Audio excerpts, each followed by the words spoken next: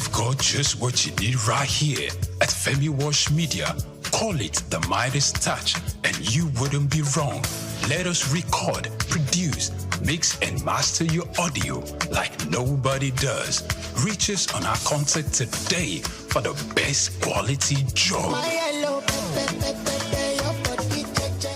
At the Africa Development Studies Center, ADSC, we are committed to driving sustainable growth and development across Africa through innovative training and research. Our mission: empowering leaders, policymakers, and professionals with the tools they need to create lasting change. With customized training, dynamic research programs, and study exchanges on leadership, management, and other critical development topics, ADSC offers a platform for exchanging cutting-edge ideas and global best practices. We provide comprehensive services in research and consultancy, capacity building and training, education programs, publishing, and knowledge sharing. Our esteemed faculty, composed of seasoned experts and researchers, ensures a learning experience that is insightful and practical. We specialize in policy development, implementation strategies, monitoring, and evaluation. At ADSC, learning is engaging and enjoyable. Our unique methodology includes talks, interactive exercises, games, video screenings, and lively seminar discussions, all in a comfortable and friendly environment. Ready to make an impact? For more information, email us at info@adstudycenter.com or call +234 912 439 2362. Visit us today at www.adstudycenter.com to explore our programs and upcoming events. Africa Development Studies Center, rethinking development for Africa. Dr. Souq A. Adedeji, whose leadership has significantly transformed Nigeria's tax administration, is a distinguished first-class graduate in accounting from the prestigious Obafemi Awolowo University, Ile-Ife, and he currently serves as the chairman of the Federal Inland Revenue Service, FIRS. I firmly believe in the wisdom encapsulated in the statements. Revenue growth is the lifeblood of a nation's economy, providing means to fulfill essential duties to its citizens. These words capture the core principle that will guide us as we navigate the challenging terrain ahead, ensuring that our nation thrives and fulfills its obligations to its citizens. In our pursuit of greater fiscal future, we are determined to align ourselves with President Bola Tinubu's esteemed Fiscal Policy and Tax Reform Committee. This collaboration will enable us to shape the prosperous fiscal landscape that will empower our nation's growth and development. Born on January 8, 1978 in Ogbomoso, Oyo State, Nigeria, Dr. Adedeji is an accomplished accountant and public officer with extensive expertise in corporate taxation and public finance. His journey in public service began in 2011 when he was appointed as Commissioner for Finance in Oyo State. In that capacity, Adedeji introduced transformative financial reforms, most notably the establishment of the Treasury Single Account (TSA) to streamline government revenues and expenditures. In March 2021, President Muhammadu Buhari appointed Adedeji as Executive Secretary of the National Sugar Development Council (NSCDC). In this capacity, he founded the Nigeria Sugar Institute and spearheaded the Sugar Backward Integration Program, which sought to enhance local sugar production and reduce reliance on foreign imports. In June 2023, President Bola Ahmed Tinubu appointed Adedeji as Special Advisor on Revenue, and by September of that same year, he had ascended to the position of Executive Chairman of FIRS, Nigeria's leading tax authority responsible for the assessment, collection, and management of federal taxes. the focus will be on these indirect taxes, so that as long as you consume, you have to pay. As long as you have interest on your investment, you have to pay. And this is echoing Mr. President's message that we are not going to tax the seed, but we are going to tax the fruit. The fruit is what we focus on. So all those things, when we have this holistic process, it will be captured, and that the vision is to have a progressive tax, that if you earn more, you pay more, and if you earn less, you will not pay. Under his leadership, FIRS exceeded its 2023 revenue target of 11.55 trillion naira. As chairman of FIRS, Dr. Adedeji implemented a performance-based system aligning with the service's new slogan, simplifying tax, maximizing revenue. Dr. Souq Adedeji has done incredibly well in transforming and reforming the tax processes and procedures in Nigeria. In a little over a year being at the helm of the affairs of the tax body in Nigeria, we have seen a significant improvement in revenue generation. His policy of not crumbling business with taxation is something that also needs to be applauded. Souq Adedeji philosophy is taxing fruits and not the seed, and taxing prosperity, not poverty.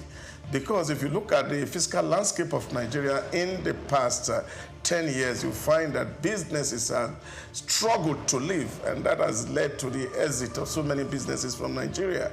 But with this new reform, we're saying that the businesses will profit from the reform processes, and that will mean more business for Nigeria. We will have a lot of foreign inflow in terms of foreign direct investment that will actually drive the process of economic growth for the country. And I think he has done so well, and he deserves a kudos, especially for taking the giant stride to restructure FRS for efficiency, for accountability, and for value for money. He has also made the welfare of the staff a top priority, fostering a positive working environment that has brought smiles to the faces of FIRS employees nationwide. Supporters of the tax reform bills highlight several key benefits, harping on the need for streamlined tax processes that could reduce bureaucratic hurdles and foster an environment where businesses can thrive. He has initiated a lot of reform which dovetail into the tax reform bills that is before the National Assembly. This initiative is to improve on the tax administration system in Nigeria with a view to improving on the collection systems that will be beneficial to every member of the Nigerian state. Souq, as is well known, has improved on simplifying tax reform even within the federal land revenue, which in no means has improved on tax administration, and he celebrated essentially for the core initiative of the tax reform. Under Dr. Adedeji's leadership, Nigeria's tax system has gone beyond mere policy adjustments. Its focus is on fostering sustainable growth and ensuring that the benefits of tax reforms reach both businesses and citizens. So those that are attacking the bill, one, they are doing that in view of the formula they discovered, which may not be, will not augur well for them when they have bad allocation. And then secondly, they may be having the feeling that this law was just designed to favor Lagos State in the course of its own effort to become a state that has special status. Okay? It says so that will make it to be seen as if it is a country of its own, even though it's not up to the level of country, but it is higher than all other states in the country. Probably this may be the reason why they are agitating. The one that you can see clearly is on this issue of VAT. And then they have other suspicion. So that is another worry that I have. The issue of trust. What do some experts call trust deficit. Yes, will be promoted greatly by this if corrective measures are not taken. Graduation has not been defined. But then people have to go by what is happening now. As they go against it. Since now the graduation is about contribution of state that are producing these goods and services being consumed. So they have the right to just say that, oh, well, so now instead of 20%, it will now be 60%. And then you hear the government functionaries, including members of the committee, saying that no, that's not what they mean. They mean area of consumption. This 60% graduation is about consumption area, not location of the headquarters of company that produce the good or services. You should have defined that in the law. Contributing to long-term national development, Dr. Souq A. Adedeji's career is a testament of his unwavering commitment to improving Nigeria's financial systems and enhancing revenue generation, showcasing his exceptional expertise in corporate and public finance.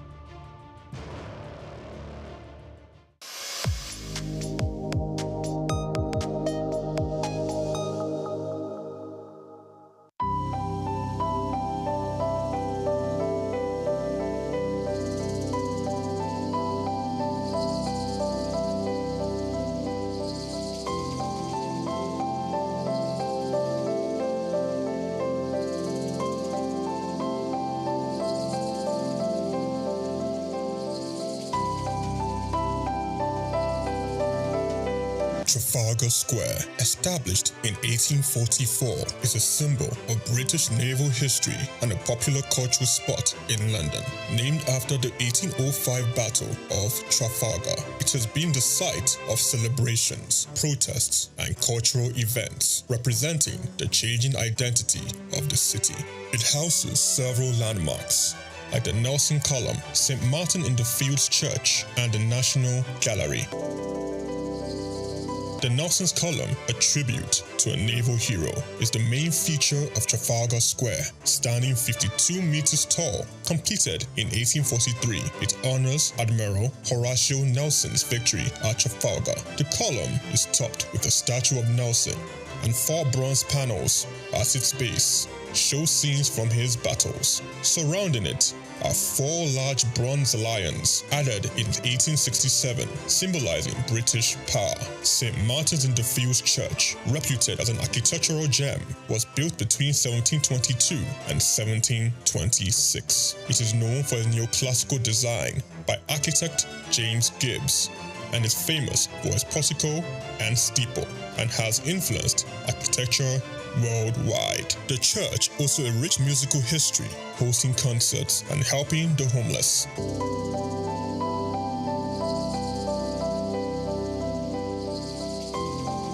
The National Gallery, founded in 1824, is a treasure trove of art.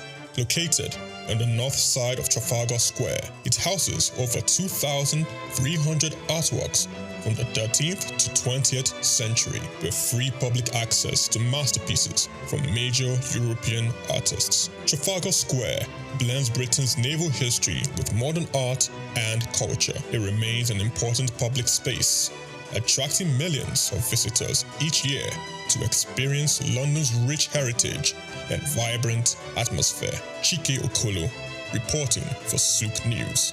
At the core of what makes us human is our ability to pay attention, be present in our experiences, and channel our thoughts and actions towards meaningful goals. However, for individuals with ADHD, which is considered a neurodevelopmental disorder, a medical condition that affects the brain, this fundamental aspect of human nature is often disrupted, leading to difficulties in maintaining focus, controlling impulses, and regulating behaviors. Hyperactivity disorder is a neurodevelopmental disorder that occurs in children and adolescents. it's a problem that has to do with brain development and the brain function. And the ADHD symptoms range from inattention, impulsivity, and hyperactivity. They may be very restless, fidgeting, and they're always on the move. And sometimes they may be climbing, jumping from here and there. They may injure themselves in the process. Attention deficit hyperactivity disorder, ADHD, is one of the most common mental disorders diagnosed in children, though it can persist into adolescent and adulthood.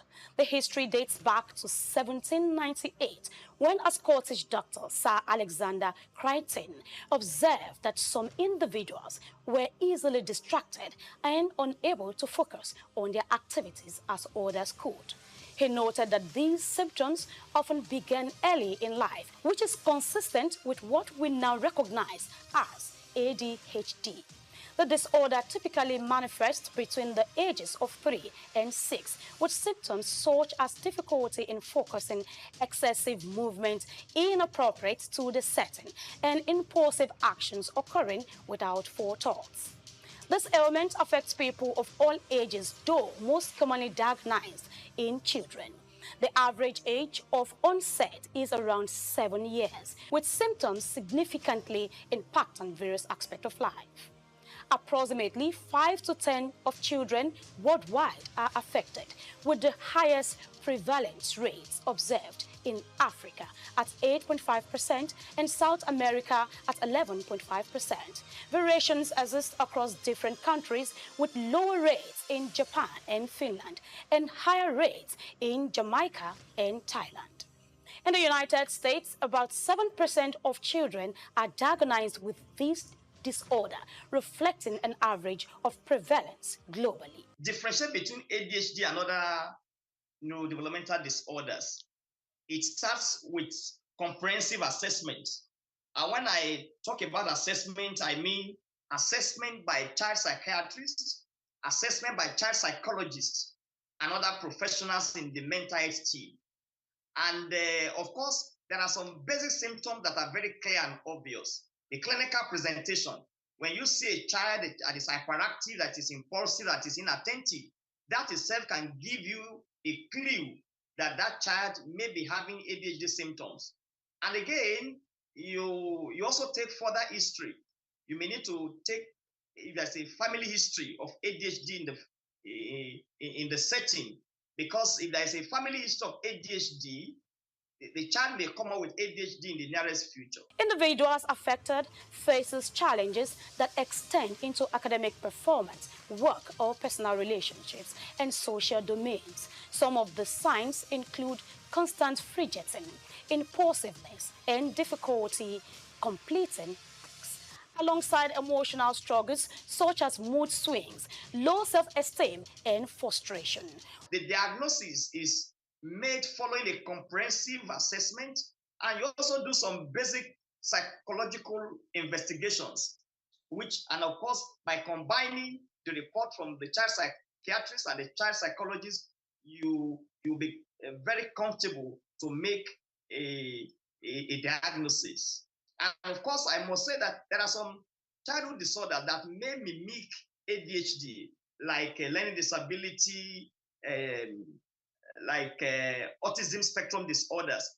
But the symptoms of ADHD are so very, very obvious that when you see a child that is hyperactive and oftentimes restless, oftentimes impulsive and unable to follow instructions, that should give you a high index of suspicion that that child may be struggling with attention deficit hyperactivity disorder. While it's not a physical ailment like a broken bone, it is a real condition that is frequently accompanied by other conditions such as major depressive disorder, anxiety, substance abuse, learning disabilities, conduct disorder, and oppositional defense disorder, which complicates the management and treatment of the disorder. treatment for ADHD typically involves a combination of medical, therapy, and behavioral interventions. Stimulants are also the most commonly used, with 70 to 80% of children experiencing symptoms relief.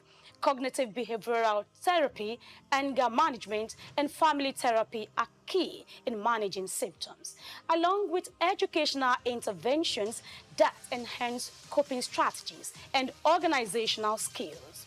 While these treatments help manage ADHD, they do not cure it, highlighting the need for ongoing support and personalized care. Attention Deficit Hyperactivity Disorder, ADHD, is a complex condition with far-reaching effects on behavior, cognition, and emotional well-being. Continued research and effective treatments are vital in helping those affected lead fulfilling lives and contribute meaningfully to their society. Grace Komolafe, Souq News TV.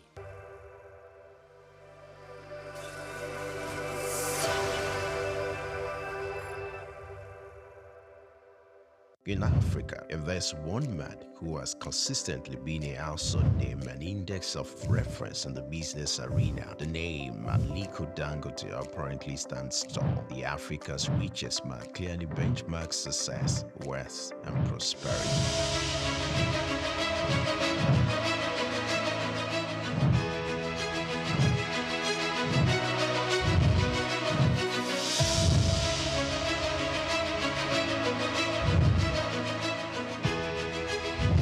His unflinching love and passion for business are quite phenomenal. These can be traced to his background. Born in April 10, 1957 to Maria Sanusi Dantata and Mohammed Dangote, his maternal ancestors were prosperous caravan traders under British colonial rule, and his grandfather, Alhaji Sanusi Dantata, was a commodity trader. Dangote's grandfather was heavily involved in his upbringing and helped ignite his entrepreneurial spirit. For Dangote, one would ever assume his wealth was handed out or easily channeled, being an offspring of Dantata, but his success didn't come through daydreaming. Dangote complemented inherited fortune with deliberate hard work and innovation to pave his way to the top. Those who knew Dangote while growing up will not be surprised at his outstanding success. At age 8, Dangote uses pocket money to buy sweets, which he and others sell for a profit. Everything big in life starts from little.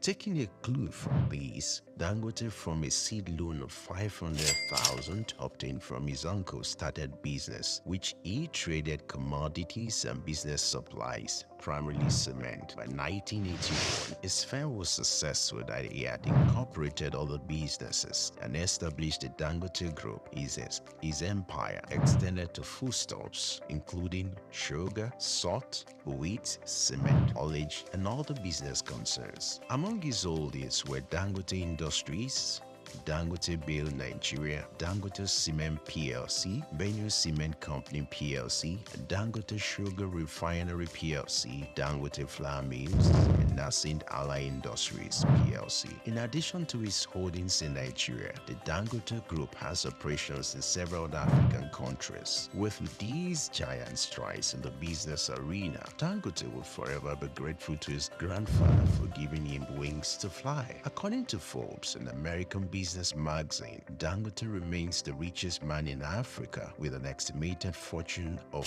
$13.9 billion. Dangote is one Nigeria, highly decorated with honors as well. His urine service and huge investment also got him both local and international recognitions. Like the Guardian Man of the Year in 2015, he won the 2016 African Business Leader Award organized by the African American Institute. Dangote was cited as one of the top most influential Africans by the New African magazine in 2015, 2017, 2018, and 2019. He was recently conferred with the prestigious award of the National Order of the Lion by the President of Senegal. When it comes to breaking jinx, Dangote has it in full measures. He took his pioneering and jinx-breaking adventure to another dimension with the unveiling of the $20 billion refinery, widely adjudged as the largest single-train petrochemical refinery in the world. The refinery has the total capacity of 650,000 barrels of crude oil per day and is expected to earn as much as $21 billion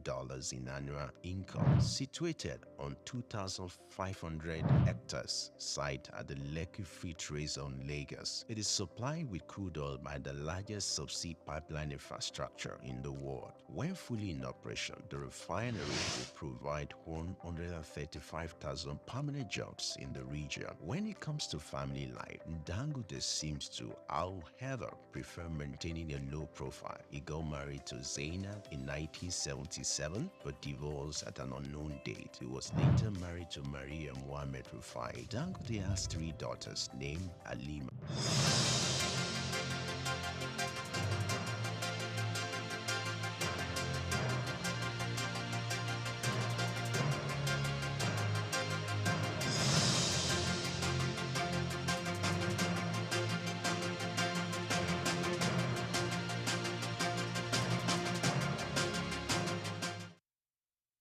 Good morning, welcome to the Front Burners on Souq News TV. I am Blessing AJ. Today promises to be a great day because there are important issues for discuss.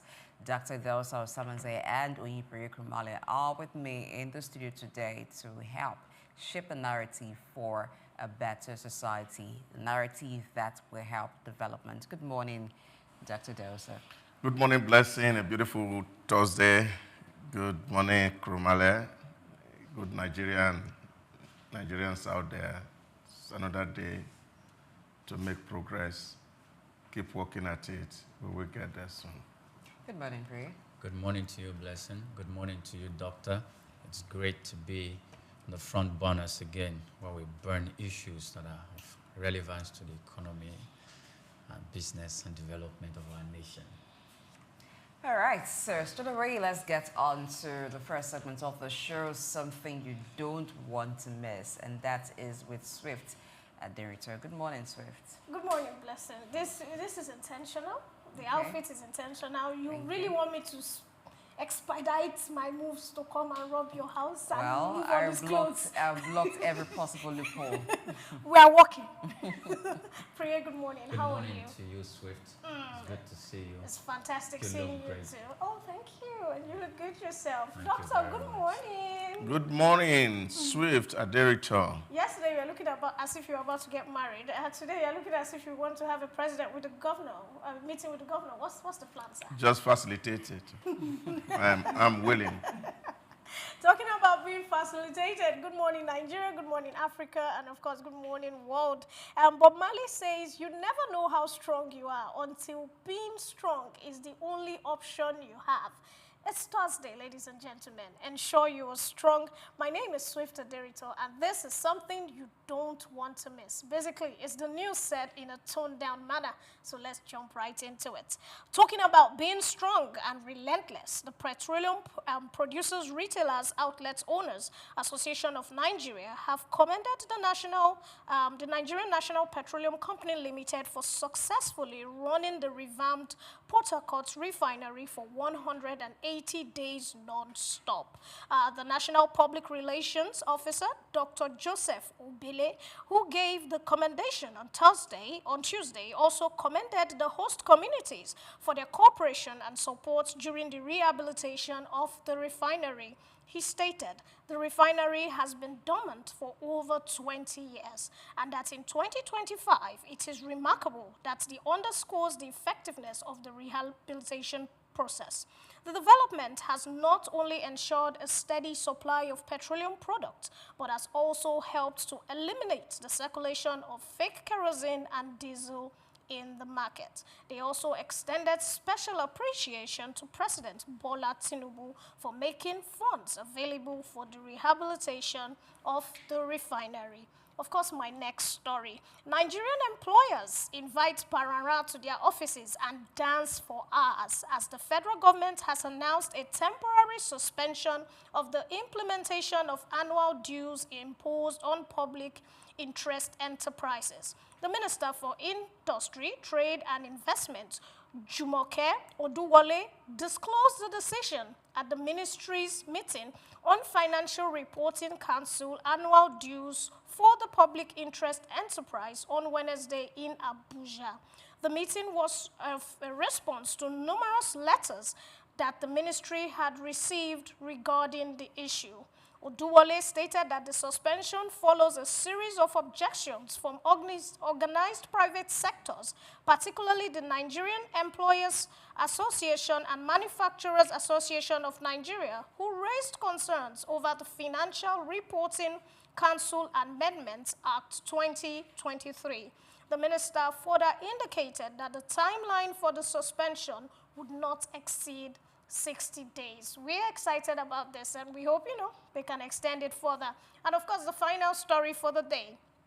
South and Southwest youths share guinea fowl for friends and family members as President Bola Tinubu signs the South and Southwest Developmental Commission Bill into law. The Deputy Speaker of the House of Representatives, Benjamin Kalu, made the announcement during a preliminary hearing on Wednesday. He says no mechanism is too much to trickle down development and dividends of democracy to the grassroots. During the Tuesday's hearing, Senator President Godswill Akpabio confirmed that the president had signed the Southwest South Development Commission Bill and the South Development Commission Bill into law. Just to inform distinguished senators that we now have all developmental commissions legally in existence, Akpabio said. Akpabio also expressed his appreciation to President Bola Ahmed Tinubu for his cooperation with the National Assembly and for signing the bills establishing the commission into law. Oprah Wilfred says that your wounds should be turned into wisdom, meaning everything that happens to you is a lesson. My name is Swift Aderito. I'm not going to leave you. I'm going to turn you over to the capable team of the front burner as they dissect every issue you want to hear. So don't go anywhere. See you at the top.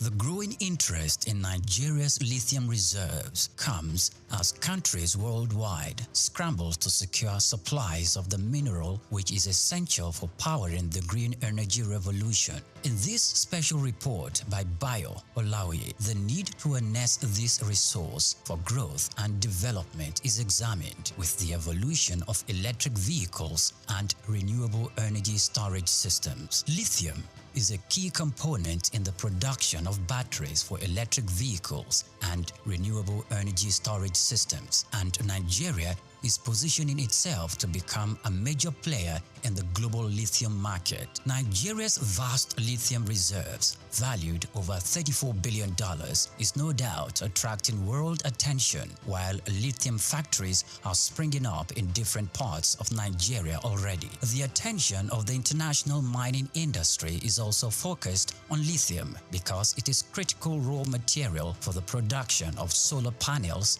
and electric vehicles. Analysts predict that global lithium market could grow robustly over the next decade, driven by the rapid adoption of electric vehicles and renewable energy technologies. Data from a global future market insight showed that the lithium mining industry has emerged as a cornerstone of the clean energy transition, driven by the skyrocketing demand for lithium-ion batteries. The surge in lithium demand is driven largely by the electric vehicles market, which accounted for over 70% of the global lithium consumption in 2024, according to an Iranian-based research firm.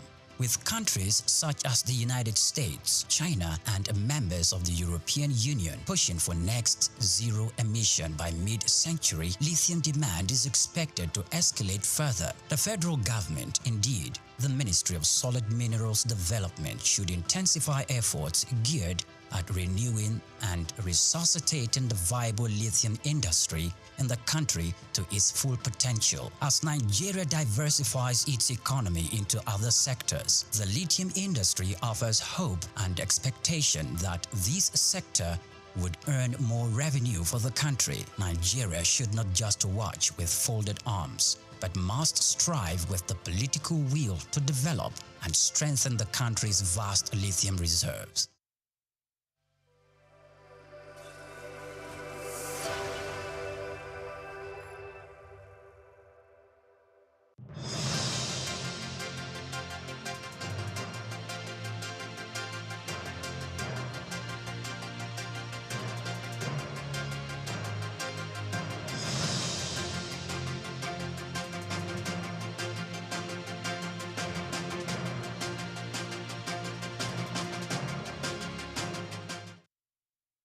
Many thanks for staying tuned to the front burners on Souq News TV. Now let's talk about some of the stories in the headlines. So, Customs begins implementation of presidential order to boost local production of healthcare products in Nigeria.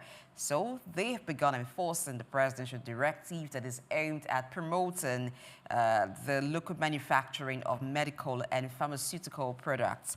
This initiative is part of the federal government's broader strategy to reduce dependency on imported healthcare goods, enhance domestic production, and ensure sustainable access to essential medicines. The announcement was contained in a statement signed by Abdullahi Miwada, who is the Assistant Controller of Customs and National Public Relations Officer on behalf of the Controller General of Customs. It's good news to my ears. I don't know how it sounds for you, because if you notice that since the exit of some pharmaceutical companies from Nigeria, drugs, medicines have been very expensive. Even before that time, before they exited, it's been very expensive to buy some medications, maybe like antibiotics or medications needed for very serious ailments. So this might just be a kind of relief for pharmaceutical marketers or producers to be able to fill that gap. So maybe we might begin to get some of the medicines and pharmaceutical products cheaper than it is currently. Doc, what do you think? Well, I think it's good that we are thinking, even looking inward. The Pharmaceutical Society of Nigeria had been there for a while and just dispensing medication that we are ordering from other countries and redistributing here. And I think that's a lot of money that we actually ship abroad.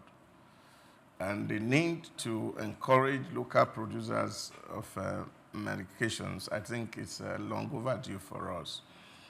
Like somebody said, and I think it was the Deputy High Commission to India, when we had a certain program at the Natural Medicine Development Agency, and it says the potential of Nigeria actually depending on herbal solution could be worth over $5 billion annually.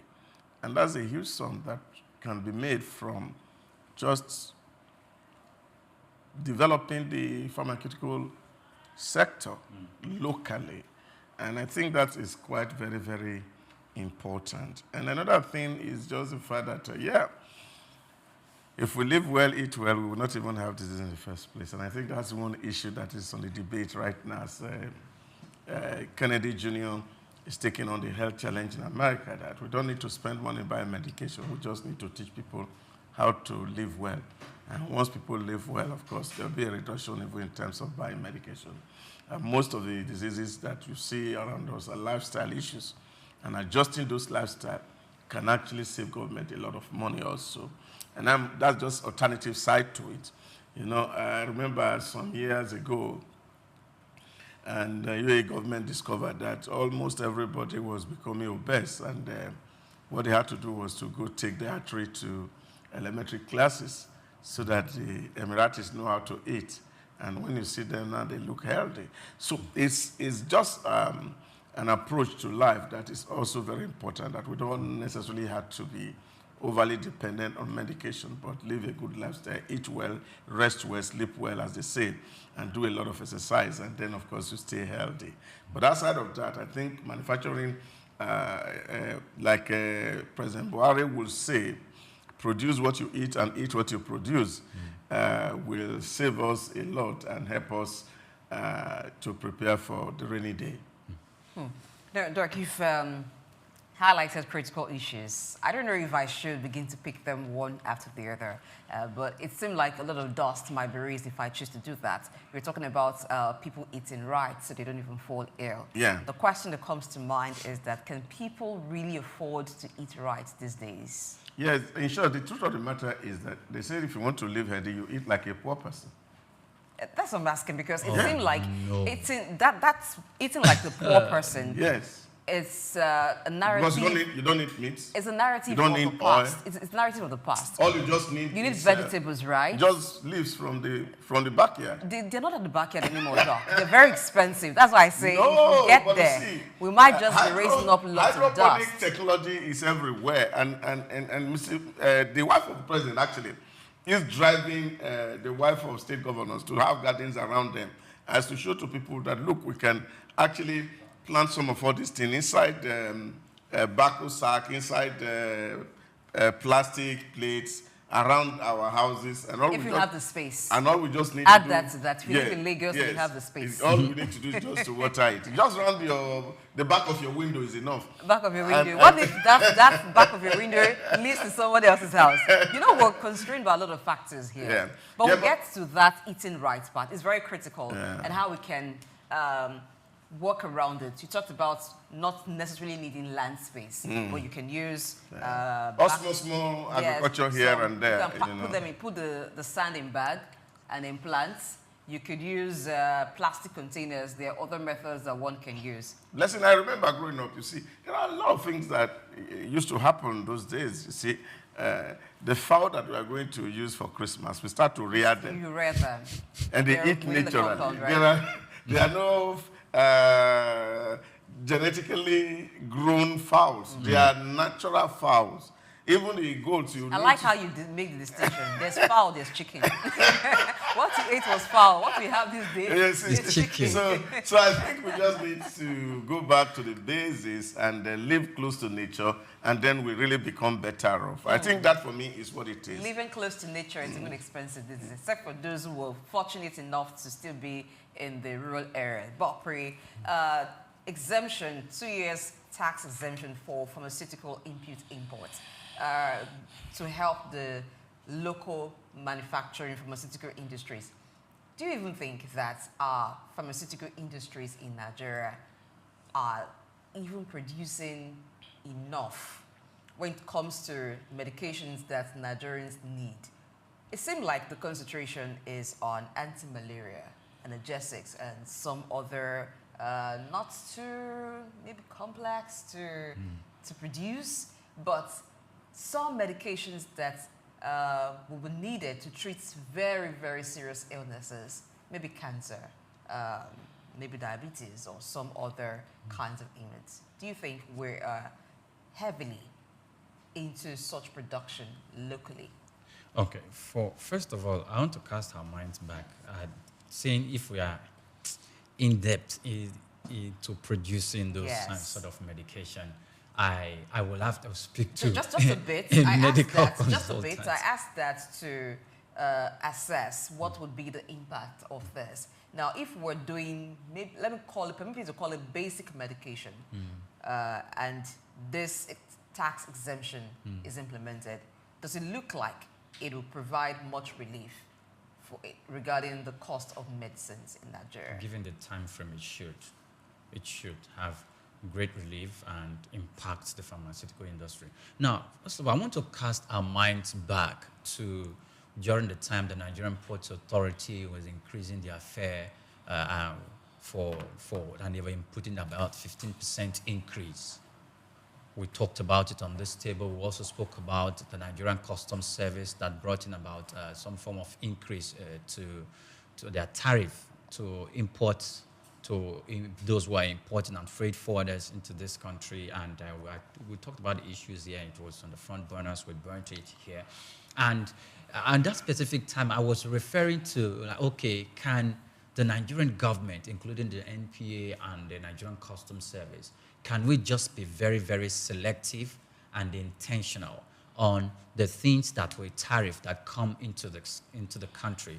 If there are goods and products for which we have a substitute here in the country, of course we can impose tariff on it so that we can help the local industries and the local manufacturing hubs to pick up and to grow, to have a form of level playing field. Because most of the time when we have those who come in from abroad bringing their money into the country, yes, we like that. But because our local industries do not have the financial chest, they may be suppressed. And because the government needs to help them, I was advising that the government will give such a level of level playing ground and smooth ground for the local producers to ride on. When we spoke about that issue, I gave some form of advice. Now, look, why can't the government, through the NPA, the Nigeria Customs Service, limit these tariffs to these goods where we have import substitution? What about, can we just let go goods that have to do with raw materials and equipment that will be used for manufacturing? And I'm glad probably the government listened to the voice of reason coming from the front burners. This is a laudable initiative from the current administration, given the fact that the current administration had set in place even before now to increase the local manufacturing of pharmaceutical products by 70%. Because there's this observation that about Nigeria all imports lots, even about more than 90%, 95% of pharmaceutical products are imported into this country. And the local pharmaceutical companies, have been run aground. And because the government now has this aspiration to make sure that the country, attains 70%, is bringing up this law for them to be exempted from taxes as long as raw materials and equipment are concerned.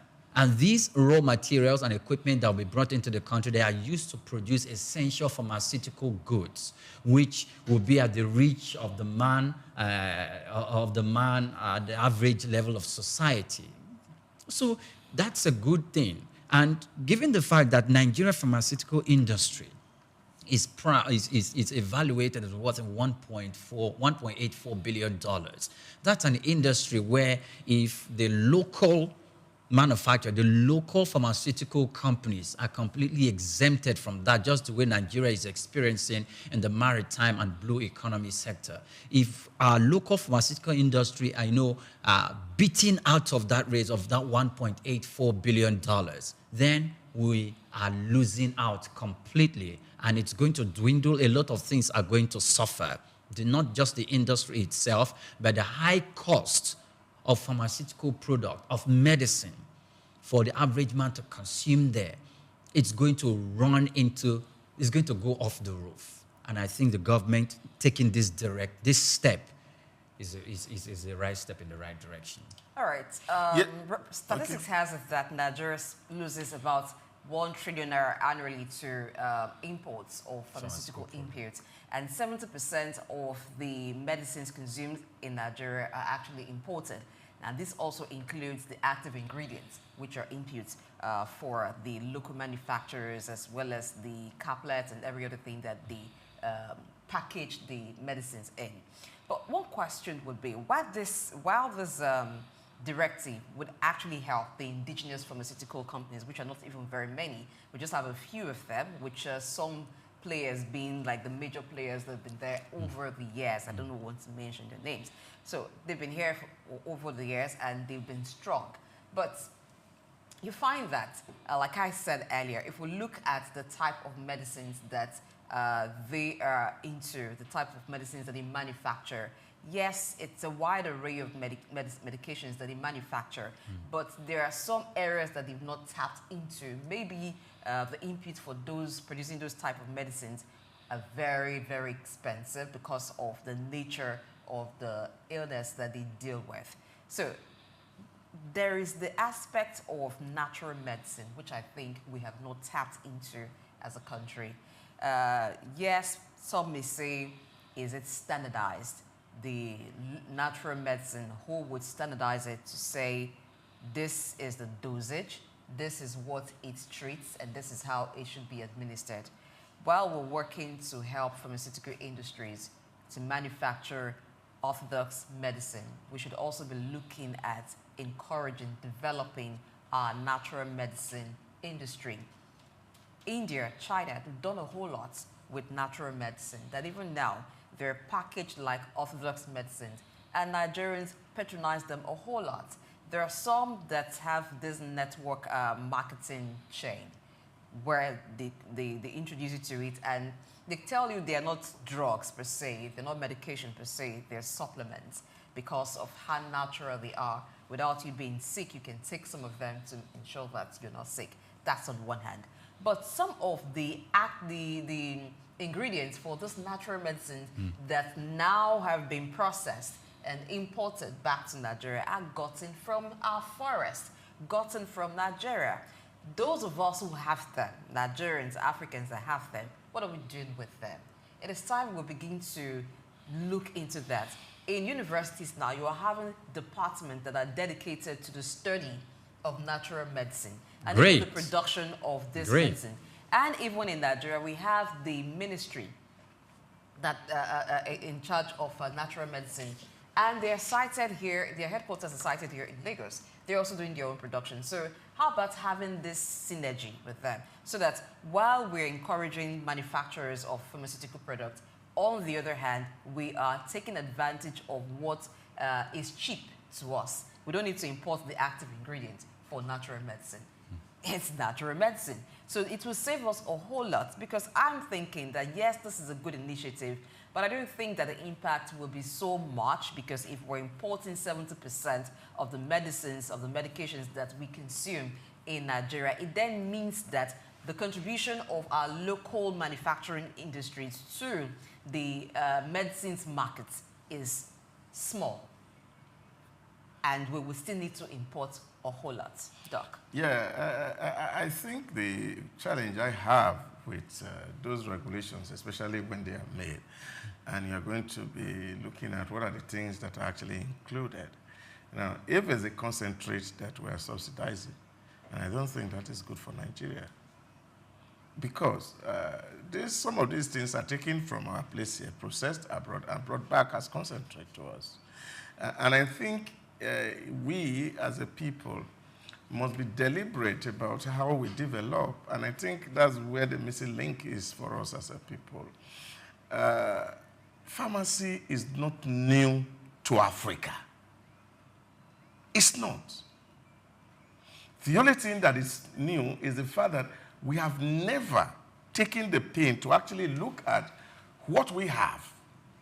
I was sharing with somebody recently, and I said I grew up to see that people who are tetanus come to my father's house, and they are treated, and they get well. In short, the last time I traveled home, one man came to me and said, "Your father saved my life," and was telling me the story on how he was almost dead, and they brought him to the house, and he was looked after. In 2 days, he was up and running. Now, those active ingredients, like Blessing mentioned, they are out there in our nature. What we have not been able to do is that we have farm for tomatoes, we have farm for yam, we have farm for cassava. But we didn't deliberately started to make farm for herbs. For herbs. Yeah. This is a problem. We know the leaves that are meant for some of these things, so we're not preserving them. And because of civilization, we have lost a number of these leaves. And I think this is what the Agency for Natural Medicine is trying to do, to see how we can recreate those farms again, and so that people can have access to this thing. Now, government need to even fund those agencies of government. They need more money because it's critical. Now, when you look at what we are losing to big farms abroad, what we're losing to healthcare tourism or medical tourism, it will be infinitesimal to what is required for this agency to actually up its game by synergizing with pharmacologists, even traditional herb owners, so that we have a kind of this town-around synergy where those who say they have traditional cure that can be demonstrated, those herbs are studied and their inactive elements are extracted and they are used to produce very healthy medication that people will live by. I have seen professor of medicine who survived COVID with Agbo. Oh yes, I had those testimonies of people who, during the COVID, they were expert medical practitioners. But when that push came to shove, they resorted to the natural herbs. So, which means that they're actually efficacious. Yes, there are some that people are doing for commercial, but we have to look out for things that are genuine to us, so that we are not actually, because what it means is that, yes, they are bringing it. Those people are bringing it, they are not bringing it for free, they are selling it. So when we waive duties for them, so that it can be cheap, we lose at both ends. They take our money abroad, and we get nothing from it as a country. So this is what really all these, what do we call it, waivers here and there for things that we can produce locally. Okay. And I don't believe in waivers at all. And I think that problems should drive us to creativity and innovation. So when we have a challenge, rather than looking for easy way out, we should be working at the comprehensive, final and total solution to that kind of a problem. So you will say, oh, machinery, they say steel, they are importing steel. We are giving them waivers. Yet we have the coal in abundance in this place. We are building a Jakarta steel. We can't complete it. And then we are giving people elsewhere. They bring this thing to us. They collect our money, take it back as foreign exchange, leaving our country, and the country gain nothing out of it. And I think that kind of a way of living is not good for Africa. It's not good for Nigeria. We must begin to be creative and see when we have a problem and see what are the local alternatives to that foreign problem. And then focus energy in developing that sector so that we don't even need to rely on them. But when we become very effective and it has proven, they can come to buy from us and then we can earn money from it. Okay, so first of all, whilst I believe and I know for certain that there are abundant pharmaceutical raw materials and that we have in this country that we can explore and use for local production to the extent that we can become very, very competitive, even with India, that is very, very well known in the pharmaceutical industry. I don't think we have everything. And for those pharmaceutical companies, manufacturers that are in Nigeria, who see it fit to import some of these raw materials they can't find in Nigeria, to import it from the clients where they can find it for the purpose of manufacturing and producing some of these pharmaceutical consumptions that we need in this country, which are basically essentials. The government is trying to help them. And I think that's the right thing for the government to do. If it's going to help them to give them tax waivers for value-added tax, if it's going to give them tax waivers for the equipment, for import duty, yes, and all of that, I think that's good because in a way we are building their capacity and they are going to expand. They will see the need to even employ more hands and employ more professionals, engage more Nigerians for the purpose of that manufacturing, because that's going to save a lot of overhead costs from their financial books. And let's go back to this aspect of when we start talking about local substances that we have. I used to have a friend in the university. He was studying biochemistry, and every time this guy is just on leaves in the university, he'll go around pluck leaves. These are things we just see random around growing. And the cleaners in the university, sometimes the university will send, they will cut the grasses, the ones you know as grass, the ones that you do not, they will cut it. No, me, I'm a student of public administration, so I'll just look, well, these are wheat, I just call them wheat. But they will cut, this guy will just walk, bring out this leaf, he says, I'm working in a current assignment. So your lecturer, he said, no, this one is not my lecturer. I just want to, I'll be in the lab. You know, we'll put on his white, say, you bring out leaves, you say, the nutrients in these leaves, I'm coming back. If we say I'll be coming back to do my master's, I'll come and do my PhD, I want to research into this. He's just talking about leaves and we found randomly around the university. Now that's a student. Let alone those who have graduated, who are now active participants in the industry to the extent that they are even in the business, they've scaled up, and what they could do with these leaves.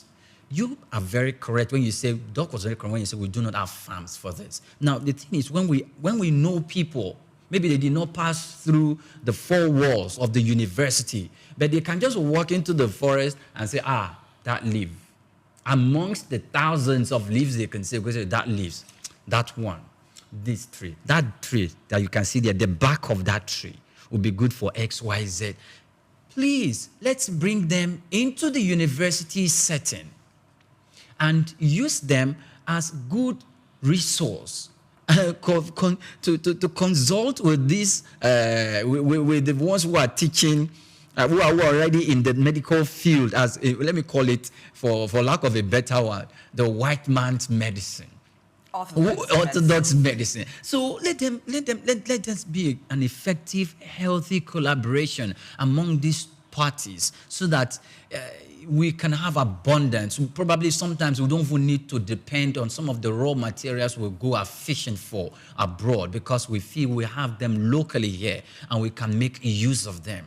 And it is, the government should go beyond just giving these tax exemptions to pharmaceutical industry or pharmaceutical companies here in Nigeria, but also liaise with the university authorities, most especially with the research and development authority agencies in the universities, so that we can take it to these places where we can get these raw materials and make the best use of them.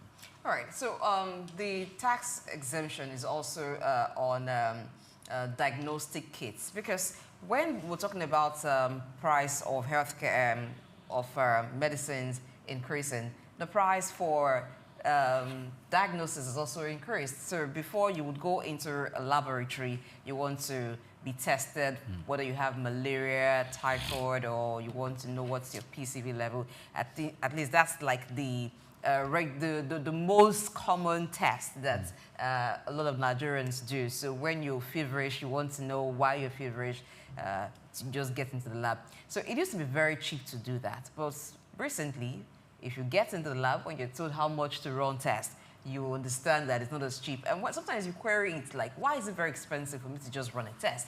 And they tell you that we have kits for these things. We have materials that we use for diagnosis, and a lot of these things are imported. Yes. So when you check the exchange rate between the dollar and the naira, you understand where they're coming from if you're importing all of these things. So I also see this benefiting the laboratories as well, because if there's tax waiver for their inputs, their diagnostic kits, it means also that we hope, because sometimes government will do its own part, and then the beneficiaries of the direct beneficiaries of what government is doing, the policy, they don't want other Nigerians to benefit. So we're hoping that we should see a reduction in the price of medical diagnosis, because there is a waiver for diagnostic kits. Yeah, but blessing, and I just wanted to respond to the thing that Priya said, that there are some things we cannot find here. I don't think so, really. I think it's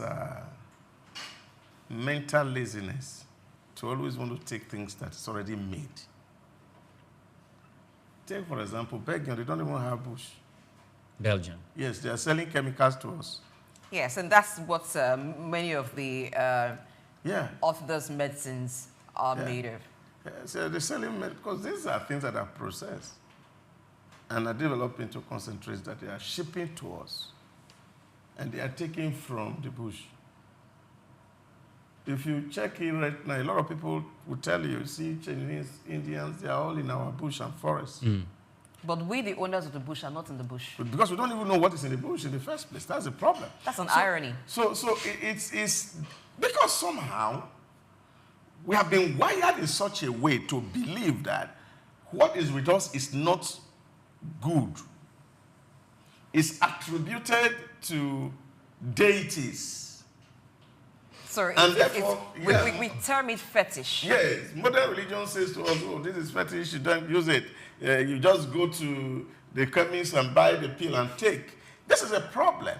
And I think it is this mind shift that we need first and foremost to understand that there are some certain things that we have in our environment that even before we had those encounters with the white people, we had things that were working for us. And our people have ways of testing things. How do we have to go back to this natural way of doing our own thing is what for me is critical. Because all the things that we are importing, sometimes I sit down in my corner and I'm asking myself, these people were running to the West. Did they bring it from heaven? That we say, oh, we can't find it around us. They created it. So I think that once you live in a comfort zone, that has somebody who supplies you everything you need, you tend to want to believe that until you continue to rely on this person, then you will not get anything.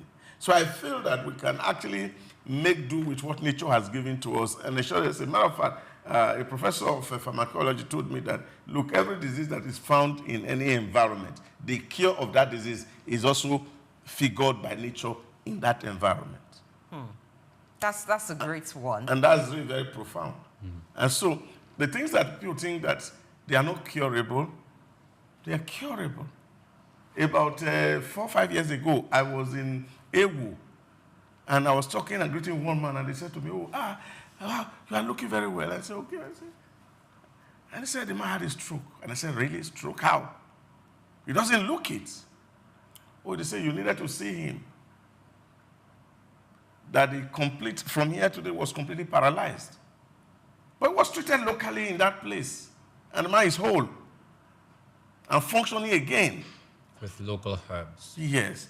Now, we must go to research these localities. And I think this idea of wearing that your white gown, need to stop. That we need to be able lab coats. It's a lab coat, so he is going out to carry tests. It's not really he was about, going out to carry his It's not test. really about the lab coat. While you were talking, what caught my attention was the fact that that friend of yours at that time was carrying out research. So I want to ask, do you know what happened to him afterwards, after you left school, if he continued his research, if his research was adopted by any institution?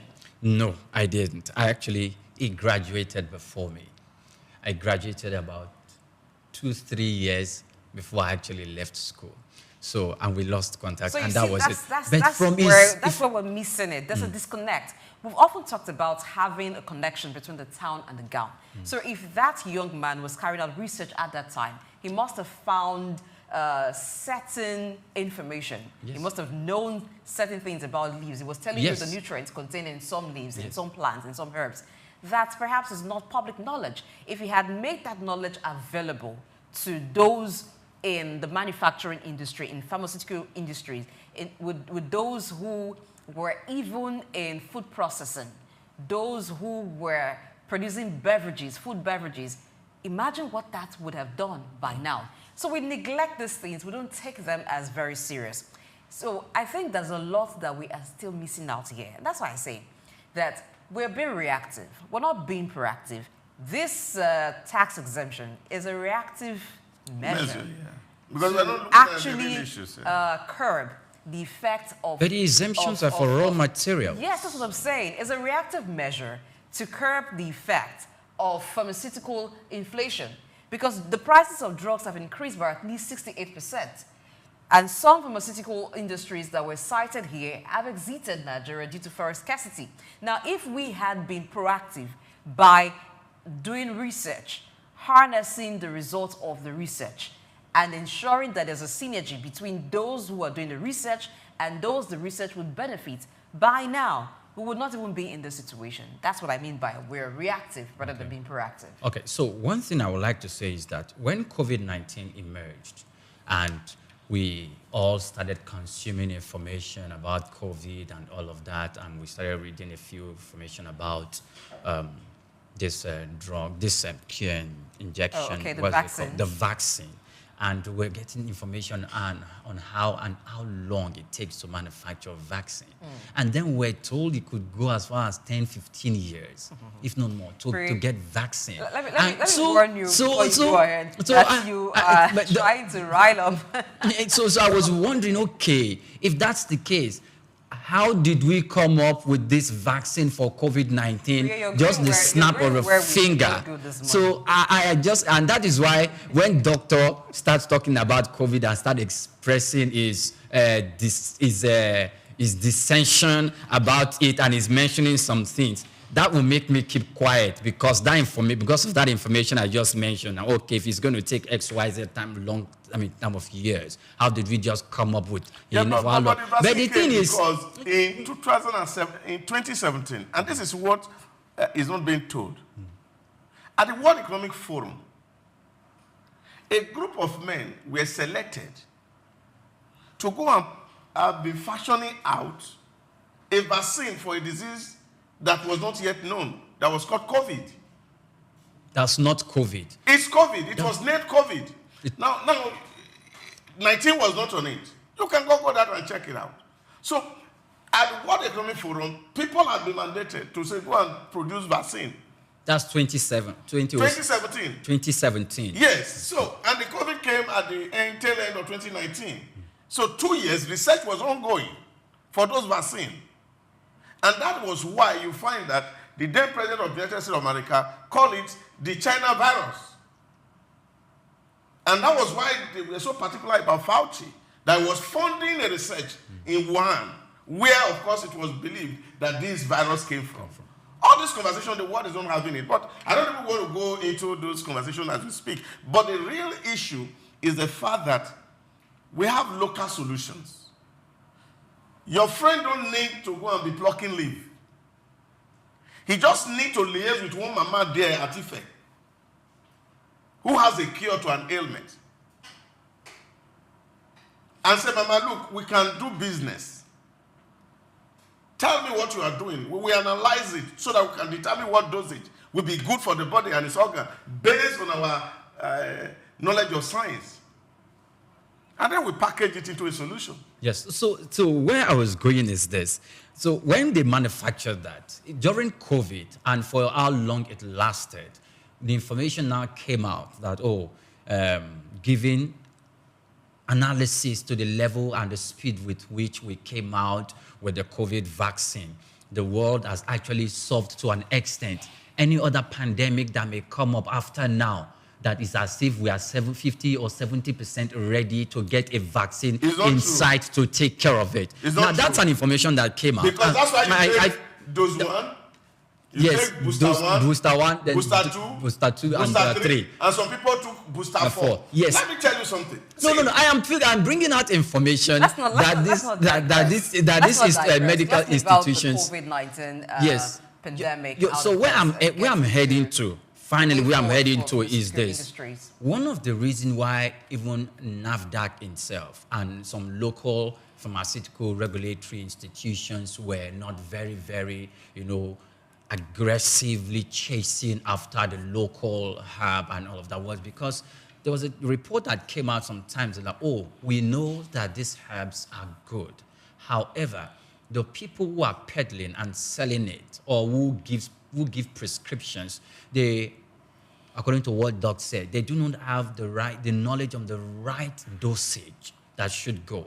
And some of them could have some effects that could be damaging to the lungs, that could be damaging to some organs of the body. If that is the case, what happens to having those with the right knowledge of this natural medicines, these herbs, why not have them look at the discoveries? That's why it could be subjected to laboratory tests, experiments, and studies. I think what we're missing this is we want to standardize herbal medicine using orthodox standards. That alone would not work. It will make it fail because it's like you have made a thing. They are two different things. You can't mix them. So orthodox medicines, where you have active ingredients and all the components of it, some are chemical, some are organic. You have them mixed. And now you have herbs that is purely organic. Aside the constituents of these two types of medication, you can't use orthodox standards to base herbal medicines. So I think it would be proper if we have those who have studied natural medicine to do their own standardization. They can study, they can have their own lab to study the nutrients in the leaf, what's a type of vitamins the herbs have, what kind of curative properties any type of herb have, and then they can now base it to say, if you take it this number of times a day, this is the dosage, it works. Now it's not as if it's something that can't be done. We've been interacting a lot with the agency in charge of natural medicine. And from our interaction with them, we can say that they have done well producing medication from herbs that have now been packaged as if it's orthodox medicine, but it's not. So there is dosage, you know how to take it. And they're not alone in this. The University of Benin has a department that is dedicated to natural medicine. They have natural herbs there. When you go there, they don't treat you using orthodox medicine. So they have dosage. They know how, they tell you, they prescribe to you how it can be taken. But I think that because for too long, we've relied so much on orthodox medicine, not to say that orthodox medicine is bad, but you can have more than one solution to a problem. So if we have the orthodox solution, we can also have the natural solution to treat illnesses. That's what I'm saying. Yes. And this standardization can be done just the same way you have quacks or those with limited knowledge in natural medicine. That's the same way you have in the building industry, in the construction industry, those who didn't go to school to study engineering. They just learned that when you mix this quantity of cement, mix this and that, you can mold block, you can build house. And then there is the engineer that has gone to school and he knows the measurements, he knows how to construct, how to build. There is the builder that is certified.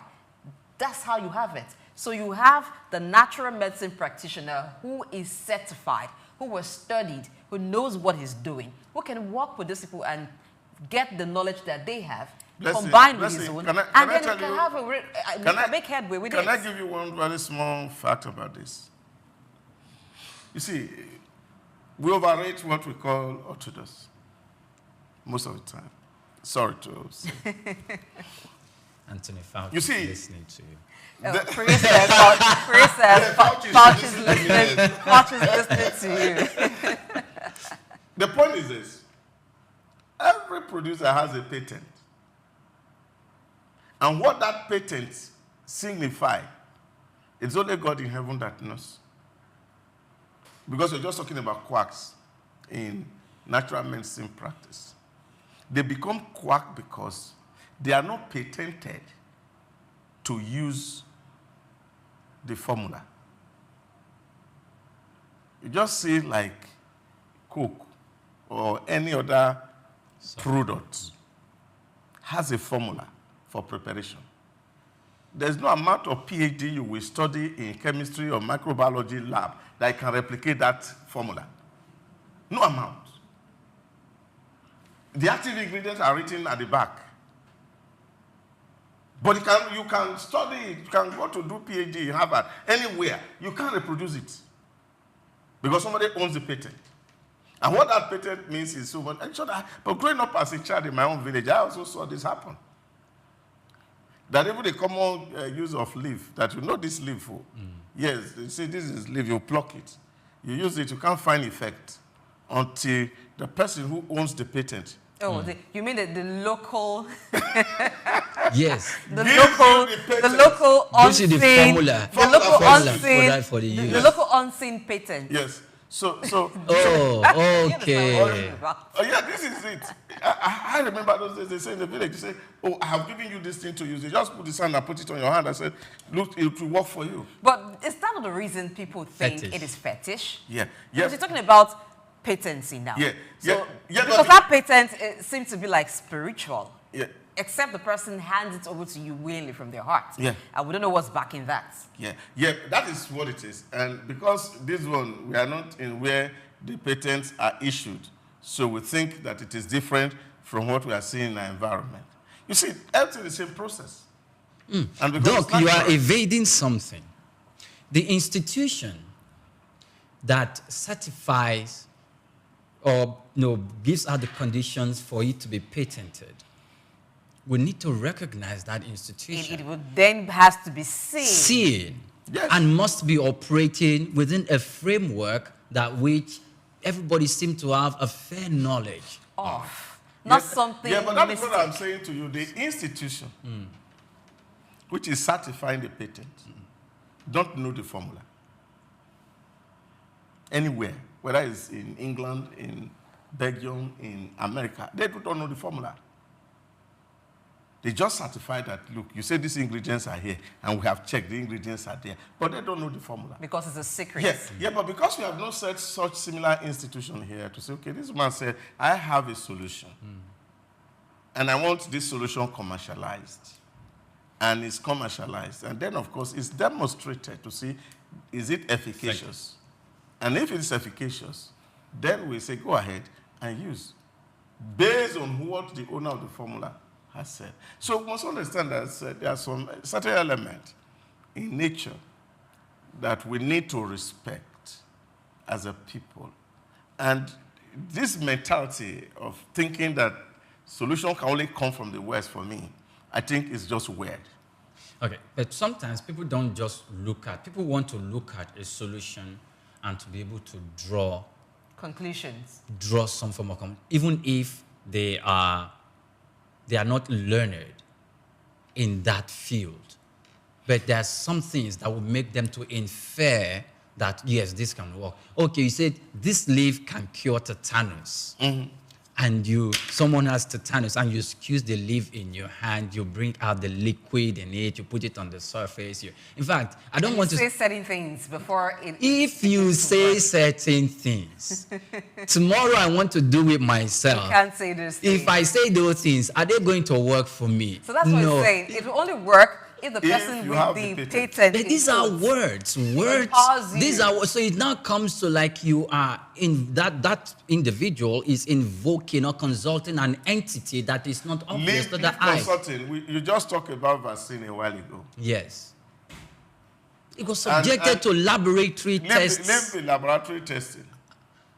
They take an element of what is in it, Abi, and they put in your body. And they say it's an antibody, it's fighting against what is coming in. But what that element is only known to the person who produced it. That's one said. Now, in my village too. We need to go to your village. Yes, you need to come to my village. You need to come to my village. In my village too, we also have antidotes against snake bite. Yes. That can also be injected in your body. This conversation will not end. And I like the conversation because... And snake will not bite you. But you don't call it vaccine. What do you call it? Yes. So when you want to call it vaccine... Is it for you who doesn't want to call it vaccine? There's a way you can be vaccinated against snake bite. Oh, I like that. I like that. Quite an interesting discourse here. But the fact remains that there's a lot that Africa and Nigeria can do with natural medicine. Not to say that using orthodox medicine is not good. In fact, orthodox medicine has been very beneficial globally. It has saved lives. It has helped people financially because those in the pharmaceutical industry, they also make money when they produce medications that will treat illnesses that will save lives. But what we're saying is that is it possible to have multiple solutions for one problem? or multiple health solutions. If we are blessed with having herbal plants, medicinal plants all around us, why don't we explore that? Even as the federal government or the president of Nigeria, President Bola Tinubu, has given a directive for tax waivers, 2 years tax waivers for pharmaceutical inputs to help indigenous pharmaceutical industries so that Nigerians can also have a sigh of relief or have some relief regarding the price of medication. Well, that's one step. We can take it further by also encouraging natural medicine so that there are more than one solutions that can be used to complement what the orthodox medicine or pharmaceutical industry is doing. We'll take a break now. When we return into the time for Policy Discuss, please stay tuned.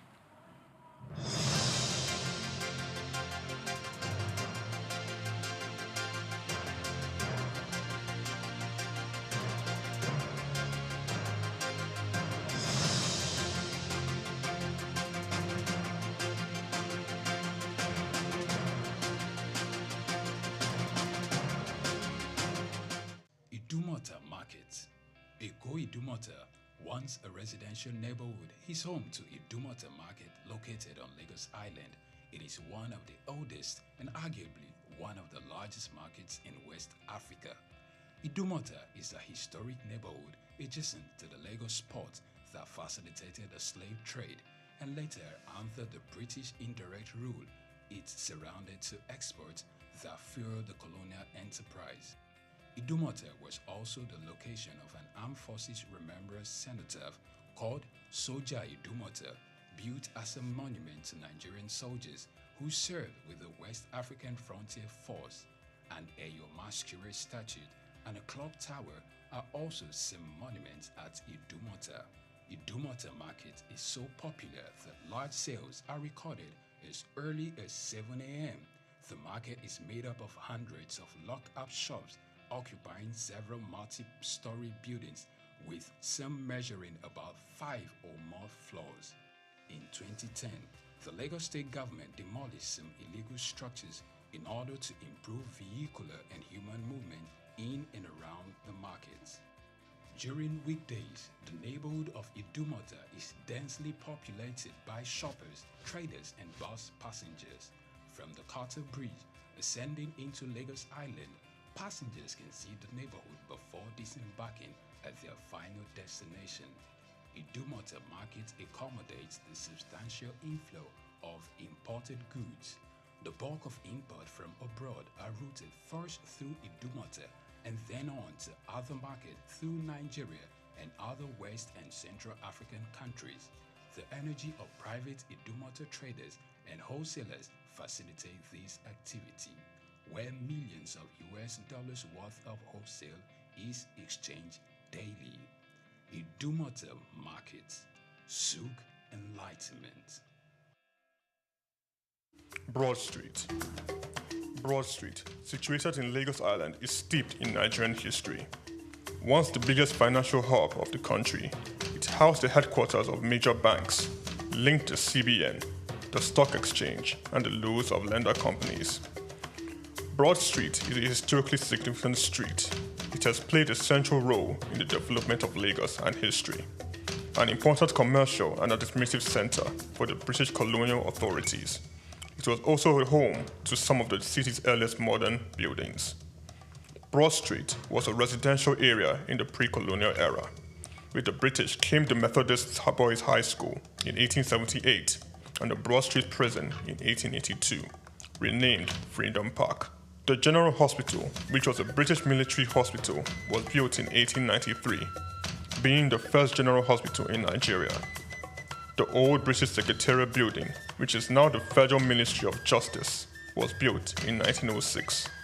Broad Street has seen a full turn into modern commercial office blocks, complexes, skyscrapers, and markets from the Outer Marina through Akpombo, early into the Adeliji-Adele Road.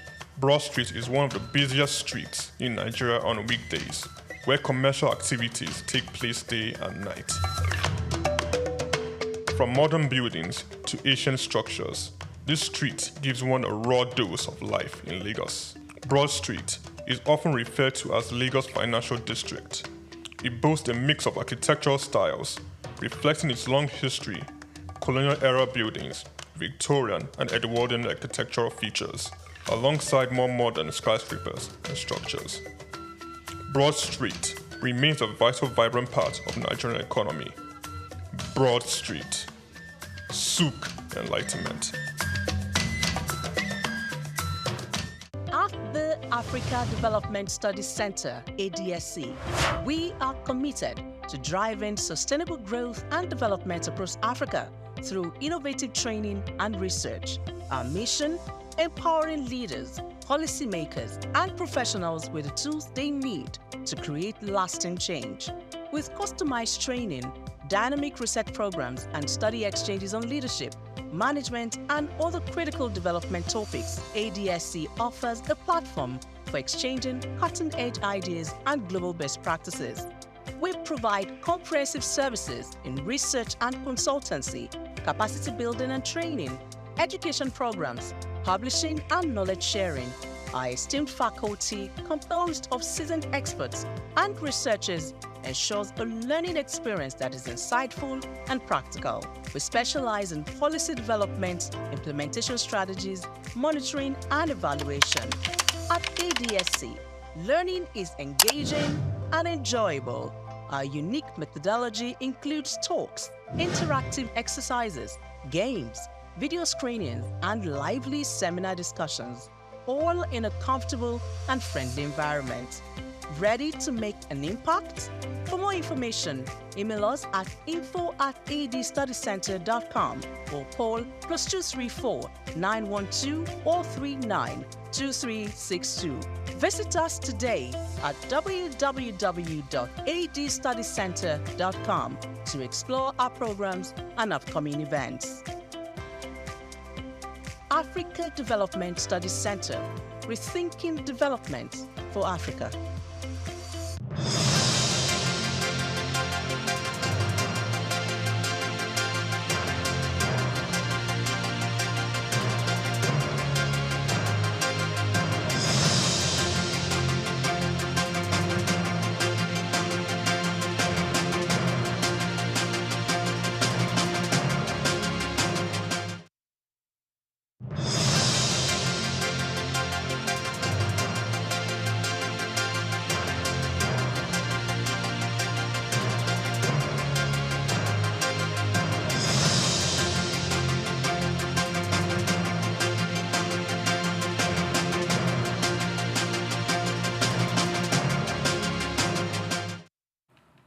Many thanks for staying tuned to the front burners on Souq News TV. This is the Policy Discuss segment, and let's look at a policy that might change. What will be the implications of that? But we'll talk about natural resources. Nigeria is blessed with lots of natural resources. Are you talking about crude oil? Are you talking about other type of minerals that are needed globally? Lithium and some others, well, they're all here. Gold, they're here in Nigeria. But what happens to those natural resources? What happens to states where these natural resources are found? So let's have a background to this.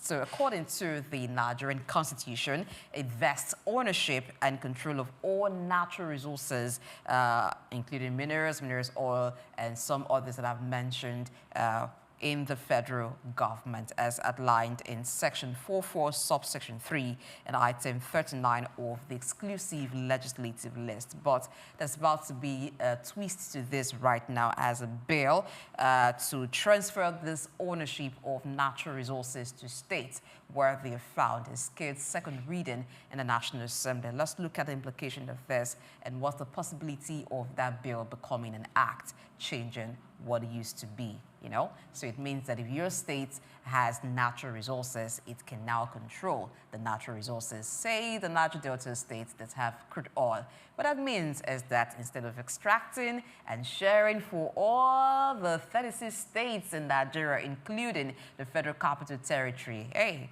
each state might just begin to use theirs for themselves.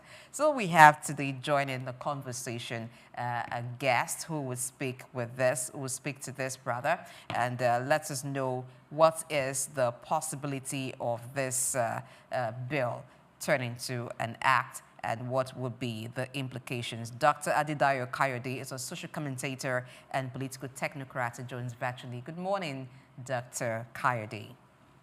Today, nice being with you on set.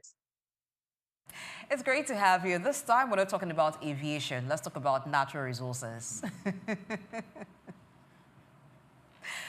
All right, so in my intro, you must have heard me talk about what it is right now. Ownership of natural resources is vested on the federal government of Nigeria.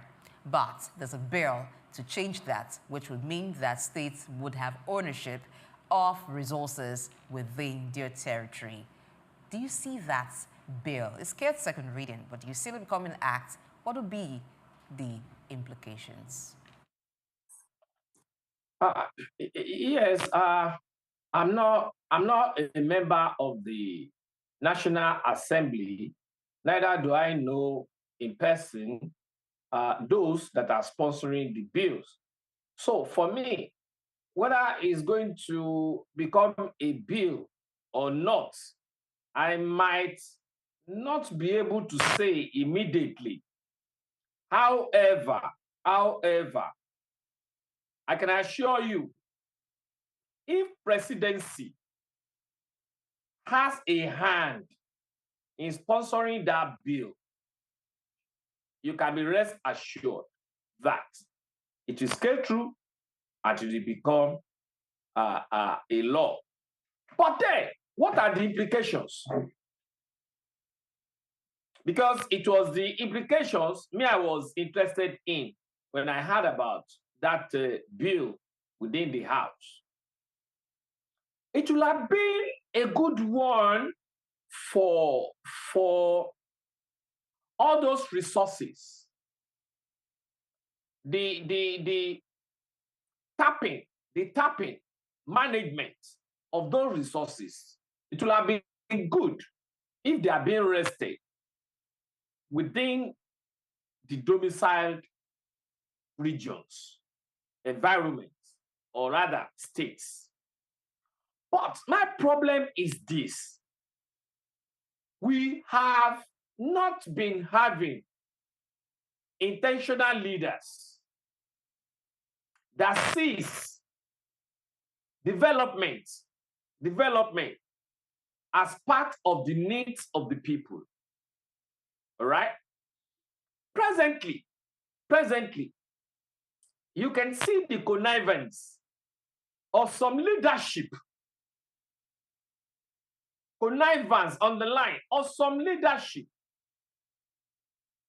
in the tapping of those resources in some areas.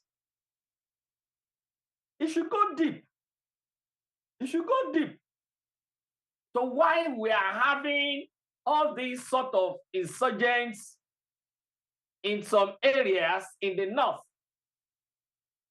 you will see that it has nothing other than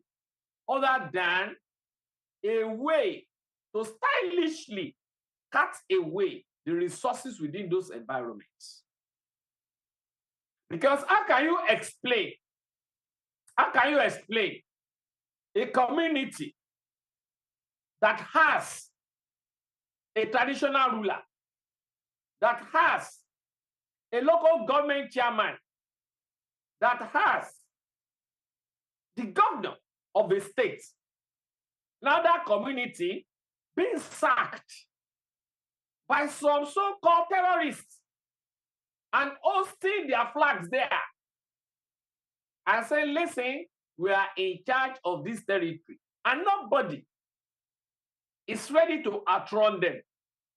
And unfortunately, you will see the leaders of these terrorists be respected within the environment. You remember the leader of the terrorists that was banned in one particular state 2-3 years ago with retinue of some of his aides, and nothing happened.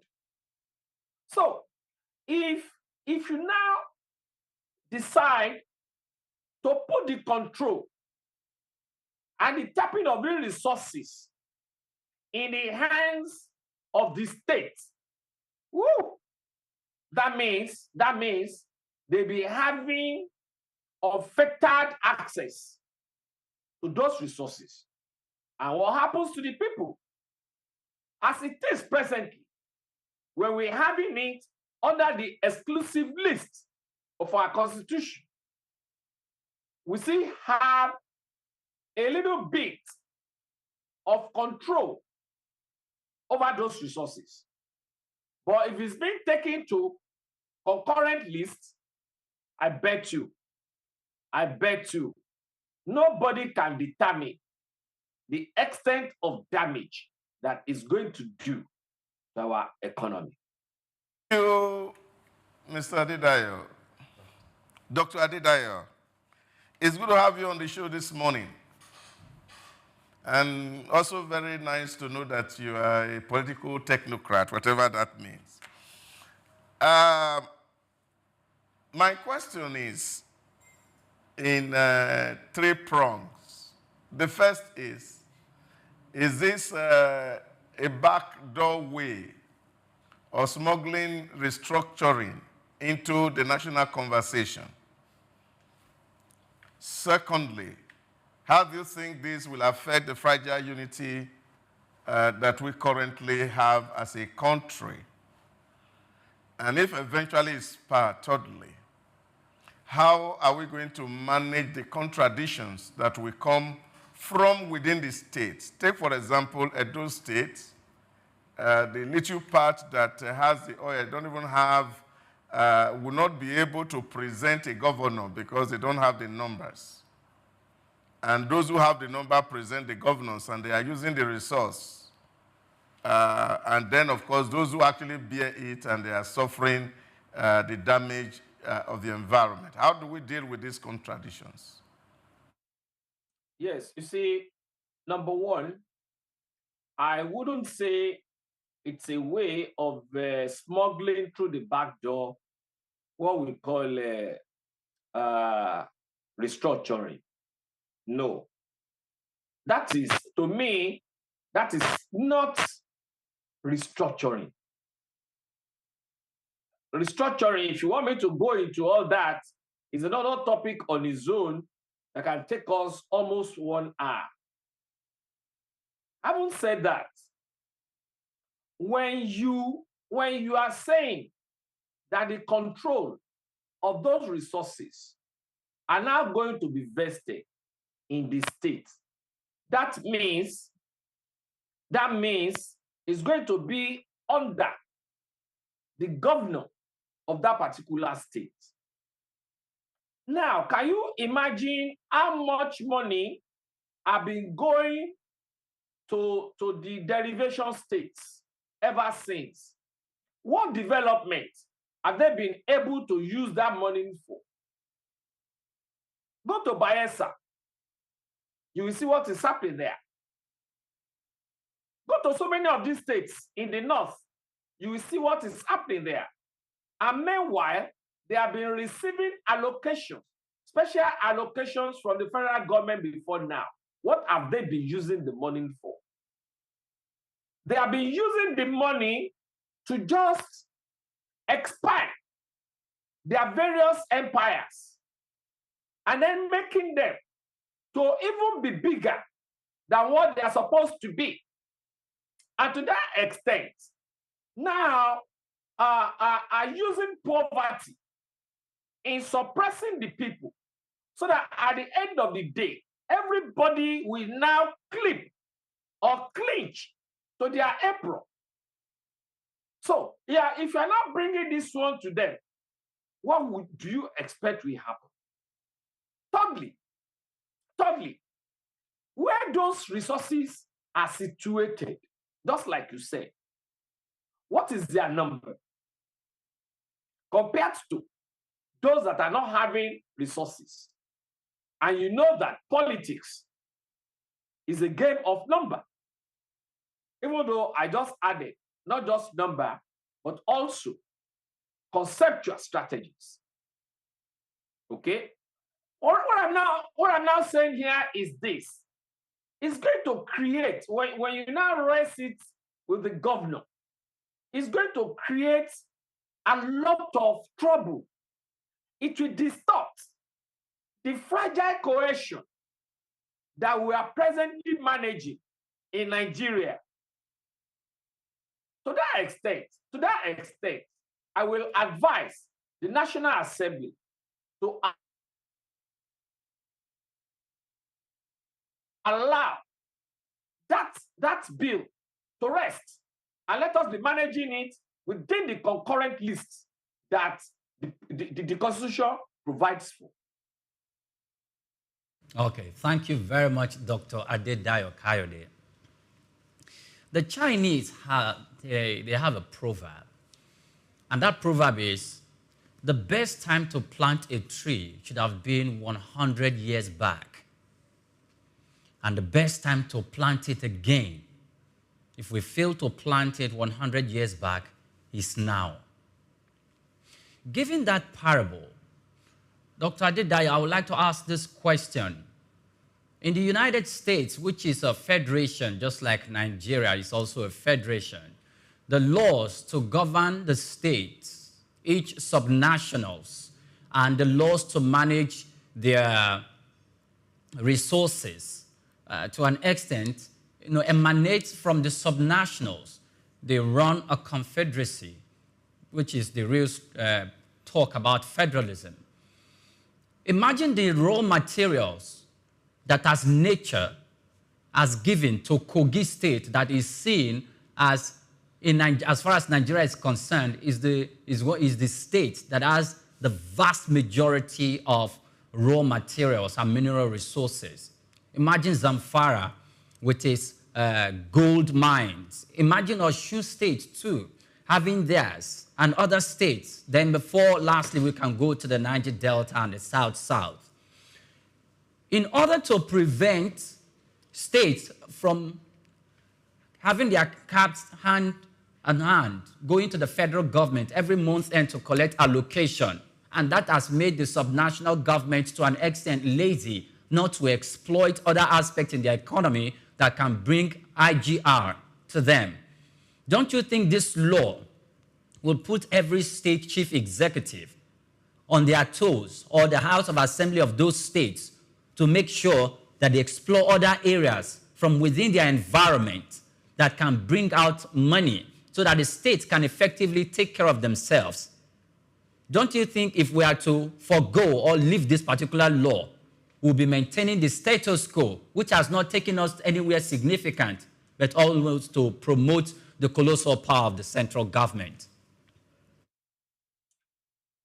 Thank you very much, Kurumale.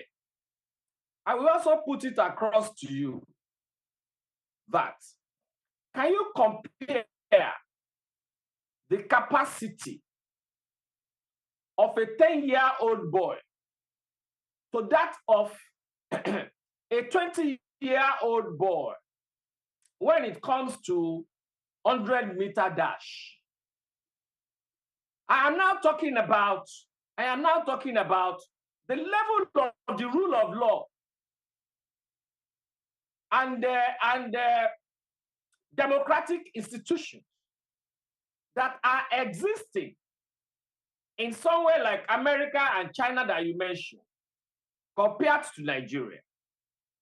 I was listening this morning on Fox News to Senator Josh Hawley, a Republican from Missouri, when he was talking about the way that the Democrats were trying to malign the policies of Trump. And in the House and at the committee level, where this thing was sorted out, within few minutes, the whole debate ended without any rancor. Look at ordinary issue of Natasha that happened at the committee level. Till today, we are still talking about the rancor that happened there. Most TV stations I have tuned to today, they have been showing it. But should that be? What I'm saying in essence is this. For instance, in America, the governor of any state knows that whatever he or she is doing is out there for people to see, for people to react. And they know if they misbehave, that will truncate their tenure. They can be taken to court. People can do and undo there. There is rule of law. Democratic institutions are working. The judiciary especially. But look at what's happening to the judiciary here. So, essentially, we cannot say because such a thing is happening in America, is happening in China, or is happening in United Kingdom. You want to say it should happen here. Then you also have to look at what are the qualities inherent in our so-called leaders. Here is where you have somebody who was once a welder, who has ever been to the university, who has ever even been to secondary school, becoming a governor. Here is where you have people that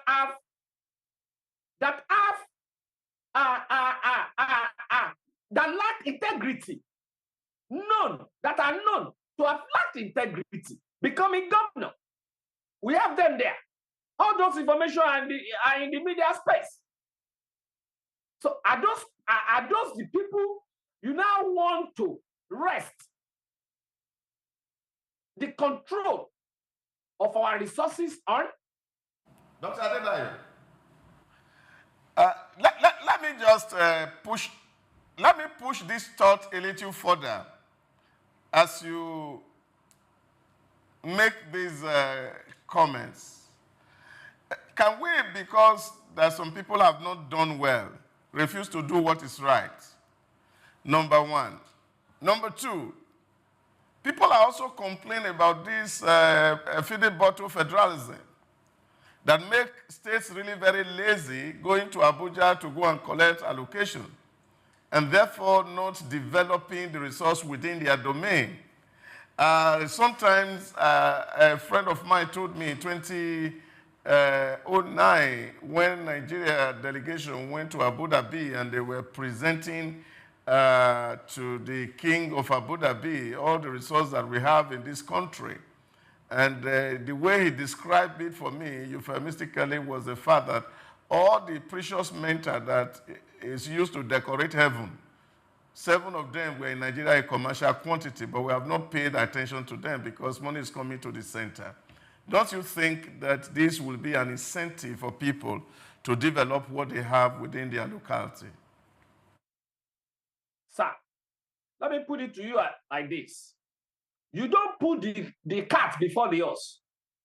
Yes, we need to do this, we need to do that. But there are some things that has to be in place first. It's just like it is good to have a university degree. It is good to have a university degree. Do you start from the university? You have to start from the rudimentary. Primary, nursery school. There's primary school, secondary school. They're probably A levels. For those of us that went to A levels before going to the university. What I'm saying is this. There are some basic infrastructure that we need to put in place. I want to talk about democratic institutions. There are some controls we need to put in place. Look at our constitution. When you are reading a place like this, some people will be misinterpreting it. A lot of alibi there. There is no standard. Look at the judiciary. We've had so many things that retired justices have been saying as regards our judiciary. Look at our INEC. So what I'm saying is, yes, it is not that all these things are not good. They are good. They are the best way. But then, some things need to be in place first. We need to ensure that we have credible people with proven integrity in places of authority before you can now say, okay, manage this for us, control this for us. Or if not, just like this Yoruba proverb, that is a madman. He should leave a madman with the dead body of his mother. He will take his meat, he will just roast it and eat. That's what I'm saying. All right, let's take a look at this. The fundamental issue here is dissatisfaction with what comes to the regions where these minerals are tapped from. Crude oil, for instance, Nigeria has been exploring crude oil for a very long time, and it pays 13% derivation to states where the oil drilled from.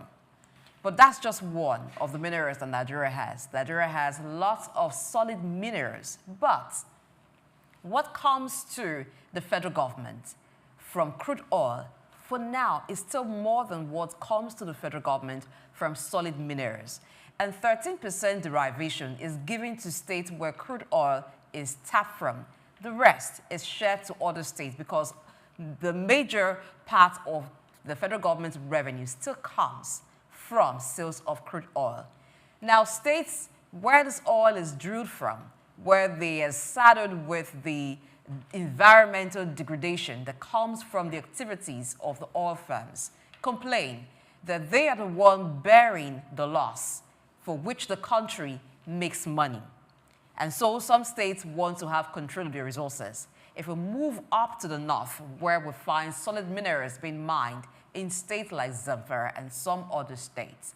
Now, these states, more or less, it looks like they control the resources of their state. And now there's a bill advocating for states to control resources. Given all you said, that the states cannot be trusted, what is the way forward? How do we attend to this fundamental issue where the regions where these minerals are coming from are aggrieved and saying, let us handle a lot of the losses, the pains that come with exploration, we are bearing this, and the rest of the country is sharing the resources. What time are we going to get credible people? Elections are done year after year. We have change of government. When it would be the right time for us to have this change? Is there another way to handle it? I appreciate you deeply. Honestly, these are the kind of questions I like attending to. Now, you see, what we are having in Nigeria presently is nothing other than systemic breakdown. Systemic breakdown. And for us to resolve it, we need to strategically now apply holistic approach to it. And when doing that, we have to first of all look at which of the subsystems needs to be rejigged for other things to be falling in place. Take that. Which are the subsystems needs to be rejigged immediately for other subsystems to be falling in place so that the whole can be as it's supposed to be. Where am I going? Where am I going? We first of all have to sort out our electoral institutions. And when I'm talking about our electoral institutions, inclusive of INEC, judiciary, political parties, and gladiators, political gladiators, we need to define the kind of integrity, character that political gladiators must show to the people or must be having. All right? The moment we are able to do that, we are going to have at least probably 60% good leaders, 60% good leaders, both at the presidency, at the state, and at the National Assembly. Then, along the line, every other thing will fall in place. Let me tell you this. In the words of Nelson Mandela, he said, the whole world is waiting for the emergence of Africa to come and take its place within the Community of Nations. But, unfortunately, this cannot be attained without Nigeria getting its acts together. And that is why so many of us, or very few of us, had always been clamoring for some of these things I'm trying to portray to you this morning. Not until when we are able to deal with our problems holistically, identifying the systemic breakdown, and then dealing with it holistically, conceptually. My dear, everything we will be doing or saying will still be in a mirage. Thank you very much, Dr. Adida Akaide. Now, can we look at this from the lens of development? Completely, let's isolate development, isolate business, and let's isolate economy. And let's look at it from the lens of this tripod.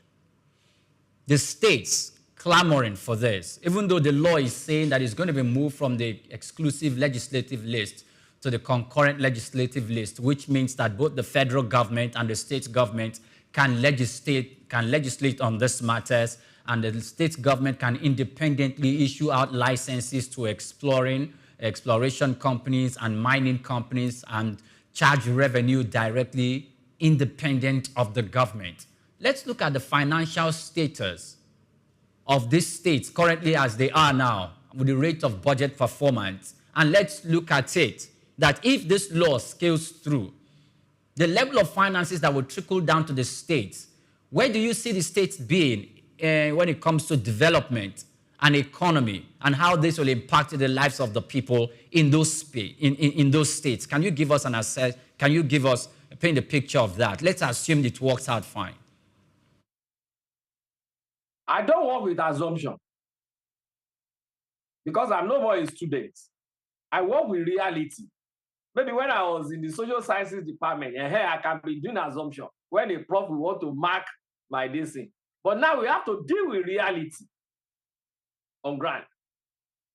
You see, one, for even trying to put it on concurrent list, it is a big lacuna on its own. Lacuna in terms of, let us look at our experiences when it comes to issues within concurrent lists. Power, for instance. You can see the way federal government always bully the states when it comes to generation and distribution of electricity by the states. You remember the story of Aaron in Lagos State then. Even though some people came out to talk about the fraud behind it or whatever. But I don't want to look at that. I want to look at the way Lagos State was bullied at that time. So also some other states that have been trying to generate and distribute their electricity till today. So who is telling you that such a thing will not happen there? When you now put it under concurrent list, that is an aspect. The second aspect, you talked about budget performance. Can you tell me the percentage of performance of our budget, both the federal and the state, since all these years? None of them has performed up to 30%. Up to 30%. All the monies, inclusive of IGR.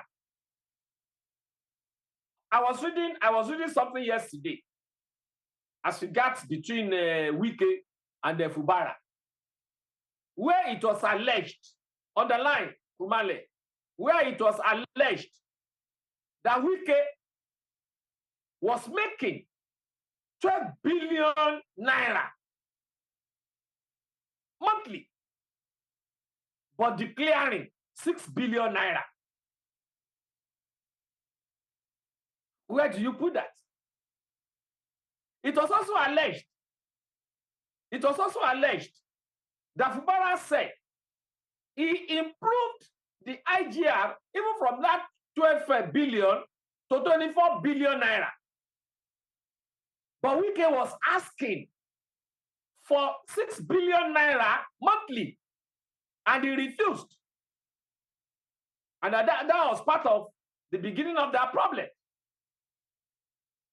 So the Yorubas will say, Katibi Pelebemu. Let's come to the matter of you're talking about reality, that we are not dealing with assumption. So also expecting that what, of course, make a federation is the fact that the component units of that federation agree on some certain terms to which they want to live together. And of course, that basis forms the grand norm upon which the society is governed. But here, what has been defective in our federalism, and a lot of people have argued that during the First Republic, we have the Western region control their resource. And what we saw in the Western region was the fact that because they have access and control over their resource. And of course, that the North was also developing at its own pace because they had access and control to their resource. And a lot of people had argued that on the basis of this, that we should restructure so that people can take possession of what naturally belong to them. Will it be right to say because somebody is not living well, that his father's inheritance should be given to another? That's number one question. And number two, is there anywhere that this utopian exists where political class are not pursuing their personal interests? Between me and you, we also know that politics is actually who gets what, when, and how. And whether it's in the United States or in England or in Nigeria, people are always after the interest. Also putting into factor what it costs to run an election in Nigeria from people who take money from politicians to elevate them to office. Now, would that be enough to say that state control of resources should not be encouraged? Yeah, thank you very much. I'm not saying state control of resources should not be encouraged. Rather, I'm saying there are some other things we need to put ahead first before all that. Now, let me come to your first analogy, whereby you were talking about Western region, Eastern region, and Northern region there. Can you compare the capacity, the ideology, the integrity of the leaders there to what we have, to the type of leaders that we have now. That is one. Two, can you also compare the preparedness, the kind of leaders, their relationship with their people, the way they attend to the needs of their people? Those politicians abroad that we are talking about, to the ones that we have here.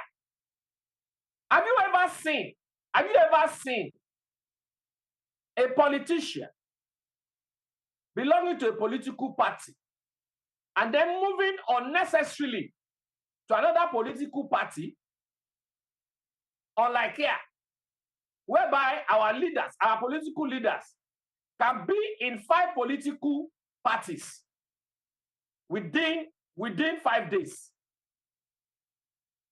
What I'm saying in essence here is resource control by region of domicile is good. But we need to reassess and reevaluate ourselves towards putting some things ahead first. We enjoy resource control when we were having Western region. Western region was the first, had a television station before France. Yes. And so many other things. But the question is, the kind of leaders, the type of political gladiators, participants that we are having now, can they really give us what we need based on their antecedents? Look at the person. Look at the person that is chairing ethics committee in the Senate. Go and Google his background as regards what happened to him in America. Look at the Senate president, Apabio. Before he was let off the hook, was he not in PDP? And Oshomole, the chairman of APC, was saying, even if you are, the moment you are a sinner, when you come to APC, you will become an angel. What do you expect from such a person? You want me to continue mentioning names? Let's not even go to mentioning names. Let's look at development. You were talking about it being possible when we had regional governments. But what we have today, we have regional development commissions in Nigeria. So it started with the Niger Delta Development Commission, but today we even have the North Central Development Commission, there's the Midwest Development Commission, and other development commissions. Should we empower these development commissions to manage resources within the region if we do not trust the state, and the state also is having troubles or issues with the federal being vested with the power to control resources that they have? So this time around, it's not the federal government, it's not even the states. It's region by region. So each region will superintend over what happens in that region as far as development is concerned, including managing the resources within the region. Would that work? Listen, thank you for bringing in that area. Look at Niger development, whatever, NDDC. See how much money have been allocated to it. Now let them go and show us the development, whether it will commensurate with how much has been sent into that NDDC. We all remember the issue of off the mic. Can't you remember? At the National Assembly, whereby they were dishing out the fraud that have been committed there. It's nothing other than a conduit pipe. And the chairman has said, off the mic, off the mic, off the mic. We are all aware of all this. And that is exactly what I am saying. Those development authorities would have, underline please, would have been a way of test running regionalism. But look at what we have. Look at what we have. They are. But Dr. Adedayo, in the First Republic, we saw all the conflicts, all the craze for power, especially the Operation Wet here in the Southwest here, that actually has landed us where we are today. Can you really say that what we see today is different from what we had in the past? Except that people have enough resource and they are able to use adequately what they have to develop their space. Take, for example, Lagos State. We see some visible signs of progress in Lagos. It's not that because there are no political intrigues here and there in Lagos, but because they have access to more resources, you can see at least some few things being done. Don't you think that is also what is good for the goose should also be good for the ganja? You see, I always enjoy you guys the way you bring up your questions. People were fighting during the First Republic because they know that they are not bereft of ideas for development. I will compare that when you were talking about Operation Wete. I will compare it to the last election in America. Look at how both Trump and Kamala Harris were coming out viciously with their programs because they want people to see what they are seeing. But it's just unfortunate that our level of development had not reached that in Nigeria.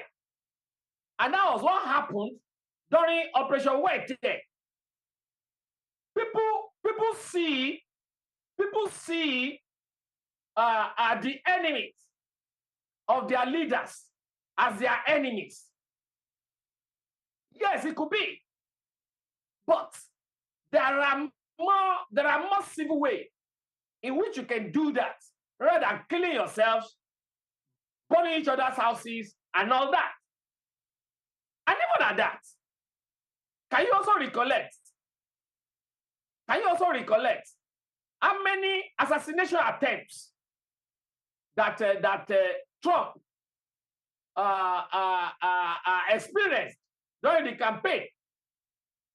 What I'm saying is, yes, everybody wants to show that I can do it more than you. And that is why we have political parties. And that is why I have been clamoring that our political parties should be pivoted on a particular ideology. Unlike here, we have no ideology. Over there, they have ideology. But here, we don't. Let me give you an example. I don't know how much you watch Premiership. You will see a small baby being taken to the stadium by the parents. Small baby of about 7, belonging to probably Fuller. And then you see Fuller and Arsenal playing. When Arsenal scores against Fuller, you will see the grin from that boy.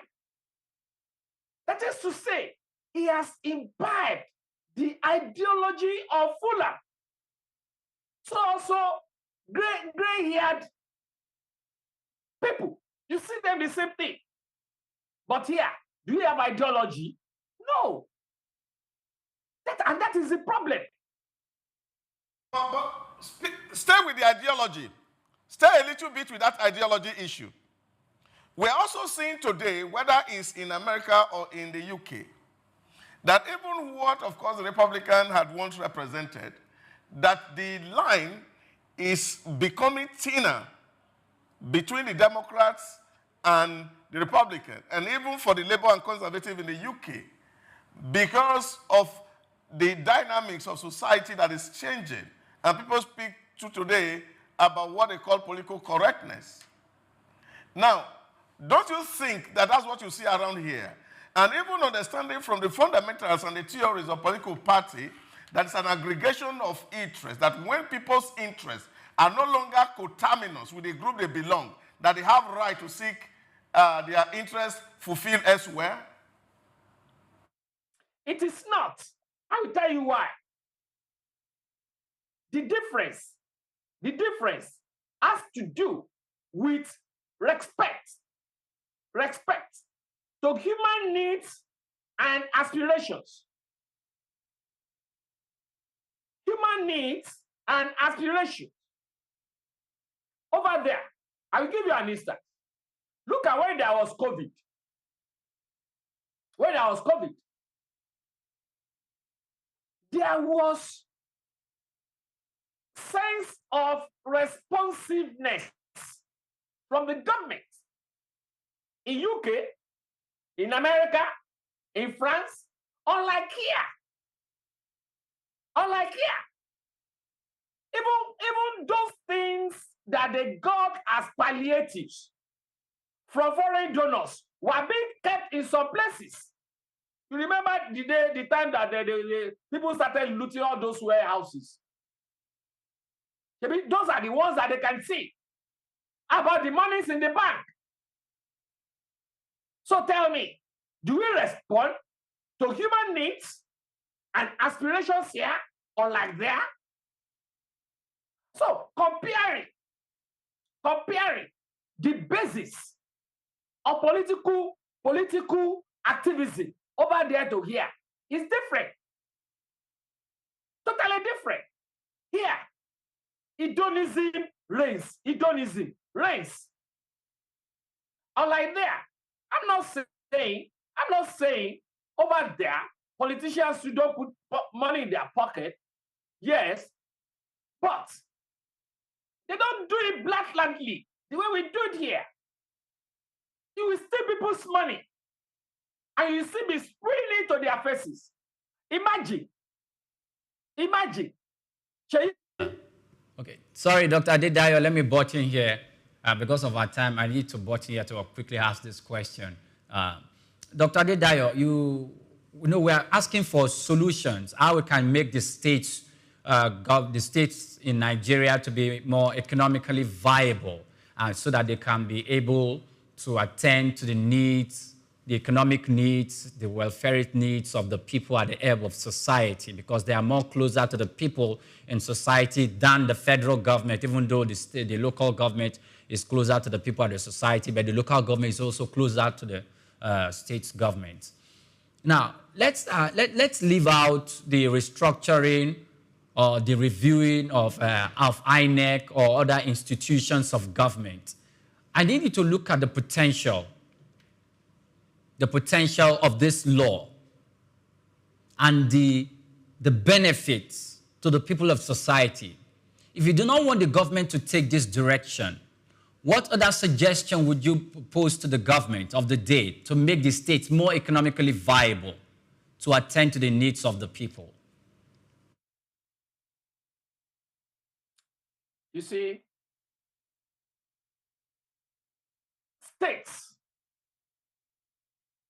states cannot develop as it's supposed to until when the ingredients of development are being situated. These laws you are talking about, especially this one that has to do with control, resource control, will not benefit the people until when those ingredients are there. I've said it, and I continue to say it. No matter, listen, look at onions. onions. One particular type of onion planted in Nigeria. The same brand of onion planted in America. You will see the one here when you are peeling it. It will be bringing out tears from your eyes. Why that one will never bring tears from your eyes? Do you know why? Because of the differentials in the soil content. This bill might do in the area of exploration and management of the resources. Revenue generation is one aspect of it, which might be the main reason for the bill. But on the side of exploration, Nigeria has many untapped minerals, many untapped resources, and sometimes the states are waiting for the federal government's permission, approval, or initiative before they begin to mine resources that are within their jurisdiction. How would this bill help exploration, mining of untapped resources? Yes, it will have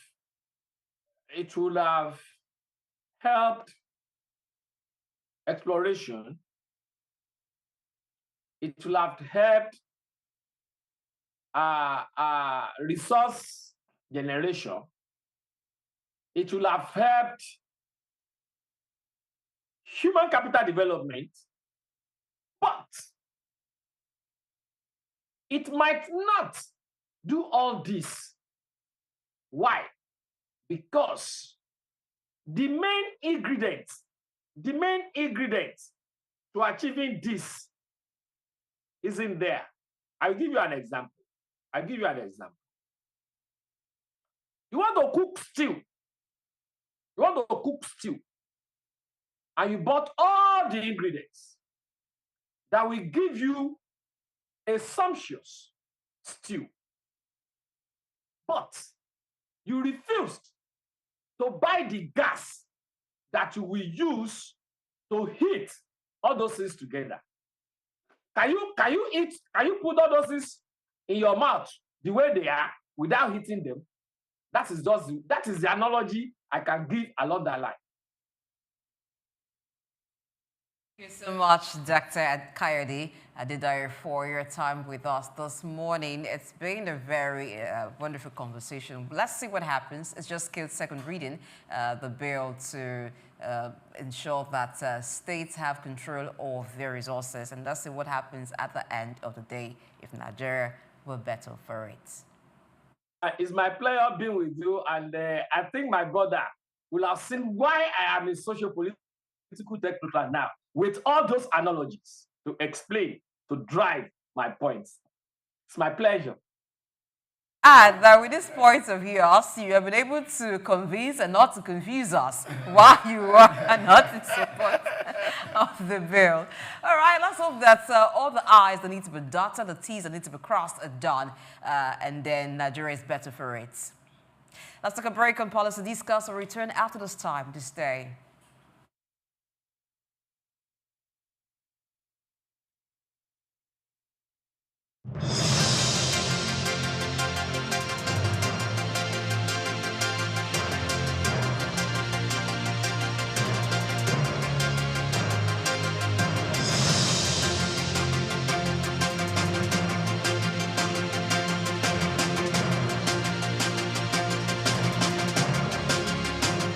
For more than a century, Zambia has stood as a prominent figure in the mining sector, particularly renowned for its copper production, which remains a cornerstone of the nation's economy. Accounting for 3/4 of the country's export earnings, mining plays a pivotal role in Zambia's economic landscape. The focal point of this mining activity is the Copperbelt province, home to major copper mines like Lumwana and Konkola, alongside Sentinel in the northwestern province. These mines, operated by renowned international firms such as Barrick and Vendetta Resources, hold majority foreign ownership, with Zambia Consolidated Copper Mine Investment Holdings retaining minority stakes. Smaller mines in the Copperbelt region, backed by investors from countries like China, Brazil, and South Africa contribute to Zambia's diversified mining landscape. However, the country's mining sector faces various challenges hindering the potential growth trajectory. Fiscal policies introduced by the government, including royalty increases, the taxation policies, have negatively impacted mining profitability. Also, price volatility in global markets, infrastructural deficiencies like inadequate transportation networks, power shortages, and an uncertain regulatory environment further increases the sector's challenges. Moreover, labor disputes, safety concerns, and geopolitical risks stemming from political instability poses additional hurdles to Zambia's mining sector. To propel the nation towards its 3 million tons copper production goal, strategic measures are crucial, and these include leveraging digital technology through partnerships with AI and machine learning firms to enhance sector's efficiency and investment, stable policy framework in order to attract and retain investment, and provision of a conducive regulatory environment. Infrastructure strengthening supported by donor funding and concessional financing can also alleviate critical constraints such as transportation and power shortages. More so, environmental conservation is vital for sustainable development. Hence, mining companies must provide government-approved environmental management plans, prioritize durable equipment, and proper waste disposal techniques to minimize environmental degradation. Given copper's expected dominance in Zambia's exports, maintaining its position as Africa's economic hub demands a concerted effort. Israel Adeyemi, Souq News.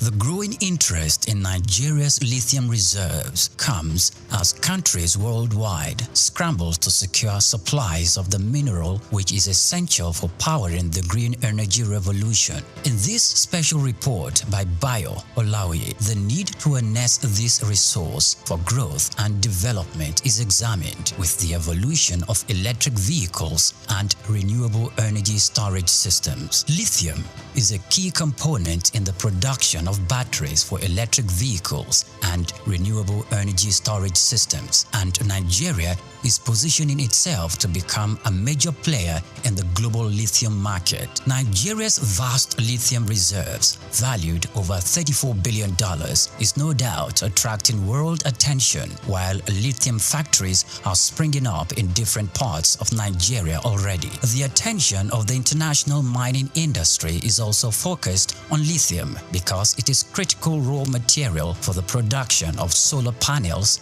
and electric vehicles. Analysts predict that global lithium market could grow robustly over the next decade, driven by the rapid adoption of electric vehicles and renewable energy technologies. Data from a global future market insight showed that the lithium mining industry has emerged as a cornerstone of the clean energy transition, driven by the skyrocketing demand for lithium-ion batteries. The surge in lithium demand is driven largely by the electric vehicles market, which accounted for over 70% of the global lithium consumption in 2024, according to an Iranian-based research firm.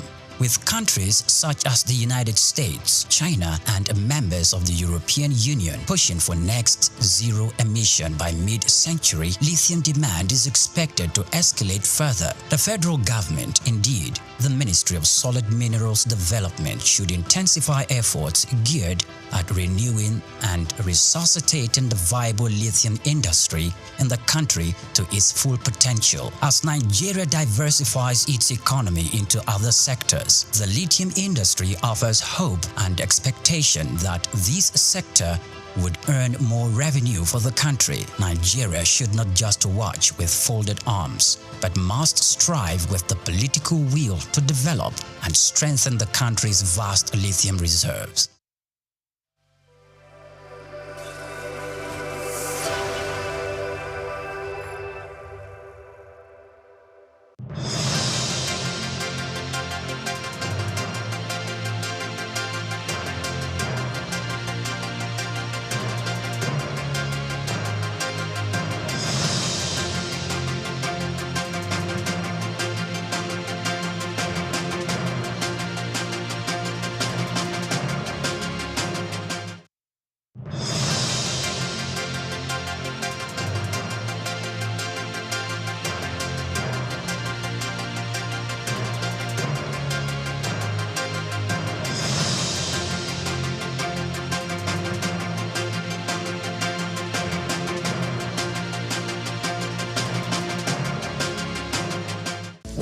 just what you need right here at Femi Wash Media. Call it the Midas Touch, and you wouldn't be wrong. Let us record, produce, mix, and master your audio like nobody does. Reach us on our contact today for the best quality job.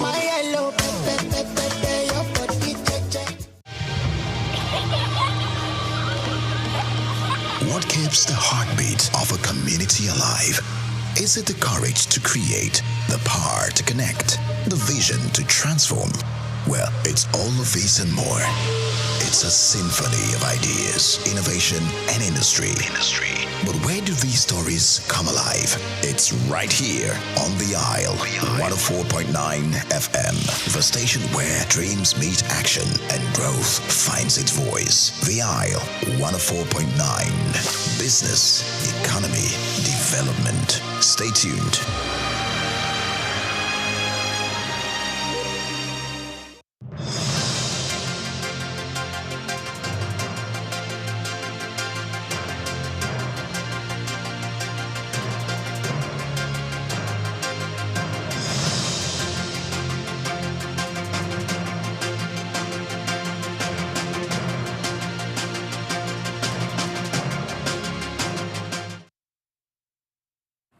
Many thanks for being there. It's still the front burners, and we are having the policy discuss segment. Now let's turn to a new conversation. Before the break, we talked about the bill to amend the act that provides that the federal government has ownership of natural resources in Nigeria is vested in the federal government. Now let's look at another bill. Seems like a season of bills flying here and there at the National Assembly. Professor Dr. Didaius actually said it looks like a backdoor towards restructuring. Well, that's another subject matter. But if we look at this new bill that has also passed second reading at the National Assembly, it's a bill to remove impunity enjoyed by the vice president, governors.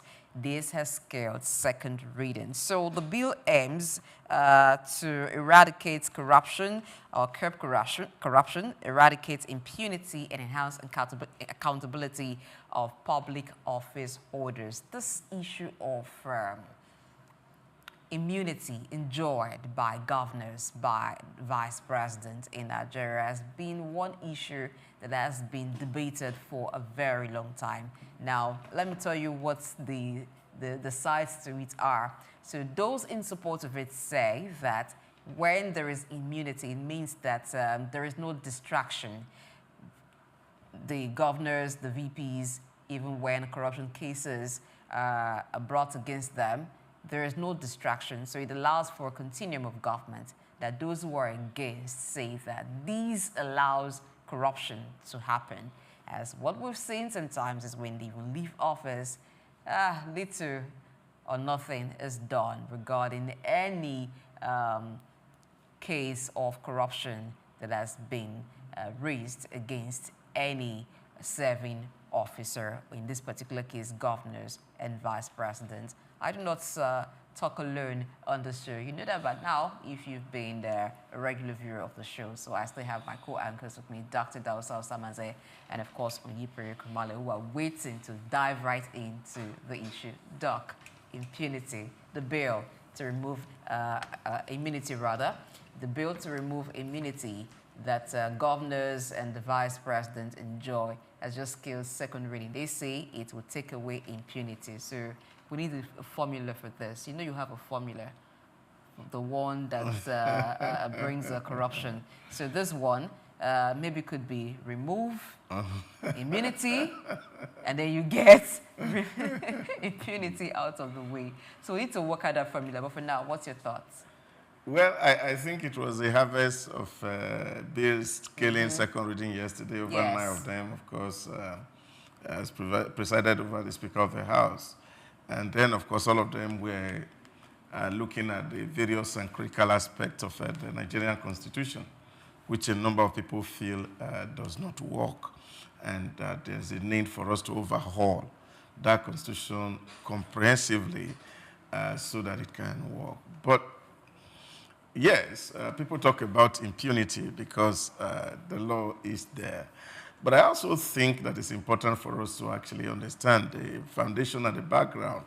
I'm not a legal person, but if you look at Section 308, of course, which of course empower these categories of people to enjoy this immunity, it was to cover what they do lawfully within government and not things that are extra-governmental.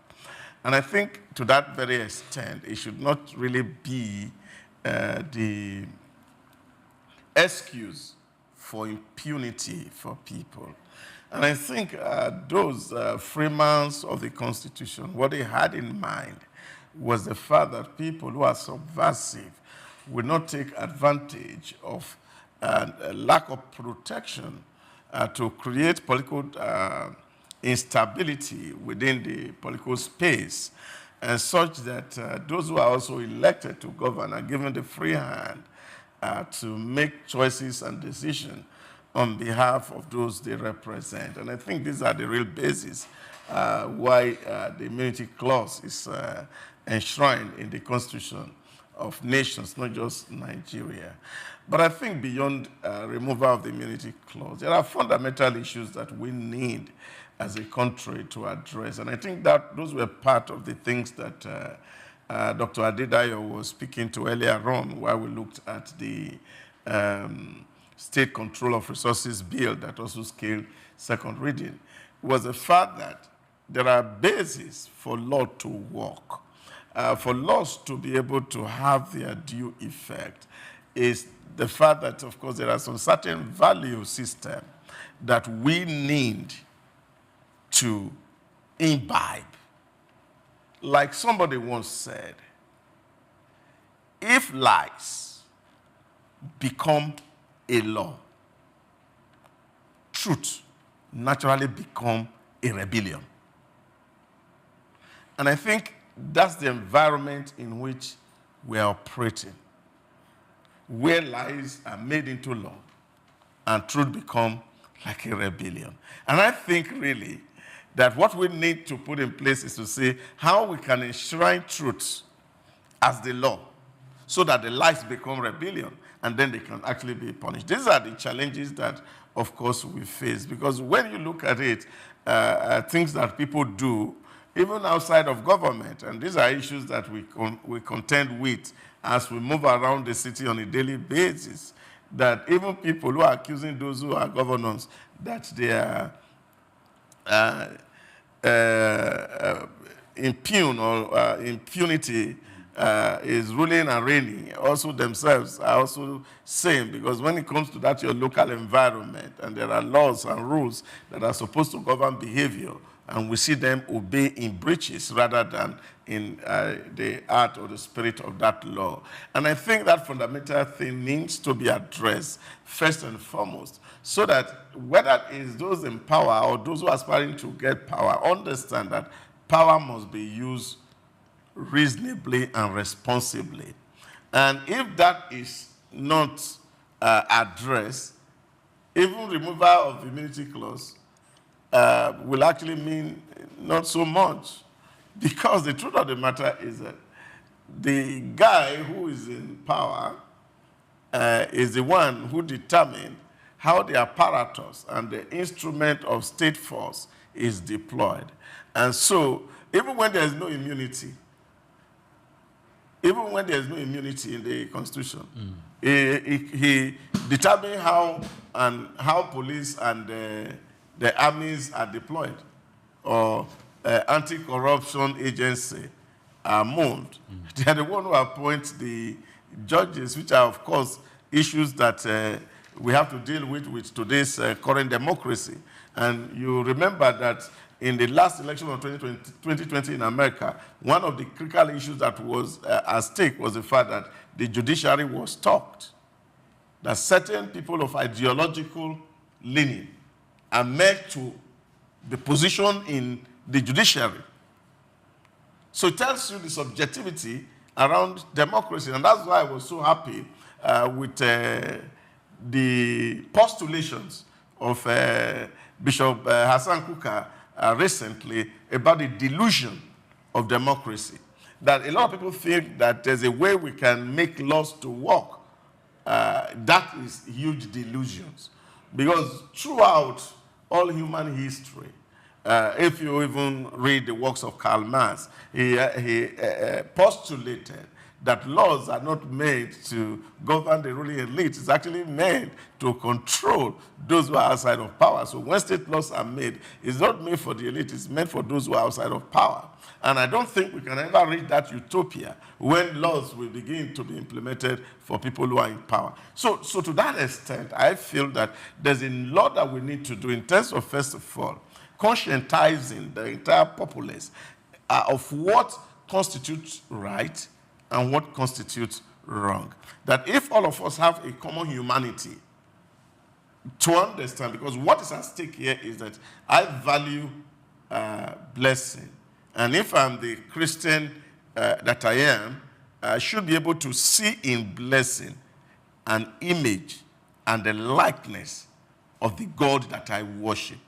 And if I have a reverence for the God that I worship, I should be able to have a reverence and respect for her, because she is the exact image and the likeness of God. And until we get to that level of consciousness in dealing with our fellow humans, whether they are subordinate to us or they are over and above us, we will not be able to actually, laws will not be able to work. And I think that is what is grossly missing in our political space. You know, I find it interesting that while the House of Rep is moving a bill to remove immunity for the vice president, the governors, and the deputies, the Senate is actually seeking the opposite for legislative members. So it's quite interesting that one chamber in the National Assembly wants immunity for the vice president and the governors and the deputies removed. The Senate wants immunity for senators and the reps. So this issue of immunity, there's a lot about it. Now, while I understand that the argument for those who support is that it will ensure that they're not distracted, it allows for government to be a continuum, but it also creates the chance for them not to be held accountable. Let's take the tenure of governors and even vice presidents, the deputy governors as an example. 4-year term in Nigeria. So some get to do 8 years. For each 4-year term, it means that for the first 4 years, for example, where there are allegations of corruption, you don't attend to it, or you're not being investigated or asked to step aside to resign while you're investigated, you still preside as the chief executive officer of the state. You are still the deputy governor. You are still the vice president. You enjoy all the perks. You have all the privileges that may even tamper or hinder investigations for that 4 years. So if you are re-elected back to office, that's another 8 years that your matter or your issue or your case or whatever allegation is not touched. They're waiting for you to hand over before more steps are taken towards that allegation or charges that are raised regarding maybe appropriation of funds, abuse of power, and other related matters. So what that does is that you are stalling justice. If there is a case for justice to prevail, you are stalling justice. Imagine 4 years, 8 years. After that time, given what happens in our political setting, so if you change political party, because we also recall very clearly what was said during the tenure of Adams Oshomole as the APC national president, whether he was joking, but I think Nigerians took him seriously. So when you cross over to the APC, if you've been a sinner in any other party, your sins are forgotten.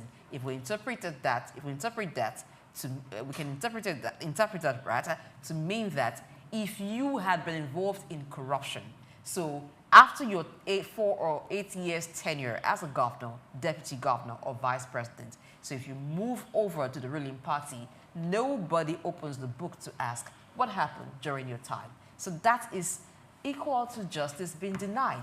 But if we remove the immunity to say, if there are criminal charges, if there are charges of misappropriation, charges of corruption leveled against you, you step aside and let the investigation be done.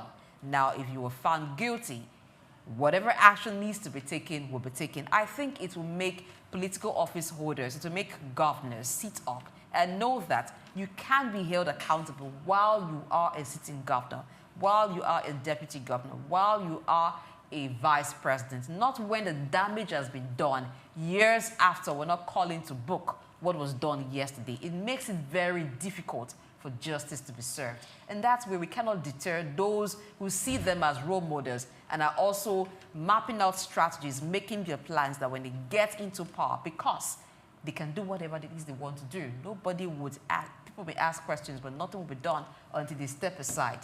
Then we'll have that perpetuity of corruption. Yeah, but it's good to just put in context that I'm not holding brief for Adams, but the fact that it was just an idiom to say that hostility end. That cannot be an idiom. No. That cannot be an idiom. It was because the person that actually was they are referring elderly, to, they are elderly the person people. was actually referring to didn't hold any political office or had opportunity to be in power and to say, oh, because you have stolen money. And I don't think that was what was in fact. And it is good, really, properly to put that in context, but also to say that... Look, sorry, let me just react to that. You know that idioms have meanings. Yes. Sometimes you're figuring but you don't need to, interpret them that's what I'm saying, that they have nuances. Because they have nuances, it can be interpreted in several other ways. People can I decide chose to interpret it this way, which some Nigerians also people are thinking interpretation. to mean what it means, and I don't think Adams does not understand what the law says about some certain things, but also to understand that even the principle of immunity, as is enshrined in our Constitution, Section 308, does say that, yes, while in office, but there's also a provision on how these issues are to be dealt with. The dysfunctionality of our political system is actually what the problem is. That if a governor is found of gross misconduct, the state assembly really have the power to impeach him. And then he has left office. Do we really see that happen? Yes, we don't see it happen. And that is why I'm also saying that even when you remove the immunity clause, if the state assembly are not prosecuting him, is it the agency that is appointed by his party that will now come to prosecute him? So these are all the nuances that we must also look at while we are talking about some of this. That's why I said the critical factor here for me is our value reorientation, so that we are able to be clear enough about what is right or wrong. You see, when Adedayo was speaking, he talks about the position of the law, that it seems to be confused. Because the way our lawyers are trained in this school is that they have to imagine themselves defending or speaking against the provision of Constitution. So which means if there's a defendant, you have to argue for the plaintiff and you argue for the defendant.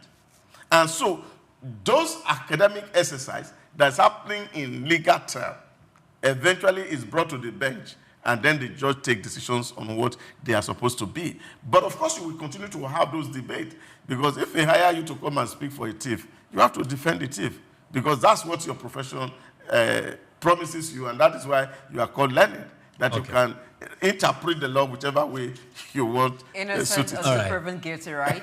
Okay, so a thief is not a thief, and is not guilty until proven guilty by the law. All right. And I'm coming. And who intends to be the law that has the right to pronounce a man a thief has made a way for a lawyer, for him to have right to a lawyer to defend him and to speak for him. Okay. So thieves are privileged people, I must say. I wonder where you're going with this. So okay, let's go back to this our conversation. Section 308, it grants immunity from civil and criminal proceedings. Civil and criminal proceedings against to the president, vice president, governors, and deputy governors. Now, the institution of government is not immune to being taken to court. Either the federal government, the state government, or the local government chairman. and the personality that is occupying that place, because he is the chief executive. When they say the presidency sounds ambiguous though, but however, they are just referring to it as the gamut of the institution of government. So who heads the presidency? Of course, it's the president. So the president is not immune for being taken to court, but however, he is being taken to court as an institution. But it would not have to do with him personally. We're talking about the one that has to do with him personally. If it's going to do with him personally, I believe there is also a section that is provided that the government, yes, I know. So I have to bring both into play here. Now, whilst into office, Doc mentioned it very well, whilst in office. So when he's out of office, yes, he can still be called upon to come and give account. Obasanjo appeared before the Oputa panel. Now, when you mentioned Obasanjo, I just laughed because I know yes, that he appeared in Oputa panel. He appeared in Oputa panel. They had the money together. It was Doc that said that. So he appeared in Oputa panel. If you remember vividly, there was the ICPC and the EFCC was waiting for one of the southeastern governors. Immediately it was done. Immediately after his handover speech that evening, wanted to escape. They were waiting for him at the airport. And they clamped, he was going to the US, and they clamped him down. Sir, you need to answer for some of the allegations. Why? Because they had been trailing the transactions, they had been trailing some of his activities, and it has painted a picture that, look, there are things that he needs to answer for. If you remember vividly, there was some form of arguments and banter coming between the former EFCC chairman and the former governor of Zamfara State, who is now the Minister of State for Defense. There were a lot of things in public, and there were counter accusations of who was exchanging bribe, who was bribing this, and who was siphoning public funds. It's there. However, we must not allow the person, the occupier of the office, to come and be answering for criminal proceedings and all of that whilst in office. It's going to derail the obligations, the responsibility that has been saddled on him. All the millions of people that voted for him to do A, B, C, and D. It's going to derail that purpose. However, the political opposition too are going to take advantage of that. Mr. Fubara, he's part of that. You see all these things happening. I don't want to go there, so Doc does not drag us there. No, you've gone there already. No, I'm just referencing it. Just by the way, why would you allow his Doc to lie? You've gone there already. Just a wave of the hand. So that is for that. If we're to go that direction, with the level of political opposition that we have in this country, no chief executive will be able to do anything. And you know one thing, it is not good if the legislative arm of government is saying, why would the vice president and the president and the deputy governor be enjoying immunity, and they're now putting for themselves that, look, we have to enjoy immunity. They already have immunity. Whatever they say within the jurisdiction of the National Assembly, you cannot hold them accountable for that. Now, you could remember there was a senator that said his wife was a senior advocate of Nigeria and one of the courts in Nigeria, and that he spoke to his wife to sway the hands of justice in favor of some of his senators in the Senate, and he was not held to account for that, even though lawyers, pundits have been coming out that, look, they need to prosecute that matter. The wife, who is a lawyer, a very senior lawyer in the country, and themselves, that they need to answer to the law. But that still, as we speak now, nothing has happened. If I should take your mind back to what happened during Obasanjo's administration, when there was a fracas between him and his vice, Atiku Abubakar, and Atiku Abubakar was going to be removed as the vice president.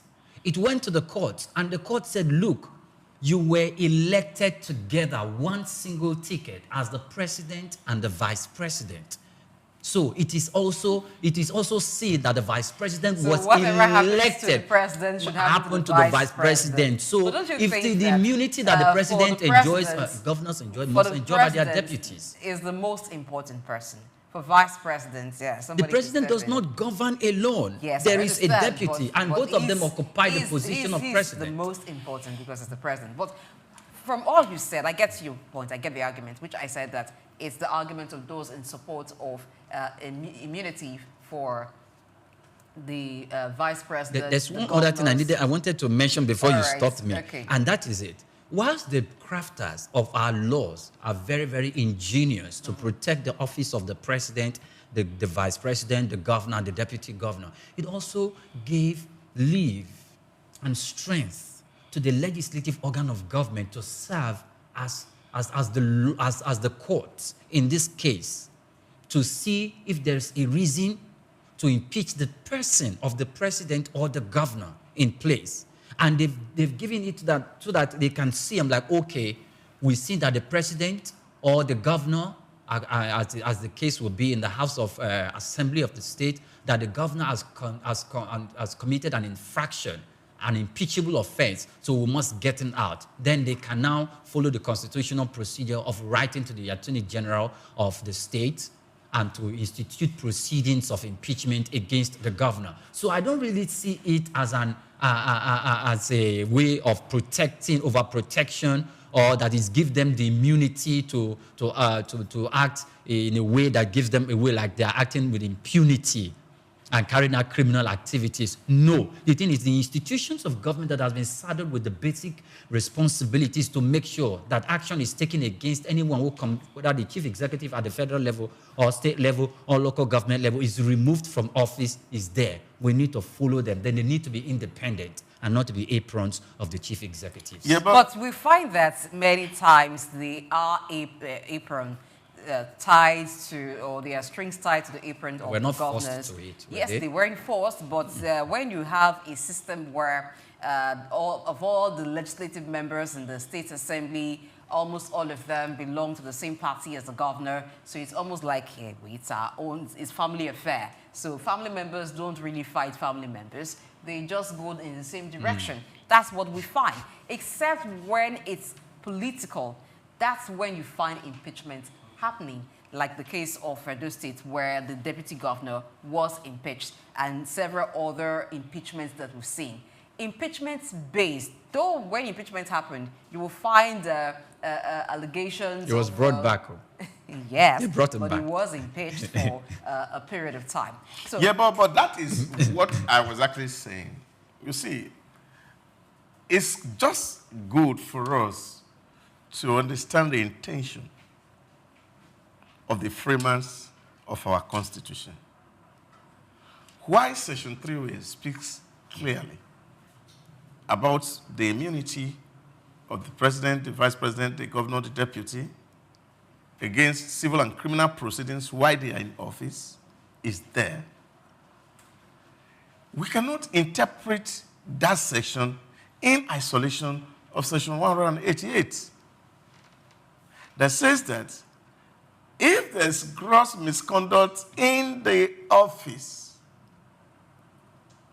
the members of parliament, or in this case, the state assembly, should impeach the governor so that he can face the law.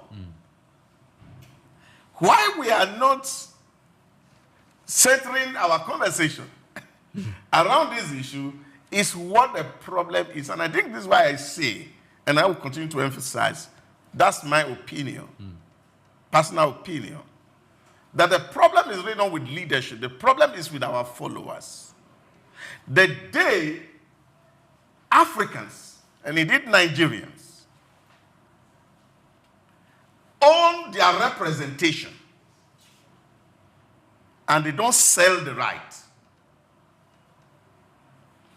that day, sanity will come into our system.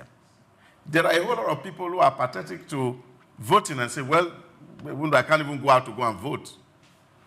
Those who are mobilized to come out, once they resist mobilization, and all of us are coming out to say, look, this state belongs to us, and we want to have a say in how this is governed, and we are not going to collect your money, we are going to vote for you based on merit so that you can go and represent our interests. When this gross misconduct starts to happen, these people who are representative of people will stand up on behalf of the people. We always see them say, I am representing my people when they are in trouble. When they are sharing the allowance, they don't remember their people. Okay, Doc, now you mentioned people. You only see the people saying we are recalling when there seems to be political motivation. You don't see the people say we're recalling because you have not delivered what you promised your constituency. So people, is it not time the electorate wake up? Wake and up. realize their responsibilities? Wake up. The state assemblies and the national assemblies that are vested with the power to act as checks to the governors, checks to the presidents and the vice president. What are you doing with that power? It will be for the benefit of us all. It will play our roles as it should be, removing sentiment. Yes, we're all a family in Nigeria. We should not be family alone when we are of the same political party. We should be a family as a nation that work for anything, move towards anything that will guarantee development. We'll leave it here and watch to see what happens at the National Assembly as it's bill's season. What bill will be the next and what bill will eventually become an act, even as the Constitution is being amended through several bills. Let's get on now to Post and Perspectives with Swift Aderito. She's already here and she's back to tell us what you've been saying, what your comments and contribution have been on the issues discussed. All right, so being in the studio, the artist Nelly, when he said it's hot in here, he didn't know the front burners was coming up because it's always hot in the building. This is Post and Perspectives, ladies and gentlemen. The idea of the show or this segment is we want to find out what you're saying. We like the fact that you are being heated up by this beautiful lady and the two gentlemen, one by our right and one by our left. And everything they say, we read your comments and we bring it back here. And so the first person is yours. Obediently. I like the fact that you're obedient and you say, and of course we're talking about customs implements order to boost production of local health products. And you say announcing is one, following through is another. Welcome to Nigeria. The next person has to be Sheyi Makinde's boy, Sheyi Makinde Akinyo.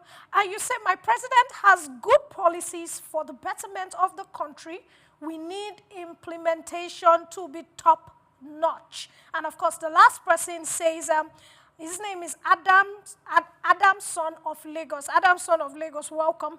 And you say, very good news. So we must ensure the swift implementation of whole human policies of the president. Thanks, Adam. You know, you had to put my name in there, Swift. Talking about somebody that is going to respond to me swiftly. I see Priya looking like he's about to, what's your take on, because everybody is like, they have good policies, but can they be implemented? Talking about the customs implementation.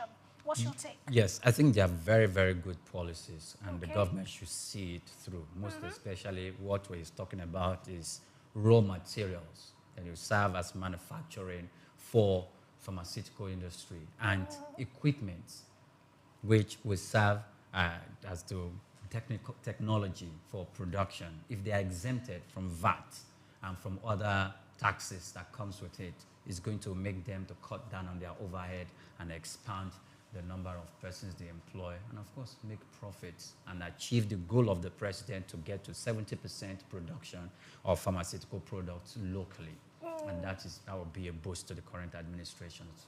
Wow, I'm so excited. But does it have anything to do with immigration policy? You're suddenly agreeing with all government policies. Oh, no, not all government policies. If it does something good, hey, we'll go with it. it. Okay, you'll be the positive. Of course, the next one has to do with bills to grant state oil control and passing the second reading. And of course, you know how hot this one was. And of course, we have Oluwole. He says a quiet reconstruction is taking place, no doubt, at official bath, that's the president.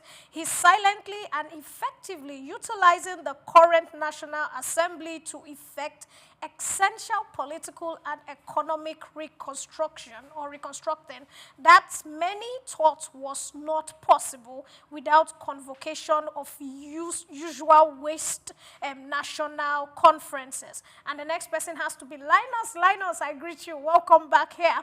And you says it will pass through the National Assembly, but will fail through the State House of Assembly, as he needs 2/3 of states of Nigeria to support it for it to be amended officially and as a law. Blessing, I'm jumping to you very quickly. He is coming to be the fact that, look, it will pass National Assembly, but for states in Nigeria, it needs the state houses because it needs 2/3. Do you think this bill would pass through the states? Okay, so whether it will pass or not will depend on the consideration given to it. It's a bill that will favor states. It's a bill that will move the ownership of resources, or will move ownership of resource control from the legislative list to concurrent list. So it's going to be very beneficial for states. I think that states would not want to oppose what would mean that they have more control over the resources, more revenue for them. Who would oppose that?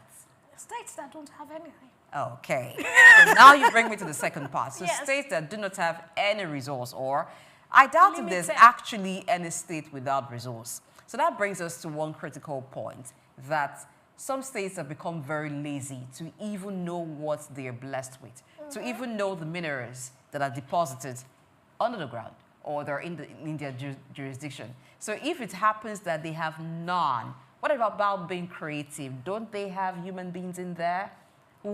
Can they develop the human capital of the residents? But Doctor is saying something. So, yes, what Doctor is saying is the feeding bottle maybe with feeding bottle, how can you be creative? And I agree today on that. There is the feeding bottle economy that we need to discourage. Yes. So because resources are tapped from one area and is shared for everybody, whether you have it or not, so they just give to you and people feel okay with it. I think if we want to move from where we are to where we should be, then we should move away from that. So I think that you would have a lot of states signing, agreeing to it, and besides, it's a bill that has been considered at the National Assembly. So I don't think there'll be much opposition to it. But for states that want to oppose, I need to ask them, are you for progress or you're anti-progress? Talking about progress or anti-progress, guess what, guys? My time is up and I have to progressively jump off this set. But don't worry, I'm not going away without giving you something special. I'm bringing in Senator Honorable Chooks to come and tell you everything you need to know about sports. Don't go anywhere. My name is Swift Aderito. See you at the top.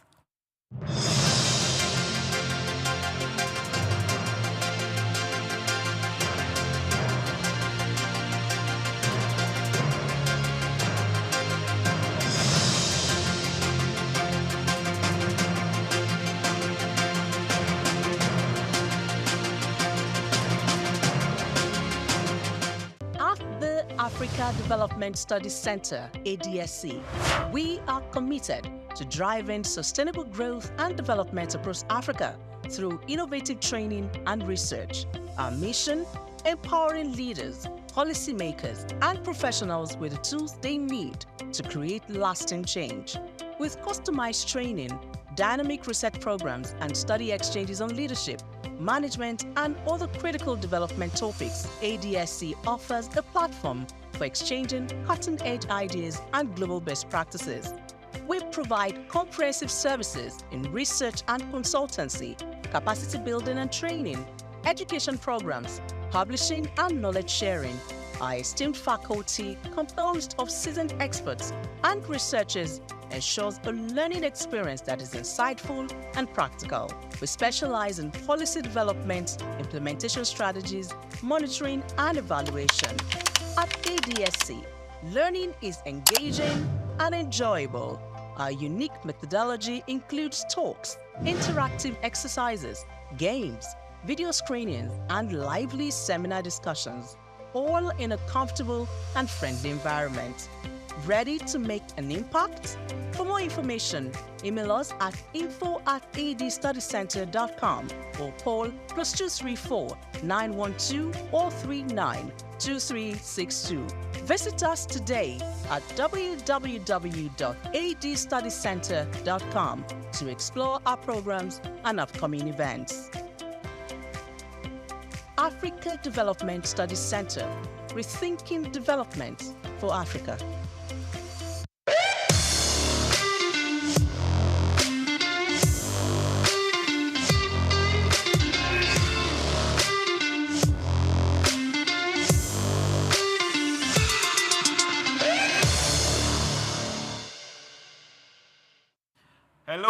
welcome to your show. Welcome to that time of the day where we talk money, sport, and where the business is moving. My name is Souq, John Rogers Souq, and this is Souq Sports on the front burners. Great topics we've had today. Let's get straight to where it's happening. The media, sports media. Yes, in front is taking over. They've landed themselves the Bundesliga broadcast deal for Europe. That's a big one. So they'll be selling to, from next season, they will sell to broadcasters across 9 European territories. And this is just 10 months before the actual announcement of their takeover. And they are already making the headlines and getting there. Now, let's get straight to sponsorship. Remember yesterday we talked about South Africa. We talked about the Springboks. Remember the SA rugby team. And we talked about them and MTN running away from the full frontal shirt sponsorship. We told you it's all about money, who is adding more, and who's negotiating. Today, I bring you that same good news. FNB, that's the First National Bank, they are the ones that are coming. MTN leaving, bigger box is coming in. It's all about the money. Now, let's get straight. We are still on sponsorship. For those wondering, snooker, the 2025 World Snooker Championship is coming up with a new set of sponsors.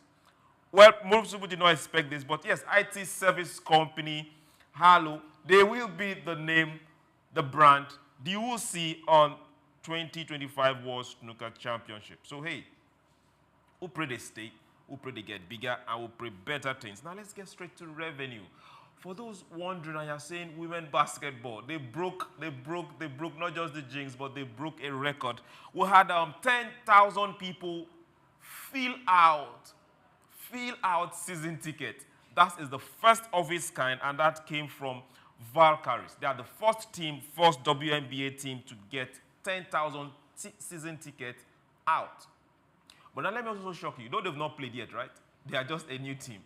And they are pulling the numbers. That is when business meets with good strategy and people that know how to strike deals. 2023, they moved into a new stadium while they were still planning being bought. 50 million, that cost them. And without playing a game yet, they've sold 10,000 season tickets. We need to learn a whole lot from these people. Now, let's still talk about revenue. Man City and Chelsea. Yes, you heard me. Chelsea, something good happening in Chelsea. Now, there's a projection that from the Club World Cup, they will earn 97 million pounds. That's a good money. From Club World Cup, they qualified, they are playing, and they will go far. That we know for sure. Now, the total prize money is 775 million pounds. And for those that will be going to the knockouts, we earn well above 407 million pounds. And in this bracket, we are looking Man City and Chelsea will be part of it. And we know they are most likely going to go all the way to win that particular championship. So that's a whole lot of more money coming into their revenue. My name is Souq, John Rogers Souq. I'll talk more money and more business tomorrow. Be nice.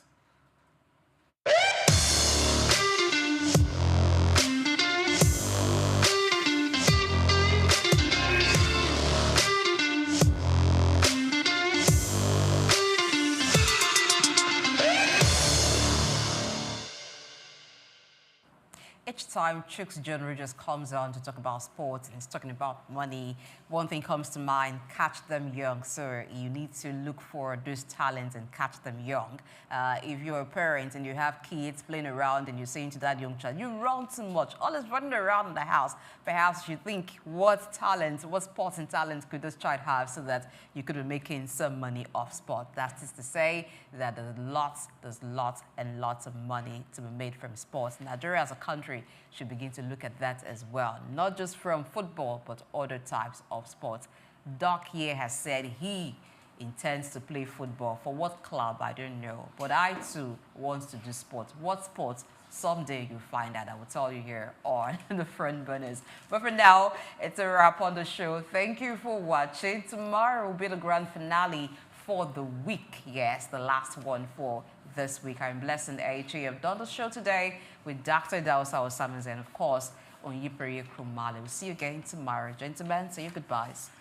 Well, Blessing, talking about catching them young, I'm still very young. Somebody should catch me. Oh. That's sounds romantic. There's money. Be happy with the little you have. It doesn't really matter. There are a lot of people who have nothing, but they still manage to smile. Tomorrow is another day. We will be here on the front burners. And I'm Oyin Priya Kromale. Good morning to you once again.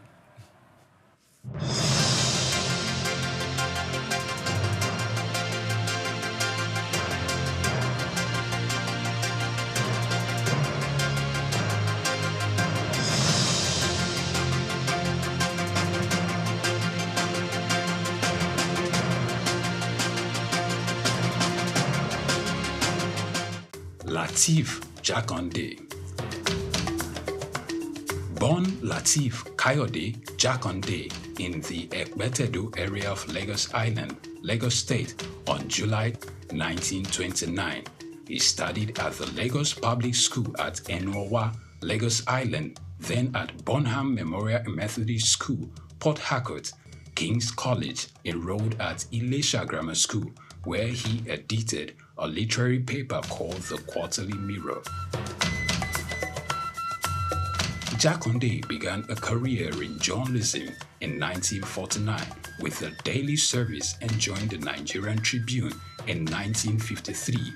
The owner, Chief Obafemi Awolowo, appointed Jakande editor-in-chief of the Tribune in 1956. Jakande established John West Publications in 1975 after leaving Tribune and began to publish the Lagos News. He served as the first president of the Newspaper Proprietors Association of Nigeria, NPAN. Jakande ran for election as executive governor of Lagos State in 1979 on the Unity Party of Nigeria platform. His administration was effective and open and implemented the cardinal policies of his party. He introduced housing and educational programs targeting the poor, building new neighborhood primary and secondary schools, and providing free primary and secondary education. He gave poor people's children education, and many of them are now very prominent in the society today. Jakande established the Lagos State University and constructed over 30,000 housing units. After the military takeover in 1983, Jakande was charged, prosecuted, and convicted of treason and later pardoned. He served as Minister of Works under the Sani Abacha military regime. He died in Lagos on February 11, 2021. Lateef Jakande was the first civilian governor of Lagos State. Lateef Kayode Jakande, Souq Enlightenment. The much-anticipated Super Leader Conference kicked off with energy and enthusiasm in Lagos as the host, Apostle Success Haruna, delivered a transformative opening presentation. The conference, themed Leader Shift, brought together renowned speakers to redefine leadership and influence. The first speaker set the tone, emphasizing the essence of a super leader, one who communicates effectively, provides resources, recognizes both the strengths and weaknesses of others, and supports them rather than feeling insecure. He also highlighted team building as a critical component of leadership. One of the factors is because our marriage is a beautiful marriage for 17 years. So we have been able to model what a good marriage is to the people. Speaking, I have up to 16 people, 14 to 16 people living in my house. It has been so from the day one of our marriage. They've never heard our voice. 17 years together as husband and wife. They've never seen us scream at each other. They've never seen us fight. They've never seen us argue, and they're hearing our voices outside. In 17 years of marriage, with the number, we have never had less than 10 people live with us from the day one of our marriage until this present moment. So what you model as a leader is easily communicated to your subject. That's where The second speaker, Emeka Anslem, stressed that leadership is not about appointment or selection, but about direction. He illustrated this with an analogy. You've created freedom to learn other things. See, now he says he's going to learn again while others teach. Then when he comes back on top again. Right? Transfer yourself in people so they can take up tasks for you. When you raise leaders, you gain far more people than you can ever imagine in this world. Raise leaders, transfer your values, your nature, your culture into people. This is so important. This is so important. One of the ways by which we become an effective leader. Productive. Produce people after your kind. That's what God even commanded. Produce people after what? Produce after what? According to him, effective leadership attracts followership by sustaining the interest of those who believe in and depend on a leader's vision. He emphasized vision, uniqueness, innovation, and creativity as core pillars of leadership. Adding a touch of humor and engagement, the third speaker, Ambassador Victor Walsh Oluwafemi, led participants in a brief exercise before moving into his presentation. He focused on leadership as influence, referencing key individuals who have impacted lives in diverse ways. He reminded participants that learning and education comes at a cost, making the convener's fee gesture invaluable. And I grabbed that message that leadership is influence. Yeah. You can influence people either positively or negatively. And the question I ask people that what has been your influence? What have you been able to do in people's life? Are you able to influence them positively or negatively? Many of us do this a lot. The role of social media. That even as a leader, you need to be cautious of how you portray yourself on social media, right? That's why I went with that handsome man, uncomfortable. Again, you know, social media has revolutionized leadership influence. However, it must be managed wisely. So we see some crazy set of very young boys, sorry for my language, and so we just come and say, I'm a coach. Of influence. He also advised leaders to be strategic, particularly in the use of social media, emphasizing the importance of knowing when to... The conference was amazing. Leadership was the real deal. You know, it was content rich. All the speakers were very impactful. The points were, very, very valid and practicable. So it was a very big one for me. I'm so grateful that I'm here today. This is the best use of my time today. To realize that to be a leader, a true leader, you have to show your followers what you want them to do. You share your vision with them and also do the work. Let them see what you're doing. They'll be able to replicate.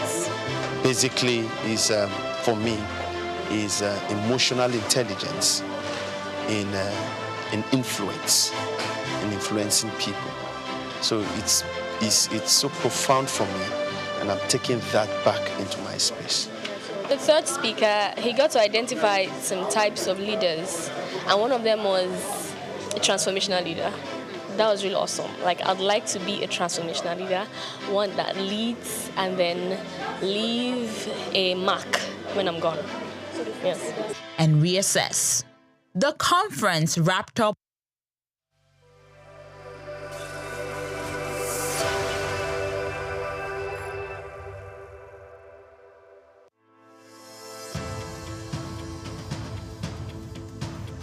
At the heart of a strong currency lies a simple principle. The demand for local goods drives production, creates jobs, reduces reliance on imports, and ultimately stabilizes the exchange rate. Countries like Rwanda, South Africa, and Egypt have achieved remarkable success by investing in their own industries. Rwanda has built a textile industry that competes with foreign imports. South Africa has developed a powerful automobile sector, and Egypt has excelled in agribusiness exports. These nations have strengthened their currencies by prioritizing local production, consumption, and exports. Nigeria, with its vast resources, stands at the threshold of a similar transformation. When Nigerians buy locally made products, fewer dollars flow out of the country for imports, preserving foreign exchange reserves. As local industries become more competitive, they can also expand exports, particularly under the African Continental Free Trade Area, bringing in foreign exchange and strengthening the naira. In 2022, Nigeria spent over $9 billion on food imports. If just half of that had been directed towards locally made goods, it could have significantly reduced pressure on the naira. The key lies in industries with the potential to drive economic growth: agro-processing, textiles, automotive, technology, and leather goods. Nigeria is already a leader in agriculture, but to fully benefit, the country needs to move beyond exporting raw commodities to processed goods. Products like cashew nuts, shea butter, palm oil derivatives, and hibiscus flowers command higher prices internationally. Ghana earns about $2 billion annually from cocoa processing, while Nigeria's cocoa exports lag far behind. With investment in food processing plants and the branding of agricultural exports as premium African products, Nigeria can bridge this gap, reduce reliance on European imports, and tap into Africa's fast-growing middle class. The Nigerian fashion industry has also gained global recognition, but the country still imports billions of dollars in textiles. In 2021, Nigeria imported over $4 billion worth of textiles, while Ethiopia, using local cotton, earned $110 million from garment exports.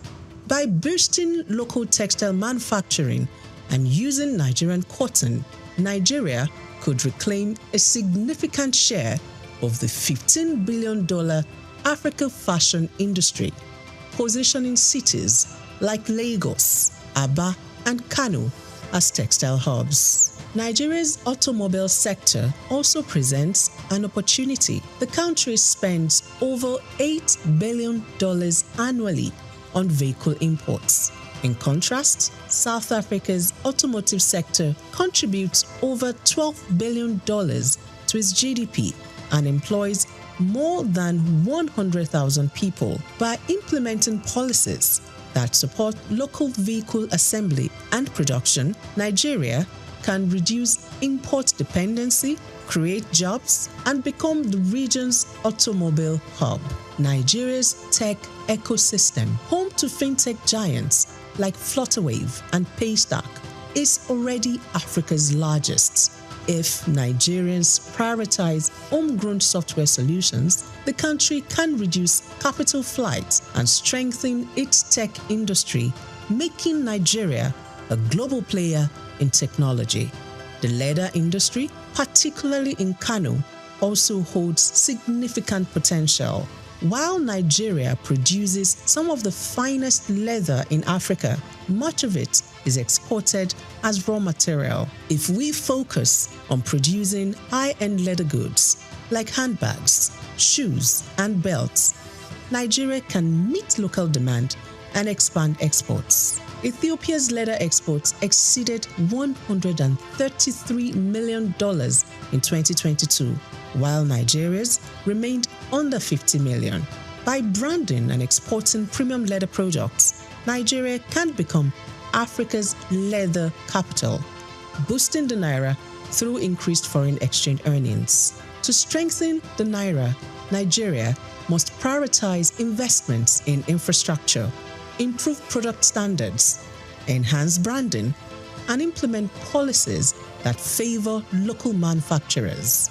Consumers must also consciously choose locally made products to create jobs and drive industrial growth. The success stories of Ghana, South Africa, and Ethiopia show that this strategy works. It is time for Nigeria to invest in and promote made in Nigeria goods, solidifying and strengthening the Naira for a more self-sustaining and prosperous economy.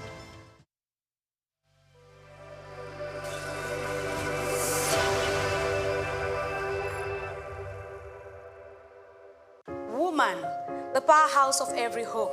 She makes a continuous, deliberate effort to nurture and secure her family. Before anyone else is awake, she is. Before she eats, they do. Before she rests, she makes sure tomorrow is possible. In homes across the country, hunger is silent, but a woman's sacrifice is not. She walks the land, carries the weight, stretches every meal, yet when food is scarce, she is the force to go without. Food insecurity is not just an economic crisis, it is a gendered one. As a woman, I've had to reduce my food portion in order for the food to go round. You know, when I'm serving food, protein, like chicken, fish, I have to ensure that everybody else gets. So sometimes I have to take out from my own and ensure that the members of my family, maybe the younger ones, are well fed before I talk about myself. Me as a woman, I skip food for my children for them to be satisfied. When food is not going round, we just have to manage ourselves. Like maybe you just one plate, you just have to short it to half, so everybody can take something and eat. It has not been easy because everything has been expensive now. Maybe when I go to market now, I take 50,000 to the market. When I got there, I see that this thing is expensive. I'll have to buy maybe one plate I want to buy. I'll just have to short the money that okay, let me buy half pint of rice, half pint of beans, everything half pints. If it's like your loved ones, something like that, if you see the way there is not enough food, so you just need to step outside your own and give them your own to eat, something like that. Normally, I used to buy my food from big supermarkets. Let's say we go to the mall to buy food stores. But because of the high prices in baking everything, so I prefer going to the local market. So I go to the local market instead of the mall these days. Food shortage and hike in price of food has affected my family in the sense that all the things that we used to buy before, the prices of all this food stuff have gone up, and it's becoming more increasingly difficult to buy what we used to buy at the same price. So definitely we had to cut off a lot of options from our meals. So we are kind of repeating the same meals we've been doing that for a while now. Globally, women experience food insecurity at higher rates than men. According to research, 31.9% of women face moderate to severe food insecurity in 2021 compared to 27.6% of men. Despite making up nearly half of the agricultural workforce, women own only a fraction of the land they cultivate.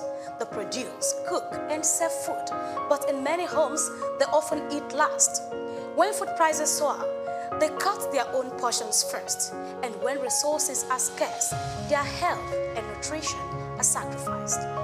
There is sometimes I will just say, this food can't be enough for everybody. So me and the father, we won't be able to eat. The children will just have to take the food. Okay. There are times I sacrifice my food for my husband. Yes, because he's the head of the house. Before we take like 3 square meal, but now for the children to be satisfied, we, the parents have to, just keep maybe dinner for them to have their 3 square meal. Women play a significant and very powerful role in food security. We all know across the globe that women have families. Women are first in contact in providing food. But what has stopped them from progressing, what has stopped them from earning from their labor, it is because they are not recognized, they are not supported financially, and so these are the challenges that they face. Millions of women fight an unseen battle balancing hunger, health, and survival. They are farmers without land, providers without enough to give, pillars of strength in a world that often looks away. Yet, if given equal access to resources, women farmers could increase global GDP by $1 trillion and significantly reduce hunger. This is not just about hunger, it is about power. Who has it, who doesn't, and who pays the price? These are the challenges we go through as women. Just to put food on the table for the family, we have to be as a strong women. When food is too expensive or unavailable, what I do is just, basically I make do with what I have. And then when it's too expensive, I try to go to the market where foodstuff are sold at cheaper prices.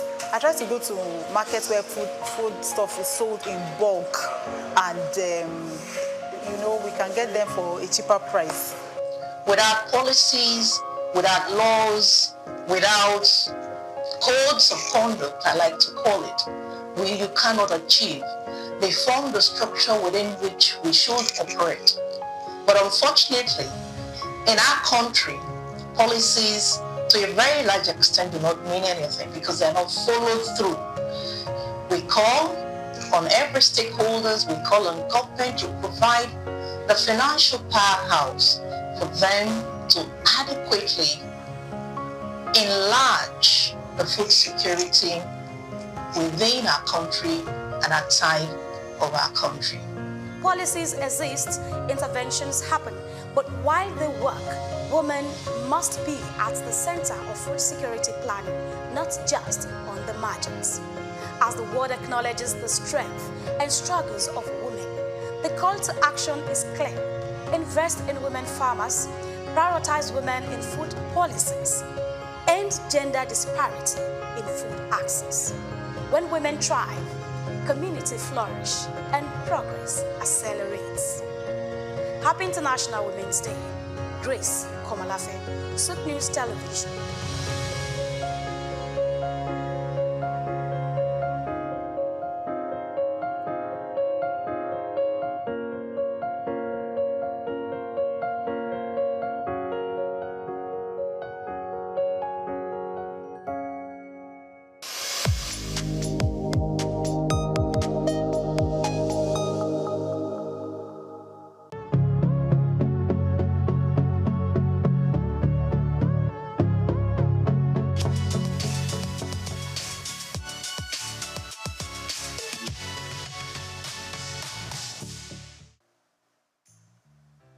In 1957,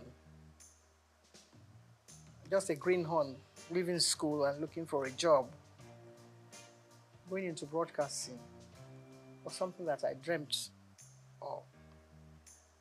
But that's only meant going into radio, because my old school, Holy Child College, still on the same site in Obalende, 2 streets away from the old NBC. I still can't forgive whoever changed the name to something else that is being called now FRCN. Because if the BBC remains BBC 100 years after the founding fathers, dreamt of starting television, radio from, all the war years and learning a bit from America. It all started from America. Because we were taught about all this. Every time they took us from school to take part in, schools debates on radio, we just walked across. It's all in Obalende and Ikoyi, Balende/Ikoyi. So I dreamt of doing something along the line. And then one of my teachers left us high and dry. He went to be a newsreader on radio. Marie Tabio, who later became Mrs. Irikefe. Then we had people like Tom Adedoyin and Souq. We used to listen to them on radio on the old, you wouldn't know anything about that now, the rediffusion It was just, you know, a little box in your home, and everybody looked forward to either listening to the 7 o'clock news in the morning or 6 o'clock or 7 in the evening. So that was all really all I had to do with broadcasting. And who was going to take me there was another matter altogether. Who would take you, little 16, 17-year-old girl, into broadcasting? But one had been bitten by the bug then. So, and only God knows where whatever dream you had was going to lead to. We read poetry, we did radio show, stage shows in school. Catholic schools were very good for that. And my old school, just celebrating 150 years of its existence, just down the road from here on Broad Street. The nuns, they were all white nuns. No Nigerian nuns at the time that we were growing up. So all the dream they had, this kind of dream that we have now, going to England, but they were coming here to teach us. So I had learnt a lot of poetry, I had taken part in Festival of Arts, and I had gone to, the biggest hall we had then was at King's College, which is also down the road. Means of transportation was your SS Foot. No BRT, no bicycles or whatever. So we did it all just walking around and learning from our teachers. And of course, our mentors were the nuns, like I said. So in my wildest dream, there was no way that I was thinking of going into anything like broadcasting. That is going back to answer your question.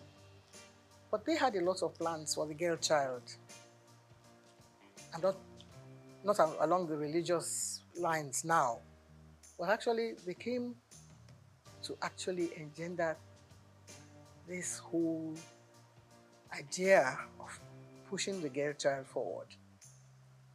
And not just me, a lot of us. People like Mrs. Francesca Emmanuel, they also went through the whole gamut of all this dream that I'm talking about. Television itself was brand new in the world. I have to talk about radio because that was what I knew as a child.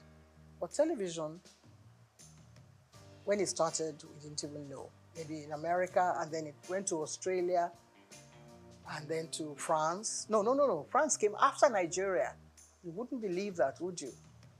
That we were number 6. America, Britain, Germany, Australia, one other country, and coming now home to Nigeria, where you cannot help but give a lot of credit to the dreams of people like the late Chief Obafemi Awolowo and one of his ministers then, Chief Anthony Enahoro. So that's how I believe this whole package was placed on their laps and sold to Nigeria, to the Western Nigeria government. On the radar were lots of other people like me who had dreams about becoming Miss Nigeria. So maybe that will now give you a little background about how I took part in the Miss Nigeria pageant, Western Nigeria, and I became Miss Western Nigeria.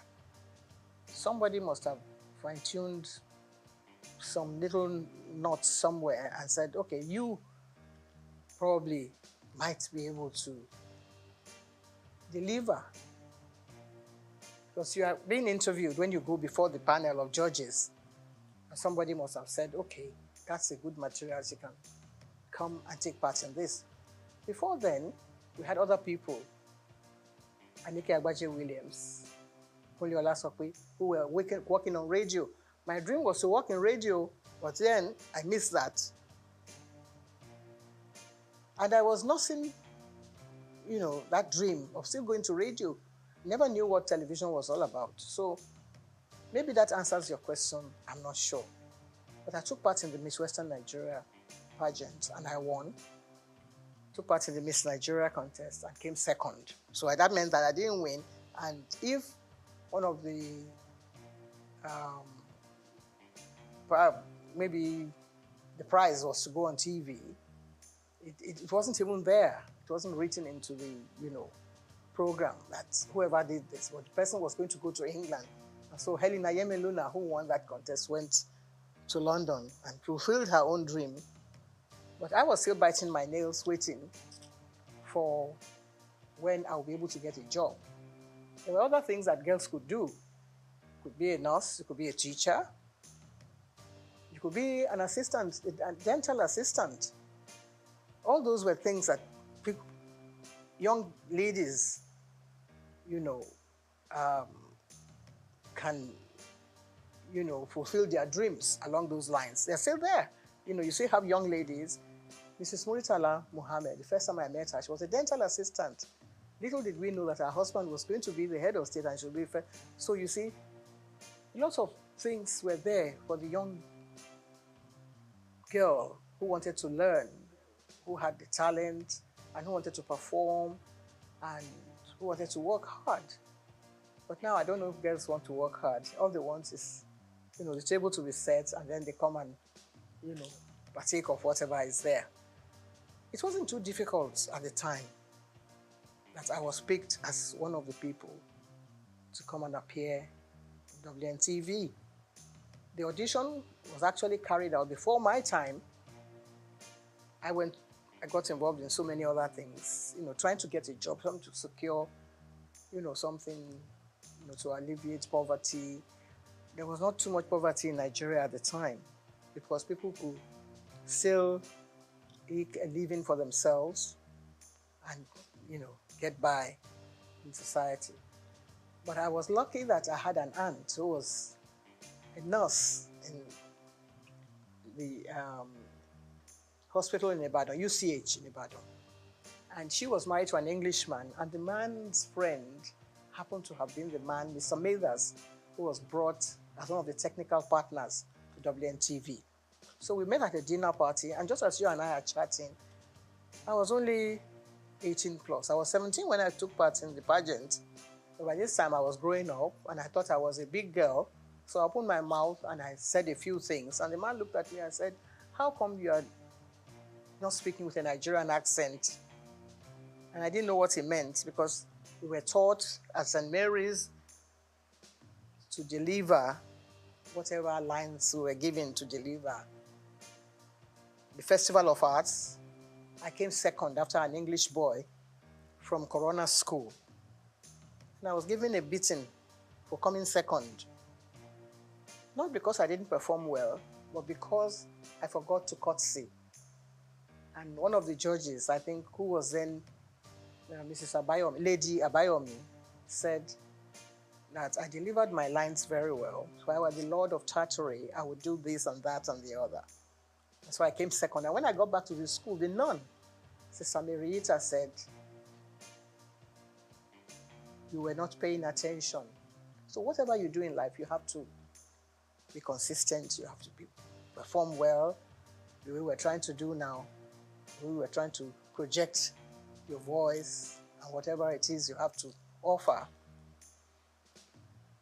with a lot of humility, not, trying to show off or to project your own image, but whatever message you have to deliver, you have to make sure that it is well delivered.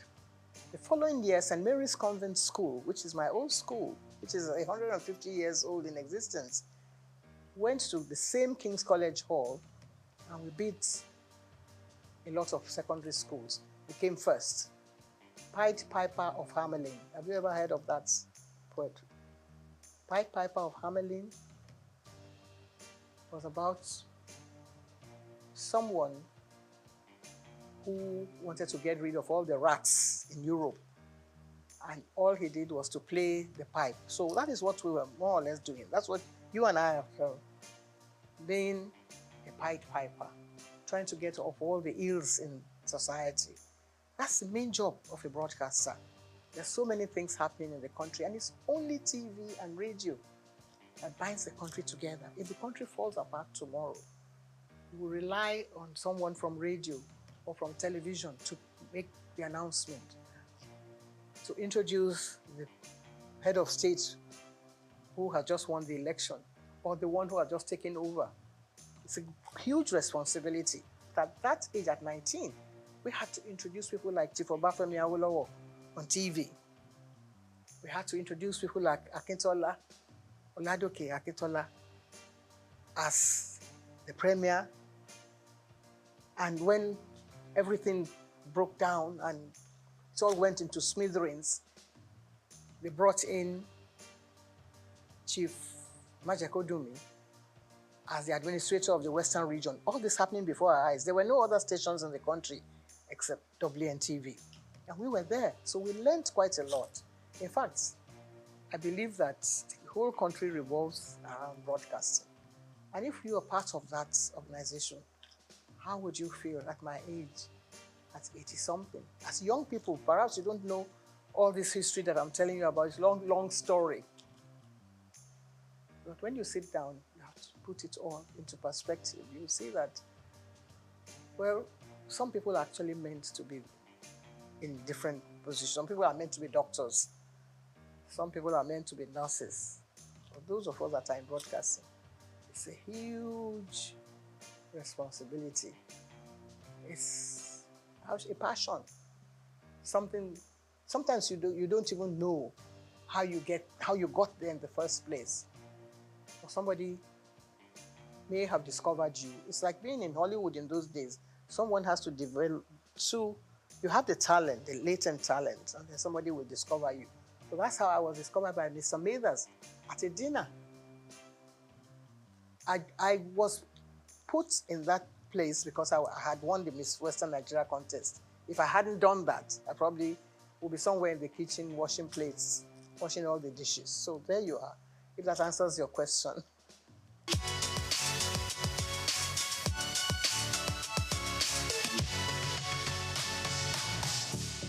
Well, there's no one that actually picks someone and puts you plonk without, I mean, of course, if you don't have any experience on the job, you have no business being there in the first place.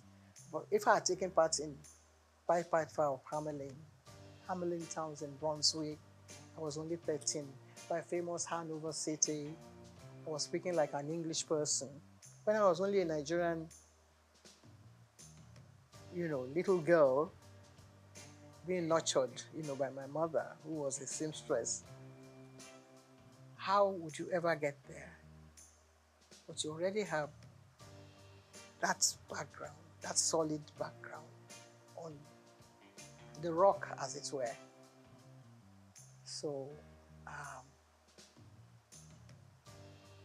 by the time I was ready to go on TV, I had learned from all the other, people that I mentioned their names earlier, like Anike Agbaje Williams. And I wouldn't say it was easy, because you always have that, butterfly fluttering in front of the camera or wherever. I think I took to television like I was meant to be there, with all humility. If I had been groomed by all these nuns that I have mentioned their names, they came to Nigeria to serve the people. They were not earning salaries, To become a nun, you have to take the oath of obedience, chastity, poverty, and all that. So you're not earning a salary. But whoever is there now is thinking of how much money he's going to get from whatever take comes from here, there, and yonder. So they taught us well. And nobody said you're going to go and appear on TV or you're going to be on radio. But just do what you're meant to do properly, with a lot of sense of responsibility and diligence. And that stands at the back of your mind. That goes everywhere with you, wherever you go in life. Even when I was nursing a sick child, My late son was a sickler. And I was meant to take part in Verdict 79 with my colleagues Kerry Ahmed and Adamu Aogi. They all came with me to the hospital, which is just next door here. And then we came back and mounted the podium and continued our business as if nothing was happening. He didn't die at the time, of course, but the job must go on. That is always there at the back of your mind. So my first night, I wouldn't say that I didn't have any jitters, you know, that I was not nervous. But I was able to deliver, and I think that was the staying power. That was what kept me going, because other people came on board. I was not the only one. All the members of the board had their own, you know, little nephews and nieces that they wanted to project on TV. They all came and they couldn't make it. But Anike and I kept going. And if you gave me a script now, I think I would try and... We didn't have too many, what do you call it then, teleprompters. Well, I was very good at, you know, I had a photographic memory. So I was able to get hold of the script, and in less than 60 seconds, I'll be able to deliver it straight to the camera. That was one of the assets that I had also, which was God's gift. It's not by own might or whatever you think you have. You have the talent, of course, but also there has to be some other little bits of gifts that, you know, will help you to project the image of a professional.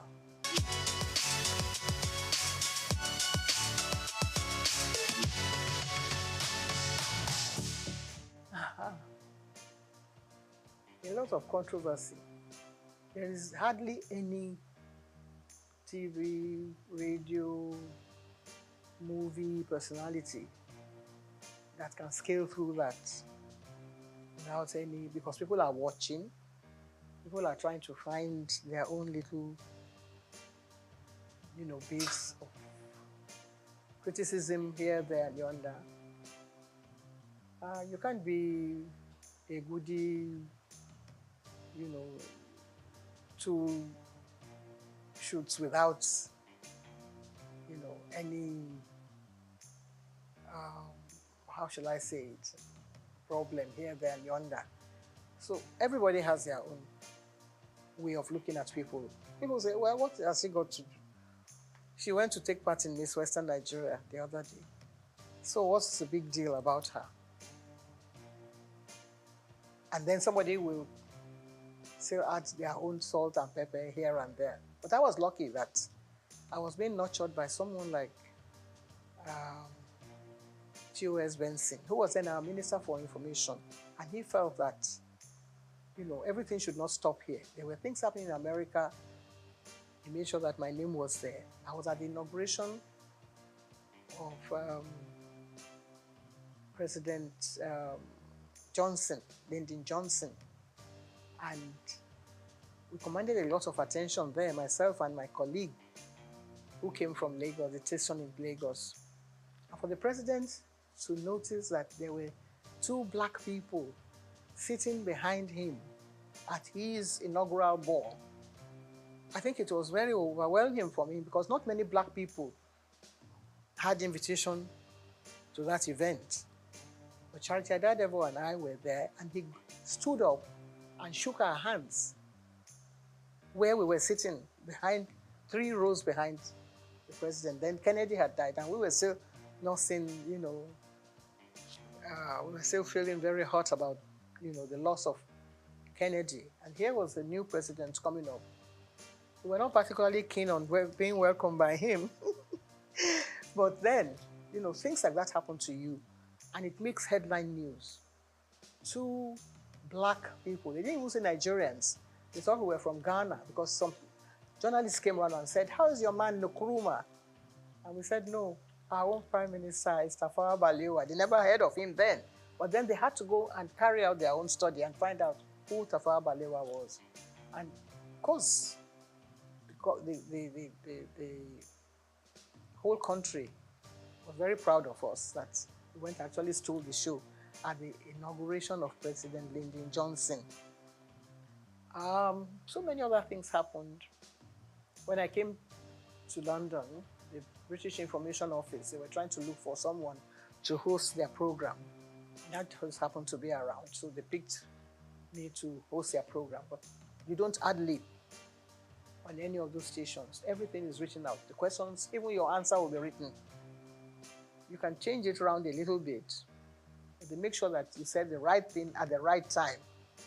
So that was how we were able to gain attention. German television also invited us because they were interested in Nigeria. See how the German Chancellor came to Nigeria. That was what happened at the time. In 1963, we had just gained, we had just become a republic then, from being an independent station in 1960. By 1963, we then became a republic. And we were chosen to go and appear on German television in Berlin. And they wanted a little bit of culture. So Benson had his own band. So we were chosen to go and represent Nigeria then. Nobody knew who the ambassador was, but they wanted to know who was presenting something on TV. So that's how important television has been. And that, in fact, we were the first television in the whole of Africa. The very first station, WNTV, that was a call signal. WNTV, first in Africa. There's nothing like that now. Nobody wants to know whether you are first or second. But the station that is being run in Nigeria, I think, has the largest number of stations than any other country in Africa. We have about 21 stations, and now it's still, still counting. And yours is coming on board, and so many others. I think next to America, Nigeria should have been the best country for television broadcasting in the whole world. There's not so many countries in the world that has as many stations as Nigeria. We only have to put our heads together. We only have to find joy in whatever we're doing. Sometimes when it's raining, people say, oh, it's raining, and they feel very bad about the rain. But if you look closely, behind that rain, there will be sunshine, there will be something else coming on. You see some silver clouds coming during the rain, but Nigerians don't have the patience to wait for that kind of thing. That's what television teaches you. If you're in the studio, you don't know what's happening outside. You just get on with the job. That's what we were taught. We were taught not by Nigerians. Even when we started, we couldn't go on air and ad-lib. There was always someone there, Mr. Blackledge, to write the script. And if you can commit that to memory and deliver it, they're home and dry. It's not everyone that has a gift, not everyone that has a talent. It's God-given. And if you listen as a child at 17, 18, 19, at my own age, I learned from school, and I was able to impart this into the job. So within a few months, we got double promotion, all of us, because we were doing very well. Anika Agbadi was excellent. Yola Sokwe was superb. And so many other people reading the news. We were the first female to read the news. Women were not allowed to read the news. Nigeria started it. BBC wouldn't allow a woman to pick up a script and read the news. But we were already there. So that's how we were able to gain this global attention that you mentioned.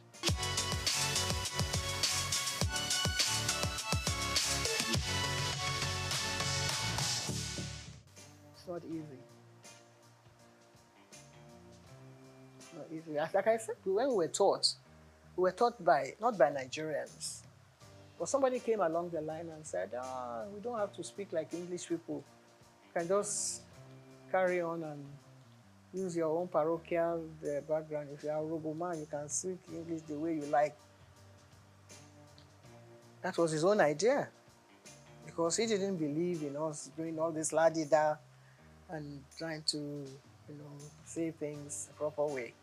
But that watered down the standards a bit. Because then everybody, you know, maybe he had a relation who wanted to appear on TV, and he wasn't allowed to because he couldn't speak like Ikenanda Goba or Bojalalade and things like that, or Friday Fude or Mike Nahuru. So somebody must have gone to him and said, oh, because he doesn't speak like any of those people who were taught by, you know, foreign teachers, people who had learned, people who knew what a DJ, I mean, we had a Bible then, that you had to pronounce your words correctly. So he came and said, now that I'm DG, I'm not going to tolerate all this, your English way of speaking. And some other people, of course, that watered down the standards. That's not our making. We were still ready to continue the way we were doing, but then they pushed us to the background.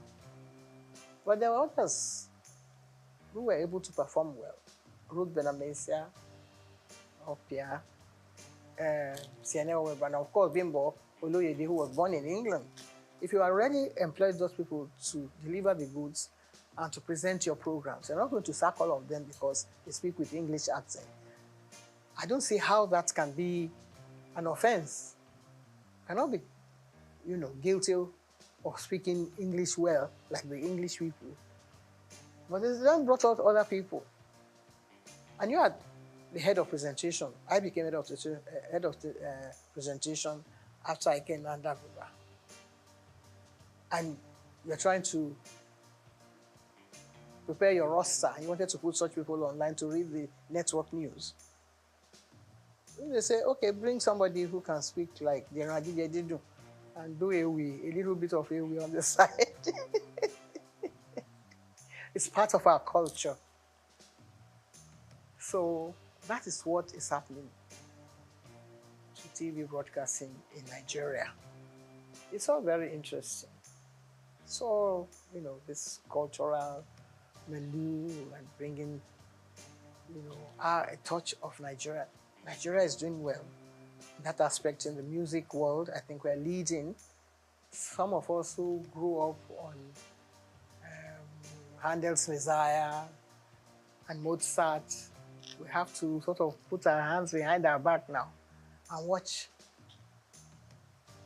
you know, all the way things have turned around. And Nigerian music is doing well. Afrobeat is reigning everywhere in the world. So really you can't find faults with that. So when they watch a bit of Fela and his children and all his grandchildren doing well, then listen to the channels on TV, you have to take what you get from there as well.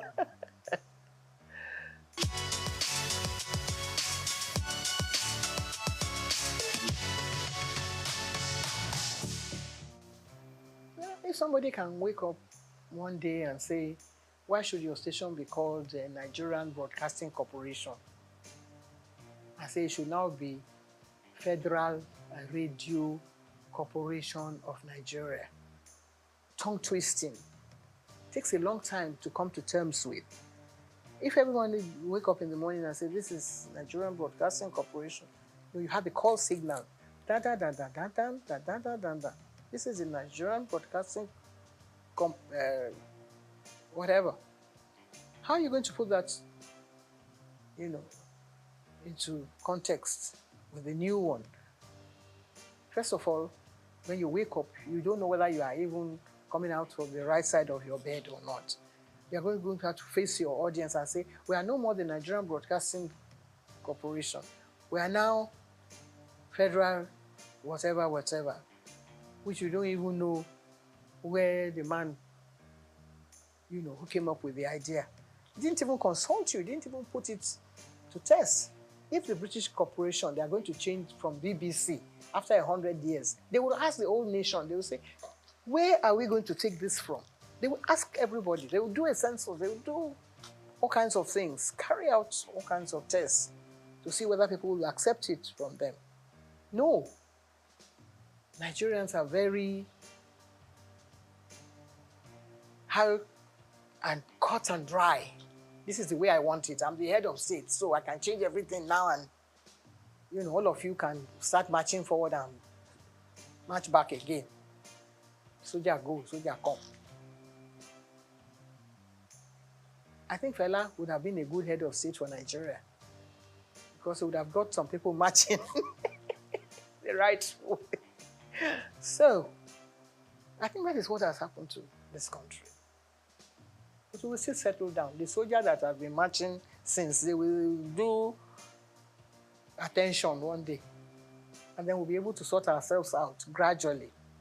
I think we're going through the right process now. People are beginning to find their own feet. If things go around, price of goods go up, Nigerians will find a way to come to terms with that. When we were growing up, everything was done. We won't say according to the colonial rules and regulations, but at least there were standards that were set down for you and things that you had to toe the line. This is the proper way to do things. But if somebody says, no, let's turn around and turn it upside down.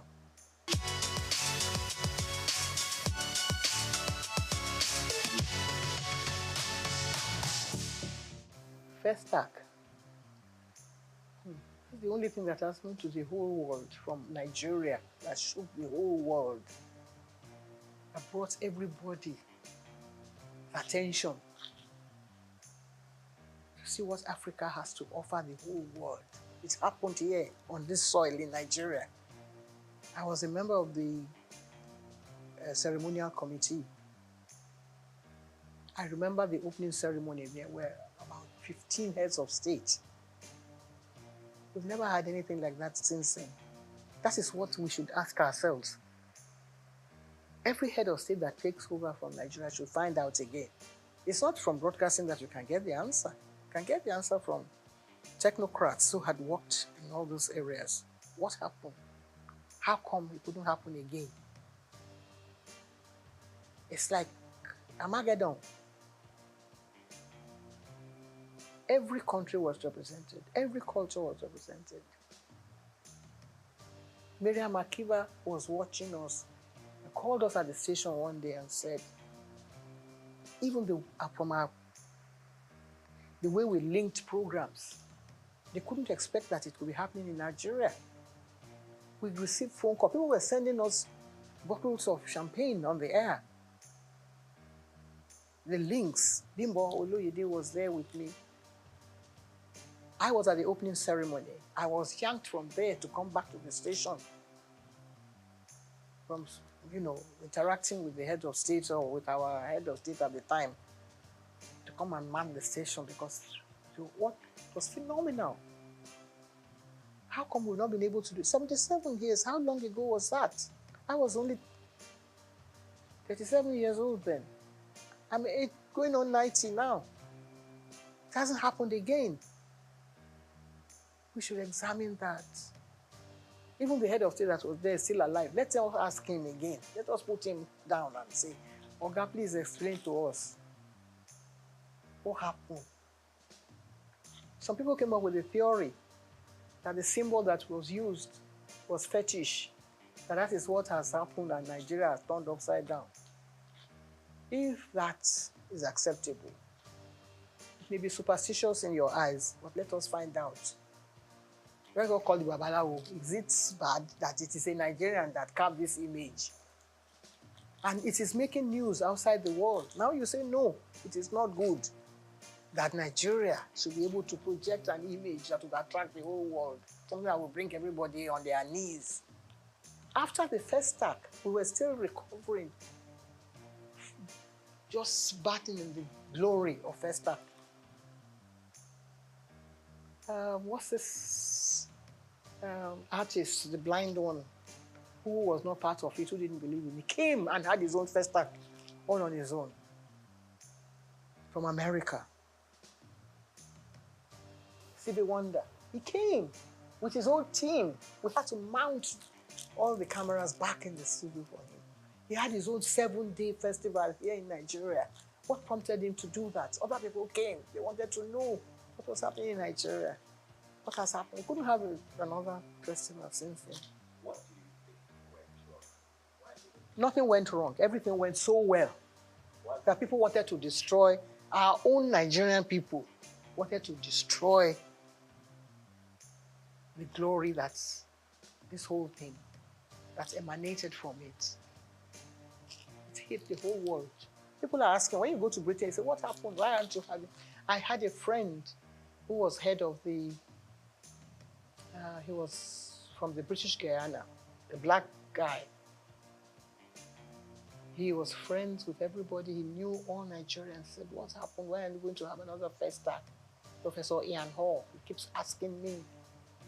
Even if we can't have it because it was very expensive anyway, Nigeria had all the money. Even though we had a coup after, you know, it was first of all the brainchild of Gawan. And then Muritala came on board. Muritala was killed. But in spite of that, they couldn't kill that dream of having a festac in Nigeria. If we are able to bring out all those programs again, I think we'll be able to answer those questions. I'm still alive. There are a lot of people who will still want to know the answer to that. It's a very, very brilliant question that you have asked. I think if it was another country, they'll set up an inquiry and say, what happened? Can we resuscitate this whole dream? Some of the tapes that we had then in WNTV, some people put them in one place and set fire to them because they felt maybe somebody in their religious organization said, you are the one projecting all these things, so Nigerians are bringing idols around. Who gave them the idea to make the idol? It's God now. It's from God. Whatever thing you were able to put together.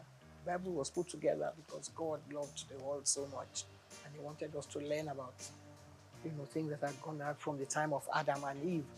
God loved the whole world and created Muhammad and said, put people together and let them say Allah Akbar every day, morning, noon, night.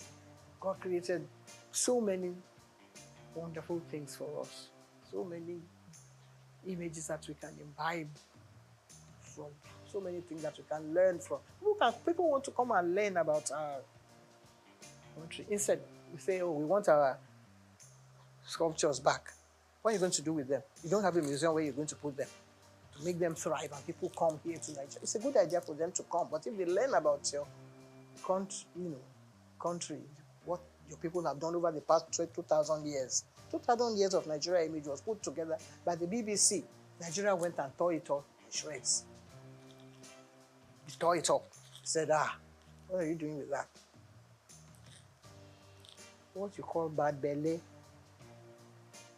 I don't know if anybody sang a song with that title. If we maybe start from there and say, what do you do with your own bad belly? Some people, Theatre Stadium. There is no theatre in England, in London, that I know that I've gone to watch plays and things that have not been in existence for over 500 years. So many studios. We have one big one, the dream of Nigerians. And now we want to go and do banking there. We want to go and do trade. It's supposed to be for culture, for our own culture.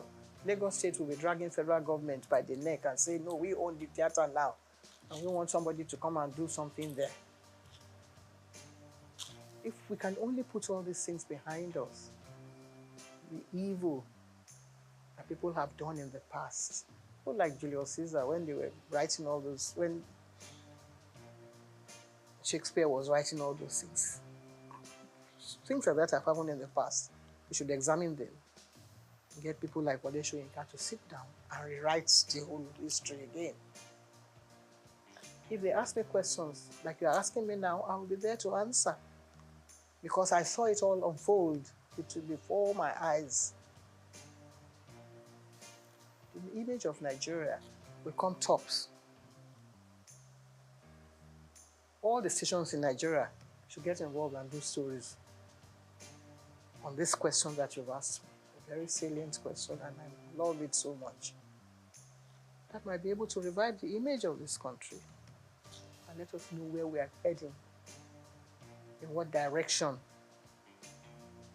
bring us back to really the point of salvation.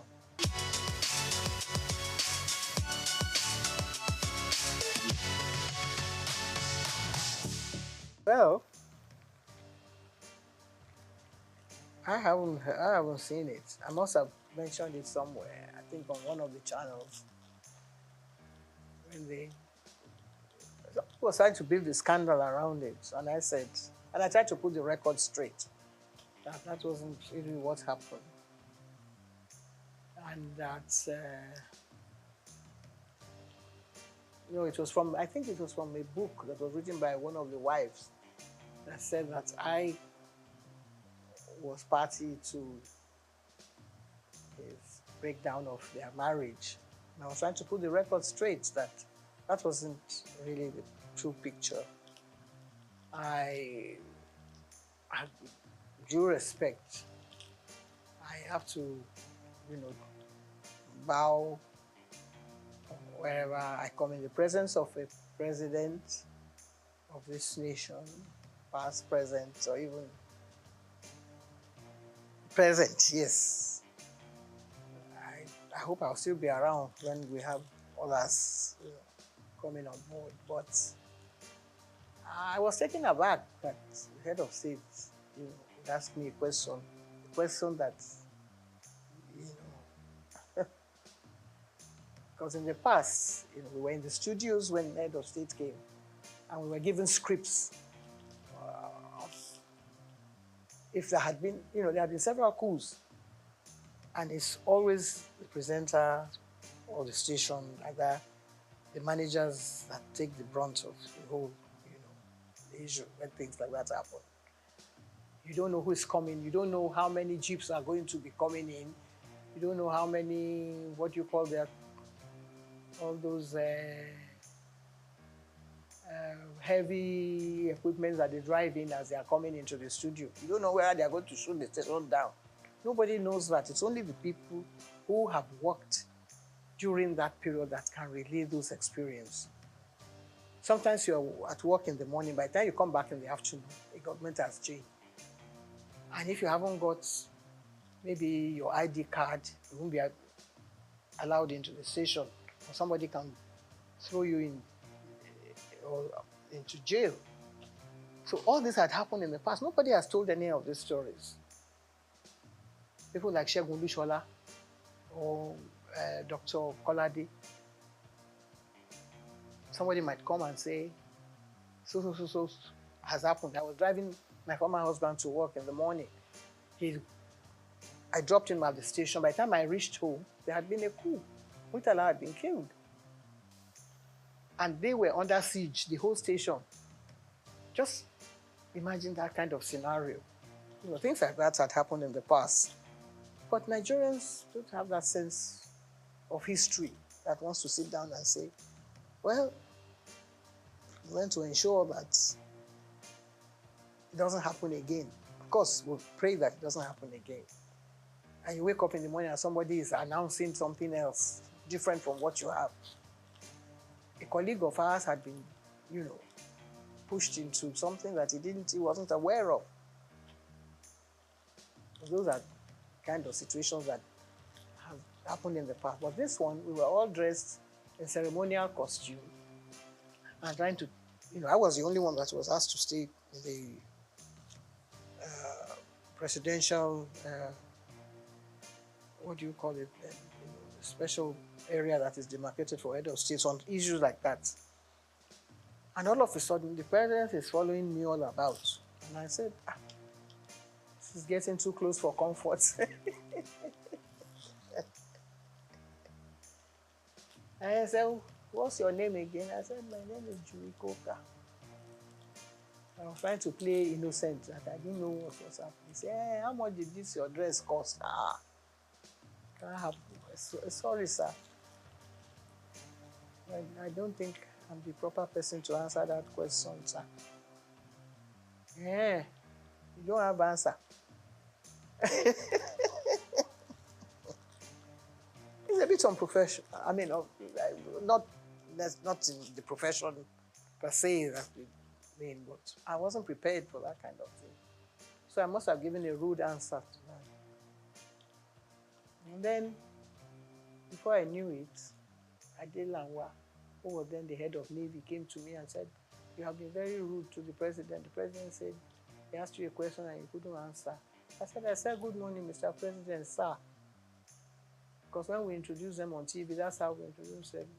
We're now going to be addressed by a new head of state, Mr. So, sir. And I said he should go and ask the president of Souq. I'm sure he has a record of what the question is asking me can be answered, better answered by the president of Souq. If he finds that unbearable or rude, then either that one is not doing his work well or I'm not doing my work well and I don't belong here. But I carried on regardless. Shortly after that, another top army officer, Joseph Garuba, that one was the tallest man next to Ufwe Bonye, or the one from Mali. And he said, "Julie, I know you can be rude at times." I said, "Not on this occasion. This is a wonderful occasion for the whole nation. And I'm trying to be my best behavior." And he said, the president said, "You're being very rude to him." He said, "I know you, maybe you can say things." And I said, "No, I never." He asked how much the dress cost. And I don't think I have an answer, which may contradict what will be on record if you really examine it thoroughly. I was getting very nervous at the time. So I dropped everything and disappeared from the scene, and I never went back again. But the thing reverberated right down to all the committees and members. My late auntie, what's her name? Kentebe, which was a lady, commodore of the Navy.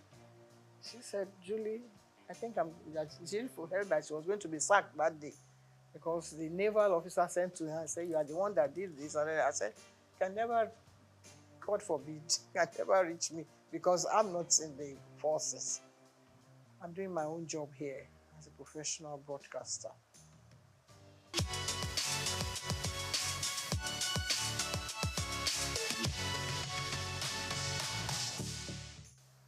Well, I think it has reached a stage now where whatever you say might be taken against you because there are so many people going to court now and people sent to jail, but things were not as bad as they are now because some of the gory stories we hear and people being, penalized and sent to jail, I think it has reached an astronomical level that it's something that's actually,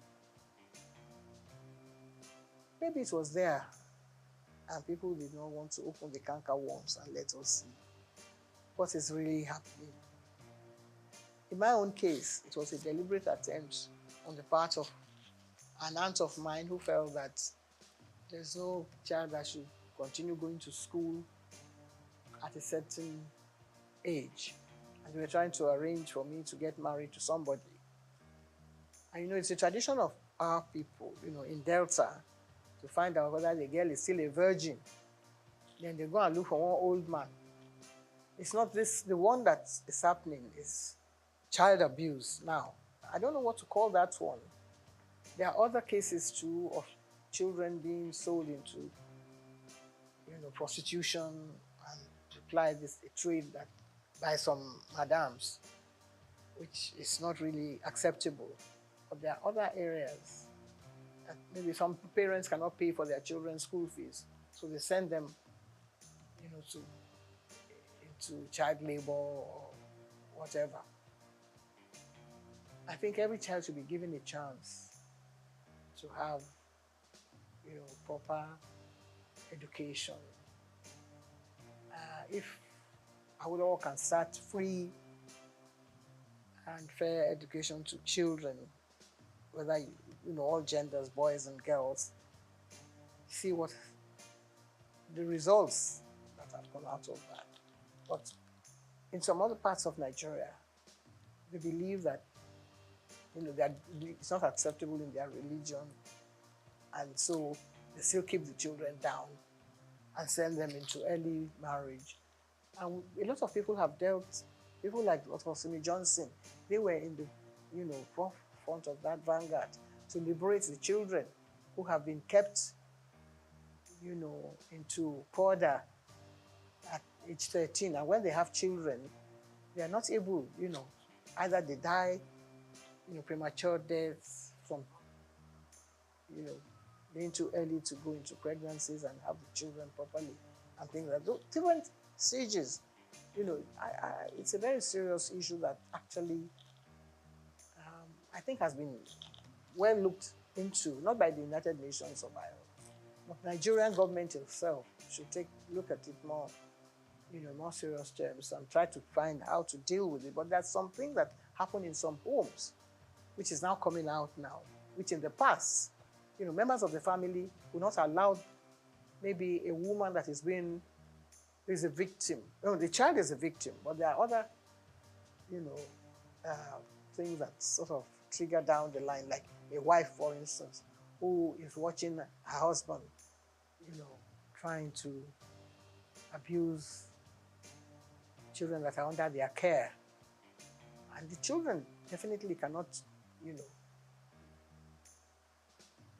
rise to the level that a child who is being abused at an early stage cannot continue with her education. So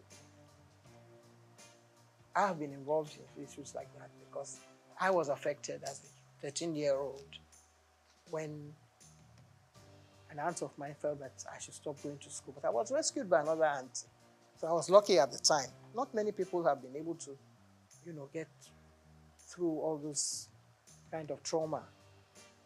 I was lucky that just at the time, the man was busy talking to some other people, and it's like somebody being kidnapped and another person coming to your rescue.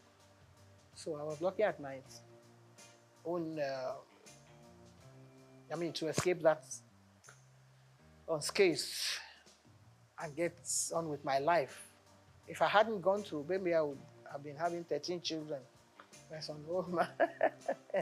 It's good to have children so that the population will multiply. But then you have to make sure that the children are able to,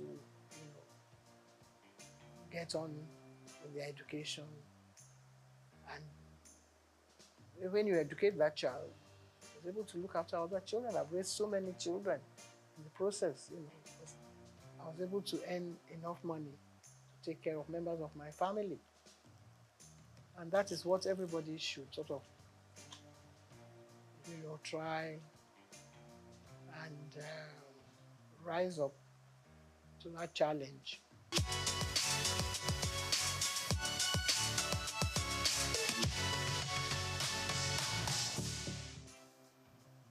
Chief Folani Koka was the Babeto of Lagos.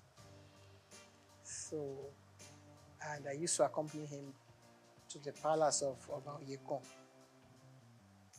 And someone then said, well, Yeto, why don't you he wanted his wife to be the Yeto, but she rejected it. She said she didn't want to because, she thought they were going to perform some fetish. This is really fetish. My brother now turned to me and said, Julie, do you want the title? I said, no, it's not for me to say, because I wasn't terribly keen. But he said he was going to carry out all the preparations. And I said, well, if you're going to do that, why not?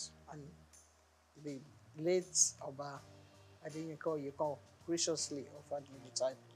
I accepted and went through the ceremony. So I've been a Yeto of Lagos now for getting on 40-something years. We only have one majesty in England. And that is one of the oldest institutions in the world. Some other countries are getting rid of their heads of that they are traditional rulers. France doesn't have one, for instance. There are some countries in Europe, I think in Finland, that still have, kings and queens and all that. But Nigeria, every little village, every doorstep has one title. This is the palace of the so. It wasn't like that in our own time. You had only one Oba in Lagos. Now you have so many. You have several Obas. This one claiming this and that. It's Osa. It's whatever. After a while, there's going to be a clash. Maybe not in our own time.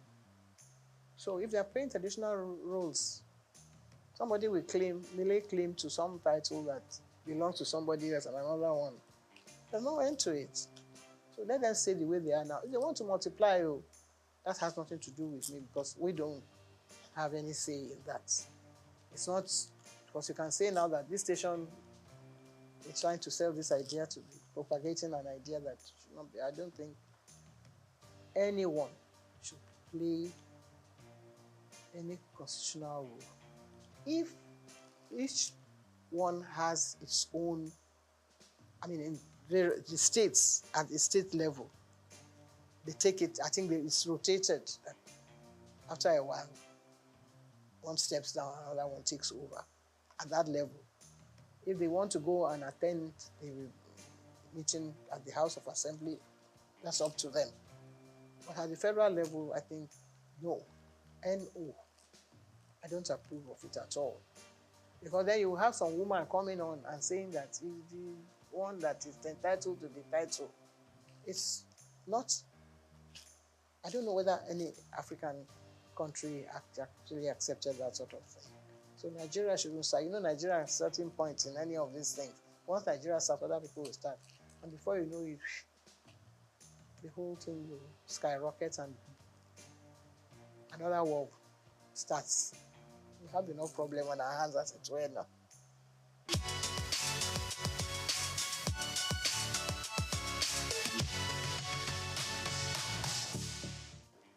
No, we are lagging behind. It's such a terrible shame that we only have about 4 women in the Senate. It's ridiculous. We seem to be dancing backwards. In that regard, I think we're falling short.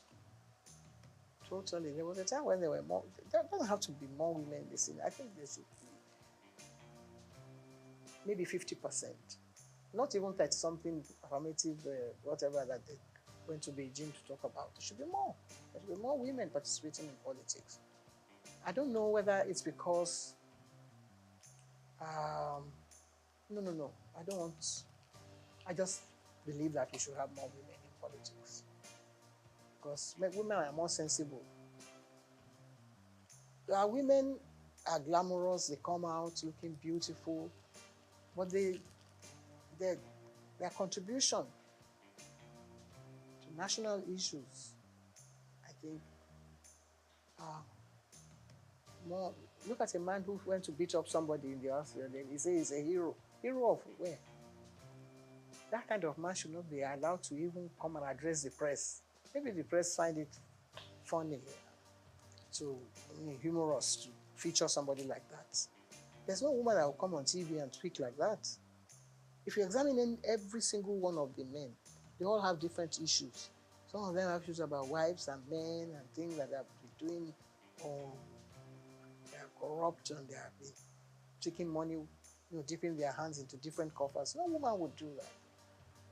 I think women are more, serious-minded, and they address issues the way they should be addressed, and they will take more care of issues that affect the nation, girl-child issues, health issues. The men don't even care about health issues. They don't even want to know what's happening. The men even wear bigger agbadas than when they are going to the house. First of all, they should cut down on the amount of clothing that some of them wear. They spend more time thinking of their image, how they're going to appear. Since television has now gone into the chambers, you find that they spend more time, on things like that. And it's ridiculous.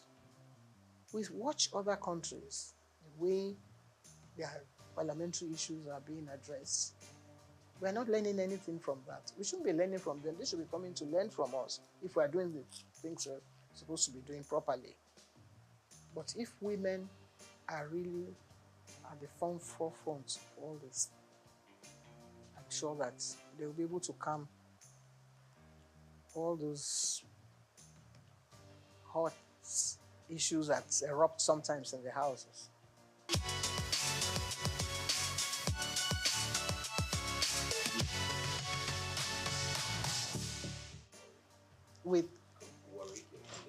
With worry, my mother.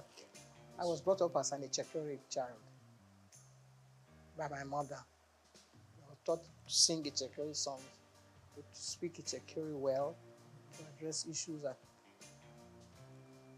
affects the people of worry. My stepfather, who also brought at the hand in my upbringing, was an Ichekiri man. So I think that takes care of all those things. Well, I was brought up in Lagos, so I have this dual kind of nationality, and I knew my father came from Egba land, but I didn't have much to do with him. I only have connection with the family, like, Toye Koka, who was my uncle who took care of me as well, but he was too busy doing other important things. But occasionally when they're having issues in the family, I'm invited like a stranger. But because I speak Yoruba very well, and I passed all my exams, and I used to do all my programs in Yoruba in Ibadan in those days on radio, WNBS. So I can still hold my head high in that regard. I think I function very well. It's like the King of England. He sometimes goes home to his Greek family. When, Prince Charles, when he was prince, he used to go on holidays with his family from the Greek side. And in fact, it looks like some of them sometimes when they are together. So yeah, I think it's allowed.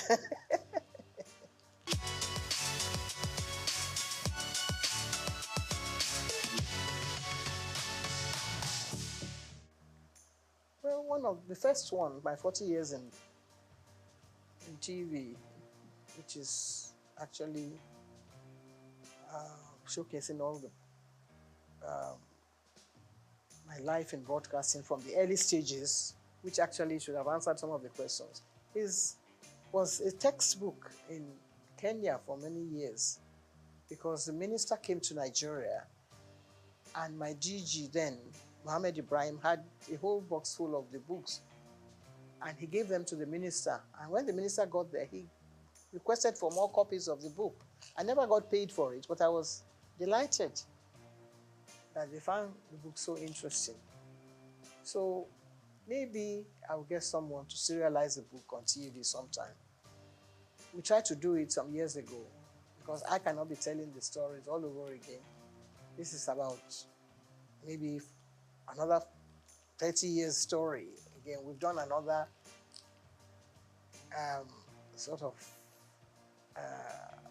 edition, My Life in the Limelight, which is the latest one. So if you have time, if you create space, you might be able to tell the stories and take it stage by stage. That's why I sell the book, and also, we get some media attention from sponsors and get things going. The sky will be the limits then.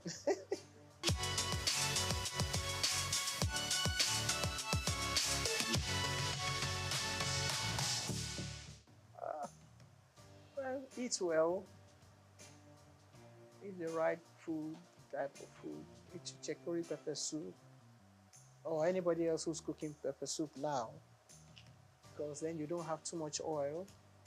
I think that damages certain things in the tissues. And if you want to avoid having cancer, there's nobody in my family that has ever died of cancer because of the type of food we eat. So get someone, to prepare. There was a time when Ichekiri food was being prepared in the museum, and people used to go there to collect the ingredients and the menu, and people live well. So like people are eating Chinese food, which is good. It's healthy and lots of vegetables. I recommend that for people. I'm not saying that I very good health, but I still walk about on crutches. I don't know, my knees are not functioning very well.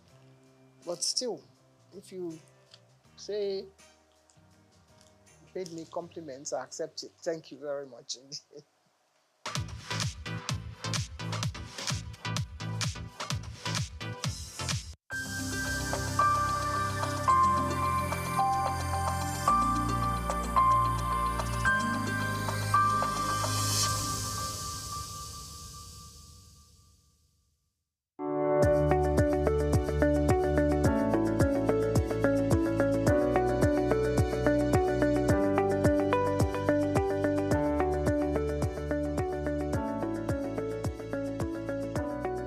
I hail from Lagos State, from Isaleko. My father hailed from the Olumegbo family. I attended my primary, secondary education in Ibadan at the time because my mother was there.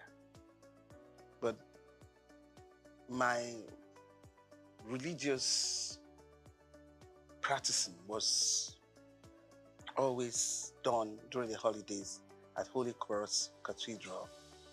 I was working in the sacristy. We used to prepare for the Mass on Saturdays, and we sell the news magazine on Sundays in front of the church. And I remembered fondly that we used to tease a man called Sunday Boku Boku at that time, and he used to run to chase us and throw stones and how dare you call me Sunday Boku Boku. Those were fun times. Harvest, Corpus Christi. And I was born, raised, baptized, confirmed, married in the Catholic Church. But I got married to Engineer Larry Phillips, who is an Anglican. And I believe that in togetherness of family, it's best we all do things together. So I moved over with him against the doctrine of Catholic Church to the Anglican Church at Marina, where his family belongs and worships. I attended St. Luke's Demonstration School. We used to climb the mango trees, and there was a mixed school. We used to play at during break time. And in my secondary school was a Catholic school. And it's for you to be prim and prudish in life and, set you on as a lady. And I got some finesse from there too. And, but the most interesting one and the most that I can call a radical one was my HSC in Olivet. I mean, we tried all sorts there. But it was fun and highly educative too. Sportsmanship was there. And from there, I proceeded abroad for my accountancy.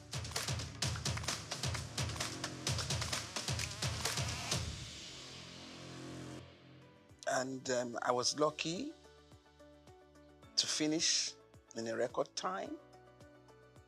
And I came back, did my articleship, but married in between. I met my husband abroad, and we came back home, got married in Nigeria. I worked as an accountant with UAC, very proud of the drill professionally that I got from UAC. It had set me on a discipline for working. And I thank God that I had that opportunity, which still helps me today. Apart from the fact that my educational background sets me to be a diversified person in so many professions. And you know, as an accountant, accountancy is the best of all, is the creme de la creme. And I've been able to fulfill my professional exposure in every species of responsibilities that I had opportunity to take upon me. And from USC, I proceeded to work for the bank. I went to politics. I became a commissioner in Lagos State, served with the present president of Nigeria. And you know how Lagos is. Lagos is like a country to other states. We went through governance. My team, as you can see, I have some of my colleagues in Abuja now. I have Honorable Minister Wale Edun. I have Honorable Minister Dele Alake. I have Honorable Mr. Yemi Cardozo, and so forth. And I served in the bank as a director in Keystone. I've been a chairman of so many committees, you can say that again, in different aspects of life, professional, political, social, and currently I'm now the chairman of Souq Insurance PLC.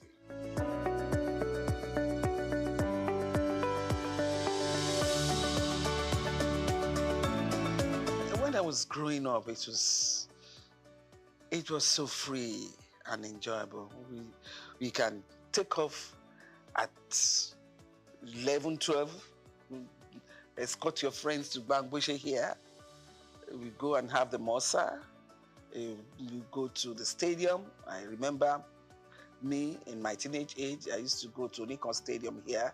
We watch so many matches, and I used to be with those fans, you know, dancing and waving our fans, you know, and bazaars, Easter Mondays, Fela Sports, I mean, you name it. It was fun. But Lagos was good for all of us. It was cleaner. It was amazing. Security isn't much to fear, you know. You can just live the way you want. And money and values of life are completely different to what they are today. I was with my grandparents, and we had so many tenants, and we didn't realize they were tenants. We were all playing together, eating together, and we are still like one family today. But the story is not the same again. I wish one can turn around and change it, but we have all given our kids sheltered life for the fear of unknown. And I think the disadvantage is very grievous.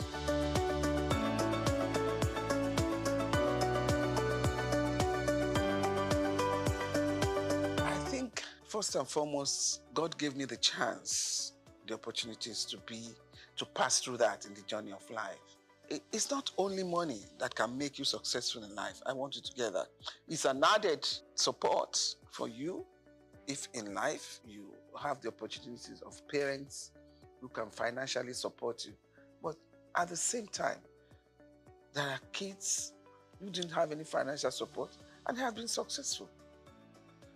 So to me, success is about self-determination I grew up around uncles and aunties who are thoroughly educated, and I've always had it behind my ambition that I must be in that cadre.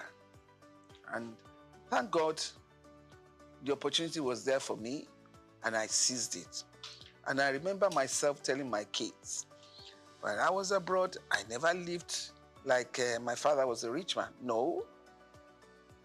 I was behind the desk reading and reading till I got successful. And I passed in record time.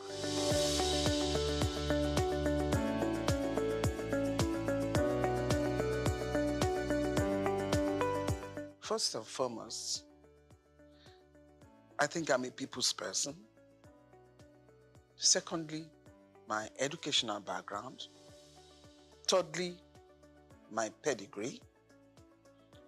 And you can't be a Lagos person and don't have a bit of intelligence about how you can maneuver yourself, even in the midst of challenges.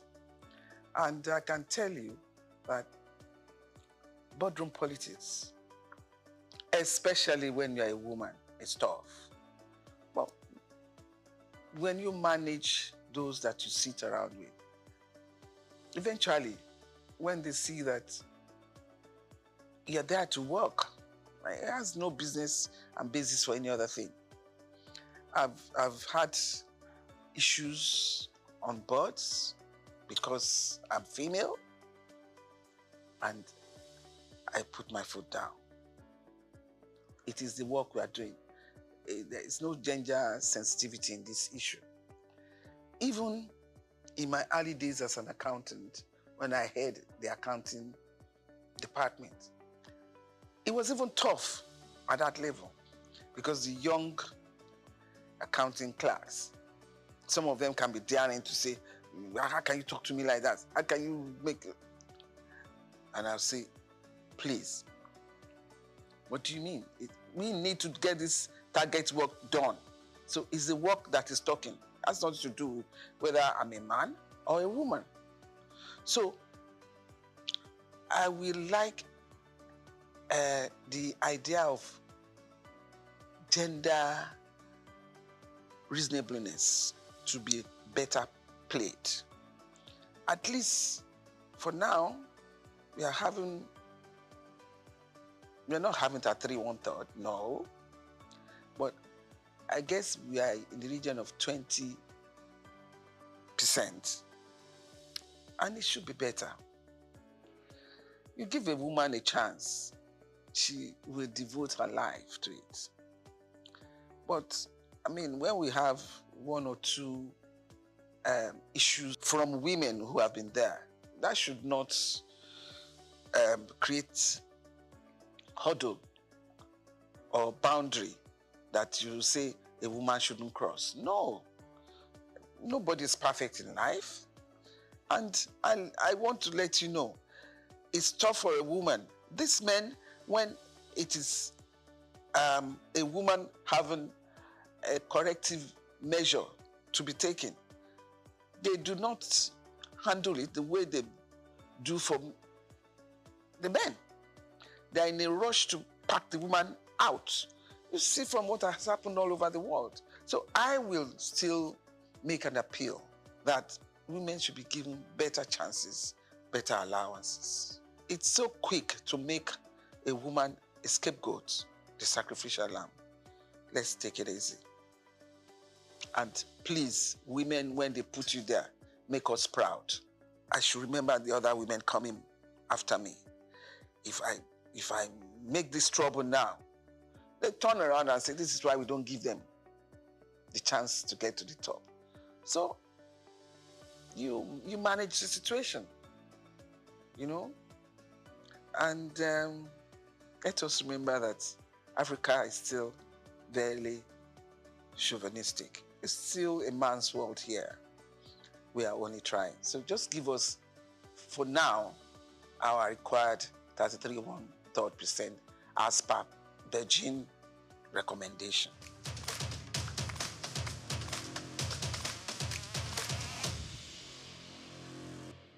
having been in politics, there are so many factors that bring you up there. Some sensible, which I would call sensibilities. Some sensitive based, which I would call sensitivity. And some as per geographical distribution. If it's not the turn of your section, your district, there's no way they can put you there.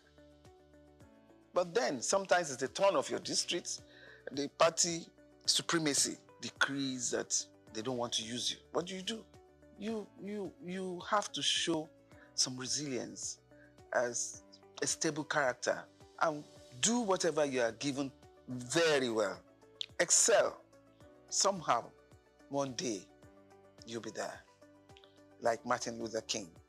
At the end of that tunnel, I can see the light. Someday, somehow, you get there.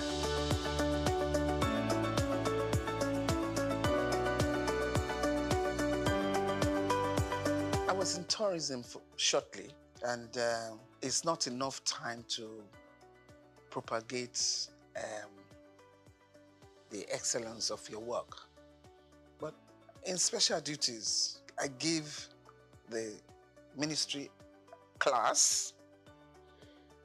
I was able to represent my Lagos State very well. NYC was under me. Proudly, I served. And we ensure that all students that need to go to orientation camp are well registered and got their NYC certificates. It's not about where they put you. It's about what you are able to do in that place. And you do it even to the enviable eye of somebody who believes has the best ministry with a lot of funding and allocation. I'm different in that respect.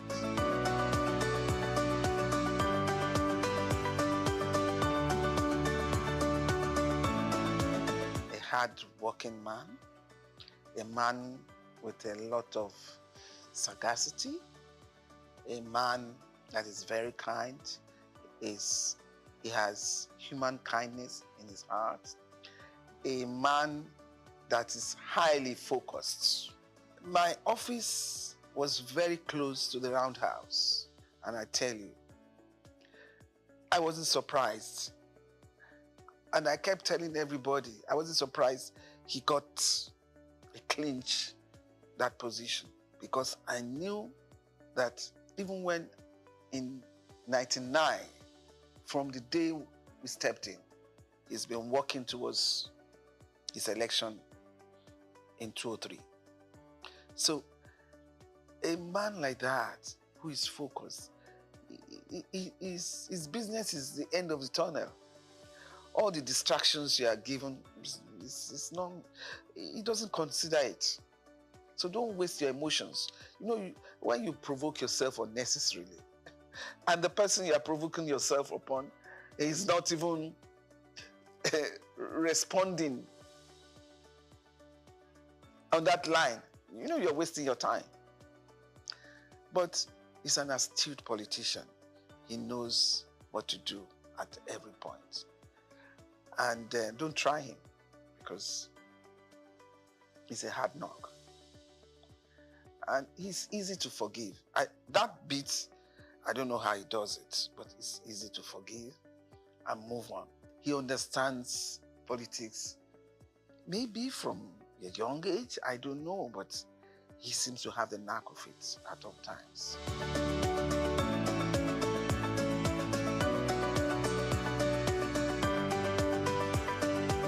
I think that's in the pipeline. I don't have to come here to say that. And even in the insurance company industry that I am now, I'm propagating that, look, you need to take it easy. Is it at these hard times you want to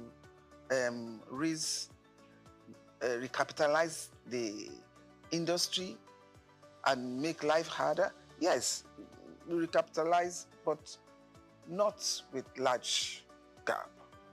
The variance should not be too much, because you need to recapitalize so that companies will be solidly based to address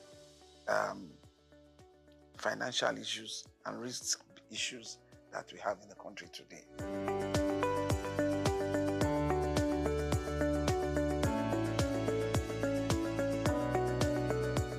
I studied religion for my A-levels in school. I did divinity. It's not just reading Bible. The interpretation, the history, the analogy, all of that I did.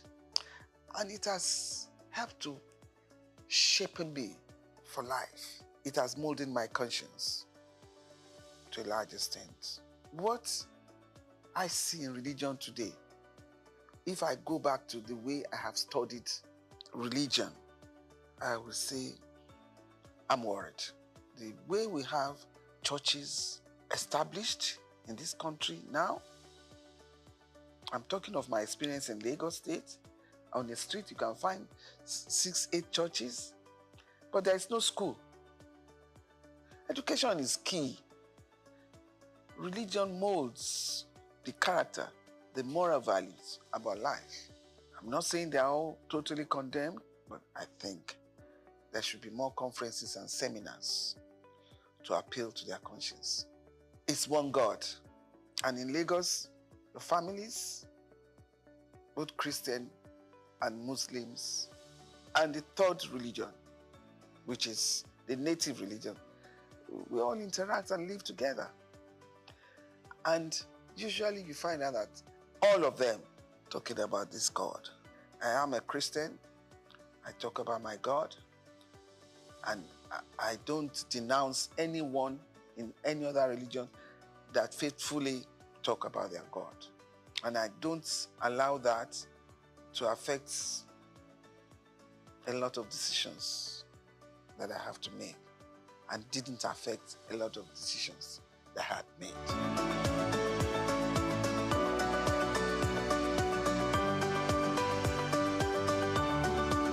The expectation is too high. We are still a developing country. The awareness of covering up your risk is not too much there. In terms of life insurance, in terms of property, people are not still there. People don't cover themselves well enough. They take unnecessary risk. I'm glad Lagos State Governor is saying everybody must have a health insurance now. That, again, will expand the scope of the insurance business. In insurance, there are so many seminars, there are so many conferences that are being put up there now, where the ability to educate the masses, and even the high-ups one, to please insure yourself. And when I say yourself, your life, your property, your children, and see how far it goes. It is important. And in this era of insecurity, it is highly important. Just make sure you insure yourself. And with what the governor had proposed now, definitely Governor Souq did well. Health insurance is key. Health is wealth.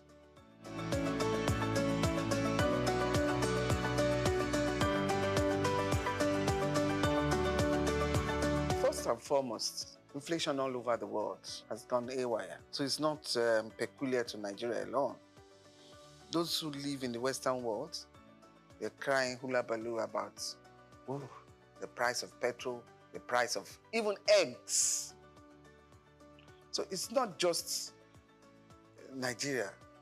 Let us wake up and see that we're in a global world and everything is intertwined. The issue of the central bank now trying to manage inflation, these are not easy times all over the world. They're not easy times. And when I say we are a developing country, we are still trying very hard.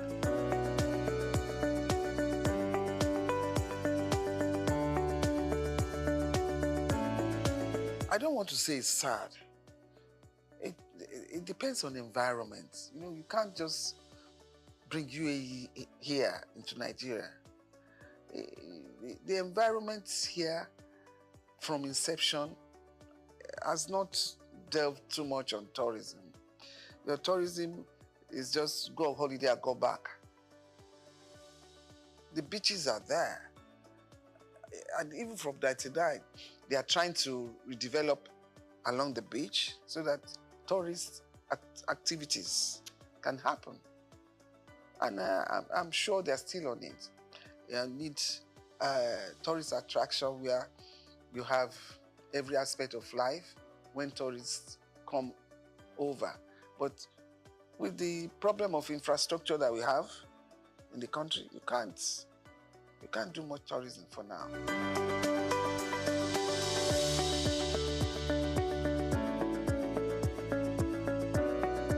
It wasn't easy, but as I said, once you try to be a bit methodological about it, then, you get by.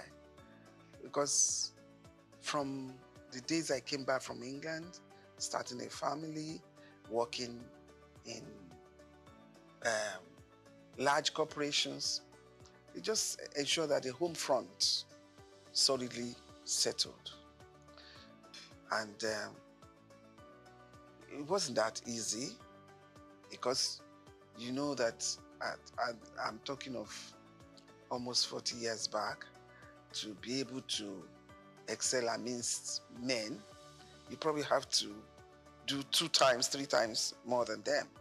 I'm lucky I have a husband who accepts me being what I am. Because if you have a partner that does not appreciate your ambition and your dream, he will not support you.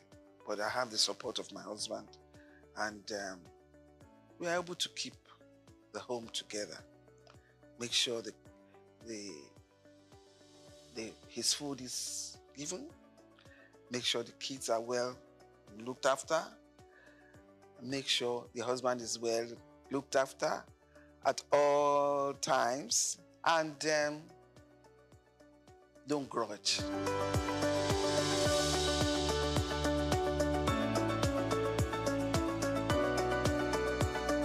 Try to give myself to people in terms of needs. I try to recognize people's needs, and at the moment of that need, I try to help. And it's a legacy I try to sound to my kids at all times. Recognize needs at that point and do it. Because at the point that you recognize it, if you don't offer the assistance, it may not be meaningful again.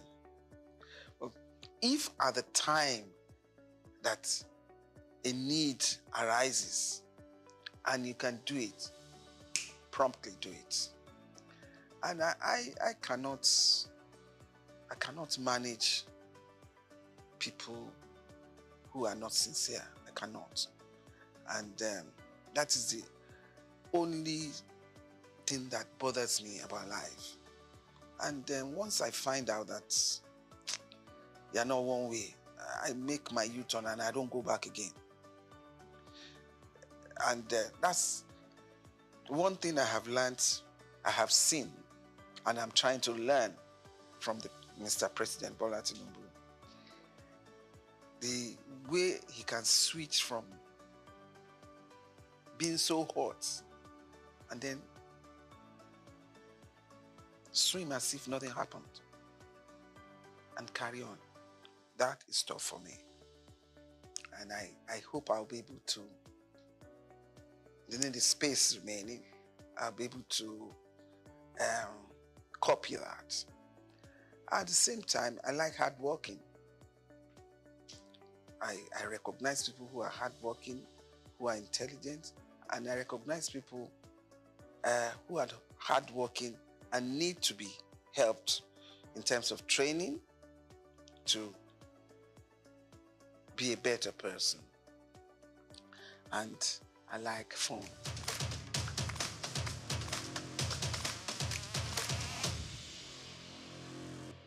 Now let me start with that girl child. That girl child is not so common again. At least most female children are educated now. Outside Lagos, girl child is a big reference. Yeah, I think everybody should be given equal chance to make a life, and a life worth living and contented with.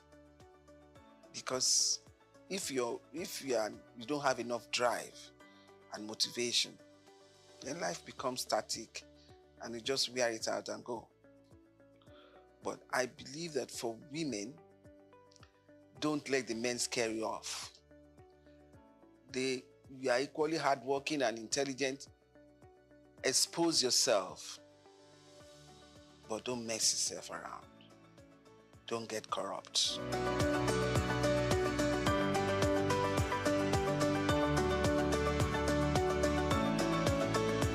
Do unto others as you want others to do unto you.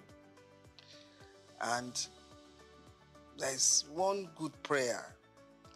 Everybody that knows me, and I always say, my God is a just God. His judgment is always fair. So whoever hurts you, attacks you, leave them to God. He's a fair God. The judgment of God will come. Just move on and pray that in your lifetime, that judgment comes up. My favorite food, I like eba and ewedu. I'm an expert in cooking. I love cooking, and I tell you, I can challenge anybody to come and compete with me. On that level, I score a good card. But I love fresh fish, with ewedu and eba. I'm not too much of an amala fan, and my favorite color is green. Or it's green, but with that green, I love bright colors. Even jewelry, it has to be bright for me, but still worn in a conservative way. As loud as whatever I pick may be, I still give it a conservative umbrella. I love to dance. I'm a good dancer. I love to socialize. I'm a good mixer, but highly disciplined.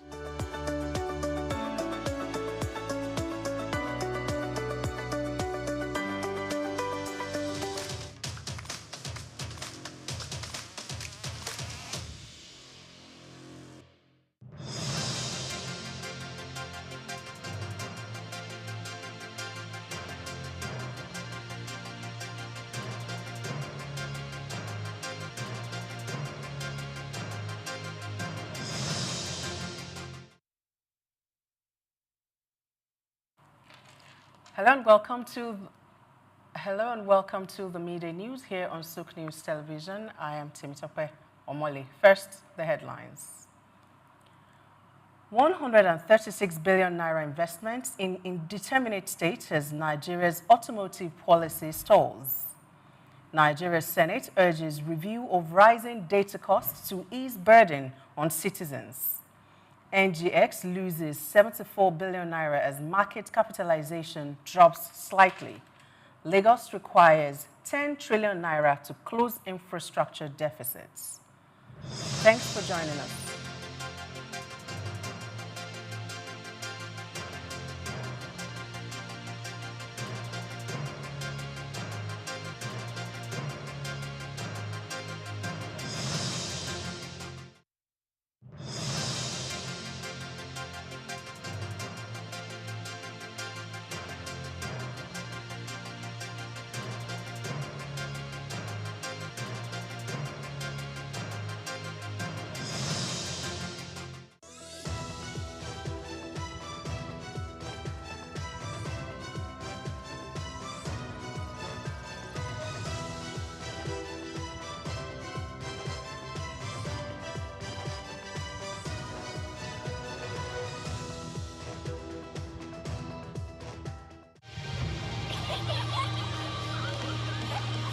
What keeps the heartbeat of a community alive? Is it the courage to create, the power to connect, the vision to transform? Well, it's all of these and more. It's a symphony of ideas, innovation, and industry.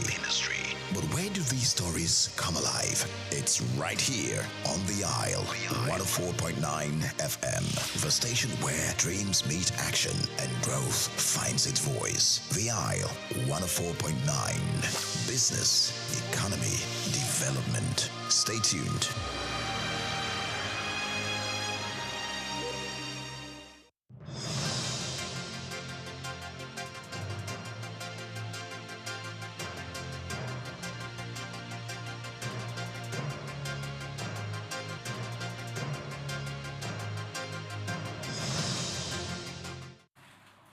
Thank you for joining us. Now the news in full. Nigeria's automotive industry faces uncertainty as the government remains silent on renewing the expired Nigerian Automotive Industry Development Plan, NAIDP. Over 136 billion naira in investments from 20 companies is now stuck, with many firms halting operations due to policy instability. Since NAIDP's launch in 2014, 58 assemblers invested $756 million, but bureaucratic bottlenecks, corruption, and policy inconsistencies have hampered growth. Only 6 assemblers are currently active, operating below capacity. Experts, including CFAO Motors, Kolejai Simi, blame policy inconsistency for the industry's struggles. Meanwhile, the National Automotive Design and Development Council, NADDC, is awaiting legal approval for a new framework. Stakeholders urge the government to create a stable environment, provide incentives, and enforce local content policies to revive the sector. Without immediate intervention, Nigeria risks losing its automotive investment potential. We move away from that now and get into the Senate, where the Senate in Nigeria has called on the Ministry of Communications, Innovation and Digital Economy to engage telecom providers over the recent surge in data prices. The resolution followed a motion by Senator Souq, who warned that costs had risen up to 200%, disproportionately affecting young Nigerians who rely on the internet for work. Senate President Goodwill Akpabio, who backed the motion, stressed the need for affordable pricing to support digital entrepreneurs. Ekpeyong highlighted concerns over the economic impact, noting that many youths depend on affordable data for freelancing, remote jobs, and digital marketing. He argued that the sharp increase threatens livelihoods as fiber optic alternatives remain out of reach for most.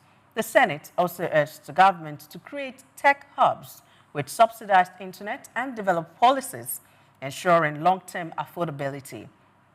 This move comes as telecom firms implement NCC-approved price hikes, with some data plans now costing 50% more.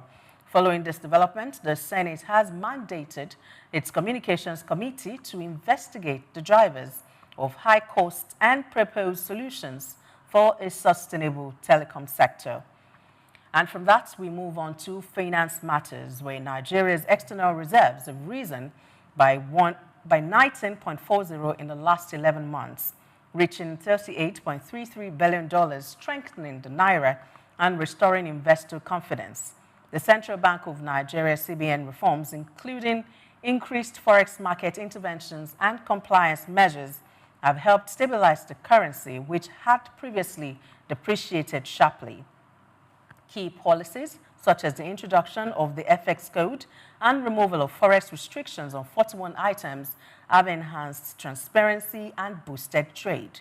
The CBN's push to increase diaspora remittances and investments is also playing a crucial role in sustaining economic growth.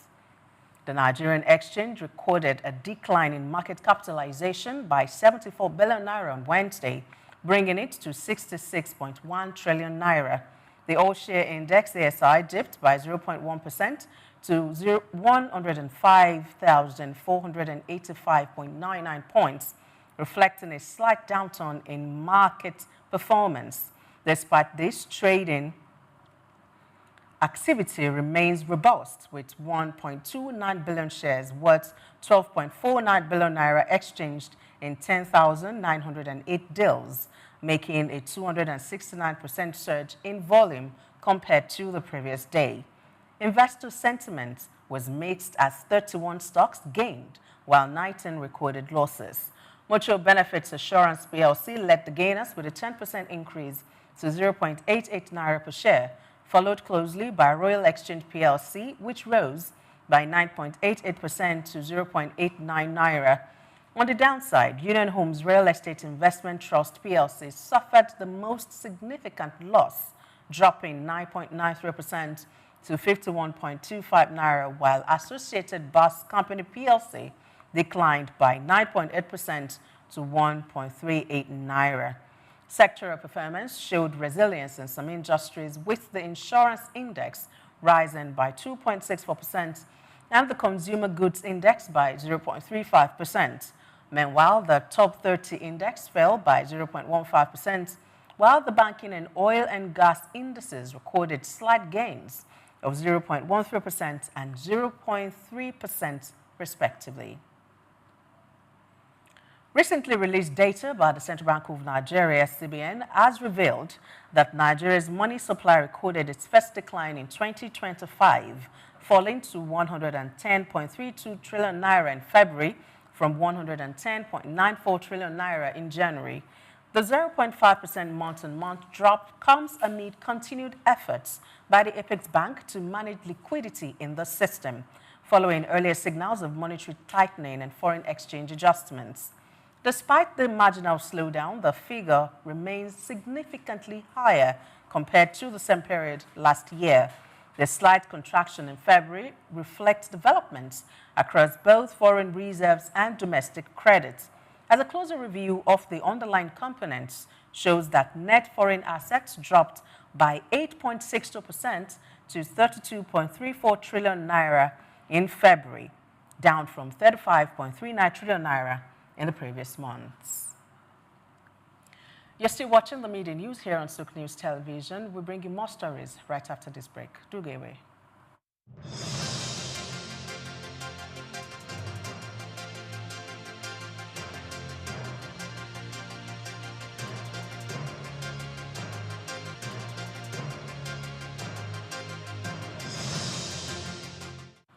Thank you for staying with us. We move ahead now and start from the World Bank that says Nigeria's statistical system is not on par with those of its developmental counterparts. Country Director of the World Bank in Nigeria, Ndiame Diop, expressed this concern during a courtesy visit to the Minister of Budget and Economic Planning, Abubakar Atiku Bagudu.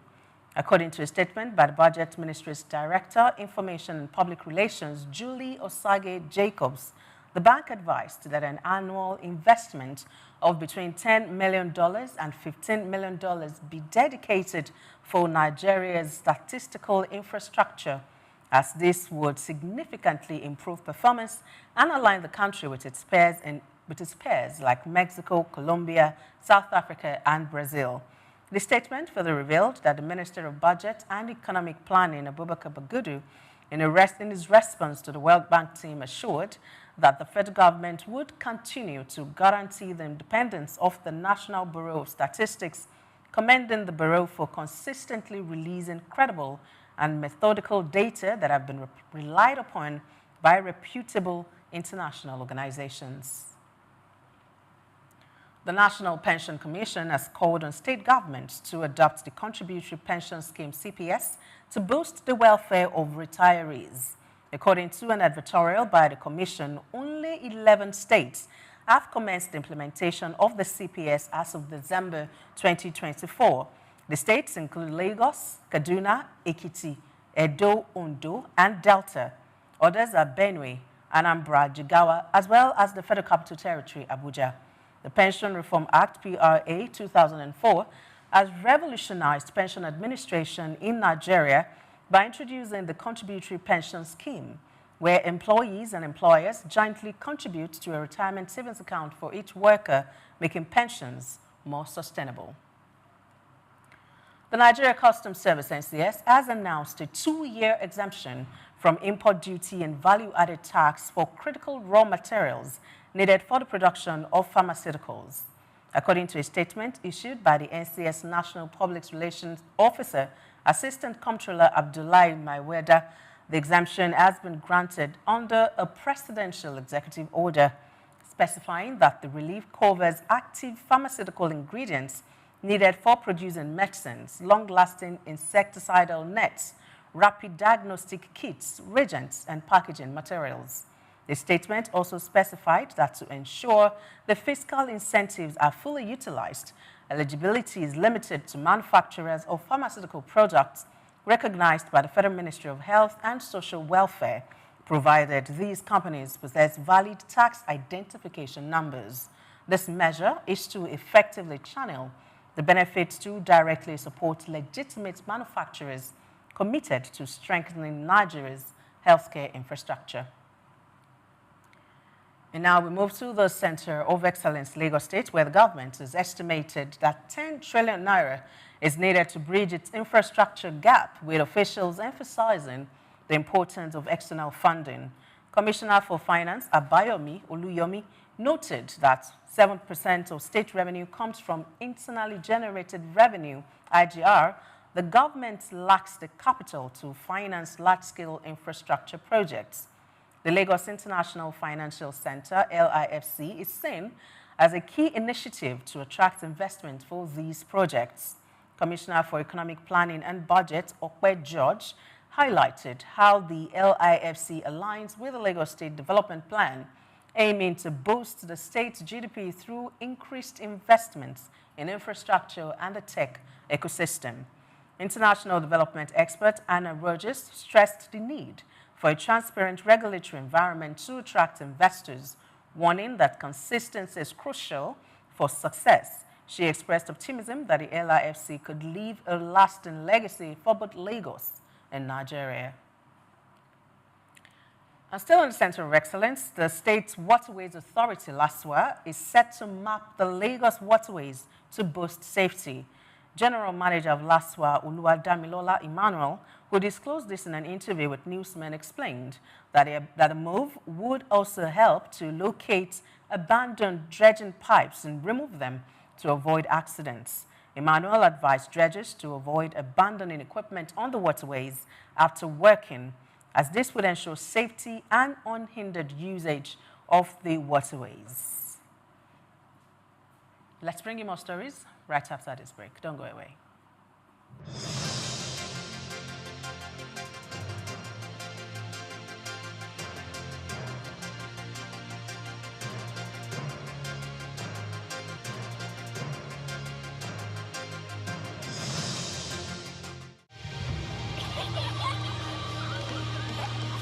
What keeps the heartbeat of a community alive? Is it the courage to create, the power to connect, the vision to transform? Well, it's all of these and more. It's a symphony of ideas, innovation, and industry. But where do these stories come alive? It's right here on The Isle, 104.9 FM, the station where dreams meet action and growth finds its voice. The Isle, 104.9. Business, economy, development. Stay tuned.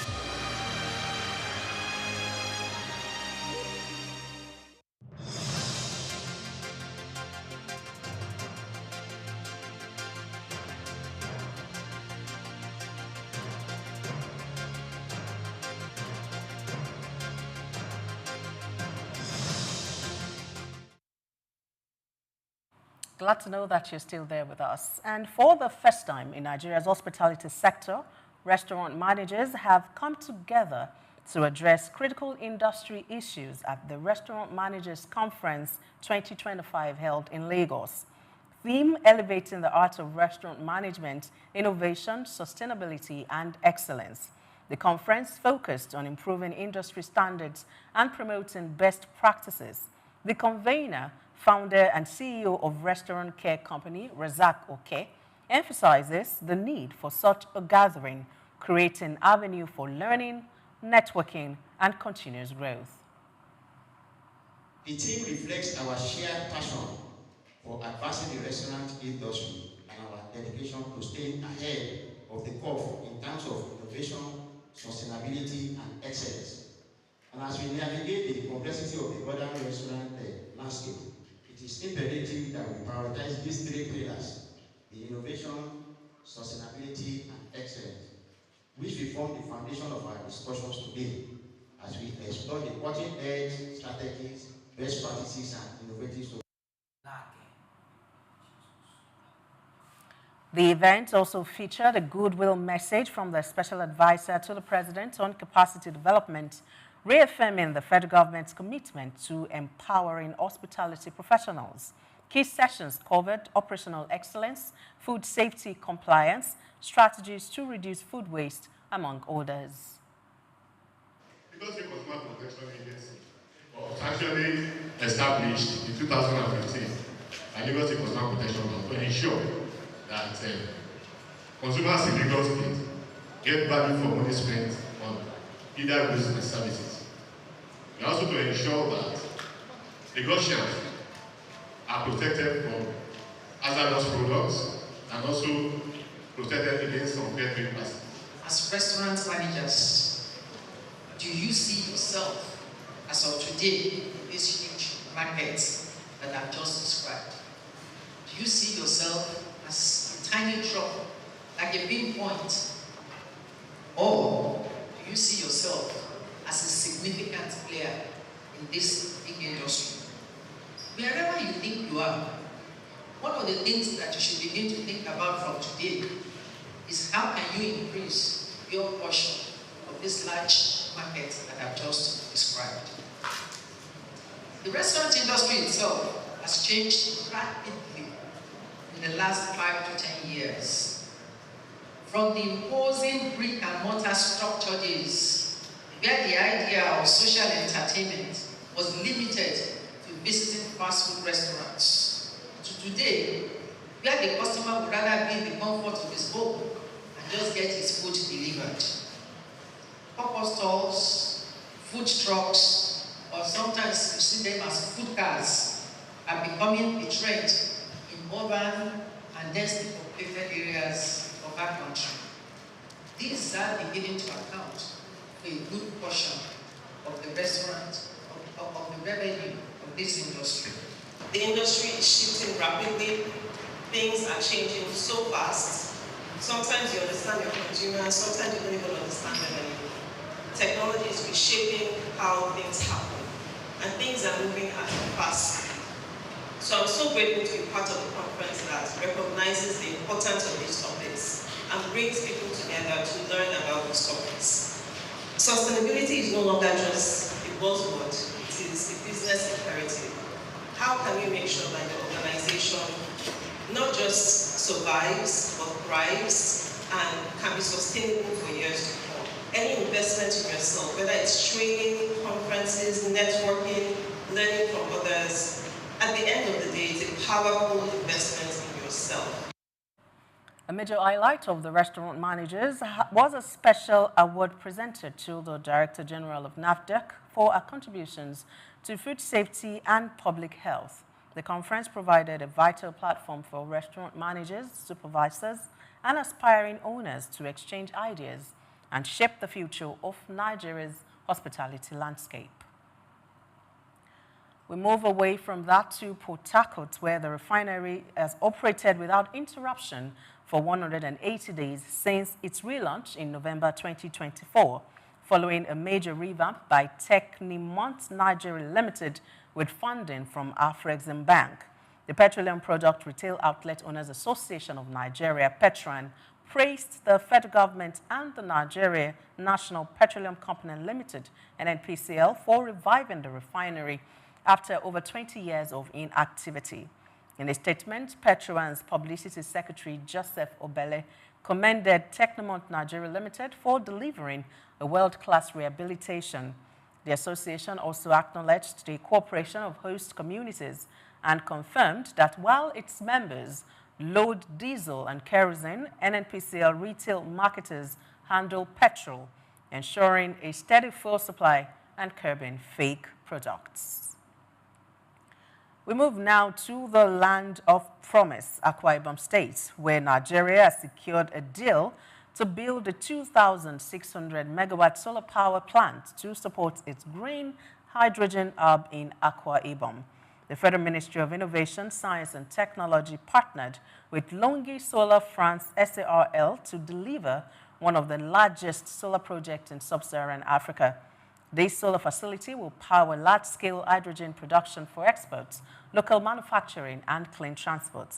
It is expected to create over 20,000 jobs in engineering, logistics, and maintenance. The project also aligns with Nigeria's climate goals and economic diversification plans. Experts say the project will connect Nigeria's renewable energy sector with its blue economy, supporting maritime logistics and offshore industries. It will also produce 500 metric tons of green medical oxygen daily, strengthening the country's healthcare system. And finally, in the ever-exciting world of sports, Edo Queens defeats Abia Angels to stay unbeaten. We'll bring you details after this break.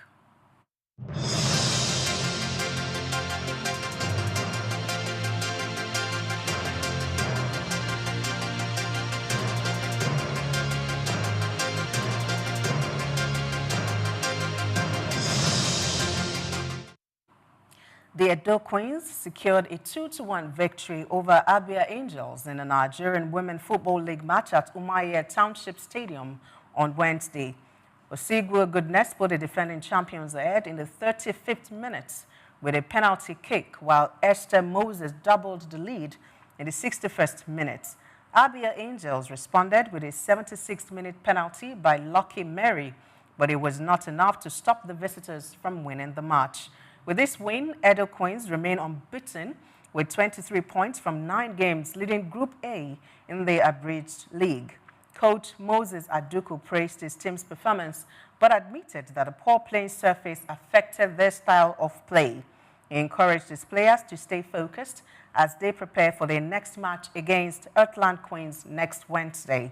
Coach Aduku emphasized his ambition to take Edo Queens back to the Confederation of African Football Champions League after their semi-final exit in the last edition. He stressed the importance of maintaining a winning mentality and winning the Nigerian Women Football League Super 6 to achieve their goal. And that's all we have for you in this package. For the media news from Souq News Television, remember that you can follow us for beautiful programming on all our platforms on Souq News TV. My name is Temitope Omole. Thank you for watching. Have a good afternoon.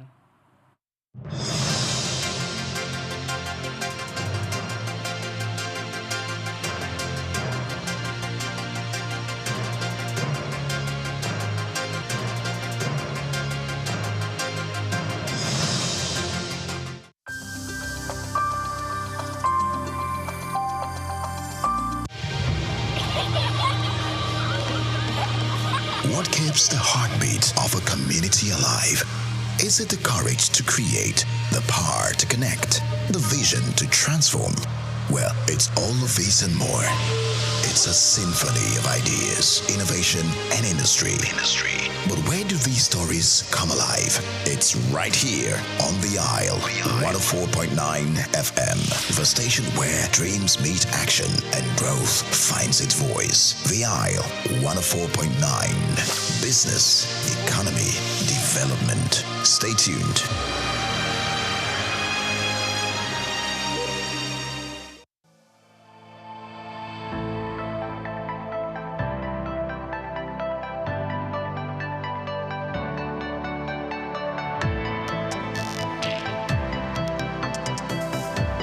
When we talk about women, we don't just see individuals.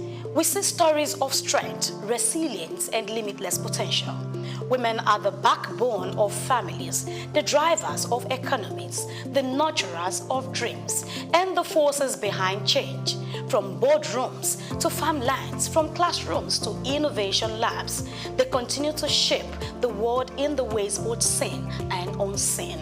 As we celebrate International Women's Day, we bring you remarkable women across diverse sectors, sharing their thoughts on growth, capability, and the challenges women face, not just external barriers, but also the silent ones, like societal conditioning and the limitations often placed on their ambitions. My name is Grace Komolafe, and it is a special celebration of the International Women's Day.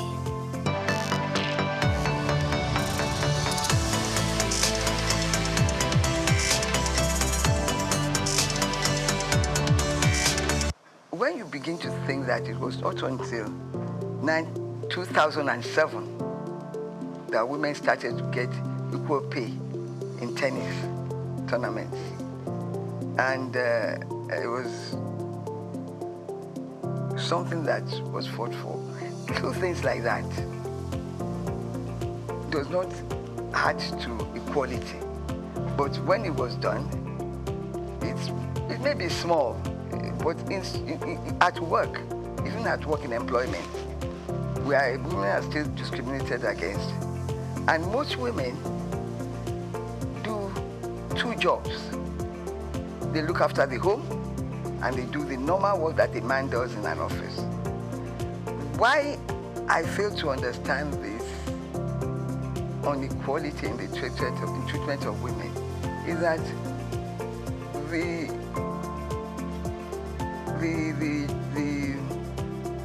work, the responsibilities in the workplace is not reduced for women, even though we do not want to be paid the same salary as men. It's a fight that has continued, and in that area, I think we need to do more to push for more recognition. Women have contributed immensely to the society. The men that are now resisting equal pay were brought up by women. So that's what I do not understand, that they can think like that. We continue to push.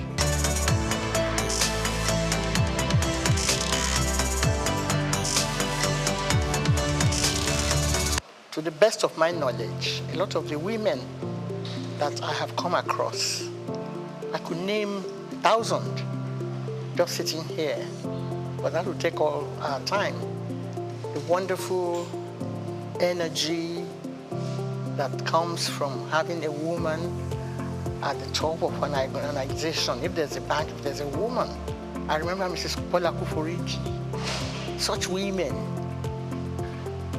holding the reins of power in whatever organization they are running. They're not looking down on other women. They're not trying to stop other women from reaching the top. They actually are guiding lights to others to look at and try to achieve that level of achievement, that, like, breaking the glass ceiling, as it were. A lot of women have done that in the area of banking, enterprise, either women like Madame Chinumbu in those days. They were forces to be reckoned with. Mrs. Ransom Kuti. In fact, she was actually not trying to bring down a kingdom, but she was that powerful in her own time. And that's a long time ago. Are you talking about such women? I'm sure they would look back and say, well, some of the women that are coming behind them are not sort of, standing still or staying in one position. They're also moving. Some of the market women, they are the ones that are behind their children's education. Whether they are educated or, as you might call them illiterates. But still, I didn't have an illiterate woman in my family. practically every one of them could read and write and sign their names. And they made sure that everybody was aware that they could do that. Even if your family doesn't have that, they don't hold it against you, but they try to encourage you to look at them and see what you can do to improve on the lives of other people. It generates such wonderful energy. The same with women in Ghana.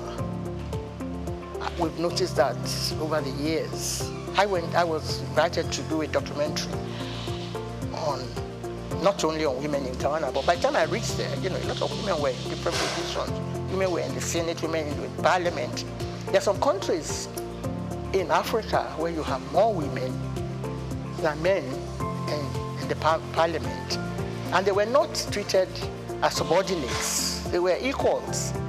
And they were authorities in their own right. You had women in the universities as professors, as lecturers. I've mentioned Mrs. Ransom Kuti. We don't keep. We can't but help, talking about them, because they were forces of inspiration to a lot of people. And I had teachers, Mrs. Muniz, who was principal at St. Mary's Convent School, and she was in charge of all the female teachers. They didn't discriminate against the men, of course, but then, in a girls' school, you become more aware of your existence as a human being. You knew you had to be the best in your own class. You're not fighting against men, and you're not going to any, boxing tournaments with them, because, of course, we are the feminine and gender, so you don't want to go into any physical combat with anybody. But when we went to debating societies, some of the women did perform better than the men. As a child of 13, I was in primary school, and I went at the film festival to recite poetry. Children came from the Corona schools, English children, but because we were taught by English teachers, we could deliver the lines just as well and even beat the boys. I wouldn't say that, happened all the time, of course. So I grew up with this idea behind my back that, yes, I am here to play my own role as a woman, as a mother, and to other people's children as well, to do the best that you can. If you are the best in any field, you don't want to wait for someone to be playing international women music before you dance. So I've always been in this position where we could start International Women's Organization in Nigeria and call it a big name and ask other people to come and join us and see how forceful women really are. But it's a thing of joy to know that a day is actually set aside for women.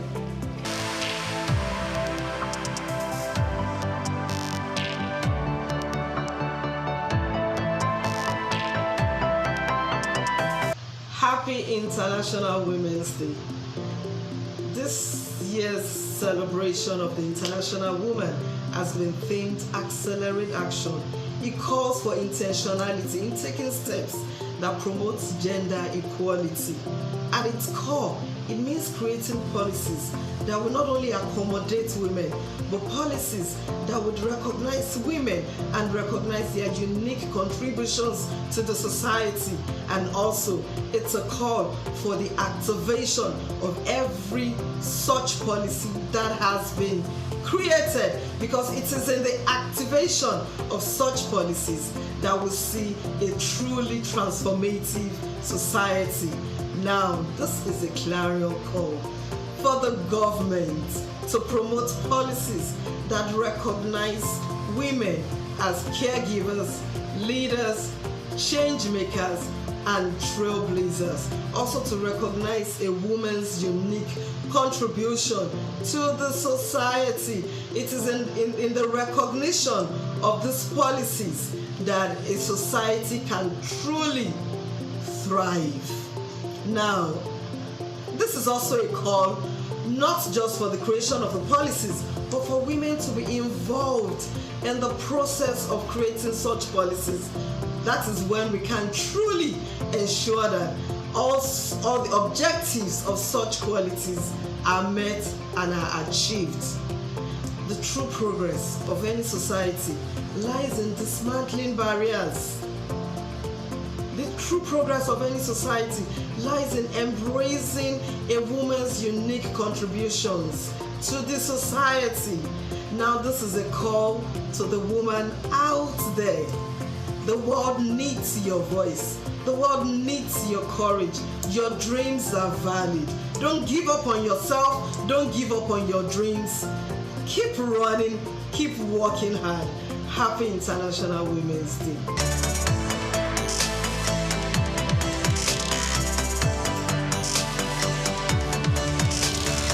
Accelerating progress, accelerate action. These are the words that are synonymous with 2025 International Women's Day. And we all know that for a long time, we've not been able to make significant progress. Rather, what we have experienced, particularly in Nigeria, is that things are not getting better at all. For instance, we have peaceful women in the village. That is a far cry to where we're coming from. So there is every need to take intentional steps in order that we'll be able to accelerate progress. Now there are several ways to do this. For me, we need to come to the realization that we've got a part to play. And through my investigations, I've come to discover that as women, we hold ourselves deconditioned. What do I mean by that? Over the years, through social, through cultural, through religious means, we have been conditioned in a particular way. We've been told what to do, stereotype, biases, discriminations. We've accepted all of those things, and there are norms within and outside of our environment, including our homes. And so most times, we're leaving a lot of things undone. We're in complete denial of what we should do. For us to be able to accelerate, for us to be able to make progress, we must come to that realization that we've been conditioned in such a way that we really can't make progress until we decondition ourselves. For instance, in different gatherings, I've asked people to refer to me as chairlady and not chairman. But the truth is, for a lot of our women out there, they still prefer to be called a chairman. And I think that that is part of the conditioning that we need to revamp, we need to refocus, we need to address. If we're able to address this, the next step for me is for us to advocate for effective and efficient justice system. In our courts today, if you have a case of domestic violence, if you have a case of rape, the justice system almost denies you justice. Not only that, it takes you a very long time. And we all know that justice delayed is justice denied. Again, there are no proper investigations. Our police officers treat domestic violence as a family matter rather than an offense that needed some address and justice. And so we need to advocate, we need to demand, be it through riots, be it through petitions, be it through strikes, we need to demand that effective and efficient justice system will have to come to play. And for me, finally, the third important strategy that women need to adopt to accelerate progress, action, is for us to massively train our children, particularly the boy child. Because when we talk about mentorship is not only about being on the queue for people to learn from you, our actions, our inactions forms mentorship shadows for young people. And so we must go back to the children, right from the kindergarten years. We must come up with a structure. We must come up with a code of conduct. We must educate them in such a way that by the time they are teenagers, by the time they are young adults, they understand what it means to respect. They understand what it means to ensure that the dignity of the human person, particularly the woman and the girl child, are properly observed. We need to train them on family values. We need to take them away from the crises within our environment and our society. And all of that needs training. Training will have to be done before mentorship. I hear a lot of people talk about mentorship these days. Unfortunately, for a lot of people out there, mentorship is not what is needed. It is training, training, training, and retraining.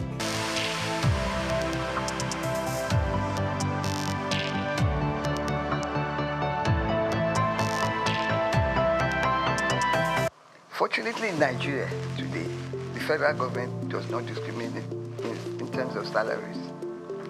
Whether you're a man or a woman, you get the same salary scale. And you are promoted on equal basis. Kudos to the federal government, to Nigeria for that. But in the private sector, things are different. In some companies, this is the areas that we have to work on because the job content is the same.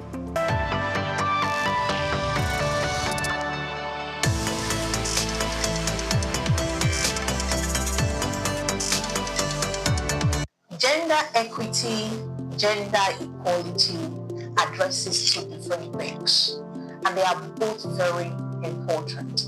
So when we talk about gender equality, we're saying that you give a level playing field for every human being to participate in. That is what gender equality means.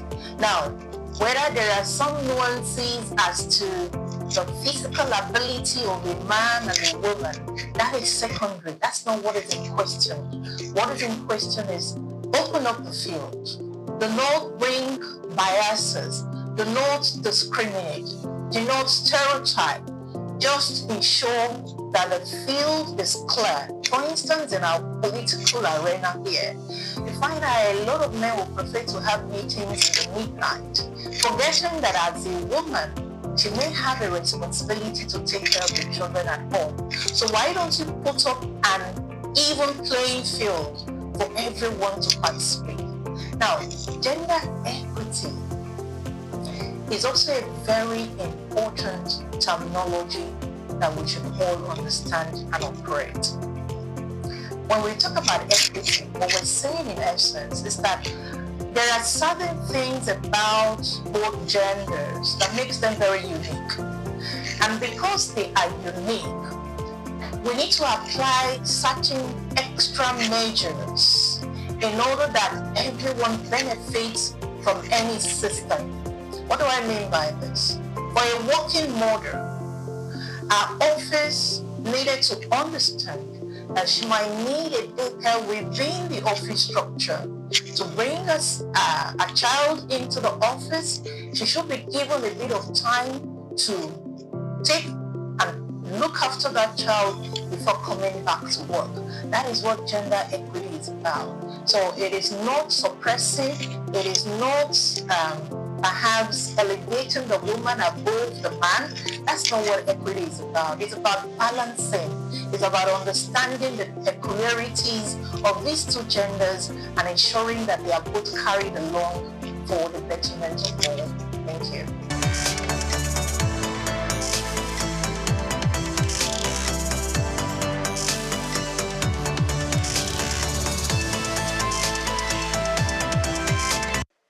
Every woman's voice matters. Every woman's dream is valid, and every step taken towards ensuring women have the freedom, opportunities, and the supports to thrive is a step towards a more balanced and progressive world. As we wrap up this special celebration of International Women's Day 2025, let's reflect on the theme: for all women and girls, rights, equality, empowerment. It's not just a message, it is a commitment to fostering a world where women don't just participate, but lead, inspire, and redefine possibilities. Grace Komalafe, Souq News Television.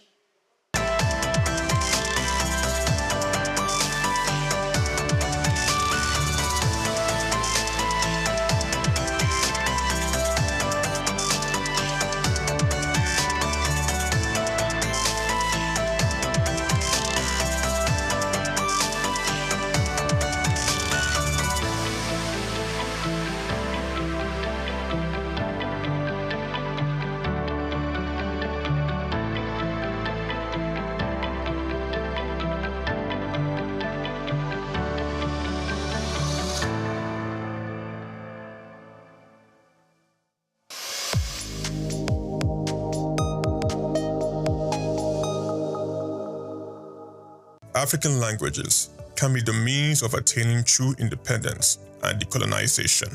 In fact, language is the vehicle with which culture is rightly or wrongly expressed. Culture is deeply implanted in the language of a people, but the slave trade has tarnished and demeaned the essence of our culture, language, arts, and values.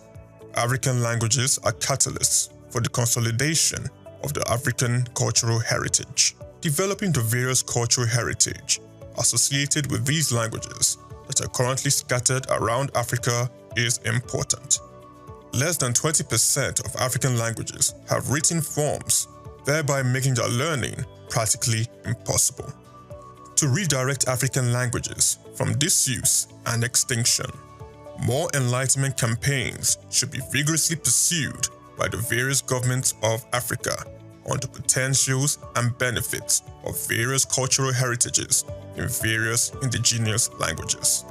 It is compulsory to promote teaching and learning of indigenous languages and replacement of foreign languages that currently serve as official languages.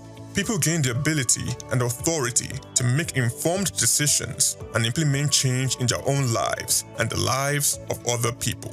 It is a means of encouraging youth to do great things for themselves and also to make great impact on the people.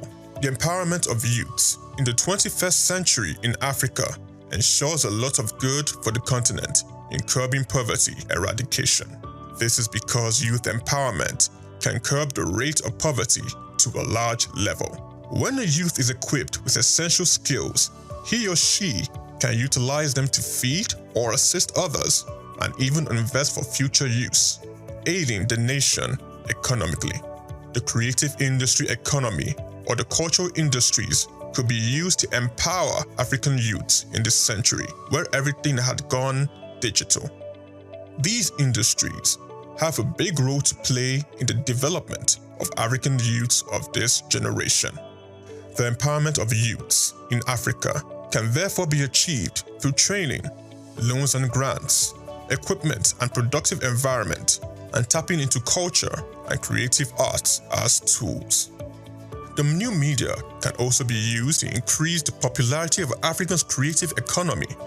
Social media has become a space of cross-pollinating cultural knowledge that sustained Africa in the past, hence providing a versatile space that has placed the contemporary African art forms at the center of transformative possibilities.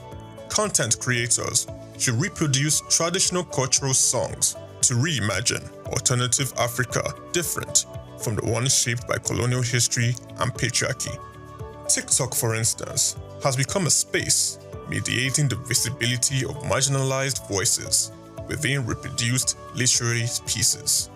We must also not lose sight of the African Union Agenda 2063, which envisions an Africa with a strong cultural identity, common heritage, values and ethics, as well as integrated continent, but politically united, based on the ideals of Pan-Africanism, and the vision of Africa's renaissance. To put it best, true independence, devoid of reliance on powers that are external to this continent, is one of the many visions of the African Union. Literature, precisely. Drama as a genre can assist the realization of these visions. African nations should be encouraged to make concrete pronouncements on the need to use the various indigenous languages for official purpose. In addition, governments at the various levels in Africa should set aside funds that can be used for research purposes by educational and cultural institutions within the African continent. With this research, more of this cultural heritage will be developed. We should also shift attention to exploring the possibilities of utilizing creative and cultural industries as tools of African youth's empowerment in the 21st century.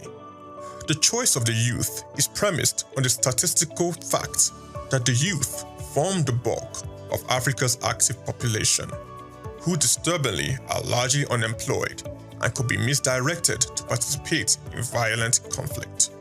The youth can be aggregated as a period of human development which occurs between childhood and adulthood. Adopting the creative industry as empowerment, the onus is for policy implementation experts, non-governmental organizations, governmental agencies and regional and continental bodies to reference academic resources to policies that will frog-lift African cultural endowments to global reckoning. For a revival, and for the Africa we want on Agenda 2063 to be realized, relevant mental conditioning, taking responsibility of actions, the development of brilliant insights, and anchoring a psychology of winning are essential. Chike Okolo, reporting for Souq News.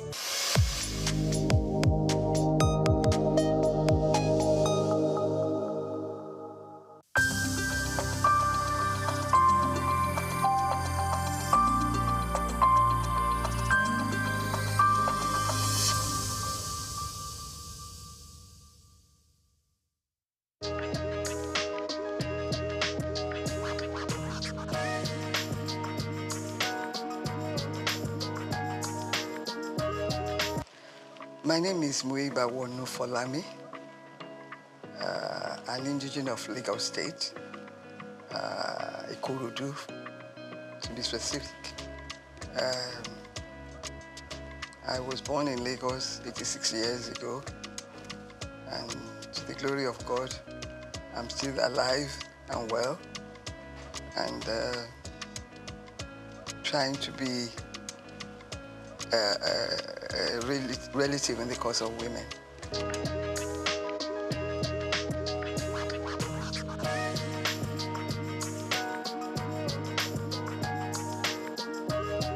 I attended primary school. I started at Ansarudin Alakuru School. From there to CMS Girls School, and then Queen's College, Lagos. From Queen's College, I went to the Portsmouth College of Technology for my A-levels, and then University of London for my first degree in law. The same university for my master's degree in law. I had, between obtaining my master's and my first degree, I was in Nigeria to do the mandatory law school course. I was one of the last people to do a 3-month course before it was changed to 1 year. And then went back to England for my master's. And from there to lecture at the University of Zambia. Back to Nigeria, I was appointed by Dr. Taslim Elias, the CJ of Nigeria, to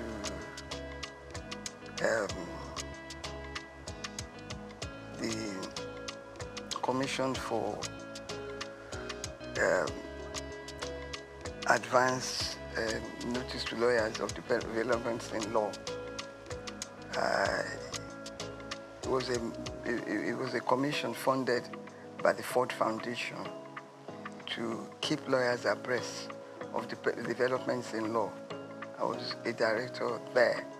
Then from there, I was admitted to the Federal Ministry of Justice. After being legal advisor to many ministries, I ended up as the Director of Public Prosecutions for the Federation. And after that, whilst I was the Director of DPP, I was appointed Attorney General and Commissioner for Justice in Lagos State. After retirement, I've been involved in social work, in religion. I've always had religion, but I spend more time on religion. I read, I watch telly, and I live a good life to the glory of God.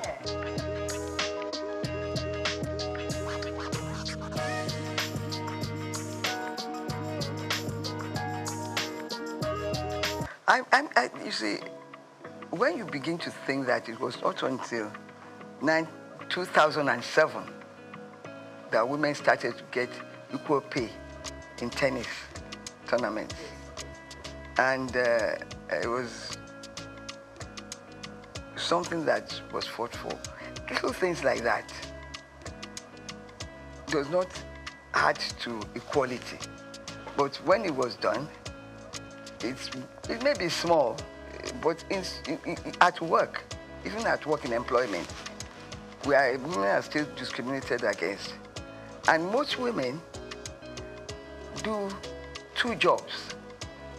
They look after the home, and they do the normal work that a man does in an office. Why I fail to understand this inequality in the treatment of women is that the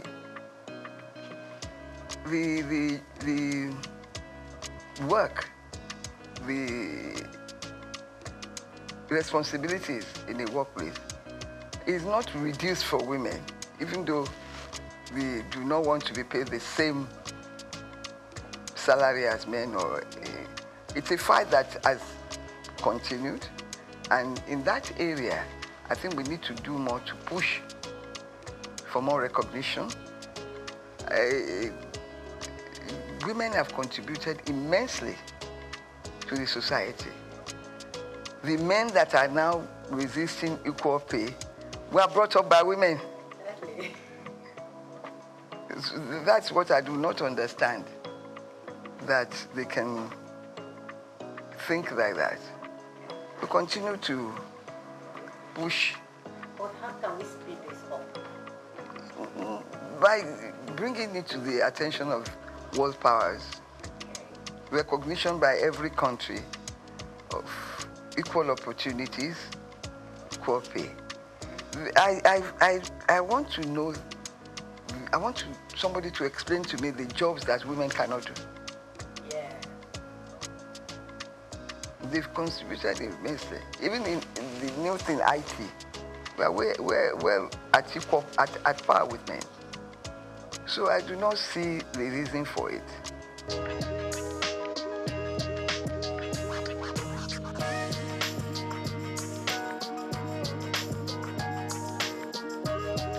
Unfortunately, I did not experience it, because when I left university, I practiced law briefly in my uncle's chambers before I went to University of Zambia as a lecturer.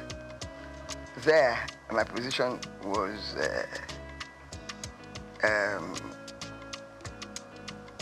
enhanced in the sense that I was a foreigner, and I got all the benefits of being a foreigner, serving in their service. Fortunately, in Nigeria today, the federal government does not discriminate in terms of salaries. Whether you're a man or a woman, you get the same salary scale, and you are promoted on equal basis. Kudos to the federal government, to Nigeria for that. But in the private sector, things are different. In some companies, This is the areas that we have to work on because the job content is the same.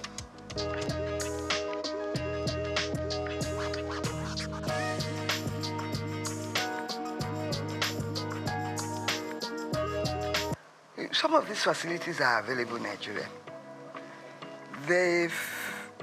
I learned by being a member of the Society for the Disabled that every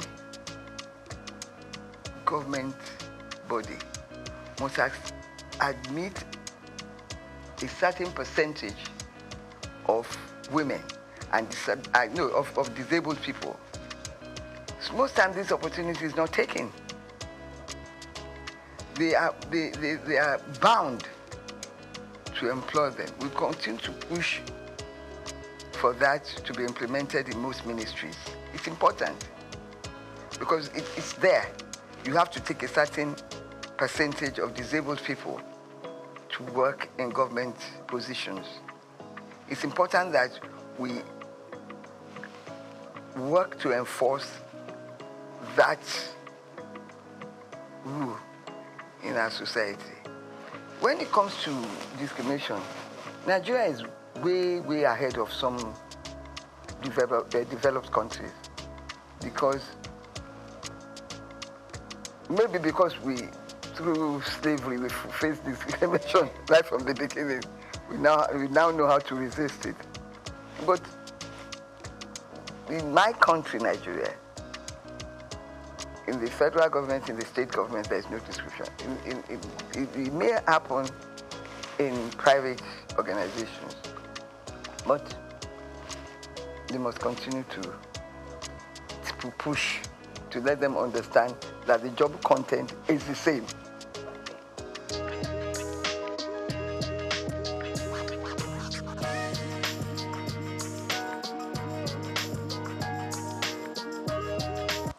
Well, you see, traditionally, under our culture, women are in the other room. To borrow the quotation. Yeah. That's our society, that's our culture. It's going to take a long time to evolve. In my time, female education was not so-called popular. It's only the educated few that strove to send their children to school, their girl child to school. They end up trading with their mothers or going to market and getting married off early. But as education began to rise in our community, its value was seen by my parents and others of their contemporaries to educate the girl child. And I believe the society is benefiting from that. So we must continue to push for the education of women, of girls.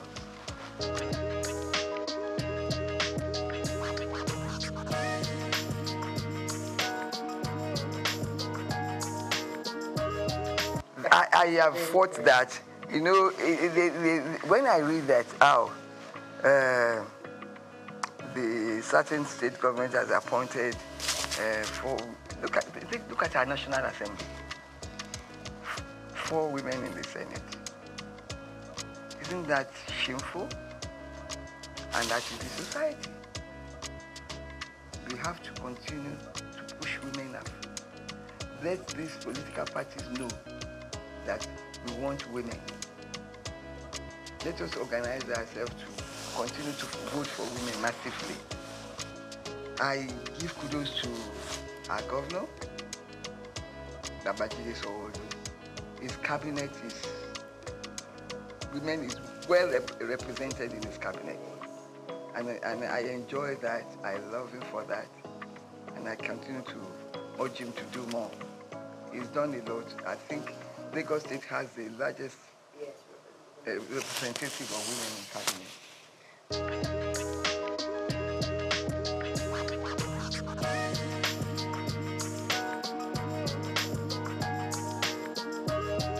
of all, they have to project themselves in their office space, their workspace. Let everybody know that they are equal to the task. Let us organize. There's a lot of society groups and societies that cater for the interest of women. I believe now violence against women is reducing in the society because there are sanctions for such behavior. I must say that speaking to the organization in charge of violence against women, I was amused to learn that some men come there to complain and that they are also being violated and abused. Yes, it's a two-way thing. It's a two-way thing. So that is reducing our society. Education of the girl child is important.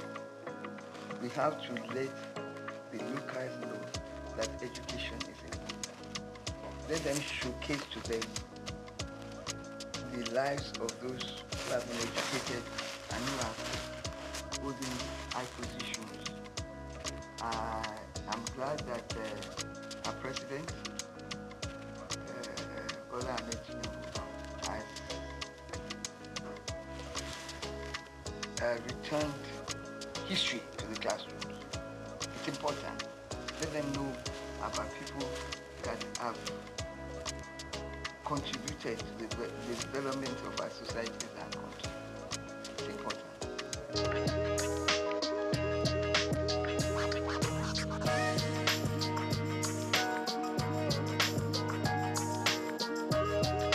Yes, it's education.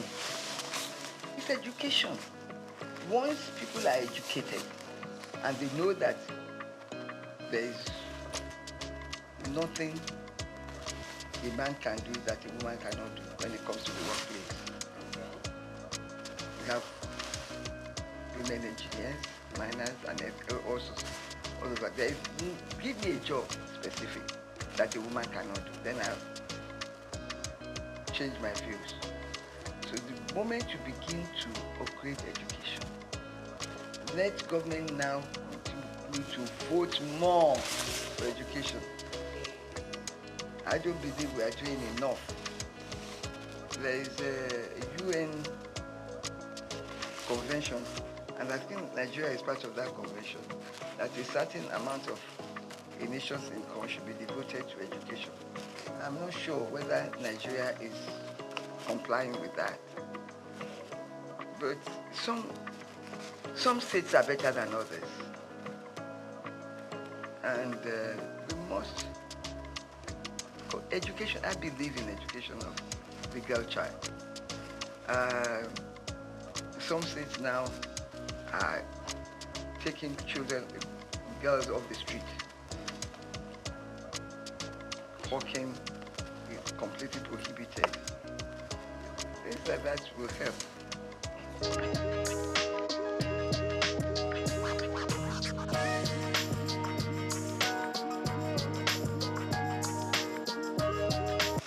Unfortunately, in Nigeria, we are not advanced enough to use our votes to change things. We are still not voting for individuals. We are voting for parties, irrespective of performance. Education will help. And when we join other nations for the same purpose, we get results. Our organizations who are fighting for women in Nigeria should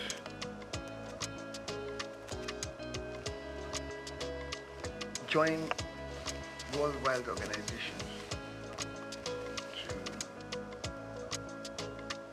to showcase our own situation and learn. I believe that when you talk to others, you come back with ideas on how to improve things. So we must improve things by telling women in positions to show, to continue to prove that they are more than up to the task. It will not come to us on a platter of gold. We must show by our actions and behavior that we are up to the task.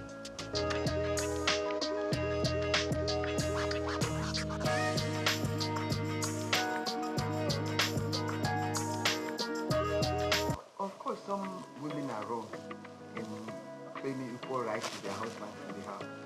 I completely abhor that behavior. Even though they are husband and wife, the man in my culture remains the head. He should be respected. His views should be respected. It's only now the condition of living is so high that you join the two incomes together to run the house. In the past, it was the men that ran the house to pay for everything. Maybe some of these women are thinking that because they are contributing a quota to the development, that they have equal rights. Yes, they have equal rights in the upbringing of the children, in their homes and everything. But respect is important. That will keep the home, and the children will learn and imbibe it into their own children too.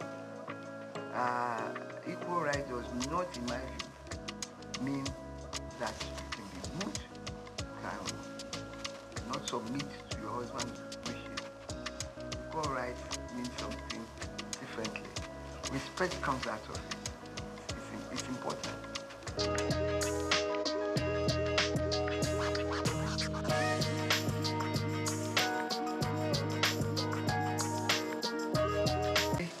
I go out and I'm like appalled at the way women dress.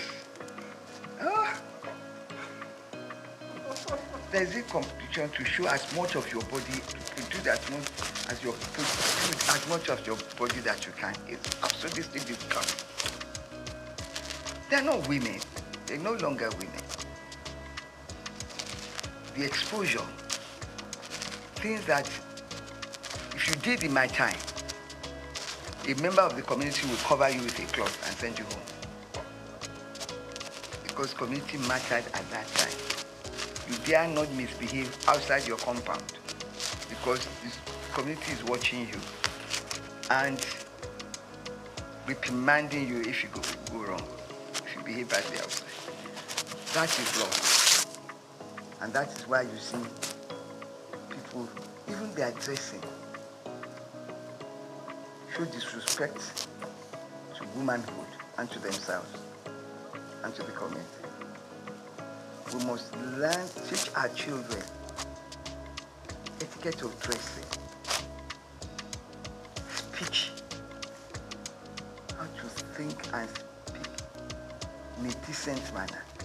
We don't have it anymore. We're losing it, and it's shameful because people are appreciating naked women on the streets.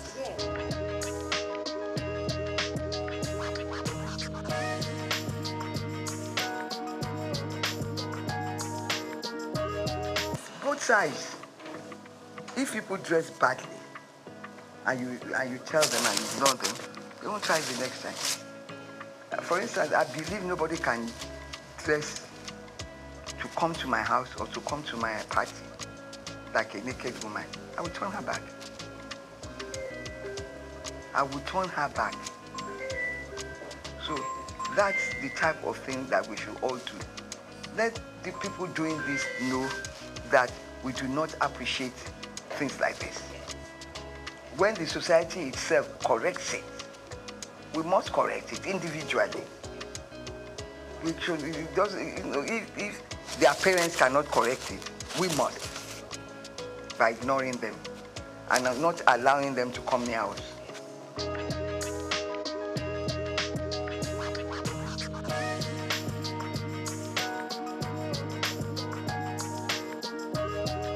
Show our women that have contributed to the society. Show them, showcase them, showcase them. Yeah. We have the first woman senior advocate of Nigeria. We have Okonjo Iweala. We have, I mean, in the UN. We have all sorts. We have, what's this pharmaceutical woman?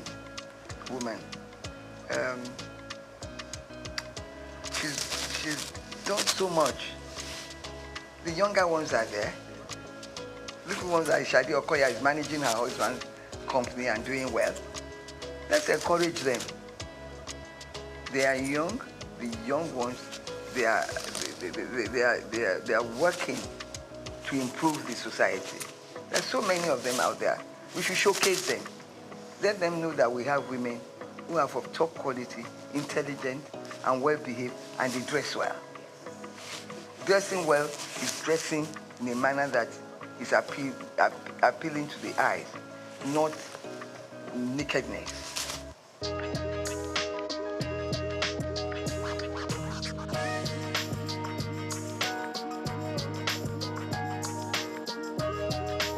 That's my darling, this new CJN of Nigeria. Okay. Who do that? I did talk about Kekere. I mean, we're there. Female CJN. Yeah. And there are so many female chief judges all over the Federation. There are so many in the medical profession, in the engineering profession. We have pilots. So let them know that there's nothing that a woman cannot do. In IT, in everything, women are moving forward. We should showcase them. We should let their pictures be seen in our newspapers, in our news, in everything, to encourage young girls that you too can get there. If they don't see, and if they don't know the history of these women, how they got there, they too will not be inspired. We have to inspire the young people with the achievements of women achievers. Kekere rose from magistrate to right to the top. I admire her. She's well composed, well behaved. Some of these people, when they become something, they lose their heads. They start with, no, she's so respectful, well behaved, well dressed. I don't think she would allow herself or her children to come out naked. Never. So people like that, Okonjo Iweala the same.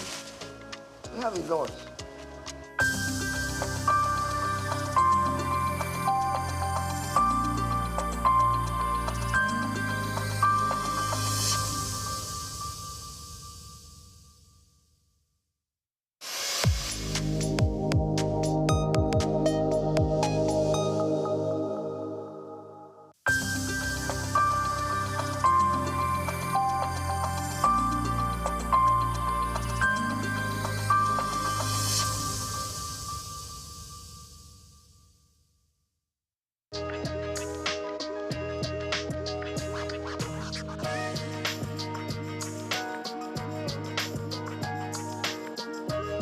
Well, thank you very much indeed. My name is Stephen Kola Balogun. I happen to be a lawyer and should I call myself a pseudo-politician? Not quite a politician, but I've served in government before.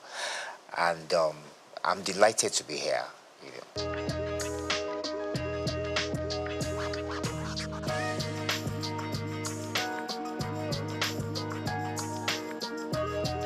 Well, thank you very much. Well, yes,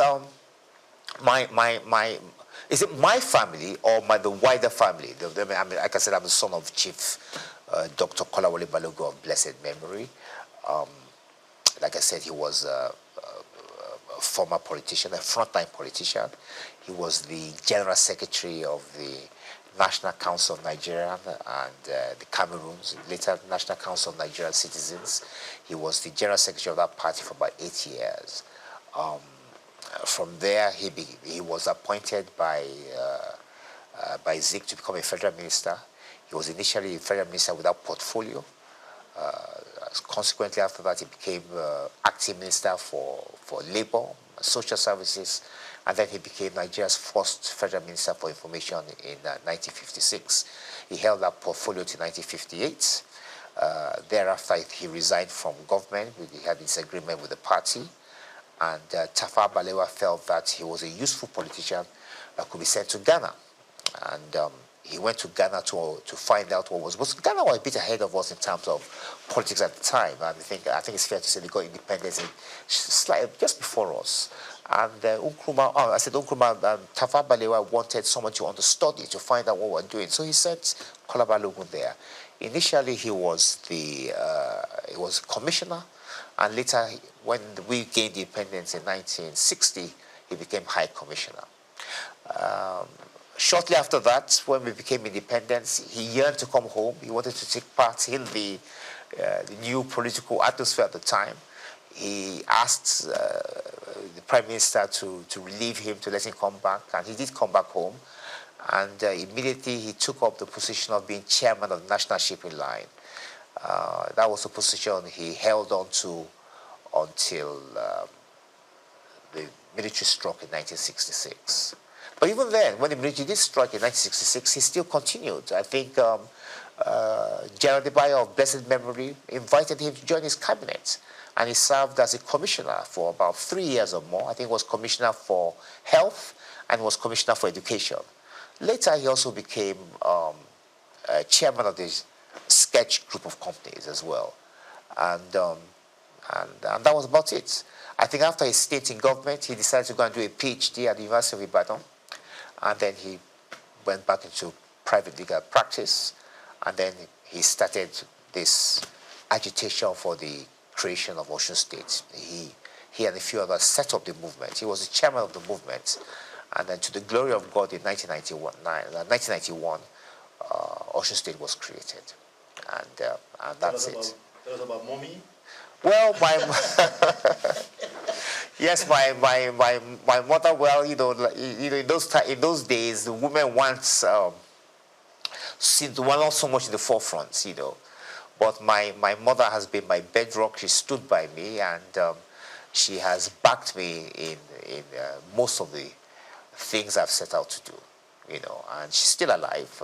She's 89 this year, and she's still doing well, and she's still and your wife going and strong. The kids? Yes, my children. Yes, I have 3 girls, 3 daughters. My oldest is 31. She studied at King's College London. She did reasonably well. She got a 2nd class upper. Proud of her. She's an art curator today. And I have twin girls as well who are also in university now, that they haven't graduated yet. One of them is in Oxford University. She's studying history and politics. And the other is in Cambridge University. She's studying human, social, and political sciences. So, yeah.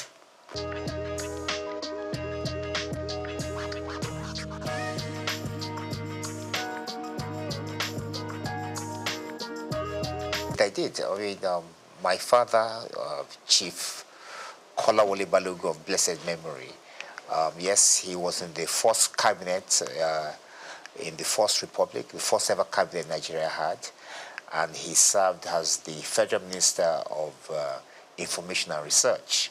As a matter of fact, he happened to be Nigeria's 1st information minister.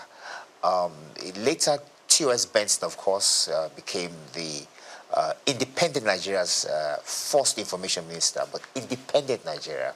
But Nigeria's 1st ever information minister happened to be Chief Kolawole Balogun of blessed memory.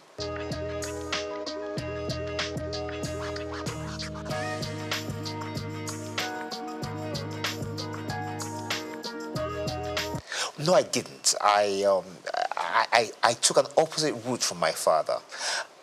My father went into politics immediately after he finished his education, and then he now ventured into law a little bit later. I decided to look at things differently.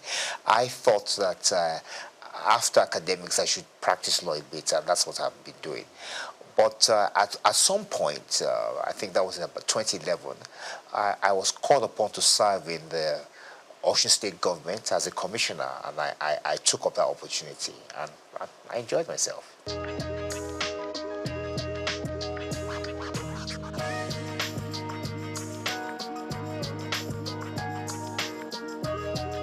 Well, I am. I am in the sense that I'm 65 years old now, and I think it's fair to say that we belong to, well, I would say the first set, but one of those who benefited from Nigerian education. I schooled here.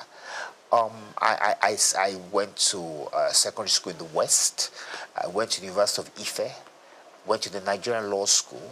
And I think it's fair to say that all the schools at that time were of high quality, produced top quality students who went on to make names for themselves, not just here in Nigeria, but also abroad. I think we still do that now, even though the standard of education has dropped. The sad thing about it is that Nigeria could have been a lot better in terms of the potential, because Nigeria does have a lot of potential. We do have very brilliant young men and women, you know, and I just think that if we had invested more in education, that we could have, the sky would have been the limit, actually.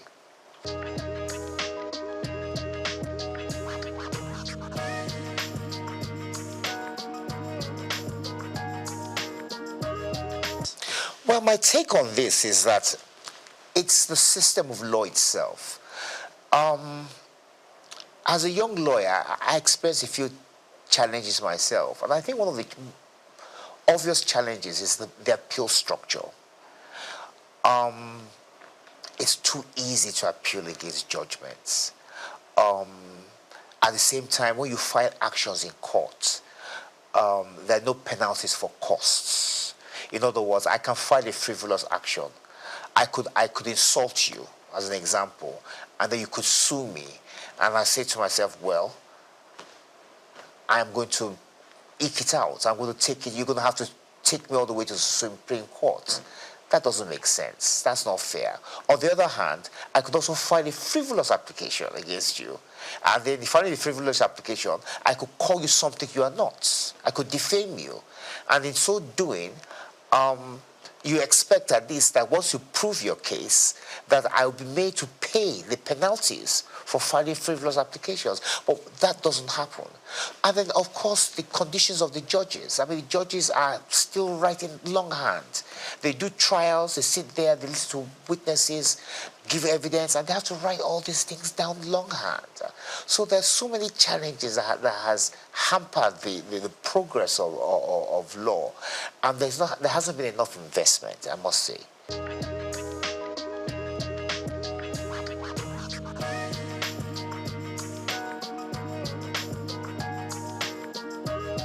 Well, I agree with that, and I'm going to give an example as to how that I think we could possibly do that.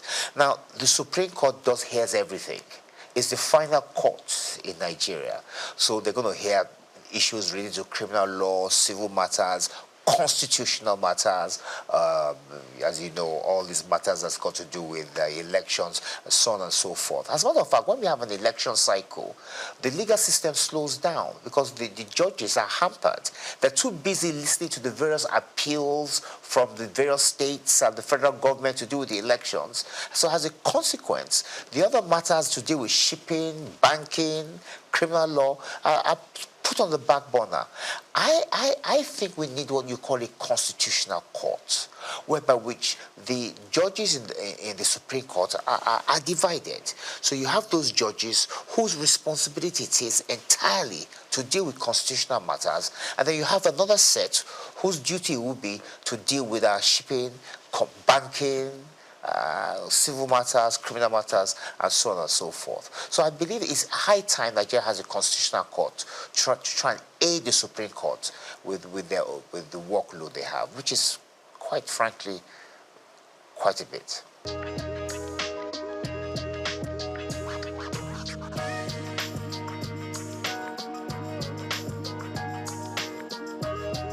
Well, Nigerians, with respect, are very brilliant, very intelligent, and they are very aware. It doesn't matter who you are, whether you're a tailor, you're a driver, you're a lawyer, engineer, they are quite well informed. And the truth of the matter really is that this is the longest republic we've had. This republic started in 1999, and this is 2025, so 26 years. Nigeria's never had a republic this long. But the main flaw is the one you just mentioned. The fact that that constitution that was bequeathed to us by the military in 1999 was never really approved by the people. Now, that doesn't make sense, and that's unfair. In fairness, we ought to be able to look at the Constitution, improve upon it, and put our own input into it. Now, there's a way around that, and I've always believed, many people oppose this, but I'm of the view that what Nigerians need to have is a referendum. Have a referendum to ask the Nigerian people whether they want to persist with the 1999 Constitution or do they want to drop a new one. If the answer to that question is yes, we want to drop a new constitution, then that puts paid to the 1999 constitution, and then you can now have a system, a constituent assembly, whatever the case may be, where people will sit around the table and fashion out a new constitution.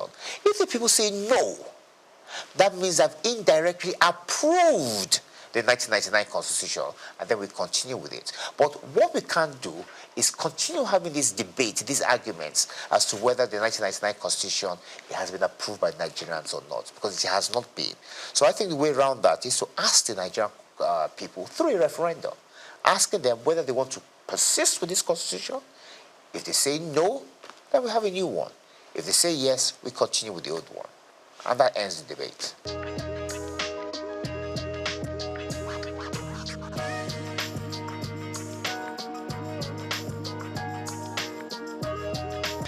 Every system has its merits. Every system has its advantages and disadvantages.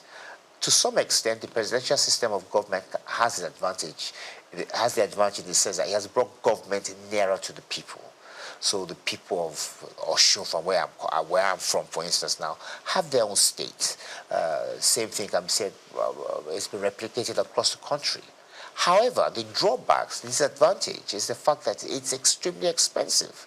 Now, look at Nigeria, for instance, now. We have 36 state governments. So that means we have 36 governments in Nigeria. If you add the government of Abuja, if you add the federal government, that's 38. Now, each one of these governments have some form of legislature, judiciary, an executive as well, local government, civil service. It's too expensive. Look, in America, where we borrowed this system from, the states came together to form a union. This is totally different. We are doing it the opposite way. So we've had a structure that we're now going back. So at the end of the day, many of the state governments are still dependent on the federal government. And as a consequence, the kind of progress we ought to be making, we're not quite making it. So I personally, and this is a personal view because others would disagree, I would prefer that we reduce the size of government by having some kind of regional structure.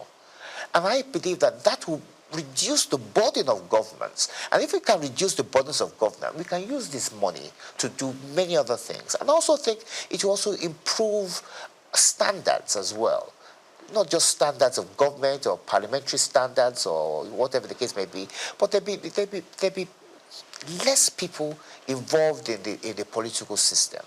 And that would help us a great deal.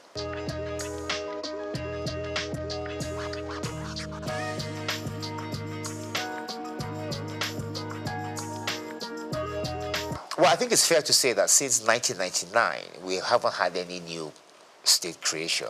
I know there's been agitation for the creation of states, but there hasn't been any.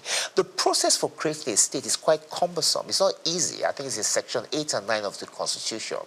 I don't think it's something we should be looking at. I think, like I said to you earlier, I think we should be trying to reduce the number of states, and I think some kind of regional structure whereby which we can monitor better what's going on rather than having more states. So I personally would not encourage the creation of more states, no.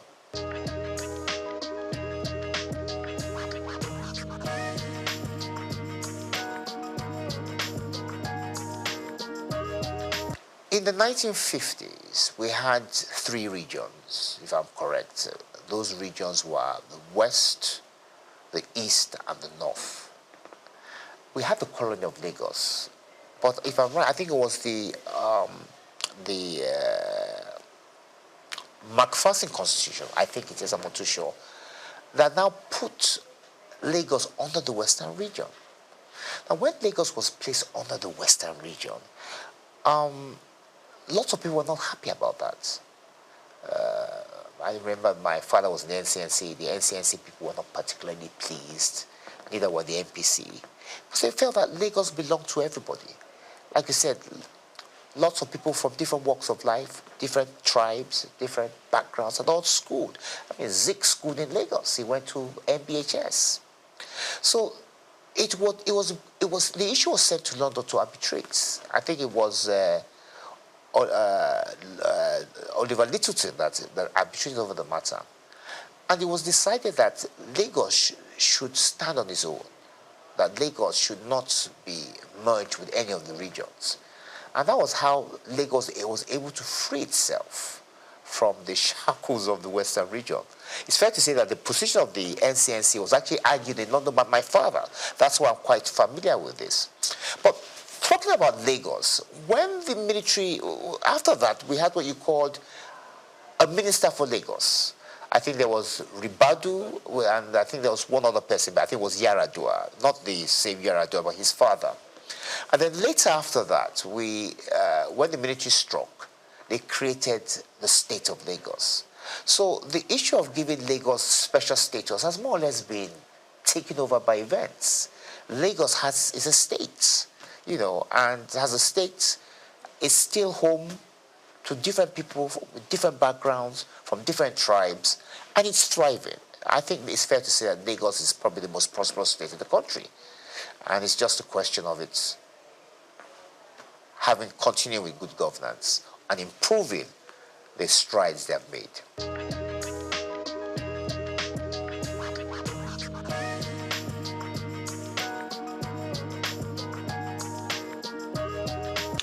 Once again, let's go back to the past. We had what we used to call the House of Chiefs, wasn't it? And in those House of Chiefs, many of the members of the House of Chiefs were people, were traditional rulers, chiefs from different backgrounds, and they had a say in the running of the affairs of state. It's like it was more or less akin to the House of Lords. So it wasn't necessarily the chamber whereby which the activities of day-to-day governance took place, but they could always refer issues to them. And I think that if we change our structure of governance, and if, that's a big if, then yes, we can have something like that. We can have a second chamber, which is more or less advisory in nature, similar to the House of Lords, whereby which we will have obas and chiefs and people of influence who will be able to advise government from day to day from of the experiences and the way forward, but not necessarily binding. I think that's important. That decisions won't necessarily be binding on us, but at least they'll be able to share their views and experiences with the people.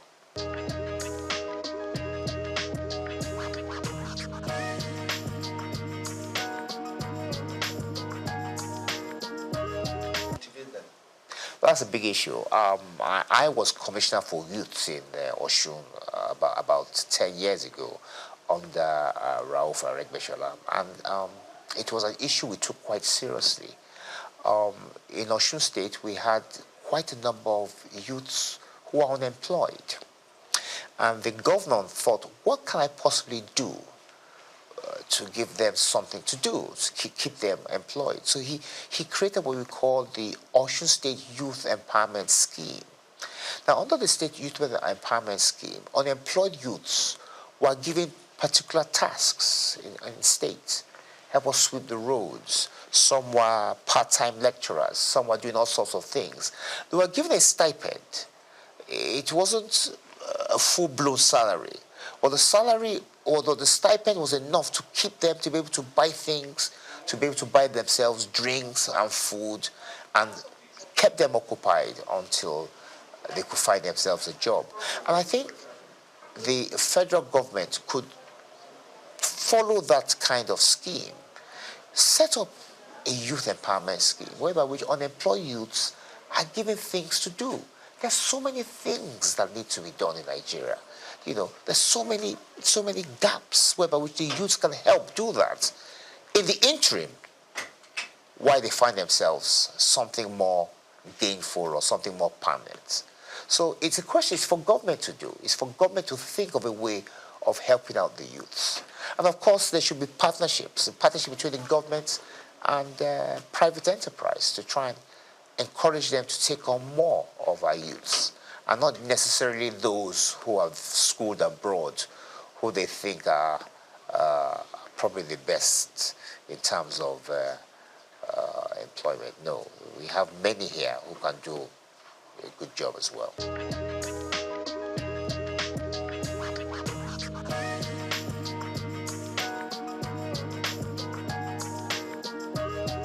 Sustaining democracy is about discipline. It's about the people being disciplined. It's about those who rule us being disciplined.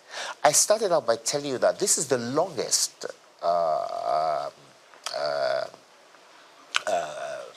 government we've had. It's the longest republic we've had. We've had democracy now since 1999, 26 years. If you go back to the days of independence, there's been no republic that has been this long. So it shows that the people have embraced democracy. They've come to it's part of us now. They've come to enjoy it. Yes, there are hiccups in terms of the fact that we could do a lot better in terms of how we implement things. But in terms of the people yearning for democracy and imbibing it, I think we've done very well. And what we just need to do is just to try and perfect it. One of the ways, like I said much earlier, is to perhaps take a second look at the Constitution, see where areas where we can improve, and try and make people happy, and at the same time reduce the cost of governance. But I don't think democracy is going anywhere. I think it's here to stay.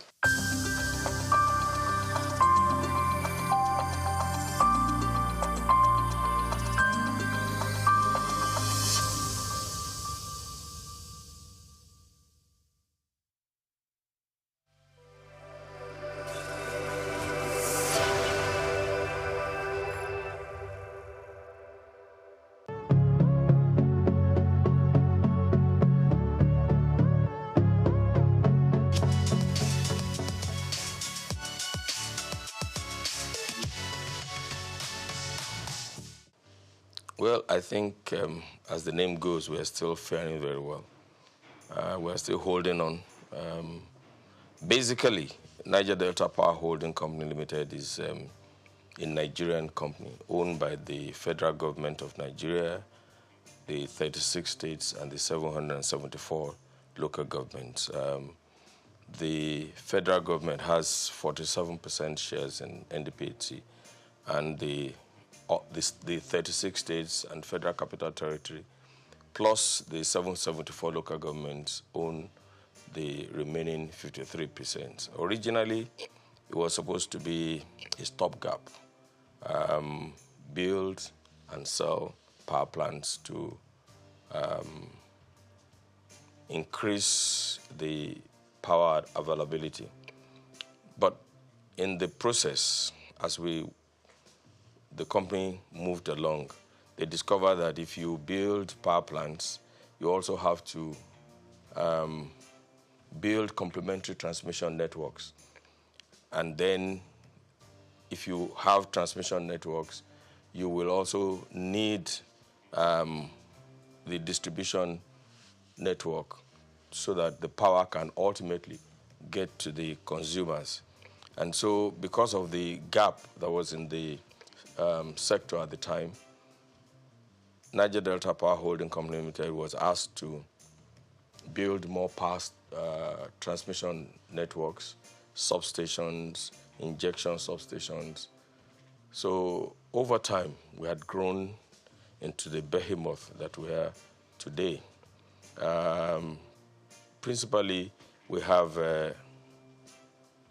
8 power plants functioning now, and then 2 are in the process of being completed.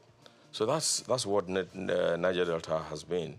But basically, I can say without any iota of contradiction that Niger Delta Power Holding Company Limited has been able to increase the capacity, the network capacity, by about 50%. And of course, the distribution capacity by about 60%. We are capable of producing up to 4,000 megawatts now, but there are still some constraints in the transmission network, which is being addressed by the various arms of government and the various stakeholders in the sector.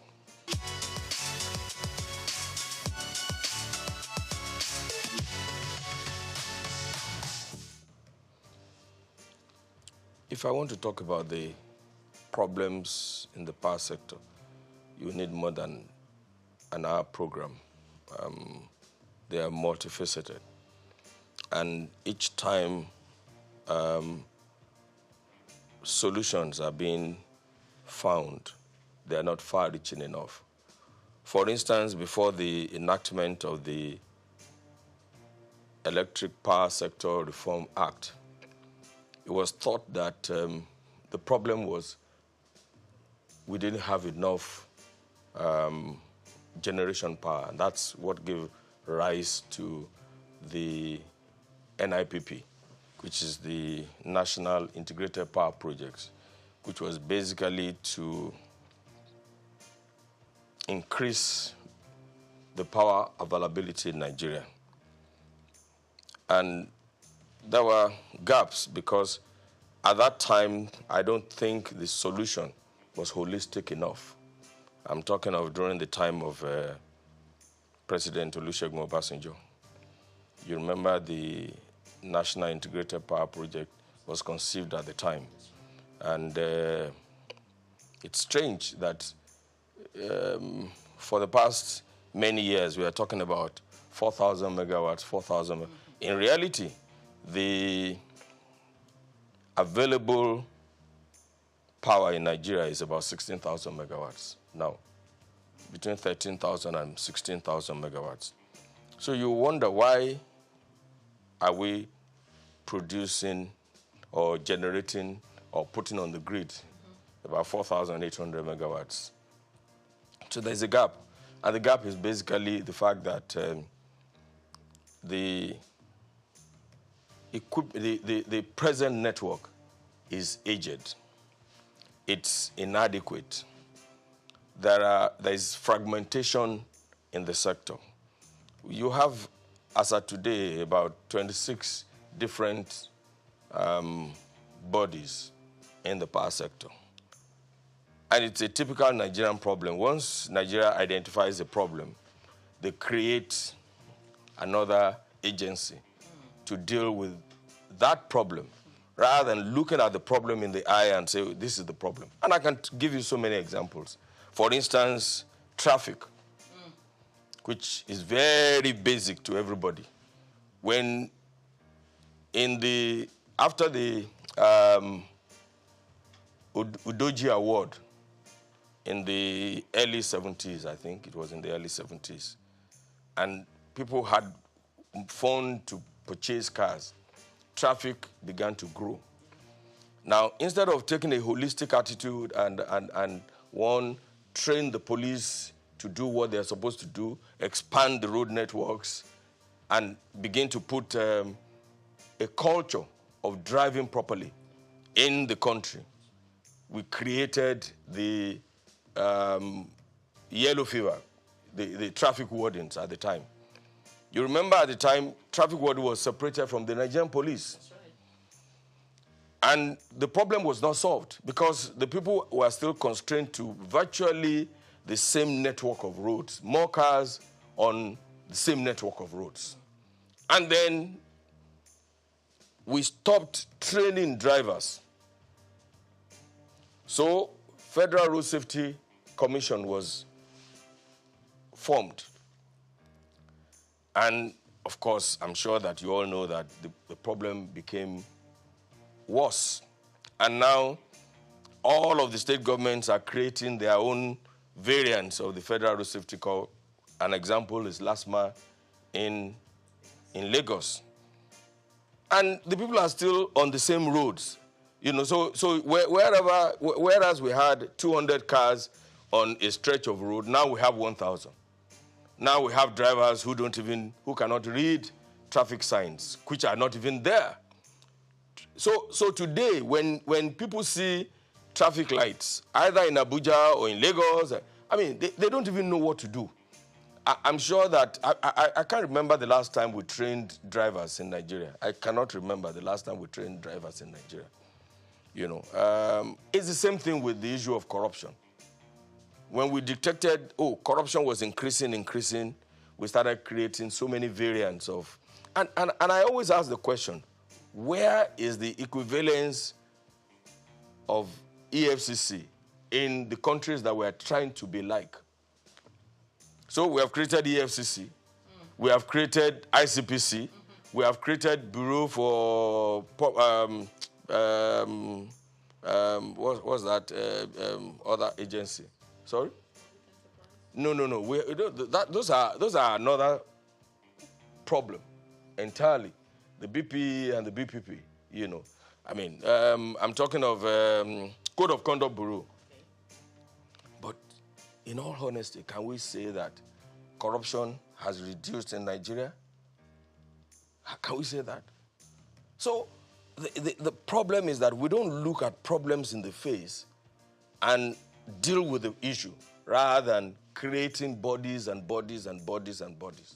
We don't have the variants of EFCC, ICPC, and Code of Conduct Bureau in the countries that we're trying to be like. In this age and times, honestly, there are no, you don't need, it's not rocket science. There is hardly anything you want to do that has not been done before or that is not being done in some other places. I mean, so you see in various sectors that once we identify a problem, rather than look the problem in the eye and profiling solution to it, we create another body.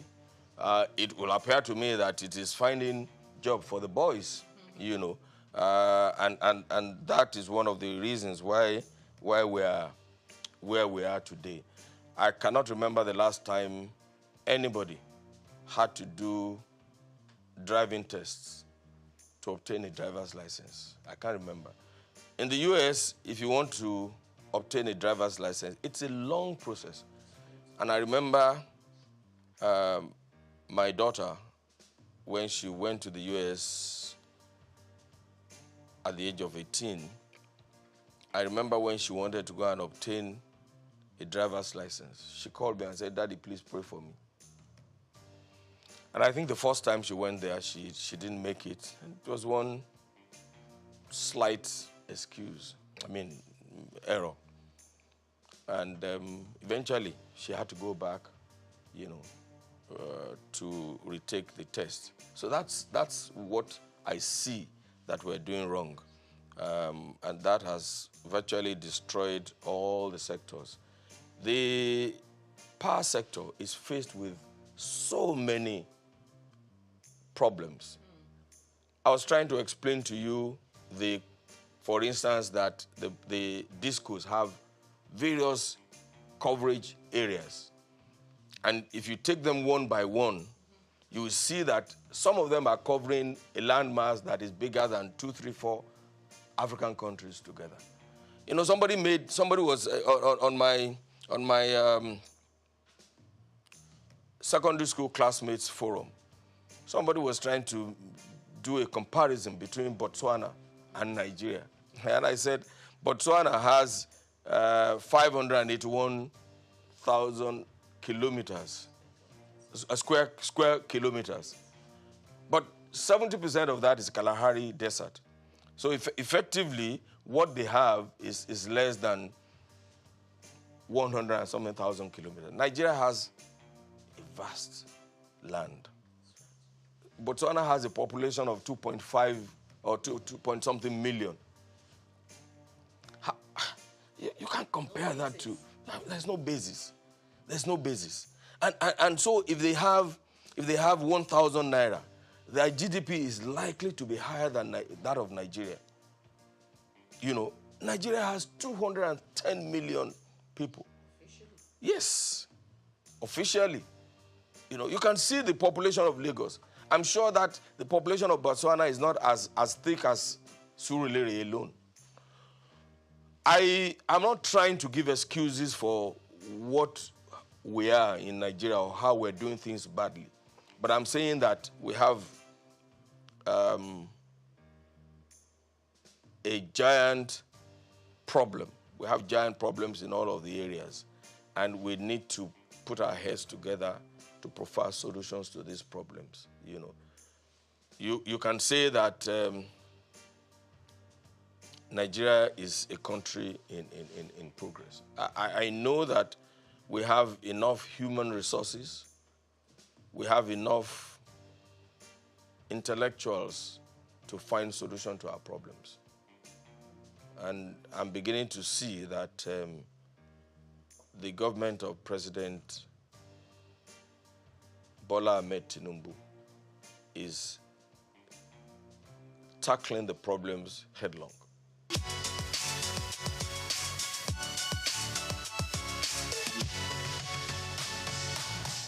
I don't want to say that they work in silos. I mean, it should not be absolutely correct. I don't want to say that. That would be too negative. I would like to say that there's need for better collaboration between all of us. And then one of the greatest things that we need to do is that there must be a coordinating agency that is not encumbered with or by bureaucratic procedures.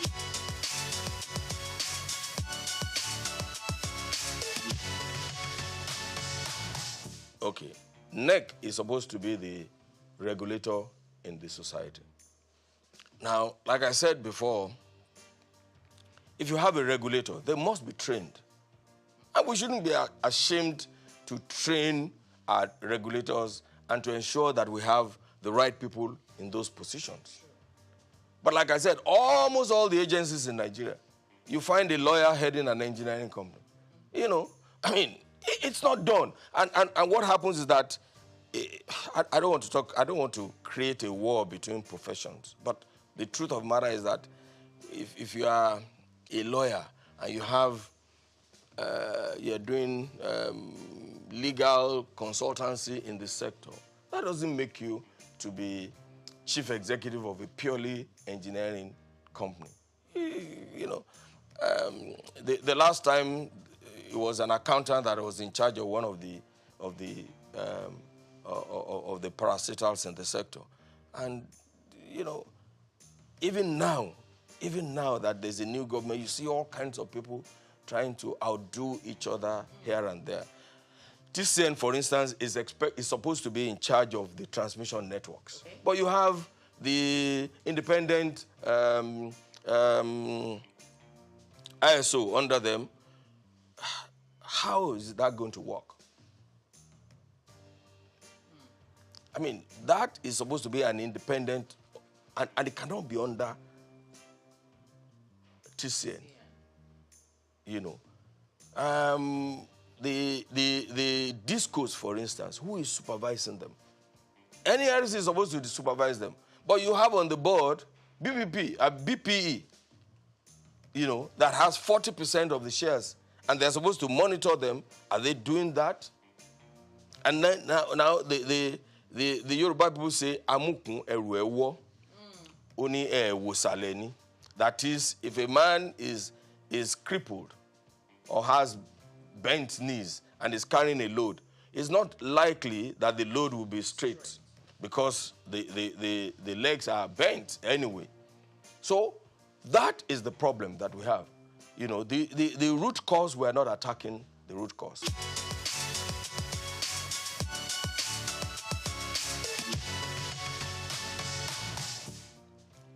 You know, the electricity power sector reform has a transition program.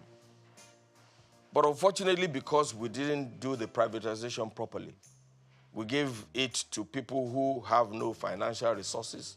They borrowed money from the banks to purchase the concession anyway. You know, because they borrowed money from the bank, they don't have enough funds to repair the aging facility that they inherited. So that is a problem. Now the bank is on them. The bank lend them money for 5 years or, you know, whereas this is a sector that is, I mean, you need long-term fund. You know, you need to have enough money to lay new cables, replace transformers. Some of these transformers have been there since 1960-something, to replace them. Look, where I come from in Ondo South Central District, we have not had power for up to 15 years now from the national grid. Everybody is an electricity generator company on his own.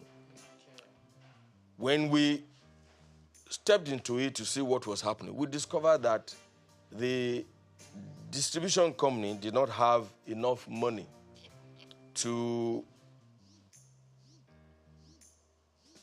repair the damaged distribution networks. So NDPC stepped into it, and we've spent almost 3 billion to repair all of that. 3 billion. Or almost 3 billion. I mean, we're talking about 6 local governments. At a point, by the time we had finished the reticulation of the networks in 5 of the local governments, we discovered that the source of supply is from Ondo.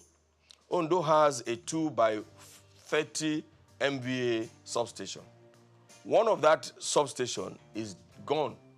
So it means that the distance of almost 100 kilometers from Ondo to Ore and to Ilaje, to Igbokoda area, to Mahin and Co. Just one single 33 kV line is coming from that. So by the time the light gets to Okitipupa, what you have is candle light. It's the same thing we saw in Lafia, for instance. For years, Lafia, even the government house in Lafia, was being operated on generator because the single line feeding Lafia and the entire Nasarawa state is from Abuja. So that's why we stepped in and built the 330, 132, 33 kV substation, which was commissioned early last year by President Muhammadu Buhari. And you can see the joy in the faces of the people.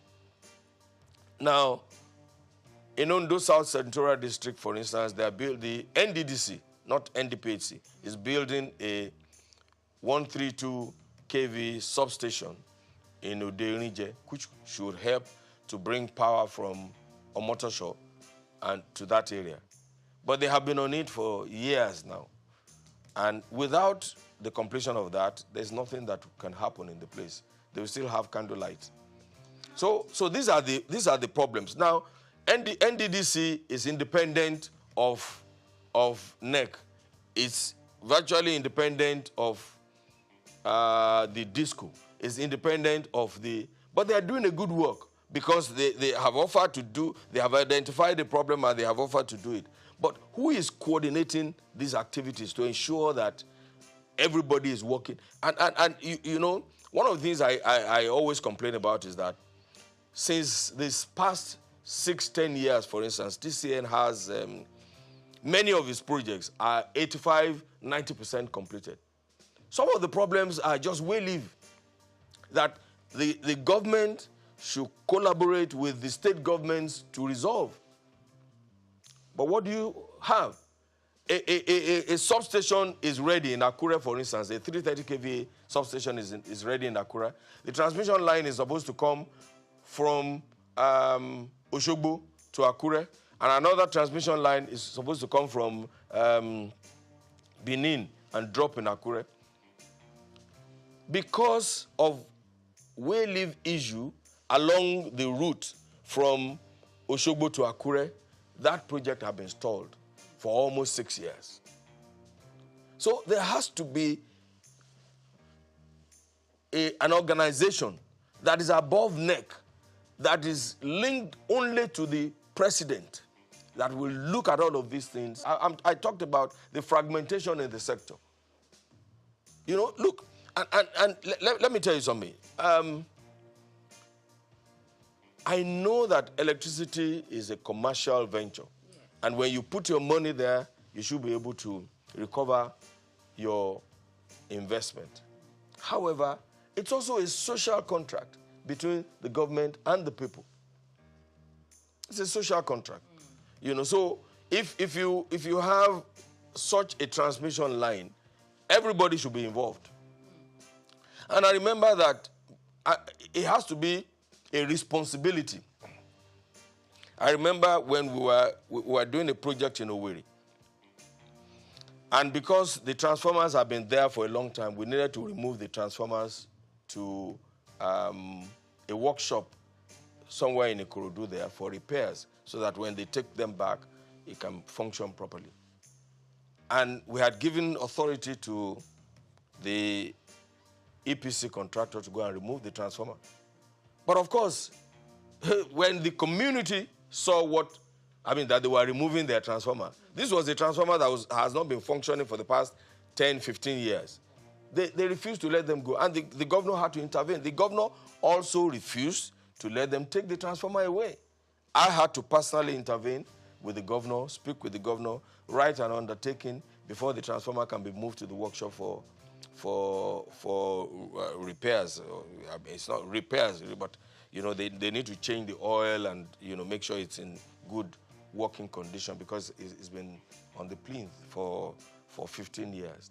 So there has to be a coordinating agency that is devoid of bureaucratic encumbers. Initially, NDPAC was created from the Federation account. The initial seed money for NDPAC was from the Federation account. However, since we started producing electricity, let me put it that way, we don't receive subvention from the government. So our revenue is from the sale of electricity, sale of energy to the network and to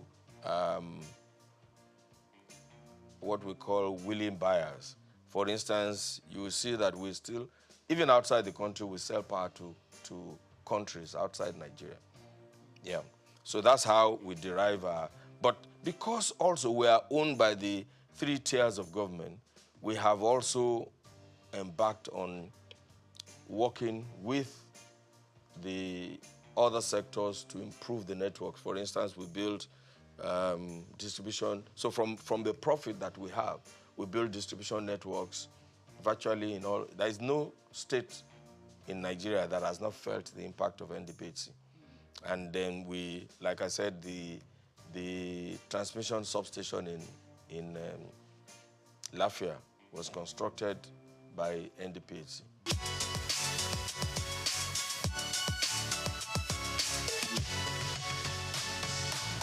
It's like LNG. LNG cannot receive subvention from the federal government anymore. Of course, initially, government put in their own investment and the private sector put in their own investment. I'm hoping that we will move away from this structure in NDPAC. I'm really hoping that we'll move and adopt the NLG structure, for instance, and bring in a huge investor to acquire 49% so that we can start operating like an LNG. There's a lot of confusion in the society, and even those some high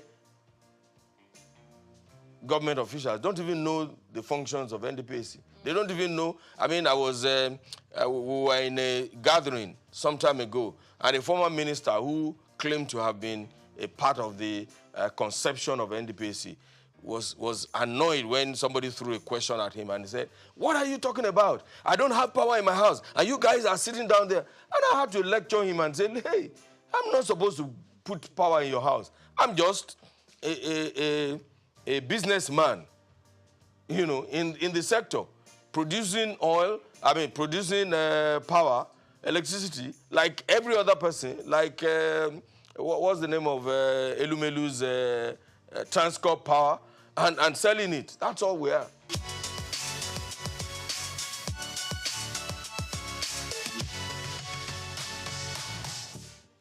problems are enormous.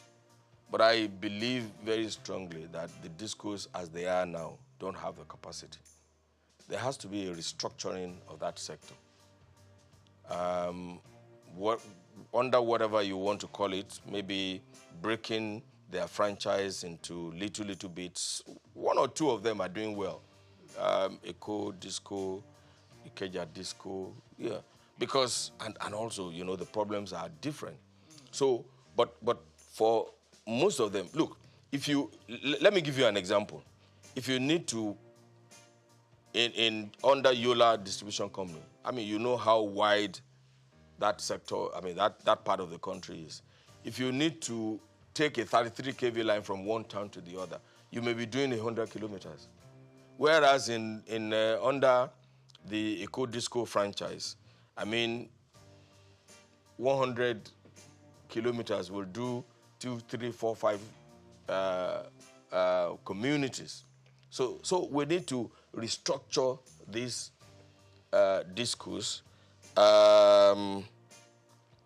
We need to support the discos to develop a new program tailored to reduce ATC and C losses. What is ATC and C? Aggregate technical, commercial, and collecting losses. Now, when you take power from Ondo, for instance, to Ilaje, 100 kilometers, by the time, and don't forget that along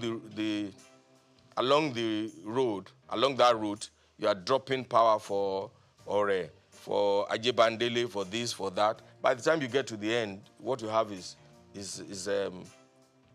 candlelight. So you will need to, and the discos don't have the finances to do these things. I said earlier that the privatization was not properly done. Okay. I'm not sure that those people have an understanding of what they were getting into. Everybody thought the power sector was like the telecommunications sector. But it is not. The amount of infrastructure that you need to put in place, physical infrastructure that you need to put in place for power is totally different from that. Because apart from your cell in telecommunication and the handset there's nothing that you need to do. You probably don't need to put poles, pay compensation. Fiber optic is for specific areas. I mean, for specific things, and it doesn't stop the telecommunication facilities. After all, they can use satellite. Yes, they exactly from functioning very well. Okay. So that the difference is, but you cannot send power remotely. You need cables, you need poles, you need transmission lines, you need all sorts of things. You need transformers.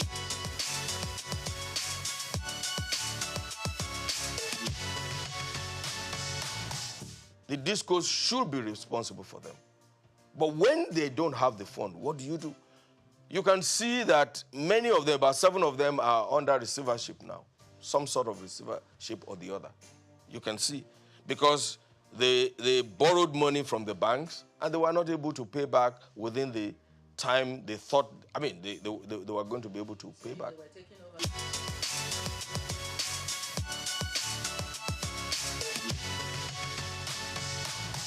You have to deal with each one of them, you know, on it has to be a tailored solution to each disco. You cannot apply the same brush for all of them.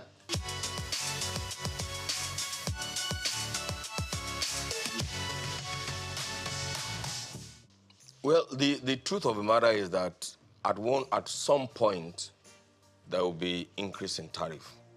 However, this is not the time for it. I mean, Nigeria, I mean, we are doing a lot of reforms now. The removal of the subsidy has increased the cost of living in Nigeria.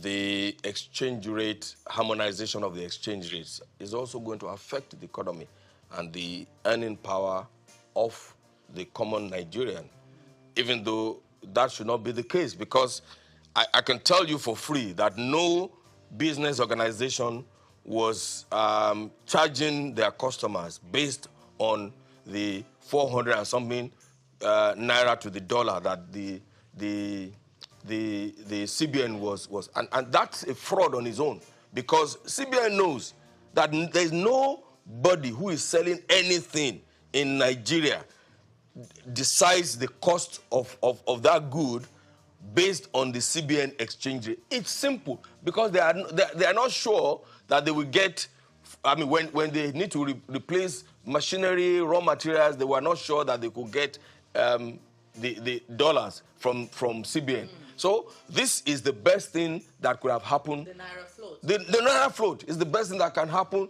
to our nation, Nigeria.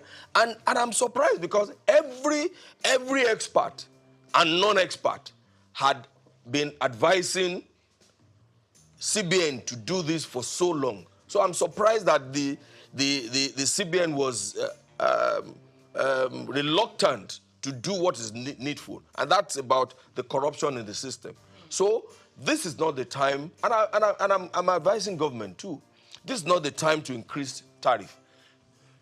Honestly, subsidizing the power sector is not good for the economy, because the truth of the matter is that 80% of the subsidy in the power sector is being enjoyed by people who can afford to pay for electricity. That's the truth. The low tariff pays only the rich. You know, the poor people just take advantage, just like in fuel too. Look, if you have 10 cars and you put all the 10 cars on the road, the poor man has only one way to go, just to go to office and come back, and you know.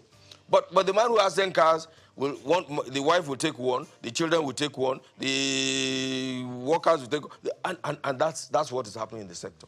So yes, this is not the time to think about increasing tariff.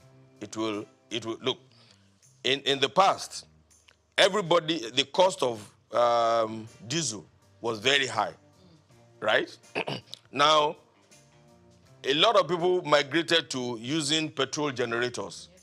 Now the cost of petrol is even almost higher than the cost of, because petrol burns faster, you use more petrol for your generator than diesel. So, generating power in your house now, where you don't have power supply from the national grid, is a big problem.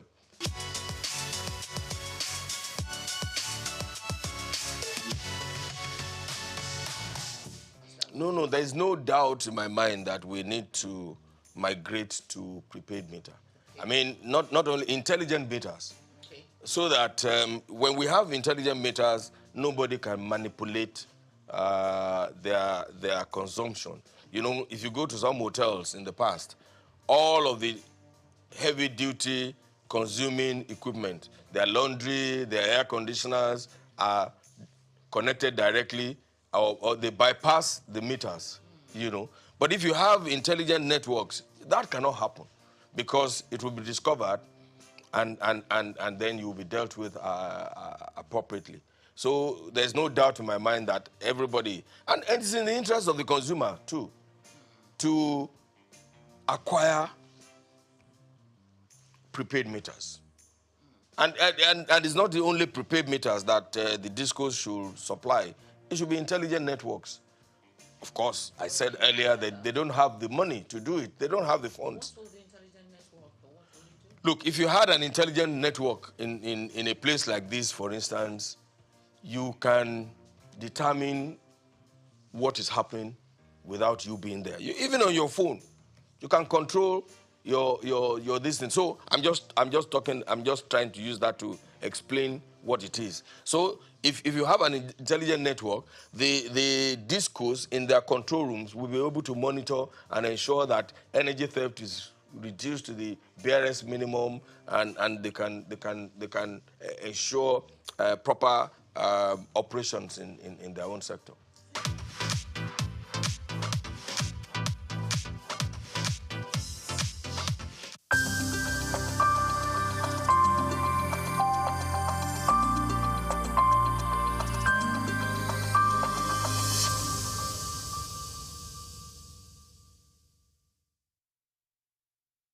Hi, I'm Blessing and this is Souq Exclusive. You know, when it's time for exclusive, we've got a big fish in the pool.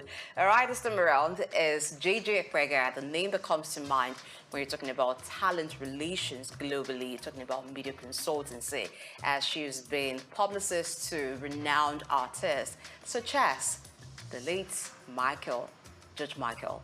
All right, I hate to say late, but because his music feels so much alive whenever you listen to it, because they're classics. When you talk about Judge Michael, those songs is done, never fade. But let's meet JJ Ekwega. Good morning, welcome to the show. Good morning, nice to see you today. Yeah, I like to wake up to someone great, and this is it. Waking up to sit close to you and talk to you. Oh, thank you, appreciate that, thank you. All right. Now, for someone like you who's been around the high and mighty when it comes to the entertainment industry all along, it must have been a journey, and it must have been very interesting. Also good to know that your grand uncle, Orlando Martins, was the first African to go to Hollywood. Yes. So talk to us. How has it been for you growing up amid celebrities and even working with them? Well, I have to say the inspiration started with great uncle Orlando, really, in the sense that when we were teenagers, we didn't know in the 80s, just before he passed away, we used to visit him just in Lagos here, near the Marina area, and I think there's a street named after him. This is the Marina area. Oh my goodness! Yes. Are you serious? Yes. Okay, so this is like somewhere from my childhood. I actually left Nigeria when I was 8 to go to boarding school in the UK. And the journey, I want to say, was almost accidental, because I went to university in California, University of Southern California in Los Angeles. And I did want to study international relations, diplomacy, because I studied French, Spanish, and I have colloquial Arabic as well. So you'd have thought I would go into something where I would use my languages more. But I ended up at university in Los Angeles. And where is that the capital of? Entertainment. So I fell into entertainment. There was no other route to take. And ended up working in media relations. My first job as an intern. I was thrown into this agency and they said, oh, you're going to work for this gentleman called Michael Levine. And he's one of the top PRs in Los Angeles. And I was assistant to his assistant. And who was he looking after in those days? We're talking about the mid-90s. He was looking after David Bowie. So I ended up working in my first job as an intern. I was unpaid, so it was like a student job, working for the PR for David Bowie. So that's where my journey started. So it was almost accidental because I didn't actually choose it. It kind of chose me. All right. Even though it was accidental, you wanted to become a diplomat. Yes. But you stumbled into entertainment. Yes, I working did. as a publicist. Yes. What was it that kept you and you decided to make it your thing? I realized that it was a vocation, that's something that came from the family. Going back to great uncle Orlando Martins, I came to appreciate in time when I told people that as a child, he would show us pictures of him with Ronald Reagan or the great Audrey Hepburn, the actress from Hollywood, and other people. And we didn't appreciate it at the time. And when I told the story, when I went back to Los Angeles, people would be like, but we know your great uncle's films. We've seen him in Hasty Heart. We've seen him in The Nun story with Audrey Hepburn. That was your great uncle? He was so eloquent. Because what was so good about great uncle was that he spoke Yoruba in his roles. He would never just make up gibberish. He'd say, no, I have a language, I'm Nigerian.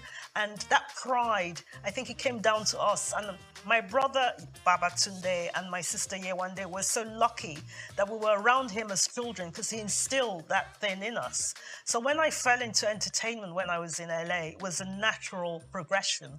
And I just thought, no, I should do this. It was an inspiration to me. So I think that's what kept me going on. Did you ever find yourself in a conflict from being the publicist, the one who's behind the scene, working it out for the artist, and wanting to be in the stage, like being in front of the camera, being the artist yourself? Do you know how I got around that? Our late mom, Ibiene Adokie-Apega, she was a journalist in the UK in the late 80s and just before she passed away, unfortunately, in 1992. And growing up with her, she worked for the Daily Mail in the UK and as a freelance for papers in Nigeria, although she was based in London. And one way of me conquering that was also doing my journalism side of things, because my degree was in communications and journalism. So I went into journalism in the sense that I worked for a number of sites, like HuffPost. I worked for something called the Luxury Channel, and I was a contributor for news websites. And I also did CNN Showbiz, because I had a little spurt at CNN, which I loved. And that was a way of connecting with the entertainment side of things, interviewing people, going to events, writing up stories about movies, about special events, covering the Oscars, the BAFTAs in London. So that was a way for me to go around it, if that makes sense. It does make sense. And I see that you've got the experience all around, from media to entertainment. Yes. Now, when you first met the big artist, in fact, when you were asked to relate with someone like David Bowie, how did it feel for you for the first time? I'll tell you a quick story. When I started the job working for the publicist that looks after David Bowie, on the second day I was told, you need to call David's office and you've not got to speak to him and prepare him and his wife Iman. They're coming to London. You've got to give them the itinerary. I was like, I have to call David Bowie? I can imagine that. I was trembling, but I just had to hold everything in and say, okay, he's a human being. Okay, let me just get on with it. And that kind of helped in the sense that they trusted me to do it. But then I had to hold myself together, and sometimes you just go with it. You just go with it. So share me your experience working with George Michael. I'm eager to know how it must have been working with him, watching him, on TV. I find him fascinating, unpredictable. But working with a man like that, how was it? Oh, it was amazing. I'll tell you, I first met him when in 1990. Well, I say first met him, worked for him. I spent a day with him. When I worked at MTV Europe in the mid-90s, he was doing, this was 1996, he was doing the MTV Awards in London. And during the MTV Awards, everyone's assigned to a different artist. So back in those days, it would have been people like Robbie Williams, I'm a UK artist. George Michael was there. You had the Foo Fighters. You had Janet Jackson. You had different artists. But that day, I was assigned to George Michael, and they said, from 9 o'clock in the morning till 9 o'clock at night, you've got to be with him, you've got to get him food, look after him. So you have to imagine that I had to go and meet his car at the stadium when he arrived. It was at the Alexander Palace, actually. I had to meet his car, introduce myself, say, I'm going to be looking after you today. And they call it a talent escort. Okay. I'm going to be your talent escort. And it was just him that came alone. So can you imagine, with my idol who I'd loved as a teenager, meeting at the car and having to just be with him all day. I met his parents, which was an honor because his mother passed away the year after. And he was just such a personable person. At that stage, I wasn't working for him. At that stage, I was just starting out in my career in 96. Starting out in my career, one of my second jobs actually at MTV Europe in London, and looking after George Michael. And it was because of looking after him that day, and I kept in touch with his management team, that literally, I want to say 12 years later, I worked for him. Okay. In 2008. So for me, it was like a journey, and it shows you what a kind person he was, because he remembered. He said, oh, you were that young girl who was all nervous, and you looked after him, and I just loved your company. Come and work in my office. It's because of him I can say a lot that I'm here today, because he gave me so many opportunities. I met so many people with him. One of the people that was looked after in his office was Donatella Versace.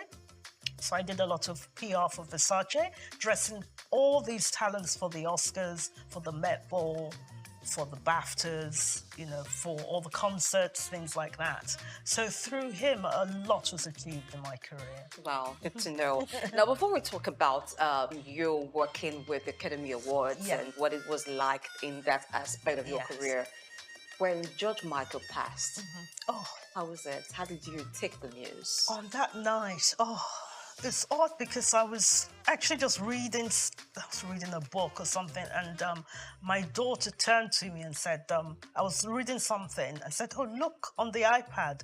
It just flashed up. George Michael has passed. It was the worst. I still remember it very clearly, 2016. It was the worst night, I must say. And my phone started buzzing, and I got a call, and I wasn't working because I'm currently working with the BBC now, but I wasn't at the BBC at the time. But my best friend was working at the BBC News, and he said, Jay, you've got to come on. You know, we've spoken to the management and one of the other PRs, but I know you. I want you to come and say something. And it was the hardest. I spent 10 minutes on BBC News, Global News, talking about George. What a wonderful person he was, personable, kind. You know, and when we worked for him, we would get bonuses so we could go on holidays. He was just the kindest, most humble man. He wasn't fond of doing PR, oddly enough. He was quite shy, very shy. Strange. Yes, and he'd say, oh, we have to do it. And he'd roll his eyes, oh, do we have to? Like, yeah, oh, you know. But he was such a kind, personable, fun person. One of the greatest bosses I've ever had, and unforgettable. And I think his music, as you mentioned, you talked about listening to him in the office, is beyond time. Indeed, it is beyond time. And when you listen to songs done by George Michael, you don't feel like he's gone. Yes, you feel like he's alive still again. alive Yes. and with us. Yes. Well, while you were talking about him, you mentioned that he was a shy person. Yes. That brings us to talking about shy people in the media industry. Yeah. You also reckoned with that in an Yes. interview that you granted. Yes. Talked about being shy. Yeah. Sometimes it's hard to believe that you can be around so much buzz. You could be even the person of focus, Yes. but yet you're shy. Yeah. How do you manage that?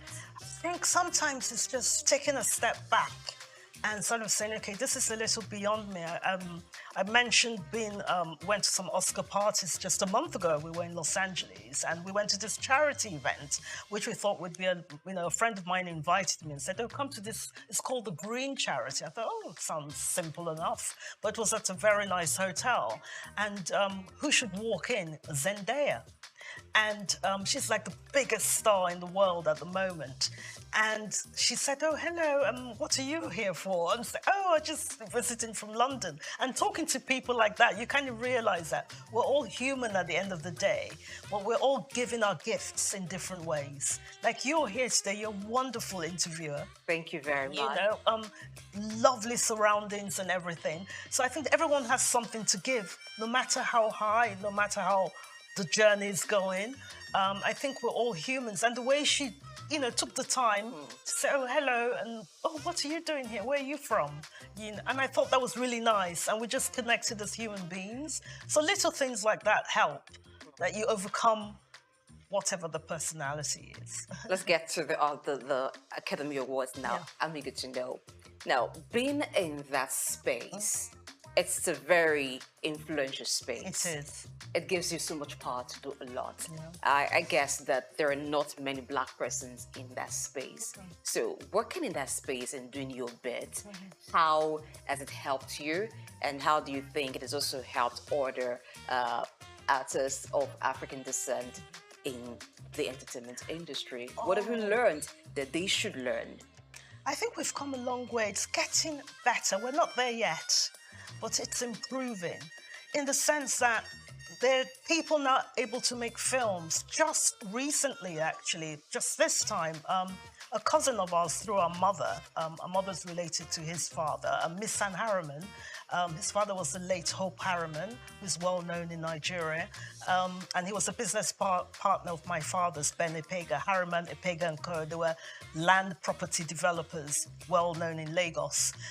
Miss San had a film at the Oscars, a short film that was nominated with the actor David Oyelowo in the lead.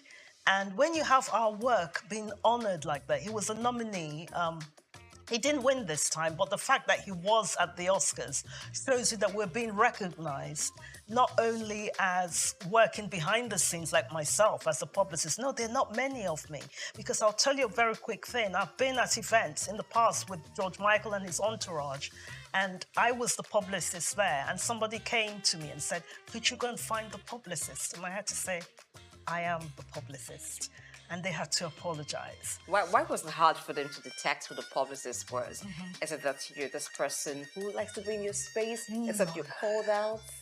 At that time, I was there doing my work and being respectful, but I was the only person that looked like me. Oh, are you talking about color now? Yes. Okay. Yes. Because especially even now, in the sphere of publicists, I would say 3% of us are of ethnic minority in the UK, on par, you know, on that level where we've grown, and the level working with very A-list talent and things like that. There are not so many of us. It's getting better, but we still have a struggle. I've still had issues lately in my life, in this role that I've been in, but I refuse to step back when I've started a journey moving forward. You seem to be very comfortable in the UK or working in the UK. Yes. Most part of your career has been in the UK. Yes, most of it. What's it about the UK that makes you comfortable? If you were in America, would it be any different? I have worked briefly in the US and lived there as a student as well. And basically, and my ex-partner is from the US, Los Angeles. But essentially, the UK, because I went at 8, because I think I went as a young child, I went to boarding school there, so I really cultivated the culture there. And when you grow up somewhere, it becomes more familiar, if that makes sense. More like home. Like home. But again, it's a similarity with Nigeria. We all speak English, and this was a colony in its time. But there's that similarity with Nigeria and England in the sense that we're not far. Like, look at the time now. We're both on the same time zones at the moment. There's just that closeness to home. And I think that's why I became more settled there and became like a second home to me. All right, let's talk about your first home, Nigeria. Yes. So you're in Nigeria right now. Yeah. This is your home. No one should ask you, why are you here? But I want to ask, what's up this time that you're here? This time is very special. Well, essentially, again, we go back to George Michael, because I am here for the GT Food and Drink Festival. And basically, the person that I came with, we all came yesterday with Dylan Alora, who's an artist who's actually in the UK at the moment, but over in Lagos. And we came over with Tom Parker Bowles, who's the son of Queen Camilla. And we all flew over last night. And George Michael gets involved with this again because I met him because he was a friend of George Michael and someone that we organized tickets for back in 2008. So we thank George Michael. Because of George Michael, Tom is here. And so we're here for the food festival for a few days to enjoy, you know, see what it's all about. I haven't been to any of these festivals. I think it'll be fascinating. And they have other people attending, like Aldo Zilli, Jean-Christophe Novelli, and some US chefs as well. And yeah, very much looking forward to it. So that's brought me here for 5 days to enjoy Lagos. And I'm always happy to come home. So it's a food festival. I'm going to tell you a bit about it because I was at the last year's edition. It was a while. Events talking about having. So you've been? Oh, yes, I haven't been. But I'll leave you to have your experience. Okay. But let's talk a bit about Thomas Parker Bowles. So, being a food critic, yes, that's not very common. Now, how do you become a food critic? It seems like you've got to be a chef first, or you've got to have great love for food to be able to criticize the cooking of different people. Now that looks like a career that is not quite common. And working with someone like that, from where you're coming from, working with those in music, It's different. It's still in the realm of, in England, it's very popular actually.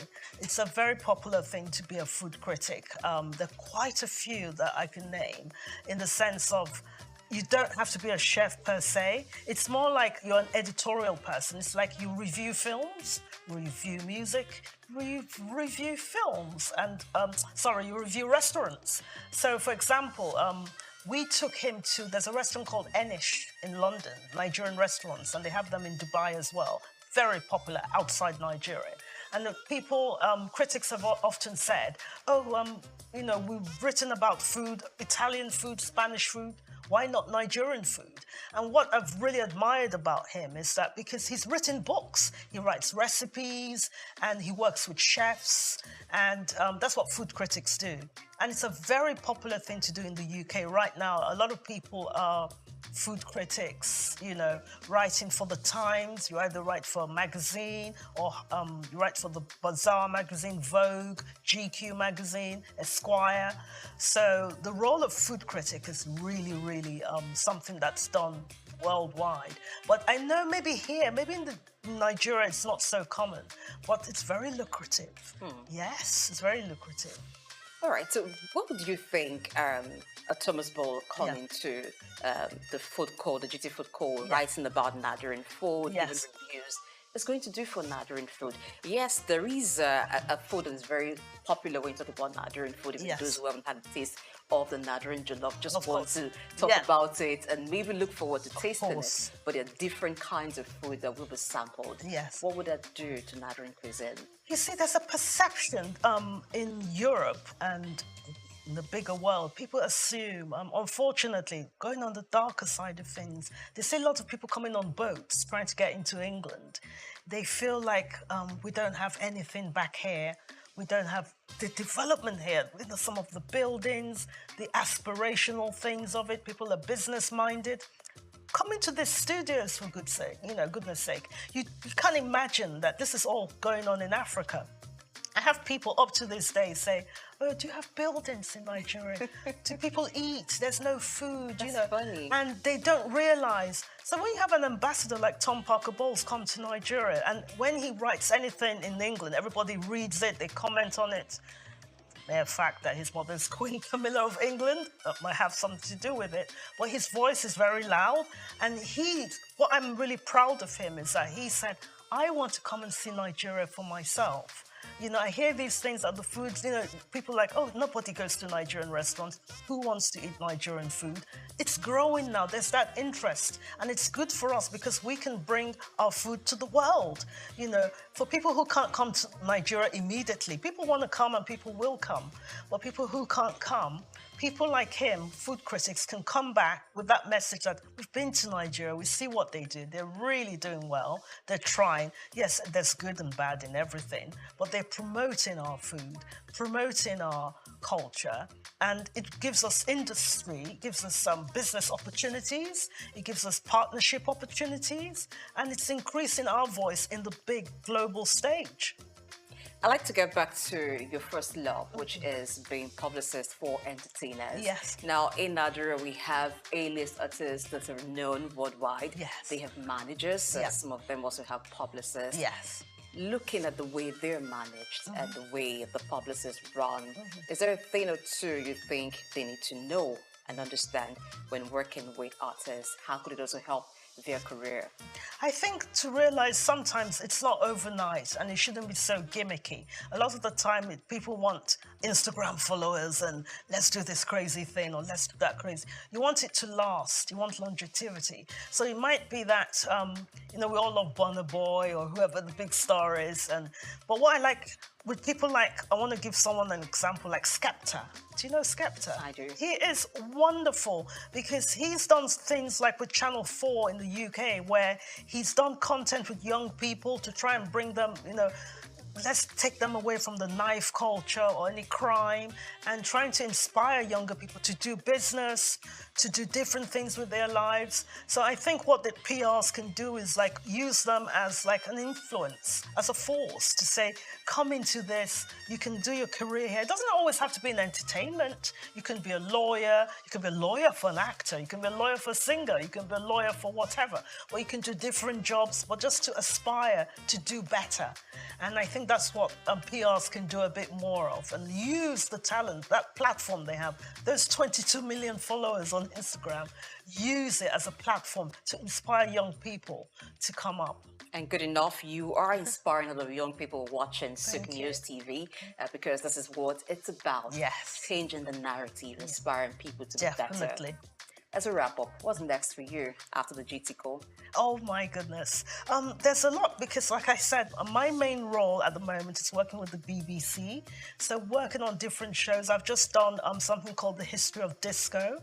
And I was thrilled to see it on the flight over on British Airways. Do you dance? Yes. Oh, okay. I won the Michael Jackson dancing competition as a teenager. Yes, I'd like I to did. see that. I want to do it here. But yes, so there's a lot in the pipeline, lots of new programs that we're doing with the BBC, and they're trying to make people more cultural and diversity aware, and I want to be part of that journey with the BBC because it has been in the state where people that look like me feel that we're not taken, you know, in the sense that we're not taking the direction that we want to go all the time, but they're trying to readdress that and make things better for everyone. So, yeah, my future, I'm, you know, hoping to, you know, get involved with things like diversity causes and work with teams and everything, and work with new talent and new TV shows. Okay. You know, so it's very exciting time. And get Nigeria involved as well, you know, and do a bit more writing for BBC Culture and write about Nigeria and Africa.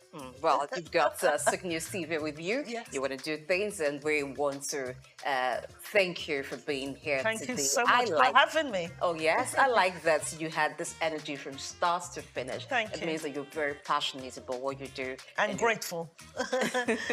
And you really want to change the narrative Definitely. for people of color, Yes. and make the world a better place, like Michael Jackson sang about. Yeah, I know.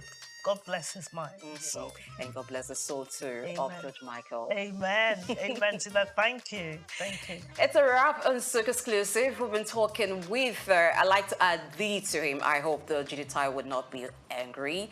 The JJ Ekwega, because this woman is awesome. Trust me, it's never been a dull moment talking with her. Thank you so much for having me. I've thoroughly enjoyed it. Thank you. Until the next, I'm Blessing AG. Thank you for watching.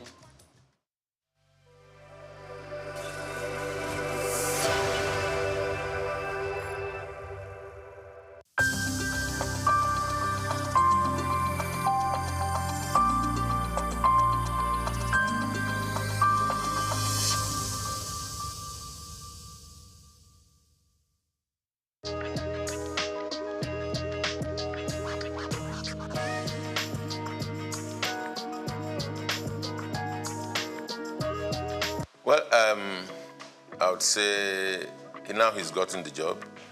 If this question had come before now, I would be able to say that I do not think we need him. But he's there now, so all we need to do is see what best he can do or what best we can do to support him to succeed. Now, going by his previous records, going by all that he's achieved in sports, ordinarily, one wouldn't have said he's the best for the Super Eagles at this time. But here we are. Decision makers have made their decisions. They've taken the decisions. We can only talk, but they already have their way. Well, I think his assessment will start when he starts playing games. He's not had any game with Nigeria, so we can't assess him. But going by his previous records, I don't think he would have been the best for Nigeria at this time. Not against other homegrown indigenous coaches who have had better records within and outside Nigeria. On a scale of 1 to 10, I don't think Shele will fit in at any point. But of course, having him been appointed, all we need to do is give support and see the best that we can get from him being Nigerians. And of course, at all times, irrespective of whatever decisions are taken, we want Nigeria to excel. Because in Nigeria's excellence, we are proud. In Nigeria's excellence, those of us that are in the media and sporting media, to be precise, we can do business. If Nigeria is not winning, the biggest brand for Nigeria is the Super Eagles, sports-wise. So if Nigeria is not winning, if Nigeria is not making waves, then we don't have business to do. So it's in our interest that he succeeds. So to that extent, I would say yes. But looking at his appointment, I think it's just a part of the over-politicization of the sporting industry. Power show by the immediate past president of the Football Federation, Melvin Pinnick Amaju. Having failed in his 2 terms, continues to transverse the terrain to show he still has power. And of course, he brought Shele. And of course, the Gusau, the incumbent president of the Football Federation, has to listen to his master. So his master's voice, that's what we're experiencing.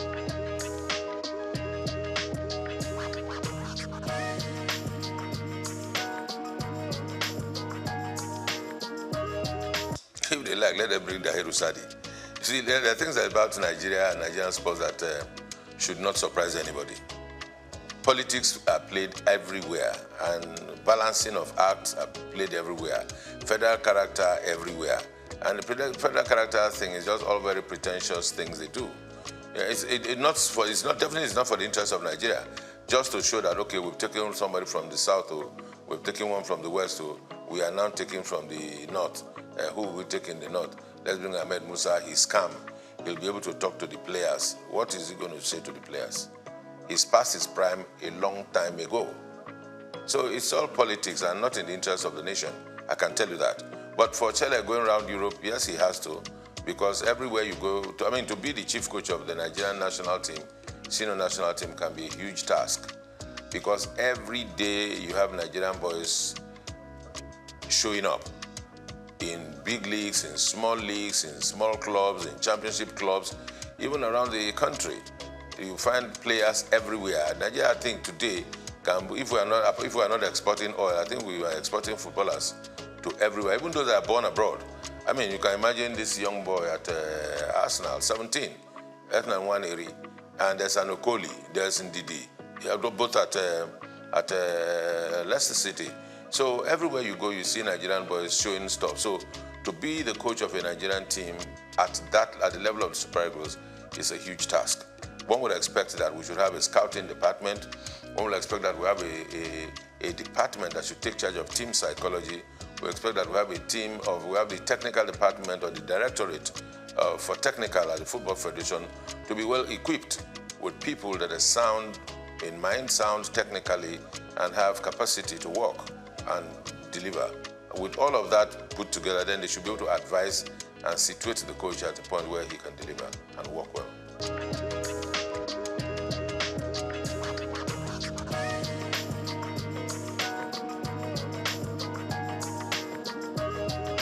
Well, you see, I said yes, because I've been one of those that have always been clamoring that there's need to have a National Sports Commission. Now, having a National Sports Commission that is populated or that is headed by politicians, it's neither here nor there. It may not take us anywhere. We need to separate our sport. Yes, sports, you cannot do away with politics at some level. But in terms of the administration, in terms of the management, in terms of the execution, there's need to be able to separate sports and politics. In the days where we held sway in sports, where the National Sports Commission functioned effectively, all of those that occupied the position as Director General, as directors in the then National Sports Commission, were professionals. If you recall from the days of Abraham Odia, Awotro Eleya, and of course Isaac Akioye, that laid the structure and foundation for a proper National Sports Commission just after the All-Africa Games, was a thoroughbred professional from the University of Ife. And there are other such professionals all about this country. And you need to ask, if we are not able to seek and give these people jobs and give them tasks to deliver, we always will go look for political loyalists to put in positions so that they answer to us.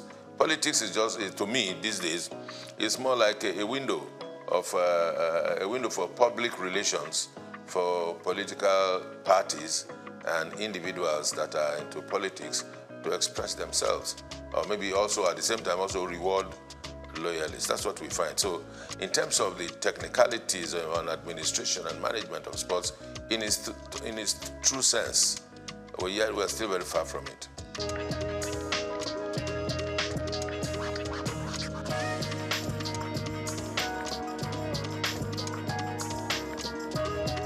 Plenty improvement, I would say. The current managers of the league are doing everything they can to ensure that our league gets back to a competitive level at the continent, gets back to a competitive level at the rate at which we, those of us local people like myself, can appreciate our football and our footballers once again. The question to ask is to say, are we doing enough? The answer will be no. Who are those not doing enough? The media, the sporting media in Nigeria is not doing well enough. Would I say sporting media? Yes. And also the bigger media is not doing well enough. And because we are not doing well enough, that's why our league is still where it is. We would have gone further than this. The other aspect of it is government. Government across the states. Football business is supposed to be good business. Football business is supposed to be run by private individuals and clubs. There's nothing wrong to say that the people of a particular state cannot run a football club in conjunction with other private individuals who will be stakeholders and are interested in the promotion of sport and football in the sense that we're talking about it now. But what we have is that we have state governments owning football teams, and those that are administering the football teams are SA this, SA that have been appointed as a reward, that have been appointed because they are loyal, that have been appointed because they can talk a little bit about foreign leagues. Somebody can talk about the league, talk about the La Liga and the EPL, and that qualifies him to be SA in charge of sports in some states of the federation.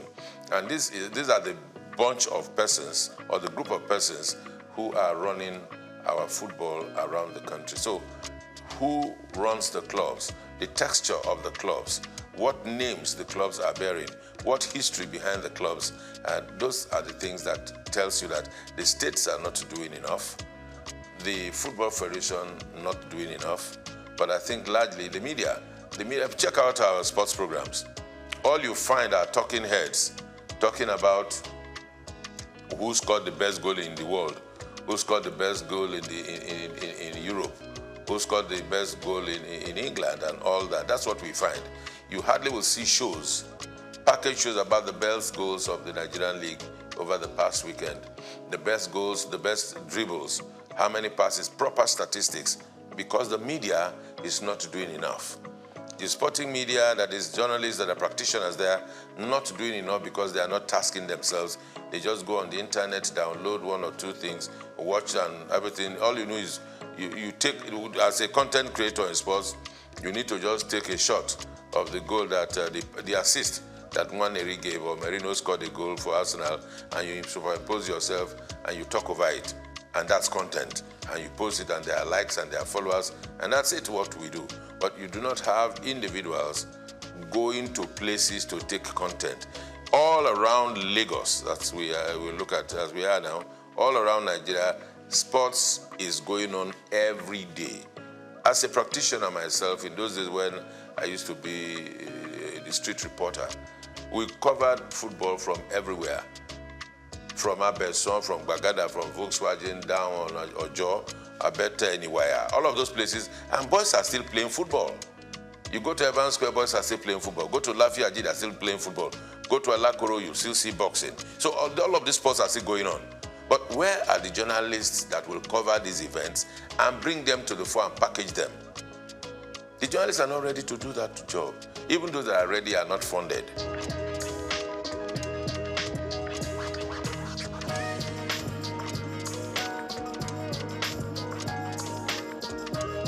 Even those that work are not paid salaries.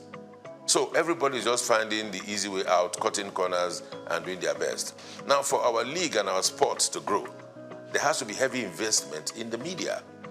Because everything you see about the EPL, the La Liga, you take the EPL and analyze it, you see a variety of shows all about the weekend games, the weekend wrap, the best goals, the best flops, the referee angle, even the advertising and marketing. Because when all of this are put in a fray, then people can relate to it. People can leverage on it. Brands can come and give sponsorship. But we are not able to attract sponsorship because there's nothing for the brands to take away. Because if you give brands value, they will attach to it. And it never used to be so.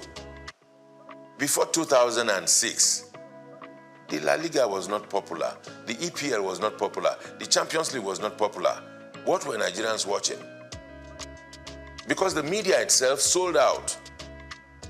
By investing, Nigerian media organizations came together, put money together, and went to buy rights of the EPL and started broadcasting it on Nigerian television for the consumption of Nigerians so they can make cheap money from telcos and from the brewing industry. They made more money for themselves. I mean, the media houses, rather than invest in the local league. Then they will tell them, who will watch Nigerian league?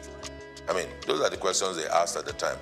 Some of us that were able to find courage, we found courage and we asked them, why would we be doing this? But of course, we were not many enough for our voices to be heard. And that's why we're here, we are where we are. So it's not far when we lost it. Can we redeem ourselves? Yes, we can, if we want to. But it will take a whole lot of courage. It will take a whole lot of work. It will take a whole lot of commitment. God help us.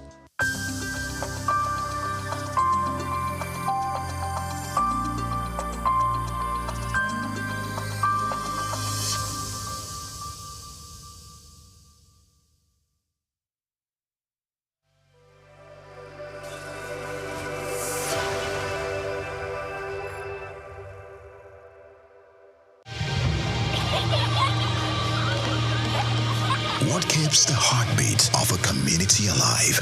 Is it the courage to create, the power to connect, the vision to transform? Well, it's all of these and more.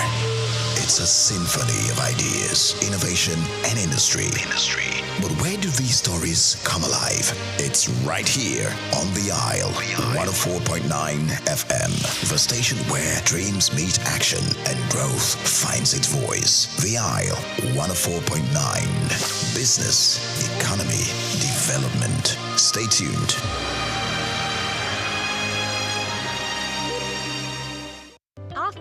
Africa Development Studies Center, ADSC, we are committed to driving sustainable growth and development across Africa through innovative training and research. Our mission, empowering leaders, policymakers, and professionals with the tools they need to create lasting change. With customized training, dynamic research programs, and study exchanges on leadership, management, and other critical development topics, ADSC offers a platform for exchanging cutting-edge ideas and global best practices. We provide comprehensive services in research and consultancy, capacity building and training, education programs, publishing and knowledge sharing.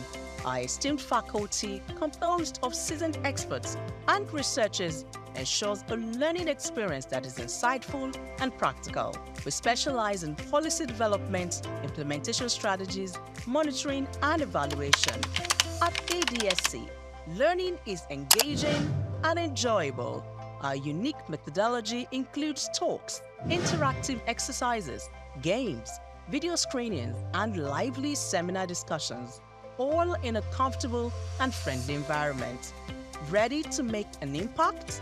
For more information, email us at info@adstudycenter.com or call +234 912 439 2362. Visit us today at www.adstudycenter.com to explore our programs and upcoming events. Africa Development Studies Center, rethinking development for Africa.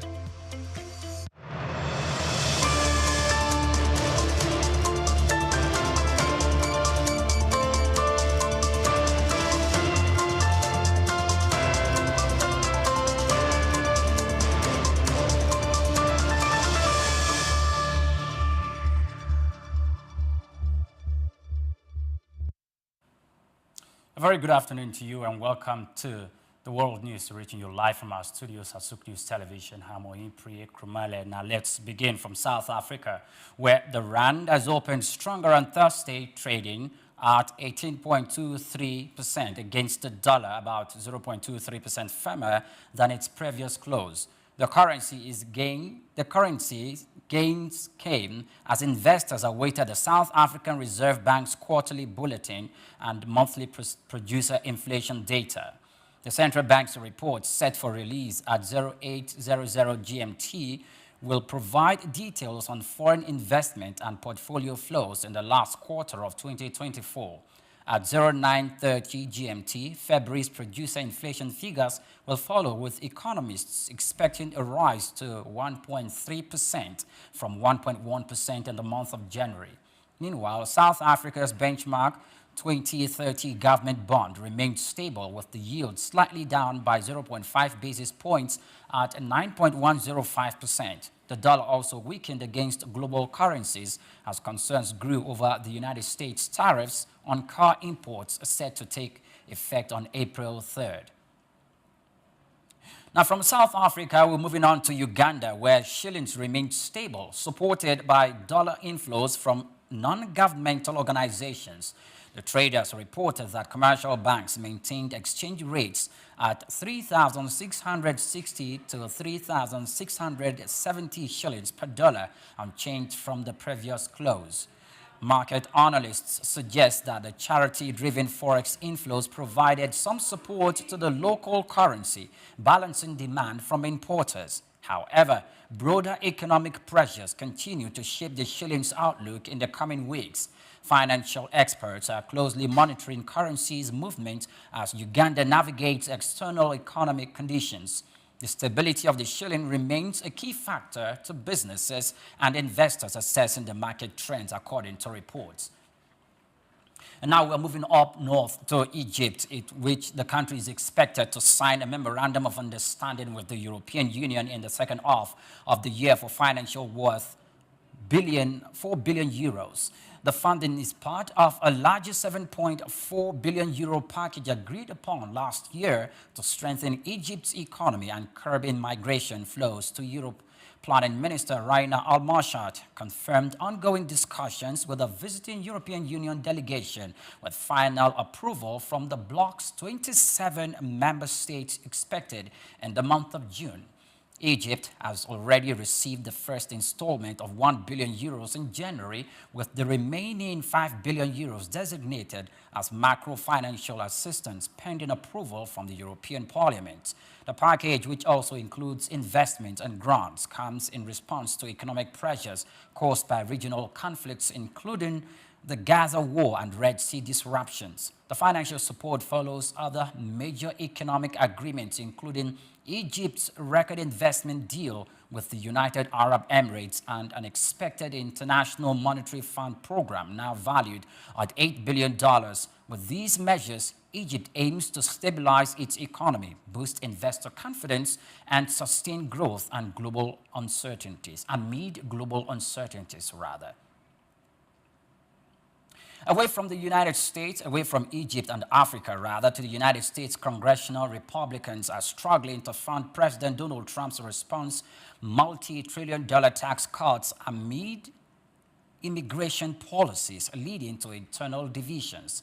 The debate centers on how to balance tax breaks with spending reductions while managing the nation's growing debt, now exceeding $36 trillion.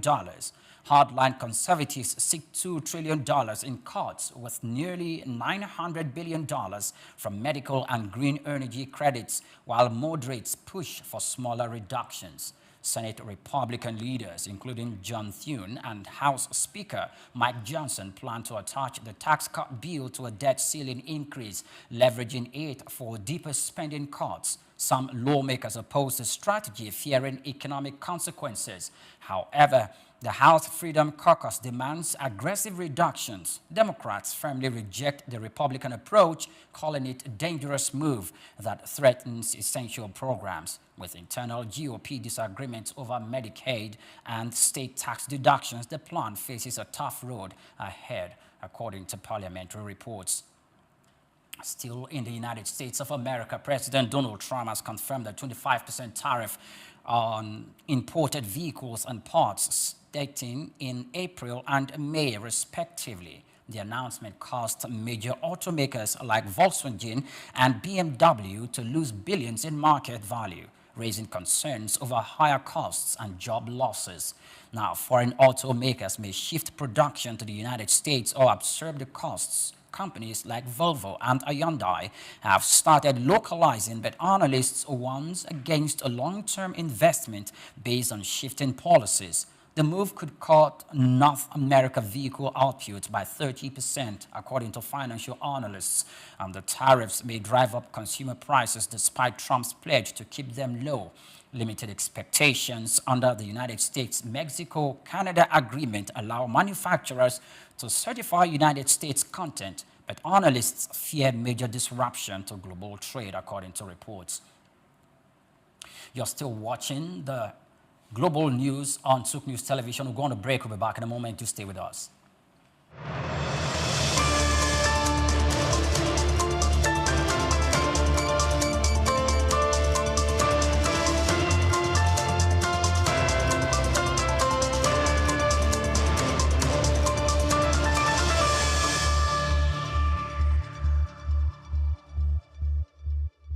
Welcome back. Many thanks for joining us. We're still staying with the United States of America and the tariffs it made recently across the globe. President Donald Trump has warned the larger tariffs could be imposed on European Union and Canada if they take actions that harm the United States economy. His statement follows the recent announcement of a 25% tariffs on imported vehicles, escalating trade tensions with key allies. The European Union and Canada have criticized the move. The European Union Commission President Ursula von der Leyen calling it harmful to businesses and consumers, while Canada Prime Minister Mark Carney labeled it a direct attack on Canadian workers. Both officials have agreed and hinted at retaliatory measures, with the European Union planning a 50% tariff on the United States, prompting Trump to threaten the 200% tariff on European wines. The tariff is set to take effect on April the 3rd and to existing duties on steel, aluminum, and goods from Mexico, Canada, and China. The market analysts warns of further economic disruptions, with global auto stocks already declining and concerns rising over potential inflationary effects in the economy. Now, moving up to Canada, which country is set to respond to the tariffs by the United States of America and President Donald Trump on imported vehicles, while Prime Minister Mark Carney calling the move a direct attack. Carney announced that he would convene a high cabinet meeting to discuss retaliatory measures, which could include tariffs on United States goods. The Canadian government has already outlined a phased retaliatory tariff package worth 150 billion Canadian dollars, depending on further United States action. Ontario Premier Doug Ford has urged a strong response, emphasizing the importance of protecting Canada's auto industry. Now, Mr. Carney also hinted at additional measures, including export duties on commodities, at potential leverage in trade talks. He stressed the need for unity in defending Canadian businesses and workers and escalating trade tensions with the United States of America. And now we'll move on to auto market update, as most Gulf stock market has fell as investors reached United States President Donald Trump's decision to impose a 25% tariff on imported vehicles. The move caused volatility in global markets, with Dubai's main index dropping by 0.2%, led by declines in Mashra Bank and Souq Company. Oil prices also dipped as traders weighed the impact of tariffs alongside concerns over United States sanctions on Venezuela and Iran. Qatar's index also declined by 0.4%, with Mashraf Al Ryan losing 3.5% after trading ex-dividend. However, Saudi Arabia's market gained 0.6%, driven by banking stocks. Analysts say regional investors are cutting positions ahead of the upcoming Eid holiday, which will last at least 3 days in the United Arab Emirates and a full week in Qatar. market watchers remain cautious about further economic disruptions as global trade tensions escalate. Moving on, in the same vein, the Asian markets fell after Donald Trump announces a 25% tariff on all imported cars and parts starting on the 3rd of April 2025. The decision hit major Asian automakers with Toyota, Honda, and Nissan losing over 3% in Tokyo, while Hyundai dropped more than 4% in Seoul. Investors fear higher costs and trade tensions will hurt the industry. Japan also called the tariffs extremely regrettable, with South Korea and other key exporters worried about economic fallout. President Donald Trump's unpredictable trade policies have left markets uncertain, with concerns that his next round of tariffs on April 2nd could worsen the already bad situation. Tokyo and Seoul stock market fell nearly 1%, while Sydney, Taipei, and Manila also saw losses. However, Hong Kong and Shanghai managed small gains. Investors are also watching Donald Trump's talks on reducing tariffs on China in exchange for approval of TikTok's sale. And now we move on to Saudi Arabia's Aramco. Saudi Aramco is in talks to invest in 2 plant refineries in India as the oil giant seeks to stable market for its crude in the world's fastest growing economy. The discussions involve Bharat Petroleum Corporation proposed refinery in Andhra Pradesh and Oil and Natural Gas Corporation's planned refinery in Gujarat. Both reject aims to expand India's refining capacity as the country's position itself as a global hub for crude processing.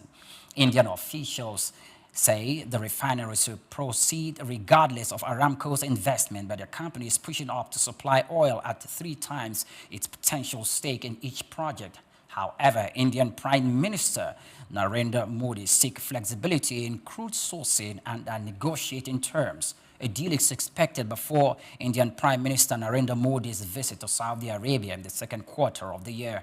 Saudi Aramco has long pursued refining opportunities in India, including a previous stake in a major refinery project and a deal with Reliance Industries, which fell through over valuation concern. With India planning to build 3 refineries of 400,000 barrels per day, Aramco's latest investment talks highlight its ongoing push to secure long-term partnership in Asia. The global news will be back in a moment on Souq News TV. Do stay with us.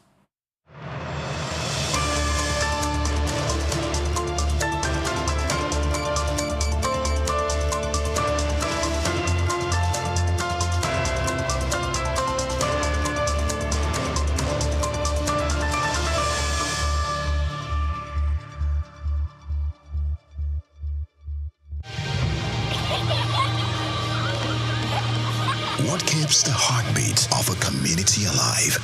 Is it the courage to create, the power to connect, the vision to transform? Well, it's all of these and more. It's a symphony of ideas, innovation, and industry.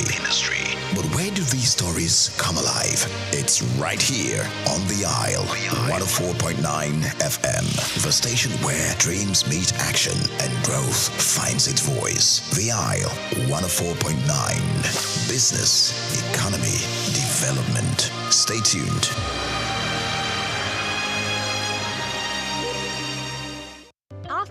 Africa Development Studies Center, ADSC, we are committed to driving sustainable growth and development across Africa through innovative training and research. Our mission, empowering leaders, policymakers, and professionals with the tools they need to create lasting change. With customized training, dynamic research programs, and study exchanges on leadership, management, and other critical development topics, ADSC offers a platform for exchanging cutting-edge ideas and global best practices.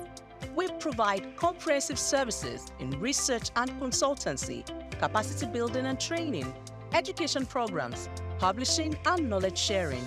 Our esteemed faculty, composed of seasoned experts and researchers, ensures a learning experience that is insightful and practical. We specialize in policy development, implementation strategies, monitoring, and evaluation. At ADSC, learning is engaging, and enjoyable. Our unique methodology includes talks, interactive exercises, games, video screenings, and lively seminar discussions, all in a comfortable and friendly environment. Ready to make an impact? For more information, email us at info@adstudycenter.com or call +234 912 439 2362. Visit us today at www.adstudycenter.com to explore our programs and upcoming events. Africa Development Studies Center, rethinking development for Africa. We've got just what you need right here at Femi Wash Media. Call it the Midas Touch, and you wouldn't be wrong. Let us record, produce, mix, and master your audio like nobody does. Reach us on our contact today for the best quality job. Known as the father of African literature, Chinua Achebe was born on the 16th of November 1930 in Ogidi, now Anambra State, eastern Nigeria. He was born to Isaiah Okafor Achebe, a teacher and an evangelist, and Janet Anenichi Ilegunam, a vegetable farmer. Achebe has reshaped the global understanding of African identity through the power of storytelling. Raised during the twilight of colonial rule, Achebe's education was steeped in both Igbo tradition and the Western values of post-colonial Christianity.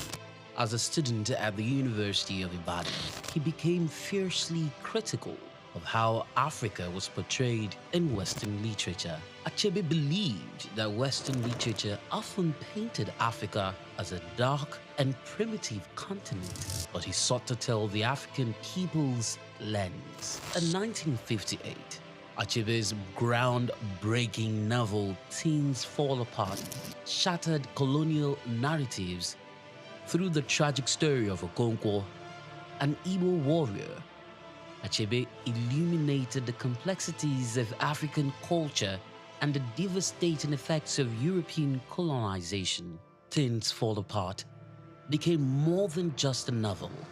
It became a symbol of African resistance against the oppressive narratives of colonialism. Achebe was not just a writer. He was a passionate advocate for African self-determination, and his political activism made him a critical voice in the post-colonial era. Even after a life marked by personal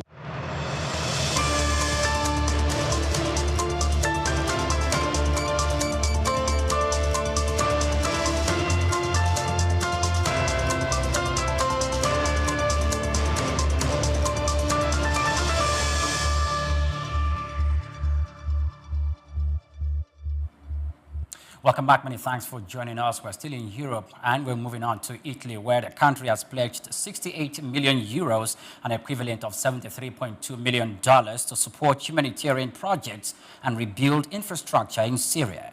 This was announced by the Rome's Foreign Minister, Antonio Tajani, who stated that the funds will focus on healthcare, food security, and critical infrastructure as Syria transitions under new leadership. The move follows a recent European Union conference donor that raised 5.8 billion euros for Syria's recovery after the fall of al-Assad's regime in December. Tajani called the constitutional declaration on the Syrian authorities, which maintains Islamic law as a guiding principle, a positive step toward stability. The minister also confirmed plans for a business forum to attract reconstruction investments. The EU nations have already eased sanctions on Syria's energy, banking, and transport sectors to encourage economic recovery. The aid comes as Hayat Tahrir al-Salham, HTS, the rebel group now governing Syria, faces immense challenges to rebuilding after years of conflict. Italy's package aims to strengthen transitional institutions while addressing urgent humanitarian needs, signaling cautious international engagement with Damascus's new leadership. Now, Kuwait has enacted the new public debt, allowing it to re-enter international debt market after 8 years. The law sets borrowing a limit to $97 billion and permits issuing financial instruments with maturity of up to 50 years. It aims to diversify funding sources and reduce reliance on oil revenue. The move is seen as a major step in Kuwait's economic reform efforts following years of political gridlock that stalled financial policies. Analysts say the law will ease fiscal pressure, support investment programs, and boost the banking sector. The government projects a budget deficit of $18 billion for the current fiscal year. With the law in place, Kuwait is expected to attract investors seeking stable returns in the Gulf region. Economists anticipate further reforms, including a new mortgage law to enhance financial sustainability. The country remains the only Gulf state to have dropped its currency peg to the United States dollar.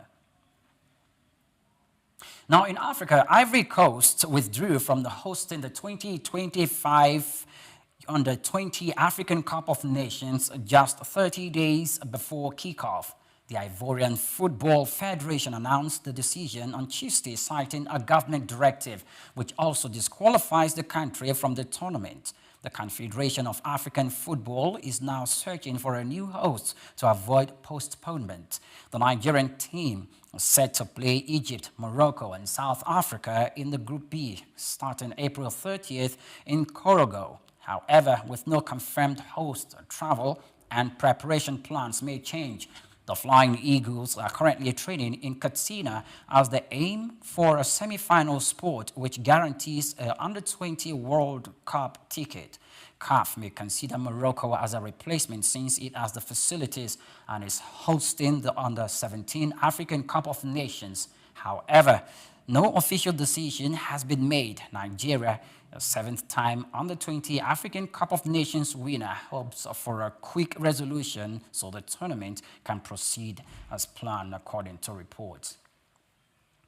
Now, that's a wrap on the Global News. Many thanks for watching. Do well to follow us on all our social media platforms at Souq News TV. I'm Oyin Priye Krumale. Good afternoon to you.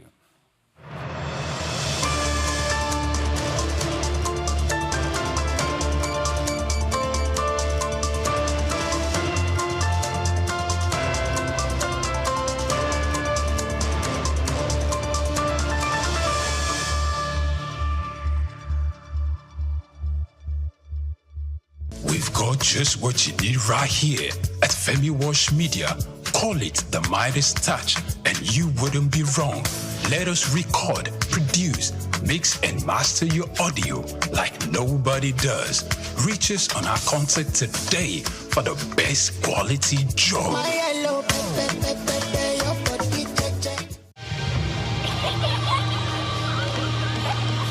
What keeps the heartbeat of a community alive? Is it the courage to create, the power to connect, the vision to transform? Well, it's all of these and more. It's a symphony of ideas, innovation, and industry. But where do these stories come alive? It's right here on The Isle, 104.9 FM, the station where dreams meet action and growth finds its voice. The Isle, 104.9. Business, economy, development. Stay tuned.